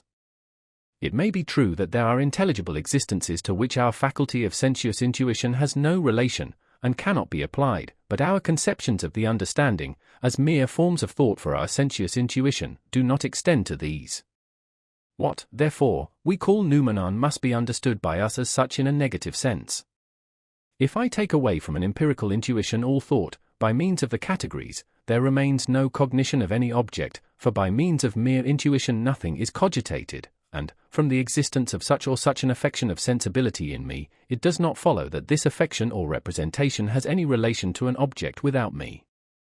But if I take away all intuition, there still remains the form of thought, that is, the mode of determining an object for the manifold of a possible intuition. Thus the categories do in some measure really extend further than sensuous intuition, inasmuch as they think objects in general, without regard to the mode of sensibility in which these objects are given. But they do not for this reason apply to and determine a wider sphere of objects, because we cannot assume that such can be given, without presupposing the possibility of another than the sensuous mode of intuition, a supposition we are not justified in making. I call a conception problematical which contains in itself no contradiction, and which is connected with other cognitions as a limitation of given conceptions, but whose objective reality cannot be cognized in any manner. The conception of a noumenon, that is, of a thing which must be cogitated not as an object of sense, but as a thing in itself, solely through the pure understanding, is not self-contradictory, for we are not entitled to maintain that sensibility is the only possible mode of intuition. Nay, further, this conception is necessary to restrain sensuous intuition within the bounds of phenomena, and thus to limit the objective validity of sensuous cognition, for things in themselves, which lie beyond its province, are called noumena for the very purpose of indicating that this cognition does not extend its application to all that the understanding thinks. But, after all, the possibility of such noumena is quite incomprehensible, and beyond the sphere of phenomena, all is for us a mere void, that is to say, we possess an understanding whose province does problematically extend beyond this sphere, but we do not possess an intuition, indeed, not even the conception of a possible intuition, by means of which objects beyond the region of sensibility could be given us, and in reference to which the understanding might be employed assotorically. The conception of a noumenon is therefore merely a limitative conception and therefore only of negative use. But it is not an arbitrary or fictitious notion, but is connected with the limitation of sensibility, without, however, being capable of presenting us with any positive datum beyond this sphere. The division of objects into phenomena and noumena, and of the world into a mundus sensibilis and intelligibilis is therefore quite inadmissible in a positive sense, although conceptions do certainly admit of such a division, for the class of noumena have no determinate object corresponding to them, and cannot therefore possess objective validity. If we abandon the senses, how can it be made conceivable that the categories, which are the only conceptions that could serve as conceptions for noumena, have any sense or meaning at all, inasmuch as something more than the mere unity of thought, namely, a possible intuition, is requisite for their application to an object? The conception of a noumenon, considered as merely problematical, is, however, not only admissible, but, as a limitative conception of sensibility, absolutely necessary. But, in this case, a noumenon is not a particular intelligible object for our understanding. On the contrary, the kind of understanding to which it could belong is itself a problem, for we cannot form the most distant conception of the possibility of an understanding which should cognize an object, not discursively by means of categories, but intuitively in a non-sensuous intuition. Our understanding attains in this way a sort of negative extension. That is to say, it is not limited by, but rather limits, sensibility, by giving the name of noumena to things, not considered as phenomena, but as things in themselves. But it at the same time prescribes limits to itself, for it confesses itself unable to cognize these by means of the categories, and hence is compelled to cogitate them merely as an unknown something. I find, however, in the writings of modern authors, an entirely different use of the expressions mundus sensibilis and intelligibilis, which quite departs from the meaning of the ancients, an acceptation in which, indeed, there is to be found no difficulty, but which at the same time depends on mere verbal quibbling. According to this meaning, some have chosen to call the complex of phenomena, in so far as it is intuited, mundus sensibilis, but in so far as the connection thereof is cogitated according to general laws of thought, mundus intelligibilis. Astronomy, in so far as we mean by the word the mere observation of the starry heaven, may represent the former, a system of astronomy, such as the Copernican or Newtonian, the latter. But such twisting of words is a mere sophistical subterfuge, to avoid a difficult question, by modifying its meaning to suit our own convenience. To be sure, understanding and reason are employed in the cognition of phenomena, but the question is, whether these can be applied when the object is not a phenomenon, and in this sense we regard it if it is cogitated as given to the understanding alone, and not to the senses. The question therefore is whether, over and above the empirical use of the understanding, a transcendental use is possible, which applies to the noumenon as an object. This question we have answered in the negative. When therefore we say, the senses represent objects as they appear, the understanding as they are, the latter statement must not be understood in a transcendental, but only in an empirical signification, that is, as they must be represented in the complete connection of phenomena, and not according to what they may be, apart from their relation to possible experience, consequently not as objects of the pure understanding. For this must ever remain unknown to us. Nay, it is also quite unknown to us whether any such transcendental or extraordinary cognition is possible under any circumstances, at least, whether it is possible by means of our categories. Understanding and sensibility, with us, can determine objects only in conjunction. If we separate them, we have intuitions without conceptions, or conceptions without intuitions, in both cases, representations, which we cannot apply to any determinate object. If, after all our inquiries and explanations, anyone still hesitates to abandon the mere transcendental use of the categories, let him attempt to construct with them a synthetical proposition. It would, of course, be unnecessary for this purpose to construct an analytical proposition, for that does not extend the sphere of the understanding, but, being concerned only about what is cogitated in the conception itself, it leaves it quite undecided whether the conception has any relation to objects, or merely indicates the unity of thought, complete abstraction being made of the modi in which an object may be given. In such a proposition, it is sufficient for the understanding to know what lies in the conception, to what it applies is to it indifferent. The attempt must therefore be made with a synthetical and so-called transcendental principle, for example, everything that exists, exists as substance, or everything that is contingent exists as an effect of some other thing, viz., of its cause. Now I ask, whence can the understanding draw these synthetical propositions, when the conceptions contained therein do not relate to possible experience but to things in themselves, noumena? Where is to be found the third term, which is always requisite pure sight in a synthetical proposition, which may connect in the same proposition conceptions which have no logical, analytical, connection with each other? The proposition never will be demonstrated, nay, more, the possibility of any such pure assertion never can be shown, without making reference to the empirical use of the understanding, and thus, ipso facto, completely renouncing pure and non-sensuous judgment. Thus the conception of pure and merely intelligible objects is completely void of all principles of its application, because we cannot imagine any mode in which they might be given, and the problematical thought which leaves a place open for them serves only, like a void space, to limit the use of empirical principles, without containing at the same time any other object of cognition beyond their sphere. Appendix. Of the equivocal nature or amphiboly of the conceptions of reflection from the confusion of the transcendental with the empirical use of the understanding. Reflection, reflexio, is not occupied about objects themselves, for the purpose of directly obtaining conceptions of them, but is that state of the mind in which we set ourselves to discover the subjective conditions under which we obtain conceptions. It is the consciousness of the relation of given representations to the different sources or faculties of cognition, by which alone their relation to each other can be rightly determined. The first question which occurs in considering our representations is to what faculty of cognition do they belong? To the understanding or to the senses? Many judgments are admitted to be true from mere habit or inclination, but, because reflection neither precedes nor follows, it is held to be a judgment that has its origin in the understanding. all judgments do not require examination, that is, investigation into the grounds of their truth. For, when they are immediately certain, for example, between 2 points there can be only one straight line, no better or less mediate test of their truth can be found than that which they themselves contain and express. But all judgment, nay, all comparisons require reflection, that is, a distinction of the faculty of cognition to which the given conceptions belong. The act whereby I compare my representations with the faculty of cognition which originates them, and whereby I distinguish whether they are compared with each other as belonging to the pure understanding or to sensuous intuition, I term transcendental reflection. Now, the relations in which conceptions can stand to each other are those of identity and difference, agreement and opposition, of the internal and external, finally, of the determinable and the determining, matter and form. The proper determination of these relations rests on the question, to what faculty of cognition they subjectively belong, whether to sensibility or understanding.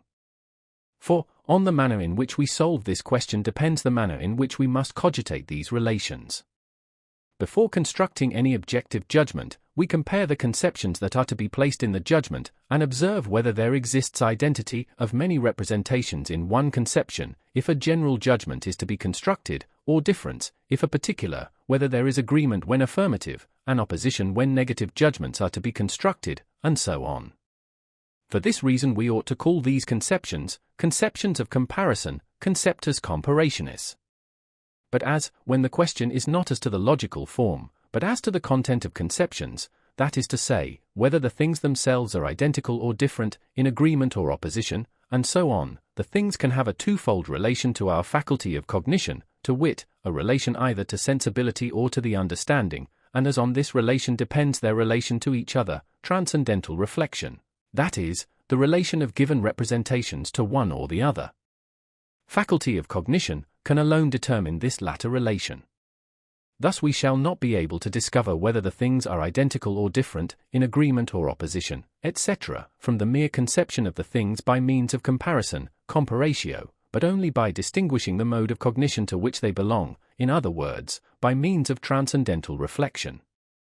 We may, therefore, with justice say, that logical reflection is mere comparison, for in it no account is taken of the faculty of cognition to which the given conceptions belong, and they are consequently, as far as regards their origin, to be treated as homogeneous, while transcendental reflection, which applies to the objects themselves, contains the ground of the possibility of objective comparison of representations with each other, and is therefore very different from the former, because the faculties of cognition to which they belong are not even the same. Transcendental reflection is a duty which no one can neglect who wishes to establish an a priori judgment upon things. We shall now proceed to fulfill this duty, and thereby throw not a little light on the question as to the determination of the proper business of the understanding. 1. Identity and difference.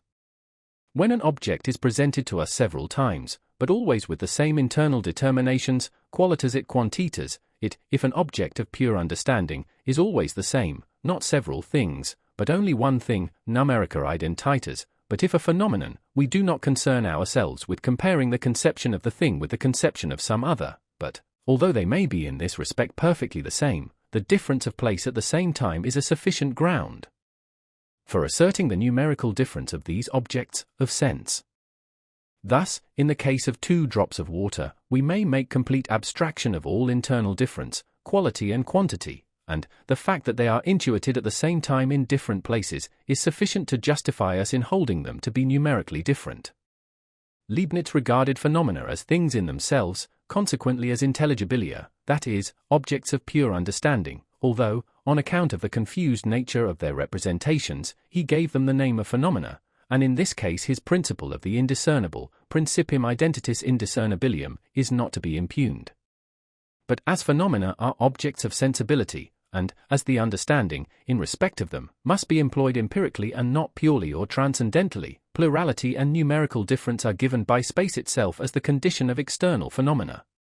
For one part of space, although it may be perfectly similar and equal to another part, is still without it, and for this reason alone is different from the latter, which is added to it in order to make up a greater space. It follows that this must hold good of all things that are in the different parts of space at the same time, however similar and equal one may be to another. 2. Agreement and opposition. When reality is represented by the pure understanding, realitas noumenon, opposition between realities is incogitable, such a relation, that is, that when these realities are connected in one subject, they annihilate the effects of each other and may be represented in the formula 3 minus 3 is equal to 0. On the other hand, the real in a phenomenon, realitas phenomenon, may very well be in mutual opposition, and, when united in the same subject, the one may completely or in part annihilate the effect or consequence of the other, as in the case of two moving forces in the same straight line drawing or impelling a point in opposite directions, or in the case of a pleasure counterbalancing a certain amount of pain. 3. The internal and external. In an object of the pure understanding, only that is internal which has no relation, as regards its existence, to anything different from itself. On the other hand, the internal determinations of a substantia phenomenon in space are nothing but relations, and it is itself nothing more than a complex of mere relations. Substance in space we are cognizant of only through forces operative in it, either drawing others towards itself, attraction, or preventing others from forcing into itself, repulsion and impenetrability. We know no other properties that make up the conception of substance phenomenal in space, and which we term matter. On the other hand, as an object of the pure understanding, every substance must have internal determination and forces. But what other internal attributes of such an object can I think than those which my internal sense presents to me? That, to wit, which in either itself thought, or something analogous to it. Hence Leibniz, who looked upon things as noumena, after denying them everything like external relation, and therefore also composition or combination, declared that all substances, even the component parts of matter, were simple substances with powers of representation, in one word, monads. 4. Matter and form. These two conceptions lie at the foundation of all other reflection, so inseparably are they connected with every mode of exercising the understanding. The former denotes the determinable in general, the second its determination, both in a transcendental sense, abstraction being made of every difference in that which is given, and of the mode in which it is determined. Logicians formerly termed the universal, matter, the specific difference of this or that part of the universal, form. In a judgment one may call the given conceptions logical matter, for the judgment, the relation of these to each other, by means of the copula, the form of the judgment. In an object, the composite parts thereof, essentialia, are the matter, the mode in which they are connected in the object, the form. In respect to things in general, unlimited reality was regarded as the matter of all possibility, the limitation thereof, negation, as the form, by which one thing is distinguished from another according to transcendental conceptions. The understanding demands that something be given, at least in the conception, in order to be able to determine it in a certain manner. Hence, in a conception of the pure understanding, the matter precedes the form, and for this reason Leibniz first assumed the existence of things, monads, and of an internal power of representation in them, in order to found upon this their external relation and the community their state, that is, of their representations. Hence, with him, space and time were possible, the former through the relation of substances, the latter through the connection of their determinations with each other, as causes and effects. And so would it really be, if the pure understanding were capable of an immediate application to objects, and if space and time were determinations of things in themselves. But being merely sensuous intuitions, in which we determine all objects solely as phenomena, the form of intuition, as a subjective property of sensibility, must antecede all matter, sensations, consequently space and time must antecede all phenomena and all data of experience, and rather make experience itself possible. But the intellectual philosopher could not endure that the form should precede the things themselves and determine their possibility, an objection perfectly correct, if we assume that we intuite things as they are, although with confused representation. But a sensuous intuition is a peculiar subjective condition, which is a priori at the foundation of all perception, and the form of which is primitive, the form must be given per se, and so far from matter, or the things themselves which appear lying at the foundation of experience, as we must conclude, if we judge by mere conceptions, the very possibility of itself presupposes, on the contrary, a given formal intuition, space and time. Remark on the amphiboly of the conceptions of reflection. Let me be allowed to term the position which we assign to a conception either in the sensibility or in the pure understanding, the transcendental place. In this manner, the appointment of the position which must be taken by each conception according to the difference in its use, and the directions for determining this place to all conceptions according to rules, would be a transcendental topic, a doctrine which would thoroughly shield us from the surreptitious devices of the pure understanding and the delusions which thence arise, as it would always distinguish to what faculty of cognition each conception properly belonged. Every conception, every title, under which many cognitions rank together, may be called a logical place. Upon this is based the logical topic of Aristotle, of which teachers and rhetoricians could avail themselves, in order, under certain titles of thought, to observe what would best suit the matter they had to treat, and thus enable themselves to quibble and talk with fluency and an appearance of profundity. Transcendental topic, on the contrary, contains nothing more than the above-mentioned for titles of all comparison and distinction, which differ from categories in this respect, that they do not represent the object according to that which constitutes its conception, quantity, reality, but set forth merely the comparison of representations, which precedes our conceptions of things. But this comparison requires a previous reflection, that is, a determination of the place to which the representations of the things which are compared belong, whether, to wit, they are cogitated by the pure understanding, or given by sensibility. Conceptions may be logically compared without the trouble of inquiring to what faculty their objects belong, whether as noumena, to the understanding, or as phenomena, to sensibility. If, however, we wish to employ these conceptions in respect of objects, previous transcendental reflection is necessary. Without this reflection I should make a very unsafe use of these conceptions, and construct pretended synthetical propositions which critical reason cannot acknowledge and which are based solely upon a transcendental amphiboly, that is, upon a substitution of an object of pure understanding for a phenomenon. For want of this doctrine of transcendental topic, and consequently deceived by the amphiboly of the conceptions of reflection, the celebrated Leibniz constructed an intellectual system of the world, or rather, believed himself competent to cognize the internal nature of things, by comparing all objects merely with the understanding and the abstract formal conceptions of thought. Our table of the conceptions of reflection gives us the unexpected advantage of being able to exhibit the distinctive peculiarities of his system in all its parts, and at the same time of exposing the fundamental principle of this peculiar mode of thought, which rested upon naught but a misconception. He compared all things with each other merely by means of conceptions, and naturally found no other differences than those by which the understanding distinguishes its pure conceptions one from another. The conditions of sensuous intuition, which contain in themselves their own means of distinction, he did not look upon as primitive, because sensibility was to him but a confused mode of representation and not any particular source of representations. A phenomenon was for him the representation of the thing in itself, although distinguished from cognition by the understanding only in respect of the logical form, the former with its usual want of analysis containing, according to him, a certain mixture of collateral representations in its conception of a thing, which it is the duty of the understanding to separate and distinguish. In one word, Leibniz intellectualized phenomena, just as Locke, in his system of new Gogony, if I may be allowed to make use of such expressions, sensualized the conceptions of the understanding, that is to say, declared them to be nothing more than empirical or abstract conceptions of reflection.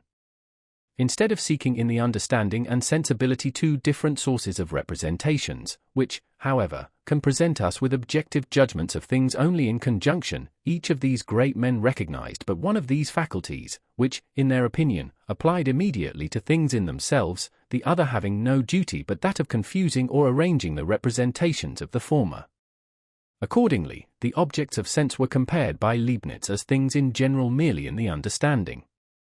First, he compares them in regard to their identity or difference, as judged by the understanding. As, therefore, he considered merely the conceptions of objects, and not their position in intuition, in which alone objects can be given, and left quite out of sight the transcendental locale of these conceptions, whether, that is, their object ought to be classed among phenomena, or among things in themselves, it was to be expected that he should extend the application of the principle of indiscernibles, which is valid solely of conceptions of things in general, to objects of sense, mundus phenomenon, and that he should believe that he had thereby contributed in no small degree to extend our knowledge of nature. In truth, if I cognize in all its inner determinations a drop of water as a thing in itself, I cannot look upon one drop as different from another, if the conception of the one is completely identical with that of the other. But if it is a phenomenon in space, it has a place not merely in the understanding, among conceptions, but also in sensuous external intuition, in space, and in this case, the physical locale is a matter of indifference in regard to the internal determinations of things, and one place, B, may contain a thing which is perfectly similar and equal to another in a place, A, just as well as if the two things were in every respect different from each other. Difference of place without any other conditions makes the plurality and distinction of objects as phenomena not only possible in itself, but even necessary. Consequently, the above so-called law is not a law of nature. It is merely an analytical rule for the comparison of things by means of mere conceptions. Second, the principle, realities, as simple affirmations, never logically contradict each other, is a proposition perfectly true respecting the relation of conceptions, but whether as regards nature, or things in themselves, of which we have not the slightest conception, is without any the least meaning. For real opposition, in which A, B is equals 0, exists everywhere, an opposition, that is, in which one reality united with another in the same subject annihilates the effects of the other, a fact which is constantly brought before our eyes by the different antagonistic actions and operations in nature, which, nevertheless, as depending on real forces, must be called realitates phenomena. General mechanics can even present us with the empirical condition of this opposition in an a priori rule, as it directs its attention to the opposition in the direction of forces, a condition of which the transcendental conception of reality can tell us nothing. Although M. Leibniz did not announce this proposition with precisely the pomp of a new principle, he yet employed it for the establishment of new propositions, and his followers introduced it into their Leibnizio-Wolffian system of philosophy. According to this principle, for example, all evils are but consequences of the limited nature of created beings, that is, negations, because these are the only opposite of reality. In the mere conception of a thing in general this is really the case, but not in things as phenomena. In like manner, the upholders of this system deem it not only possible, but natural also, to connect and unite all reality in one being, because they acknowledge no other sort of opposition than that of contradiction, by which the conception itself of a thing is annihilated, and find themselves unable to conceive an opposition of reciprocal destruction, so to speak, in which one real cause destroys the effect of another, and the conditions of whose representation we meet with only in sensibility. Third, the Leibnizian monadology has really no better foundation than on this philosopher's mode of falsely representing the difference of the internal and external solely in relation to the understanding. Substances, in general, must have something inward, which is therefore free from external relations, consequently from that of composition also. The simple, that which can be represented by a unit, is therefore the foundation of that which is internal in things in themselves. The internal state of substances cannot therefore consist in place, shape, contact, or motion, determinations which are all external relations, and we can ascribe to them no other than that whereby we internally determine our faculty of sense itself, that is to say, the state of representation. Thus, then, were constructed the monads, which were to form the elements of the universe, the active force of which consists in representation, the effects of this force being thus entirely confined to themselves. For the same reason, his view of the possible community of substances could not represent it but as a predetermined harmony, and by no means as a physical influence. For inasmuch as everything is occupied only internally, that is, with its own representations, the state of the representations of one substance could not stand in active and living connection with that of another, but some third cause operating on all without exception was necessary to make the different states correspond with one another.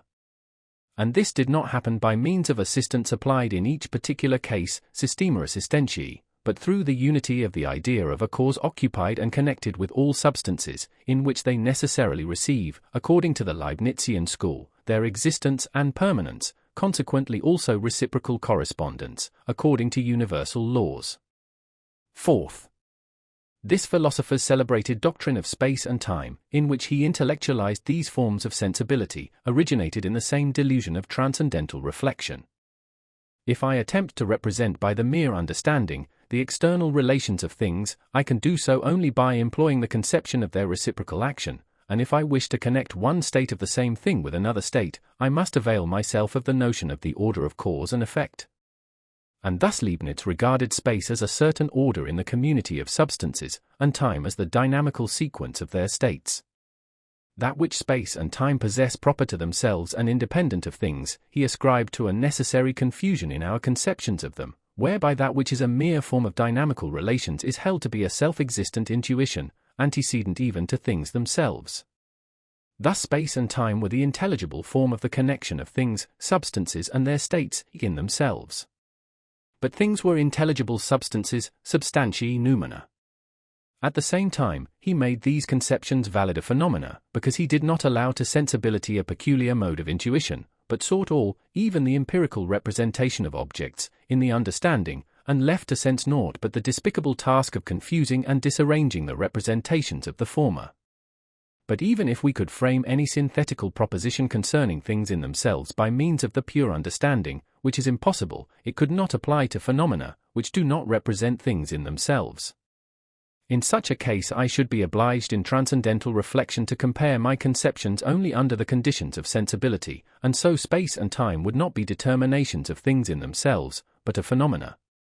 What things may be in themselves, I know not and need not know, because a thing is never presented to me otherwise than as a phenomenon. I must adopt the same mode of procedure with the other conceptions of reflection. Matter is substantia phenomenon. That in it which is internal I seek to discover in all parts of space which it occupies, and in all the functions and operations it performs, and which are indeed never anything but phenomena of the external sense. I cannot therefore find anything that is absolutely, but only what is comparatively internal, and which itself consists of external relations. The absolutely internal in matter, and as it should be according to the pure understanding, is a mere chimera, for matter is not an object for the pure understanding. But the transcendental object, which is the foundation of the phenomenon which we call matter, is a mere necio quid, the nature of which we could not understand, even though someone were found able to tell us. For we can understand nothing that does not bring with it something in intuition corresponding to the expressions employed. If, by the complaint of being unable to perceive the internal nature of things, it is meant that we do not comprehend by the pure understanding what the things which appear to us may be in themselves, it is a silly and unreasonable complaint, for those who talk thus really desire that we should be able to cognize, consequently to intuite, things without senses, and therefore wish that we possessed a faculty of cognition perfectly different from the human faculty, not merely in degree, but even as regards intuition and the mode thereof, so that thus we should not be men, but belong to a class of beings, the possibility of whose existence, much less their nature and constitution, we have no means of cognizing. By observation and analysis of phenomena we penetrate into the interior of nature, and no one can say what progress this knowledge may make in time. But those transcendental questions which pass beyond the limits of nature, we could never answer, even although all nature were laid open to us, because we have not the power of observing our own mind with any other intuition than that of our internal sense. For herein lies the mystery of the origin and source of our faculty of sensibility. Its application to an object, and the transcendental ground of this unity of subjective and objective, lie too deeply concealed for us, who cognize ourselves only through the internal sense, consequently as phenomena, to be able to discover in our existence anything but phenomena, the non-sensuous cause of which we at the same time earnestly desire to penetrate to. The great utility of this critique of conclusions arrived at by the processes of mere reflection consists in its clear demonstration of the nullity of all conclusions respecting objects which are compared with each other in the understanding alone, while it at the same time confirms what we particularly insisted on, namely, that, although phenomena are not included as things in themselves among the objects of the pure understanding, they are nevertheless the only things by which our cognition can possess objective reality, that is to say, which give us intuitions to correspond with our conceptions. When we reflect in a purely logical manner, we do nothing more than compare conceptions in our understanding, to discover whether both have the same content, whether they are self-contradictory or not, whether anything is contained in either conception, which of the two is given, and which is merely a mode of thinking that given. But if I apply these conceptions to an object in general, in the transcendental sense, without first determining whether it is an object of sensuous or intellectual intuition, certain limitations present themselves, which forbid us to pass beyond the conceptions and render all empirical use of them impossible. And thus these limitations prove that the representation of an object as a thing in general is not only insufficient, but, without sensuous determination and independently of empirical conditions, self-contradictory, that we must therefore make abstraction of all objects, as in logic, or, admitting them, must think them under conditions of sensuous intuition, that, consequently, the intelligible requires an altogether peculiar intuition, which we do not possess, and in the absence of which it is for us nothing, while, on the other hand, phenomena cannot be objects in themselves. For, when I merely think things in general, the difference in their external relations cannot constitute a difference in the things themselves. On the contrary, the former presupposes the latter, and if the conception of one of two things is not internally different from that of the other, I am merely thinking the same thing in different relations. Further, by the addition of one affirmation, reality, to the other, the positive therein is really augmented, and nothing is abstracted or withdrawn from it. Hence the real in things cannot be in contradiction with or opposition to itself, and so on. The true use of the conceptions of reflection in the employment of the understanding has, as we have shown, been so misconceived by Leibniz, one of the most acute philosophers of either ancient or modern times, that he has been misled into the construction of a baseless system of intellectual cognition, which professes to determine its objects without the intervention of the senses. For this reason, the exposition of the cause of the amphiboly of these conceptions, as the origin of these false principles, is of great utility in determining with certainty the proper limits of the understanding. It is right to say whatever is affirmed or denied of the whole of a conception can be affirmed or denied of any part of it, dictum de omni et nullo, but it would be absurd so to alter this logical proposition as to say whatever is not contained in a general conception is likewise not contained in the particular conceptions which rank under it, for the latter are particular conceptions, for the very reason that their content is greater than that which is cogitated in the general conception. And yet the whole intellectual system of Leibniz is based upon this false principle, and with it must necessarily fall to the ground, together with all the ambiguous principles in reference to the employment of the understanding which have thence originated. Leibniz's principle of the identity of indiscernibles or indistinguishables is really based on the presupposition that, if in the conception of a thing a certain distinction is not to be found, it is also not to be met with in things themselves, that, consequently, all things are completely identical, numero idem, which are not distinguishable from each other, as to quality or quantity, in our conceptions of them. But, as in the mere conception of anything abstraction has been made of many necessary conditions of intuition, that of which abstraction has been made is rashly held to be non-existent, and nothing is attributed to the thing but what is contained in its conception. The conception of a cubic foot of space, however I may think it, is in itself completely identical. But 2 cubic feet in space are nevertheless distinct from each other from the sole fact of their being in different places. They are numero diversa, and these places are conditions of intuition, wherein the object of this conception is given, and which do not belong to the conception, but to the faculty of sensibility. In like manner, there is in the conception of a thing no contradiction when a negative is not connected with an affirmative, and merely affirmative conceptions cannot, in conjunction, produce any negation. But in sensuous intuition, wherein reality, take for example, motion, is given, we find conditions, opposite directions, of which abstraction has been made in the conception of motion in general, which render possible a contradiction or opposition, not indeed of a logical kind, and which from pure positives produce 0 equals 0. We are therefore not justified in saying that all reality is in perfect agreement and harmony, because no contradiction is discoverable among its conceptions. 39. According to mere conceptions, that which is internal is the substratum of all relations or external determinations. When, therefore, I abstract all conditions of intuition, and confine myself solely to the conception of a thing in general, I can make abstraction of all external relations, and there must nevertheless remain a conception of that which indicates no relation, but merely internal determinations. Now it seems to follow that in everything, substance, there is something which is absolutely internal and which antecedes all external determinations, inasmuch as it renders them possible, and that therefore this substratum is something which does not contain any external relations and is consequently simple, for corporeal things are never anything but relations, at least of their parts external to each other, and, inasmuch as we know of no other absolutely internal determinations than those of the internal sense, this substratum is not only simple, but also, analogously with our internal sense, determined through representations, that is to say, all things are properly monads, or simple beings endowed with the power of representation. Now all this would be perfectly correct, if the conception of a thing were the only necessary condition of the presentation of objects of external intuition. It is, on the contrary, manifest that a permanent phenomenon in space, impenetrable extension, can contain mere relations, and nothing that is absolutely internal, and yet be the primary substratum of all external perception. By mere conceptions I cannot think anything external, without, at the same time, thinking something internal, for the reason that conceptions of relations presuppose given things, and without these are impossible.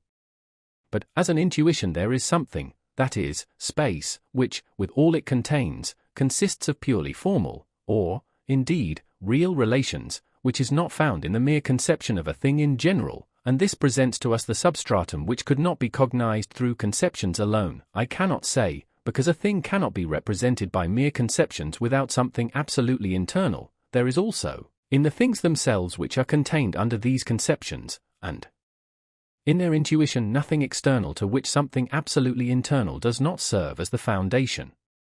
For, when we have made abstraction of all the conditions of intuition, there certainly remains in the mere conception nothing but the internal in general, through which alone the external is possible. But this necessity, which is grounded upon abstraction alone, does not obtain in the case of things themselves, in so far as they are given in intuition with such determinations as express mere relations, without having anything internal as their foundation, for they are not things in themselves, but only phenomena. What we cognize in matter is nothing but relations, what we call its internal determinations are but comparatively internal. But there are some self-subsistent and permanent, through which a determined object is given. That I, when abstraction is made of these relations, have nothing more to think, does not destroy the conception of a thing as phenomenon, nor the conception of an object in abstracto, but it does away with the possibility of an object that is determinable according to mere conceptions, that is, of a noumenon. It is certainly startling to hear that a thing consists solely of relations, but this thing is simply a phenomenon, and cannot be cogitated by means of the mere categories. It does itself consist in the mere relation of something in general to the senses. In the same way, we cannot cogitate relations of things in abstracto, if we commence with conceptions alone, in any other manner than that one is the cause of determinations in the other, for that is itself the conception of the understanding or category of relation. But, as in this case we make abstraction of all intuition, we lose altogether the mode in which the manifold determines to each of its parts its place, that is, the form of sensibility, space, and yet this mode antecedes all empirical causality. 39. If any one wishes here to have recourse to the usual subterfuge, and to say, that at least realitates noumena cannot be in opposition to each other, it will be requisite for him to adduce an example of this pure and non-sensuous reality, that it may be understood whether the notion represents something or nothing. But an example cannot be found except in experience, which never presents to us anything more than phenomena, and thus the proposition means nothing more than that the conception which contains only affirmatives does not contain anything negative, a proposition nobody ever doubted.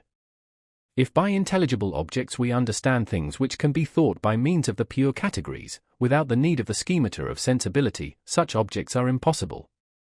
For the condition of the objective use of all our conceptions of understanding is the mode of our sensuous intuition, whereby objects are given, and, if we make abstraction of the latter, the former can have no relation to an object. And even if we should suppose a different kind of intuition from our own, still our functions of thought would have no use or signification in respect thereof. But if we understand by the term, objects of a non-sensuous intuition, in respect of which our categories are not valid, and of which we can accordingly have no knowledge, neither intuition nor conception, in this merely negative sense noumena must be admitted. For this is no more than saying that our mode of intuition is not applicable to all things, but only to objects of our senses, that consequently its objective validity is limited, and that room is therefore left for another kind of intuition, and thus also for things that may be objects of it. But in this sense the conception of a noumenon is problematical, that is to say, it is the notion of a thing of which we can neither say that it is possible, nor that it is impossible, inasmuch as we do not know of any mode of intuition besides the sensuous, or of any other sort of conceptions than the categories, a mode of intuition and a kind of conception neither of which is applicable to a non-sensuous object. We are on this account incompetent to extend the sphere of our objects of thought beyond the conditions of our sensibility, and to assume the existence of objects of pure thought, that is, of noumena, inasmuch as these have no true positive signification. For it must be confessed of the categories that they are not of themselves sufficient for the cognition of things in themselves and, without the data of sensibility, are mere subjective forms of the unity of the understanding. Thought is certainly not a product of the senses, and in so far is not limited by them, but it does not therefore follow that it may be employed purely and without the intervention of sensibility, for it would then be without reference to an object. And we cannot call a noumenon an object of pure thought, for the representation thereof is but the problematical conception of an object for a perfectly different intuition and a perfectly different understanding from ours, both of which are consequently themselves problematical. The conception of a noumenon is therefore not the conception of an object, but merely a problematical conception inseparably connected with the limitation of our sensibility. That is to say, this conception contains the answer to the question, are there objects quite unconnected with, and independent of, our intuition? A question to which only an indeterminate answer can be given. That answer is, inasmuch as sensuous intuition does not apply to all things without distinction, there remains room for other and different objects. The existence of these problematical objects is therefore not absolutely denied, in the absence of a determinate conception of them, but, as no category is valid in respect of them, neither must they be admitted as objects for our understanding. Understanding accordingly limits sensibility, without at the same time enlarging its own field. While, moreover, it forbids sensibility to apply its forms and modes to things in themselves and restricts it to the sphere of phenomena, it cogitates an object in itself, only, however, as a transcendental object, which is the cause of a phenomenon, consequently not itself a phenomenon, and which cannot be thought either as a quantity or as reality, or as substance, because these conceptions always require sensuous forms in which to determine an object, therefore, of which we are quite unable to say whether it can be met within ourselves or out of us, whether it would be annihilated together with sensibility, or, if this were taken away, would continue to exist. If we wish to call this object a noumenon, because the representation of it is non-sensuous, we are at liberty to do so. But as we can apply to it none of the conceptions of our understanding, the representation is for us quite void, and is available only for the indication of the limits of our sensuous intuition, thereby leaving at the same time an empty space, which we are competent to fill by the aid neither of possible experience, nor of the pure understanding. The critique of the pure understanding, accordingly, does not permit us to create for ourselves a new field of objects beyond those which are presented to us as phenomena, and to stray into intelligible worlds, nay, it does not even allow us to endeavor to form so much as a conception of them. The specious error which leads to this, and which is a perfectly excusable one, lies in the fact that the employment of the understanding, contrary to its proper purpose and destination, is made transcendental, and objects, that is, possible intuitions, are made to regulate themselves according to conceptions, instead of the conceptions arranging themselves according to the intuitions, on which alone their own objective validity rests. Now the reason of this again is that apperception, and with it thought, antecedes all possible determinate arrangement of representations. Accordingly we think something in general and determine it on the one hand sensuously, but, on the other, distinguish the general and in abstracto represented object from this particular mode of intuiting it. In this case there remains a mode of determining the object by mere thought, which is really but a logical form without content, which, however, seems to us to be a mode of the existence of the object in itself, noumenon, without regard to intuition which is limited to our senses.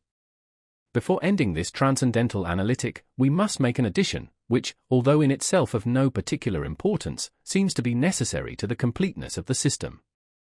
The highest conception, with which a transcendental philosophy commonly begins, is the division into possible and impossible. But as all division presupposes a divided conception, a still higher one must exist, and this is the conception of an object in general, problematically understood and without its being decided whether it is something or nothing. As the categories are the only conceptions which apply to objects in general, the distinguishing of an object, whether it is something or nothing, must proceed according to the order and direction of the categories. 1. To the categories of quantity, that is, the conceptions of all, many, and 1. The conception which annihilates all, that is, the conception of none, is opposed. And thus the object of a conception, to which no intuition can be found to correspond, is equals nothing. That is, it is a conception without an object, ens rationis, like noumena, which cannot be considered possible in the sphere of reality, though they must not therefore be held to be impossible, or like certain new fundamental forces in matter, the existence of which is cogitable without contradiction, though, as examples from experience are not forthcoming, they must not be regarded as possible. 2. Reality is something, negation is nothing, that is, a conception of the absence of an object, as cold, a shadow, nihil privativum.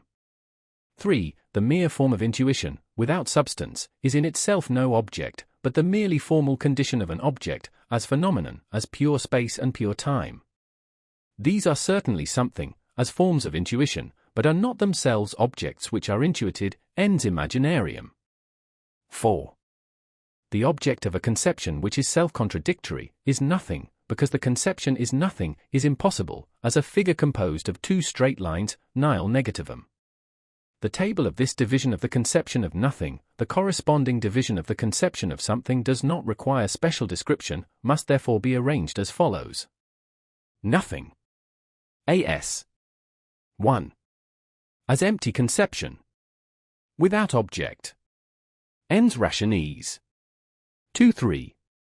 Empty object of empty intuition.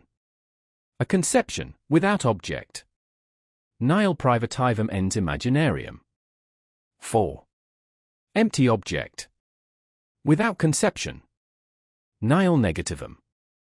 We see that the ens rationis is distinguished from the nihil negativum or pure nothing by the consideration that the former must not be reckoned among possibilities, because it is a mere fiction, though not self-contradictory, while the latter is completely opposed to all possibility, inasmuch as the conception annihilates itself. Both, however, are empty conceptions. On the other hand, the nihil privativum and ens imaginarium are empty data for conceptions. If light be not given to the senses, we cannot represent to ourselves darkness, and if extended objects are not perceived, we cannot represent space. Neither the negation, nor the mere form of intuition can, without something real, be an object. Second division, Transcendental Logic. Transcendental Dialectic. Introduction. Isle of transcendental illusory appearance. We term dialectic in general a logic of appearance. This does not signify a doctrine of probability, for probability is truth, only cognized upon insufficient grounds, and though the information it gives us is imperfect, it is not therefore deceitful. Hence it must not be separated from the analytical part of logic. Still less must phenomenon and appearance be held to be identical. For truth or illusory appearance does not reside in the object, in so far as it is intuited, but in the judgment upon the object, in so far as it is thought. It is, therefore, quite correct to say that the senses do not err, not because they always judge correctly, but because they do not judge at all. Hence truth and error, consequently also, illusory appearance as the cause of error, are only to be found in a judgment, that is, in the relation of an object to our understanding. In a cognition which completely harmonizes with the laws of the understanding, no error can exist. In a representation of the senses, as not containing any judgment, there is also no error. But no power of nature can of itself deviate from its own laws. Hence neither the understanding per se, without the influence of another cause, nor the senses per se, would fall into error. The former could not, because, if it acts only according to its own laws, the effect, the judgment, must necessarily accord with these laws. But in accordance with the laws of the understanding consists the formal element in all truth. In the senses there is no judgment, neither a true nor a false one. But as we have no source of cognition besides these two, it follows that error is caused solely by the unobserved influence of the sensibility upon the understanding. And thus it happens that the subjective grounds of a judgment blend and are confounded with the objective, and cause them to deviate from their proper determination. 40. Just as a body in motion would always of itself proceed in a straight line, but if another impetus gives to it a different direction, it will then start off into a curvilinear line of motion. To distinguish the peculiar action of the understanding from the power which mingles with it, it is necessary to consider an erroneous judgment as the diagonal between two forces that determine the judgment in two different directions, which, as it were, form an angle, and to resolve this composite operation into the simple ones of the understanding and the sensibility. In pure a priori judgments this must be done by means of transcendental reflection, whereby, as has been already shown, each representation has its place appointed in the corresponding faculty of cognition, and consequently the influence of the one faculty upon the other is made apparent. 40. Sensibility, subjected to the understanding, as the object upon which the understanding employs its functions, is the source of real cognitions. But, in so far as it exercises an influence upon the action of the understanding and determines it to judgment, sensibility is itself the cause of error.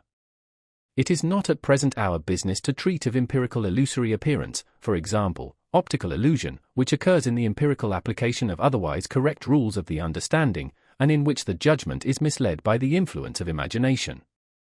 Our purpose is to speak of transcendental illusory appearance, which influences principles that are not even applied to experience, for in this case we should possess a sure test of their correctness, but which leads us, in disregard of all the warnings of criticism, completely beyond the empirical employment of the categories and deludes us with the chimera of an extension of the sphere of the pure understanding.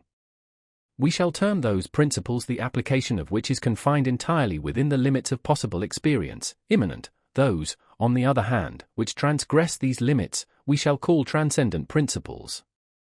But by these latter I do not understand principles of the transcendental use or misuse of the categories, which is in reality a mere fault of the judgment when not under due restraint from criticism, and therefore not paying sufficient attention to the limits of the sphere in which the pure understanding is allowed to exercise its functions, but real principles which exhort us to break down all those barriers, and to lay claim to a perfectly new field of cognition, which recognizes no line of demarcation. Thus transcendental and transcendent are not identical terms. The principles of the pure understanding, which we have already propounded, ought to be of empirical and not of transcendental use, that is, they are not applicable to any object beyond the sphere of experience. A principle which removes these limits, nay, which authorizes us to overstep them, is called transcendent. If our criticism can succeed in exposing the illusion in these pretended principles, those which are limited in their employment to the sphere of experience may be called, in opposition to the others, immanent principles of the pure understanding. Logical illusion, which consists merely in the imitation of the form of reason, the illusion in sophistical syllogisms, arises entirely from a want of due attention to logical rules. So soon as the attention is awakened to the case before us, this illusion totally disappears. Transcendental illusion, on the contrary, does not cease to exist, even after it has been exposed, and its nothingness clearly perceived by means of transcendental criticism. Take, for example, the illusion in the proposition, the world must have a beginning in time. The cause of this is as follows. In our reason, subjectively considered as a faculty of human cognition, there exist fundamental rules and maxims of its exercise, which have completely the appearance of objective principles. Now from this cause it happens that the subjective necessity of a certain connection of our conceptions is regarded as an objective necessity of the determination of things in themselves. This illusion it is impossible to avoid, just as we cannot avoid perceiving that the sea appears to be higher at a distance than it is near the shore, because we see the former by means of higher rays than the latter, or, which is a still stronger case, as even the astronomer cannot prevent himself from seeing the moon larger at its rising than some time afterwards, although he is not deceived by this illusion. Transcendental dialectic will therefore content itself with exposing the illusory appearance in transcendental judgments, and guarding us against it, but to make it, as in the case of logical illusion, entirely disappear and cease to be illusion is utterly beyond its power. For we have here to do with a natural and unavoidable illusion, which rests upon subjective principles and imposes these upon us as objective, while logical dialectic, in the detection of sophisms, has to do merely with an error in the logical consequence of the propositions, or with an artificially constructed illusion, in imitation of the natural error. There is, therefore, a natural and unavoidable dialectic of pure reason, not that in which the bungler, from want of the requisite knowledge, involves himself, nor that which the sophist devises for the purpose of misleading, but that which is an inseparable adjunct of human reason, and which, even after its illusions have been exposed, does not cease to deceive, and continually to lead reason into momentary errors, which it becomes necessary continually to remove. 2. Of pure reason as the seat of transcendental illusory appearance. 8. Of reason in general. All our knowledge begins with sense, proceeds thence to understanding, and ends with reason, beyond which nothing higher can be discovered in the human mind for elaborating the matter of intuition and subjecting it to the highest unity of thought. At this stage of our inquiry it is my duty to give an explanation of this, the highest faculty of cognition, and I confess I find myself here in some difficulty. Of reason, as of the understanding, there is a merely formal, that is, logical use, in which it makes abstraction of all content of cognition, but there is also a real use, inasmuch as it contains in itself the source of certain conceptions and principles, which it does not borrow either from the senses or the understanding. The former faculty has been long defined by logicians as the faculty of mediate conclusion in contradistinction to immediate conclusions, consequentiae immediati, but the nature of the latter, which itself generates conceptions, is not to be understood from this definition. Now, as a division of reason into a logical and a transcendental faculty presents itself here, it becomes necessary to seek for a higher conception of this source of cognition which shall comprehend both conceptions. In this we may expect, according to the analogy of the conceptions of the understanding, that the logical conception will give us the key to the transcendental, and that the table of the functions of the former will present us with the clue to the conceptions of reason. In the former part of our transcendental logic, we defined the understanding to be the faculty of rules. Reason may be distinguished from understanding as the faculty of principles. The term principle is ambiguous, and commonly signifies merely a cognition that may be employed as a principle, although it is not in itself, and as regards its proper origin, entitled to the distinction. Every general proposition, even if derived from experience by the process of induction, may serve as the major in a syllogism, but it is not for that reason a principle.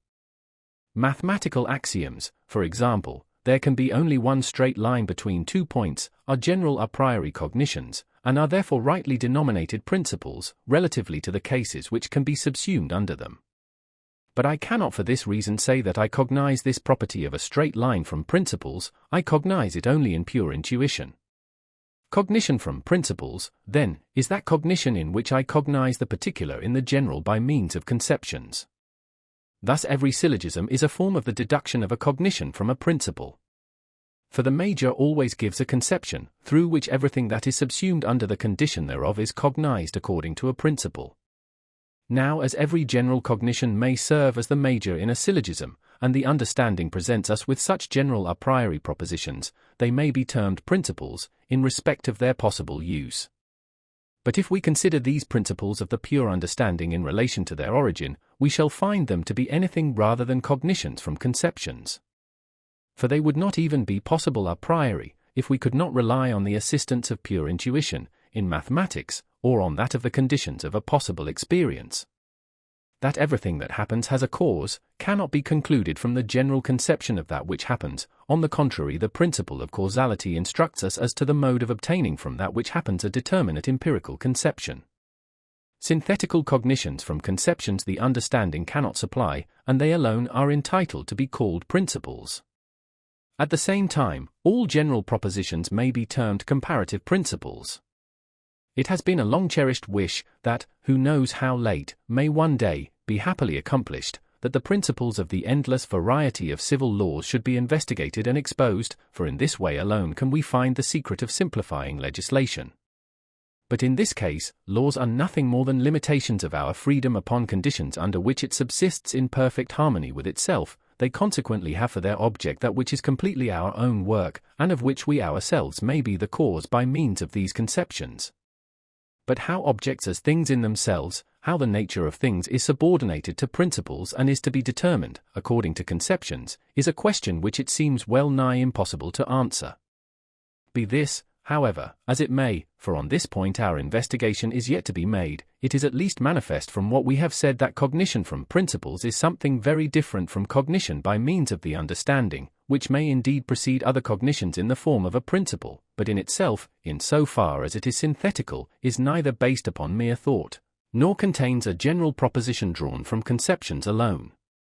The understanding may be a faculty for the production of unity of phenomena by virtue of rules. The reason is a faculty for the production of unity of rules, of the understanding, under principles. Reason, therefore, never applies directly to experience, or to any sensuous object. Its object is, on the contrary, the understanding, to the manifold cognition of which it gives a unity a priori by means of conceptions, a unity which may be called rational unity, and which is of a nature very different from that of the unity produced by the understanding. The above is the general conception of the faculty of reason, in so far as it has been possible to make it comprehensible in the absence of examples. These will be given in the sequel.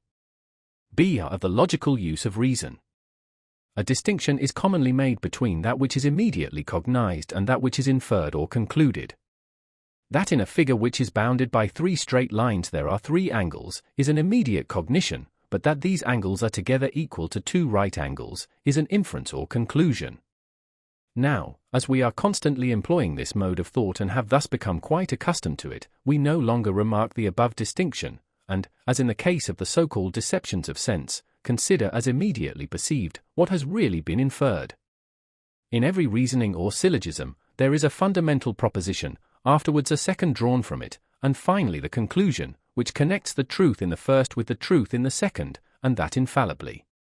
If the judgment concluded is so contained in the first proposition that it can be deduced from it without the meditation of a third notion, the conclusion is called immediate, consequentia immediata. I prefer the term conclusion of the understanding. But if, in addition to the fundamental cognition, a second judgment is necessary for the production of the conclusion, it is called a conclusion of the reason. In the proposition, all men are mortal, are contained the propositions, some men are mortal, nothing that is not mortal is a man, and these are therefore immediate conclusions from the first. On the other hand, the proposition, all the learned are mortal, is not contained in the main proposition, for the conception of a learned man does not occur in it, and it can be deduced from the main proposition only by means of a mediating judgment. In every syllogism I first cogitate a rule, the major, by means of the understanding. In the next place I subsume a cognition under the condition of the rule, and this is the minor, by means of the judgment.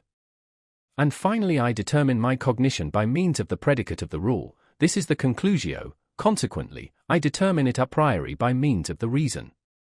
The relations, therefore, which the major proposition, as the rule, represents between a cognition and its condition, constitute the different kinds of syllogisms.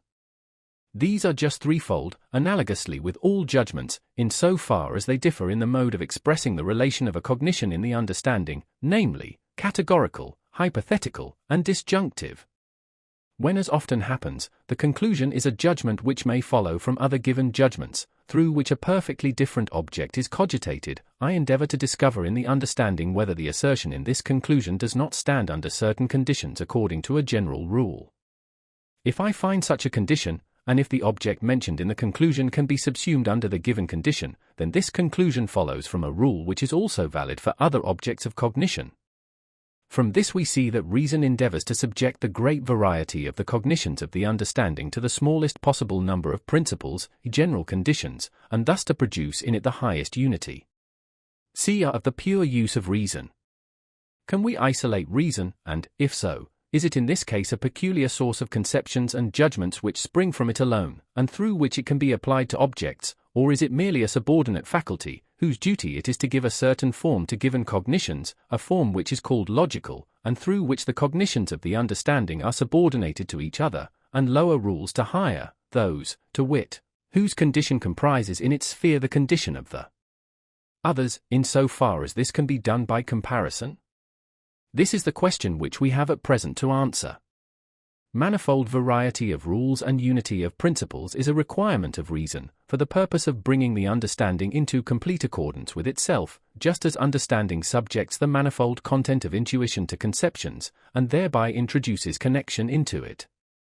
But this principle prescribes no law to objects, and does not contain any ground of the possibility of cognizing or of determining them as such, but is merely a subjective law for the proper arrangement of the content of the understanding. The purpose of this law is, by a comparison of the conceptions of the understanding, to reduce them to the smallest possible number, although, at the same time, it does not justify us in demanding from objects themselves such a uniformity as might contribute to the convenience and the enlargement of the sphere of the understanding, or in expecting that it will itself thus receive from them objective validity. In one word, the question is, does reason in itself, that is, does pure reason contain a priori synthetical principles and rules, and what are those principles? The formal and logical procedure of reason in syllogisms gives us sufficient information in regard to the ground on which the transcendental principle of reason in its pure synthetical cognition will rest. 1. Reason, as observed in the syllogistic process, is not applicable to intuitions, for the purpose of subjecting them to rules, for this is the province of the understanding with its categories, but to conceptions and judgments. If pure reason does apply to objects and the intuition of them, it does so not immediately, but mediately, through the understanding and its judgments, which have a direct relation to the senses and their intuition, for the purpose of determining their objects. The unity of reason is therefore not the unity of a possible experience, but is essentially different from this unity, which is that of the understanding. that everything which happens has a cause, is not a principle cognized and prescribed by reason. This principle makes the unity of experience possible and borrows nothing from reason, which, without a reference to possible experience, could never have produced by means of mere conceptions any such synthetical unity. 2. Reason, in its logical use, endeavors to discover the general condition of its judgment, the conclusion, and a syllogism is itself nothing but a judgment by means of the subsumption of its condition under a general rule, the major.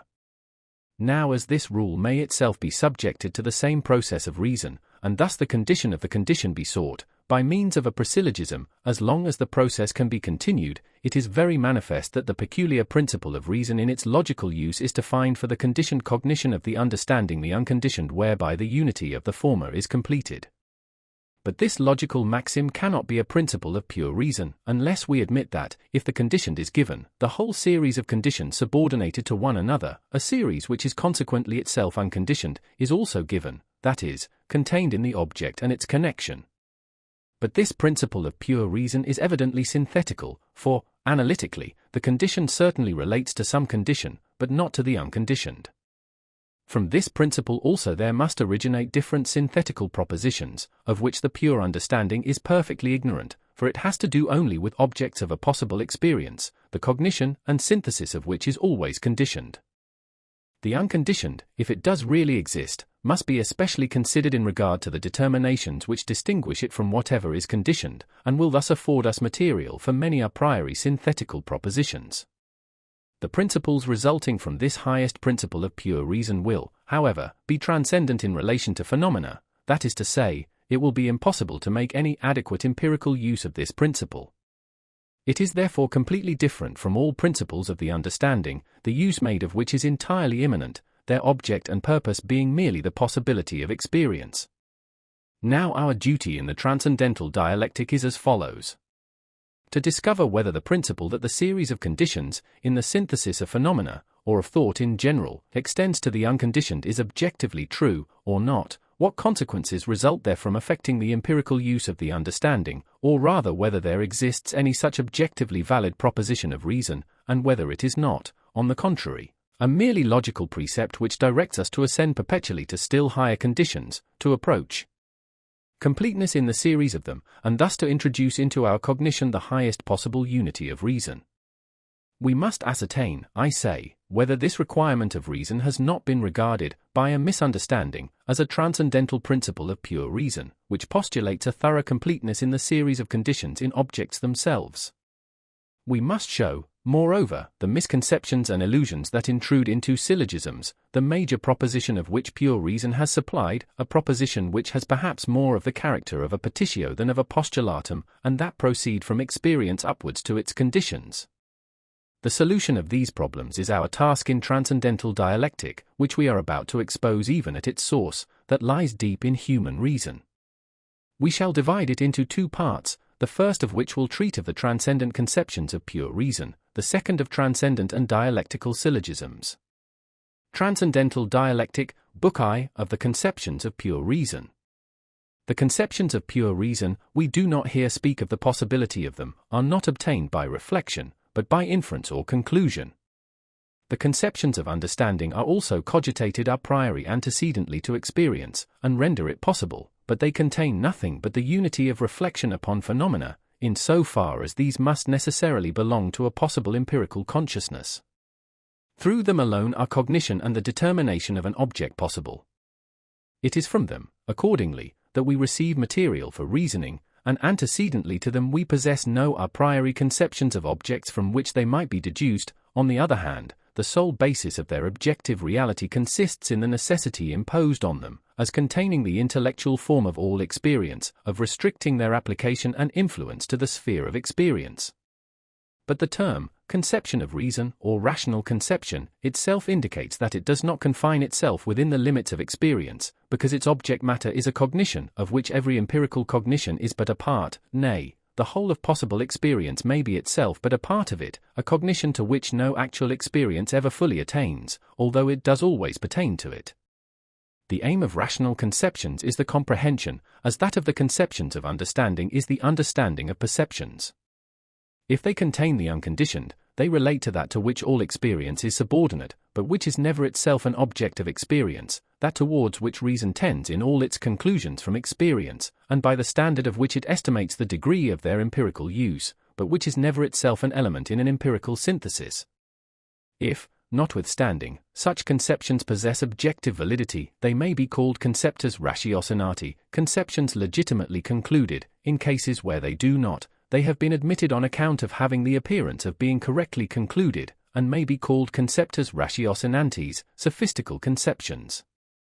But as this can only be sufficiently demonstrated in that part of our treatise which relates to the dialectical conclusions of reason, we shall omit any consideration of it in this place. As we called the pure conceptions of the understanding categories, we shall also distinguish those of pure reason by a new name and call them transcendental ideas. These terms, however, we must in the first place explain and justify. Section 1, of Ideas in General. Despite the great wealth of words which European languages possess, the thinker finds himself often at a loss for an expression exactly suited to his conception, for want of which he is unable to make himself intelligible either to others or to himself. To coin new words is a pretension to legislation in language which is seldom successful, and, before recourse is taken to so desperate an expedient, it is advisable to examine the dead and learned languages, with the hope and the probability that we may there meet with some adequate expression of the notion we have in our minds. In this case, even if the original meaning of the word has become somewhat uncertain, from carelessness or want of caution on the part of the authors of it, it is always better to adhere to and confirm its proper meaning, even although it may be doubtful whether it was formerly used in exactly this sense, than to make our labor vain by want of sufficient care to render ourselves intelligible. For this reason, when it happens that there exists only a single word to express a certain conception, and this word, in its usual acceptation, is thoroughly adequate to the conception, the accurate distinction of which from related conceptions is of great importance, we ought not to employ the expression improvidently, or, for the sake of variety and elegance of style, use it as a synonym for other cognate words. It is our duty, on the contrary, carefully to preserve its peculiar signification, as otherwise it easily happens that when the attention of the reader is no longer particularly attracted to the expression, and it is lost amid the multitude of other words of very different import, the thought which it conveyed, and which it alone conveyed, is lost with it. Plato employed the expression idea in a way that plainly showed he meant by it something which is never derived from the senses, but which far transcends even the conceptions of the understanding, with which Aristotle occupied himself, inasmuch as in experience nothing perfectly corresponding to them could be found. Ideas are, according to him, archetypes of things themselves, and not merely keys to possible experiences, like the categories. In his view they flow from the highest reason, by which they have been imparted to human reason, which, however, exists no longer in its original state, but is obliged with great labor to recall by reminiscence, which is called philosophy, the old but now sadly obscured ideas. I will not here enter upon any literary investigation of the sense which this sublime philosopher attached to this expression. I shall content myself with remarking that it is nothing unusual, in common conversation as well as in written works, by comparing the thoughts which an author has delivered upon a subject, to understand him better than he understood himself inasmuch as he may not have sufficiently determined his conception, and thus have sometimes spoken, nay even thought, in opposition to his own opinions. Plato perceived very clearly that our faculty of cognition has the feeling of a much higher vocation than that of merely spelling out phenomena according to synthetical unity, for the purpose of being able to read them as experience, and that our reason naturally raises itself to cognitions far too elevated to admit of the possibility of an object given by experience corresponding to them, cognitions which are nevertheless real, and are not mere phantoms of the brain. This philosopher found his ideas especially in all that is practical, 41, that is, which rests upon freedom, which in its turn ranks under cognitions that are the peculiar product of reason. He who would derive from experience the conceptions of virtue, who would make, as many have really done, that, which at best can but serve as an imperfectly illustrative example, a model for or the formation of a perfectly adequate idea on the subject, would in fact transform virtue into an entity changeable according to time and circumstance and utterly incapable of being employed as a rule. On the contrary, every one is conscious that, when anyone is held up to him as a model of virtue, he compares this so-called model with the true original which he possesses in his own mind and values him according to this standard. But this standard is the idea of virtue, in relation to which all possible objects of experience are indeed serviceable as examples, proofs of the practicability in a certain degree of that which the conception of virtue demands, but certainly not as archetypes. That the actions of man will never be in perfect accordance with all the requirements of the pure ideas of reason, does not prove the thought to be chimerical. For only through this idea are all judgments as to moral merit or demerit possible. It consequently lies at the foundation of every approach to moral perfection, however far removed from it the obstacles in human nature, indeterminable as to degree, may keep us. 41. He certainly extended the application of his conception to speculative cognitions also, provided they were given pure and completely a priori, nay, even to mathematics, although this science cannot possess an object otherwhere than in possible experience. I cannot follow him in this, and as little can I follow him in his mystical deduction of these ideas, or in his hypostatization of them, although, in truth, the elevated and exaggerated language which he employed in describing them is quite capable of an interpretation more subdued and more in accordance with fact and the nature of things. The Platonic Republic has become proverbial as an example, and a striking one, of imaginary perfection, such as can exist only in the brain of the idle thinker, and Brucker ridicules the philosopher for maintaining that a prince can never govern well, unless he is participant in the ideas. But we should do better to follow up this thought and, where this admirable thinker leaves us without assistance, employ new efforts to place it in clearer light, rather than carelessly fling it aside as useless, under the very miserable and pernicious pretext of impracticability. A constitution of the greatest possible human freedom according to laws, by which the liberty of every individual can consist with the liberty of every other, not of the greatest possible happiness, for this follows necessarily from the former, is, to say the least, a necessary idea, which must be placed at the foundation not only of the first plan of the constitution of a state, but of all its laws. And, in this, it not necessary at the outset to take account of the obstacles which lie in our way, obstacles which perhaps do not necessarily arise from the character of human nature, but rather from the previous neglect of true ideas in legislation. For there is nothing more pernicious and more unworthy of a philosopher than the vulgar appeal to a so-called adverse experience, which indeed would not have existed if those institutions had been established at the proper time and in accordance with ideas, while, instead of this, conceptions, crude for the very reason that they have been drawn from experience, have marred and frustrated all our better views and intentions. The more legislation and government are in harmony with this idea, the more rare do punishments become, and thus it is quite reasonable to maintain, as Plato did, that in a perfect state no punishments at all would be necessary. Now, although a perfect state may never exist, the idea is not on that account the less just, which holds up this maximum as the archetype or standard of a constitution, in order to bring legislative government always nearer and nearer to the greatest possible perfection. For at what precise degree human nature must stop in its progress, and how wide must be the chasm which must necessarily exist between the idea and its realization, are problems which no one can or ought to determine, and for this reason, that it is the destination of freedom to overstep all assigned limits between itself and the idea. But not only in that wherein human reason is a real causal agent and where ideas are operative causes of actions and their objects, that is to say, in the region of ethics, but also in regard to nature herself, Plato saw clear proofs of an origin from ideas. A plant, an animal, the regular order of nature, probably also the disposition of the whole universe, give manifest evidence that they are possible only by means of and according to ideas, that, indeed, no one creature, under the individual conditions of its existence, perfectly harmonizes with the idea of the most perfect of its kind, just as little as man with the idea of humanity, which nevertheless he bears in his soul as the archetypal standard of his actions, that, notwithstanding, these ideas are in the highest sense individually, unchangeably, and completely determined, and are the original causes of things, and that the totality of connected objects in the universe is alone fully adequate to that idea. Setting aside the exaggerations of expression in the writings of this philosopher, the mental power exhibited in this ascent from the ectopal mode of regarding the physical world to the architectonic connection thereof according to ends, that is, ideas, is an effort which deserves imitation and claims respect. But as regards the principles of ethics, of legislation, and of religion, spheres in which ideas alone render experience possible, although they never attain to full expression therein, he has vindicated for himself a position of peculiar merit, which is not appreciated only because it is judged by the very empirical rules, the validity of which as principles is destroyed by ideas. For as regards nature, experience presents us with rules and is the source of truth, but in relation to ethical laws experience is the parent of illusion, and it is in the highest degree reprehensible to limit or to deduce the laws which dictate what I ought to do, from what is done.